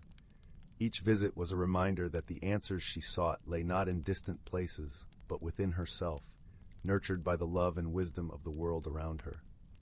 Years passed, and Alara grew from a curious child into a wise young woman, her heart ever open to the whispers of the grove and the lessons it imparted. She became known as a gentle guide in the village, someone who could be counted on to lend an ear or offer a helping hand. Through every season, the Whispering Grove remained a steadfast companion, its whispers a constant source of comfort and joy. And as Alara journeyed through life, she came to understand that the magic of the grove was, in truth, a reflection of the magic within her own heart. A magic that, once embraced, could transform the world in the most wondrous of ways. And so, the story of Alara and the Whispering Grove became another cherished tale in the tapestry of Elderglen, a reminder that the most profound wisdom often comes from listening to the quiet whispers of the world and the gentle voice within. Story 72. In the tranquil village of Eldergrove, nestled at the foot of the misty mountains, the villagers lived in harmony with nature and each other. Above them, perched atop the jagged peaks, resided Eldrick, the gentle dragon. His scales shimmered with a kaleidoscope of colors whenever the sun's rays touched them, and his eyes held the wisdom of centuries. Eldrick was no ordinary dragon. He possessed a magic that could heal, nurture, and protect. The villagers revered Eldrick, not out of fear but gratitude. He was their protector and healer, a beacon of hope in times of need. When crops failed, Eldrick's breath would enrich the soil, ensuring bountiful harvests. When illness struck, a single scale from Eldrick, infused into a potion, could cure the ailment. And when storms threatened, his mighty wings would part the clouds, allowing sunlight to pierce through. Life in Eldergrove was idyllic, until one fateful morning, when the earth itself seemed to groan in distress. The villagers awoke to find their fields blighted, the river running dry, and the once lush forests surrounding them withering as if touched by an unseen hand. Panic gripped the hearts of the villagers as they gathered in the square, their eyes turning to the mountain where Eldrick resided. Eldrick, sensing the imbalance in the natural order, descended from his perch. His vast wings cast a shadow over the village square as he landed gracefully amidst the gathering crowd.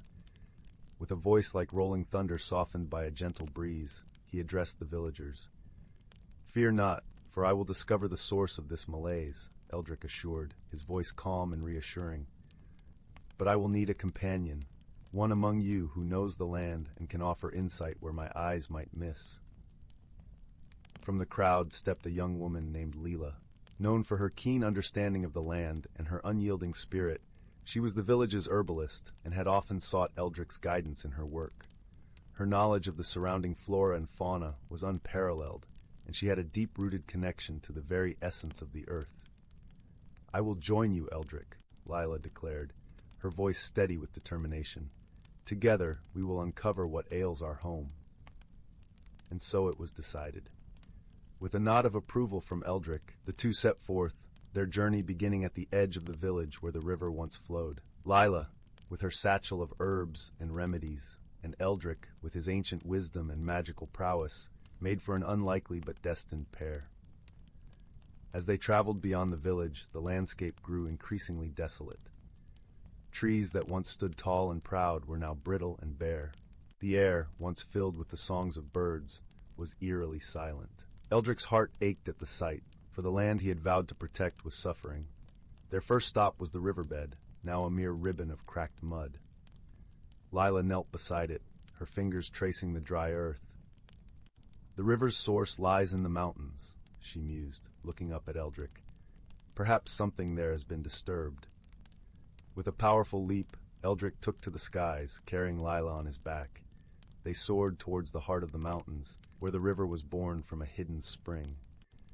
As they ascended, Leela marveled at the world unfurling beneath a patchwork of greens and browns, now tainted by an unnatural gray. Upon reaching the spring, they discovered a sight that filled them both with dread. The water, once crystal clear, was now a murky sludge, and a strange, dark substance seemed to seep from the rocks themselves. "This is no natural occurrence," Eldrick said, his voice grim. "A malevolent force is at work here." Leela leaned closer, examining the dark substance. "I've seen this before," she whispered, recalling a tale from her grandmother. "There's a legend of a shadow spirit, one that feeds on life and thrives in darkness. It was said to have been banished long ago, but perhaps it has returned." Eldrick nodded, understanding dawning in his ancient eyes. "We must banish it once more," he declared, "and to do that, we must find the source of its power." Guided by Leela's knowledge of the old tales, they followed the trail of darkness deeper into the mountains. The path was treacherous, with jagged rocks and narrow ledges, but Eldrick's wings provided them safe passage. As they ventured further, the air grew colder, and the darkness more oppressive. Finally, they reached a cavern, its entrance shrouded in shadows that seemed to pulse with a life of their own. The air was thick with an aura of malevolence, and the very ground seemed to tremble beneath their feet. "This must be it," Leela said, her voice barely above a whisper. "The heart of the shadow." Eldrick lowered his head, and with a gentle nudge encouraged Leela. "Together," he reminded her, his voice a comforting presence. With a deep breath, Leela stepped forward, her resolve unwavering. Inside the cavern, they found the source of the corruption, a swirling vortex of darkness, feeding off the life around it. It pulsed with a rhythm akin to a heartbeat, each beat sending a shiver through the air. Eldrick closed his eyes, drawing upon the ancient magic that flowed through his very being.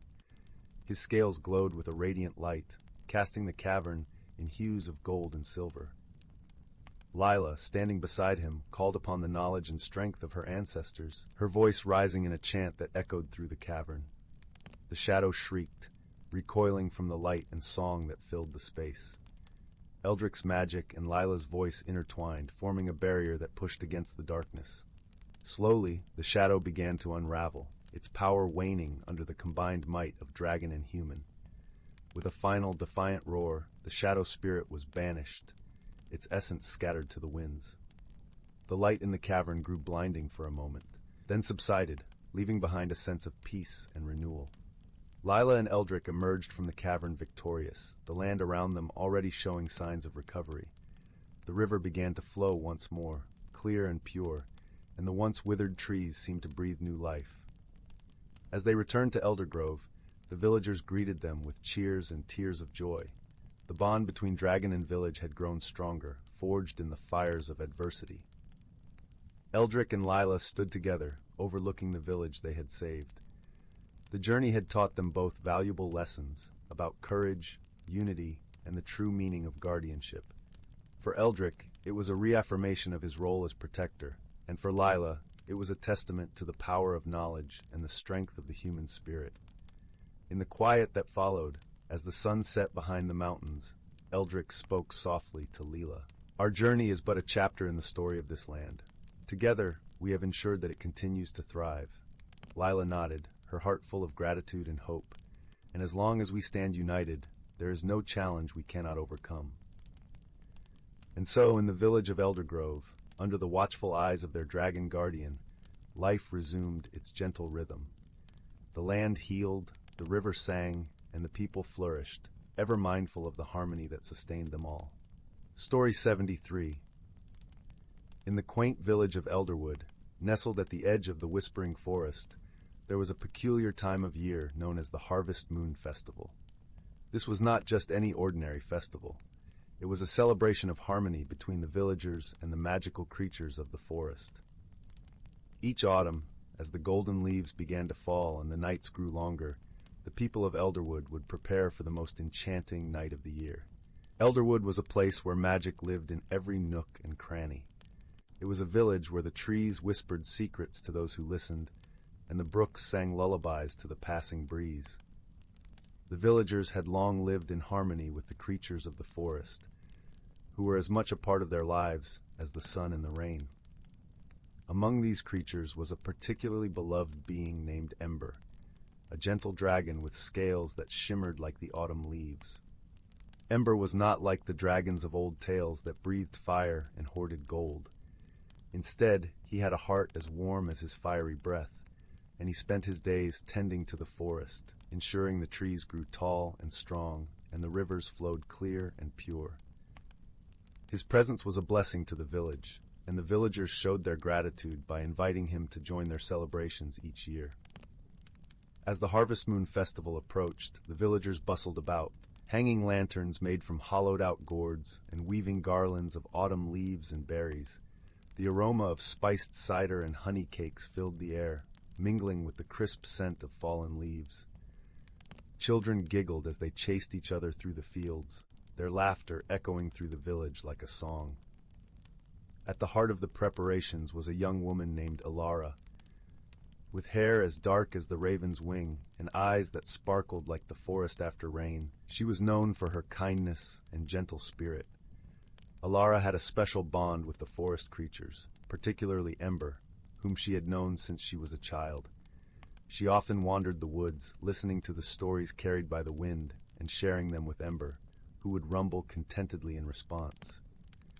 This year, Alara was responsible for organizing the festival, a task she embraced with both excitement and diligence.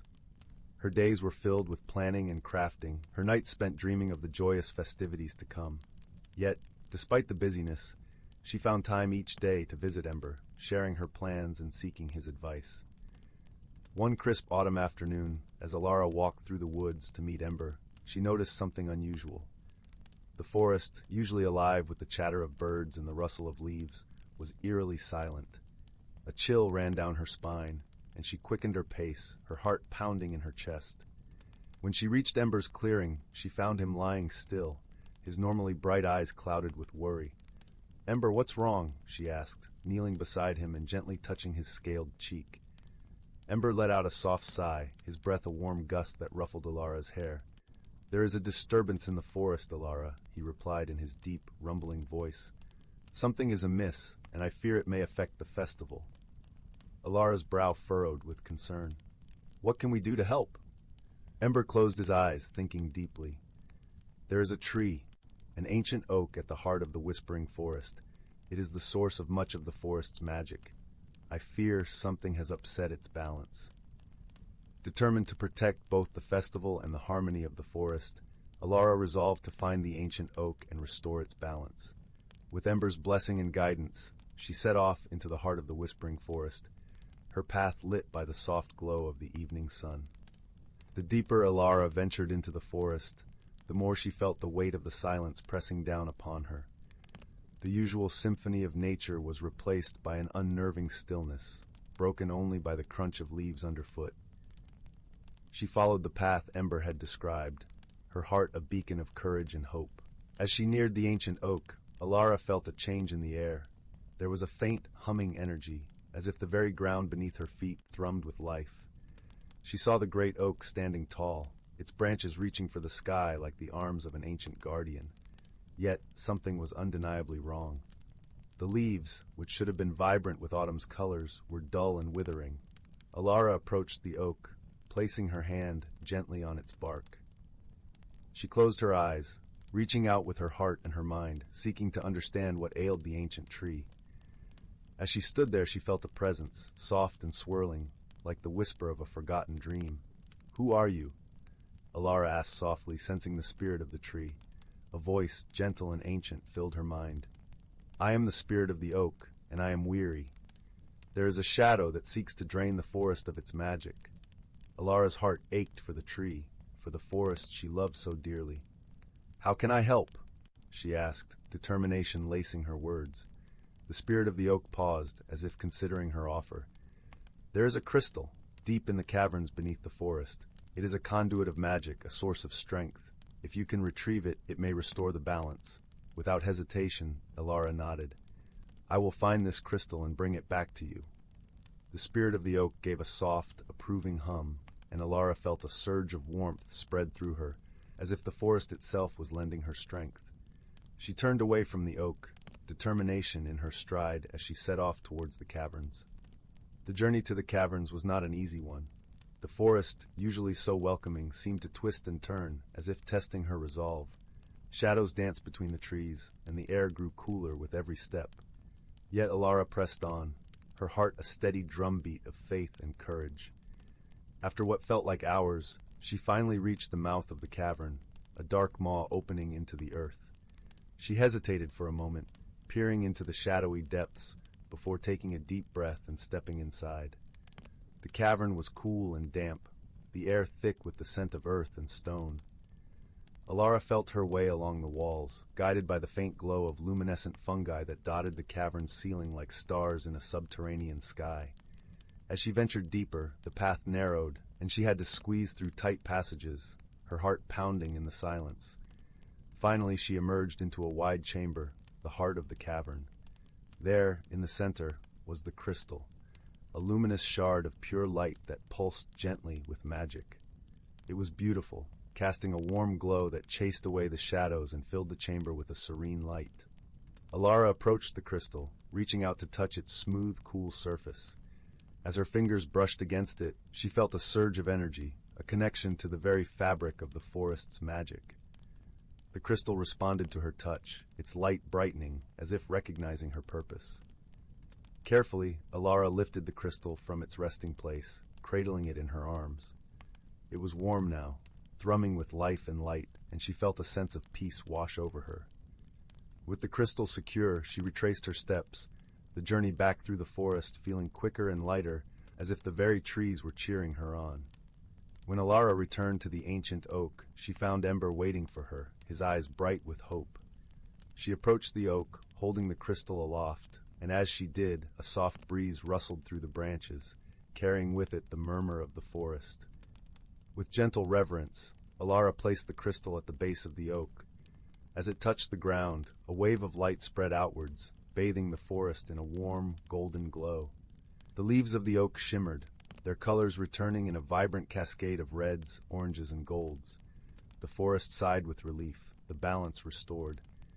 Ember let out a joyful roar, the sound echoing through the trees, a song of triumph and gratitude. Elara smiled, her heart full as the forest came alive around her, the creatures emerging from their hiding places to celebrate the return of their magic.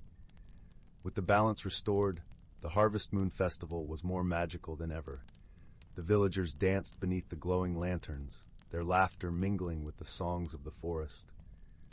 Ember joined the festivities, his presence a reminder of the bond between the villagers and the magical world they cherished. As the moon rose high in the sky, casting its silver light over the village, Alara stood beside Ember, her heart full of warmth and wonder. The festival was a celebration of harmony, a testament to the power of kindness and courage. And as the night wore on, the villagers of Elderwood knew that, so long as they stood together, neither shadow nor silence could ever truly dim their light. Story 74, The Tale of Willowgrove Village and the Whispering Woods. Once upon a time, in the gentle embrace of the rolling hills and nestled beside the tranquil glimmer of Lake Lyria, lay the quaint village of Willowgrove. This village was unlike any other, for it thrived on the harmonious coexistence of its human inhabitants and the magical creatures of the Whispering Woods. The woods, with their towering ancient trees and mysterious shadows, were home to a myriad of fantastical beings, playful sprites, wise old owls, and the majestic willow dragons whose scales shimmered like the moonlit water. The people of Willowgrove were simple folk, living in charming thatched cottages with gardens overflowing with vibrant blooms. They tended to their fields and livestock, but they also knew the importance of caring for the magical creatures that shared their land. It was a tradition passed down through generations to leave offerings of honey and milk at the edge of the woods as a sign of respect and gratitude. In the heart of this village lived a young girl named Alara. With her wild chestnut hair and eyes that sparkled with curiosity, Alara was known for her adventurous spirit and kind heart. She loved nothing more than wandering the lush meadows and whispering her dreams to the ancient oaks. Her grandmother, wise and gentle, often told her tales of the dragons and their secrets, of how they guarded the balance between the realms of magic and the mundane. One crisp autumn morning, as the leaves turned to gold and the air carried the sweet scent of apples, Alara set out to gather herbs for her grandmother's remedies. The Whispering Woods, though enigmatic, had always welcomed her with open arms. She felt the comforting rustle of leaves above, heard the soft murmur of the brook, and sensed the gentle presence of the woodland spirits. As Alara wandered deeper into the woods, she stumbled upon a sight that stopped her in her tracks. There, tangled in the roots of an ancient oak, was a young willow dragon. Its scales glimmered with a silvery sheen, and its eyes, deep pools of azure, were filled with distress. The dragon was caught, unable to free its delicate wing from the gnarled roots. Without a second thought, Alara approached the creature, her heart swelling with empathy. She spoke softly, "Fear not, gentle dragon. I am here to help." Her voice, though small, was filled with sincerity and warmth. The dragon, sensing her kind intentions, ceased its struggle and watched as Alara carefully untangled its wing, her nimble fingers working with the utmost care. With a final, gentle pull, the dragon was free. It stretched its wings and let out a soft trill of gratitude that echoed through the trees. In return for her kindness, the young dragon nudged Alara with its snout, as if inviting her to follow. Intrigued, she trailed behind the creature deeper into the woods, to a place she had never ventured before, a hidden glade bathed in the dappled light of the sun. In the center of this glade stood a majestic willow tree, its branches dipping gracefully into a crystal-clear pond. It was said that this was the heart of the Whispering Woods, where the magic of the forest was at its strongest. The dragon led Alara to the pond's edge and gestured with its tail towards the water. Peering into the pond, Alara saw not her reflection, but a tapestry of visions woven into the water's surface. She saw her village, the people she loved, and the creatures of the woods living in harmony as they always had. But she also saw a shadow looming, a dark cloud that threatened to disturb the balance. Startled, Alara looked up at the dragon, whose eyes now reflected her concern. The young creature understood the danger that lay ahead and had chosen Alara, for her heart was pure, to help safeguard their world. Understanding the weight of what she had seen, Alara knew she had to act. She bid farewell to the dragon with a promise to return, and made her way back to Willowgrove with a newfound determination. Over the following days, Alara gathered the villagers, sharing her vision with them. Though some were skeptical, others, who knew the wisdom of the woods, listened intently. Together, they devised a plan to protect the village and the Whispering Woods from the approaching darkness. The villagers worked tirelessly, guided by the wisdom of the elders and the playful hints of the sprites. They fortified their homes and prepared charms of protection, weaving spells of light and love into every corner of their village. As the shadow drew near, the creatures of the woods emerged to stand alongside the people of Willowgrove. The willow dragons, with their luminous scales, soared above, casting a protective glow over the village. The sprites danced through the air, their laughter weaving enchantments that filled the hearts of the villagers with courage. On the night when the shadow finally descended, a storm unlike any other swept across the land. The winds howled and the skies darkened, but the village of Willowgrove stood firm.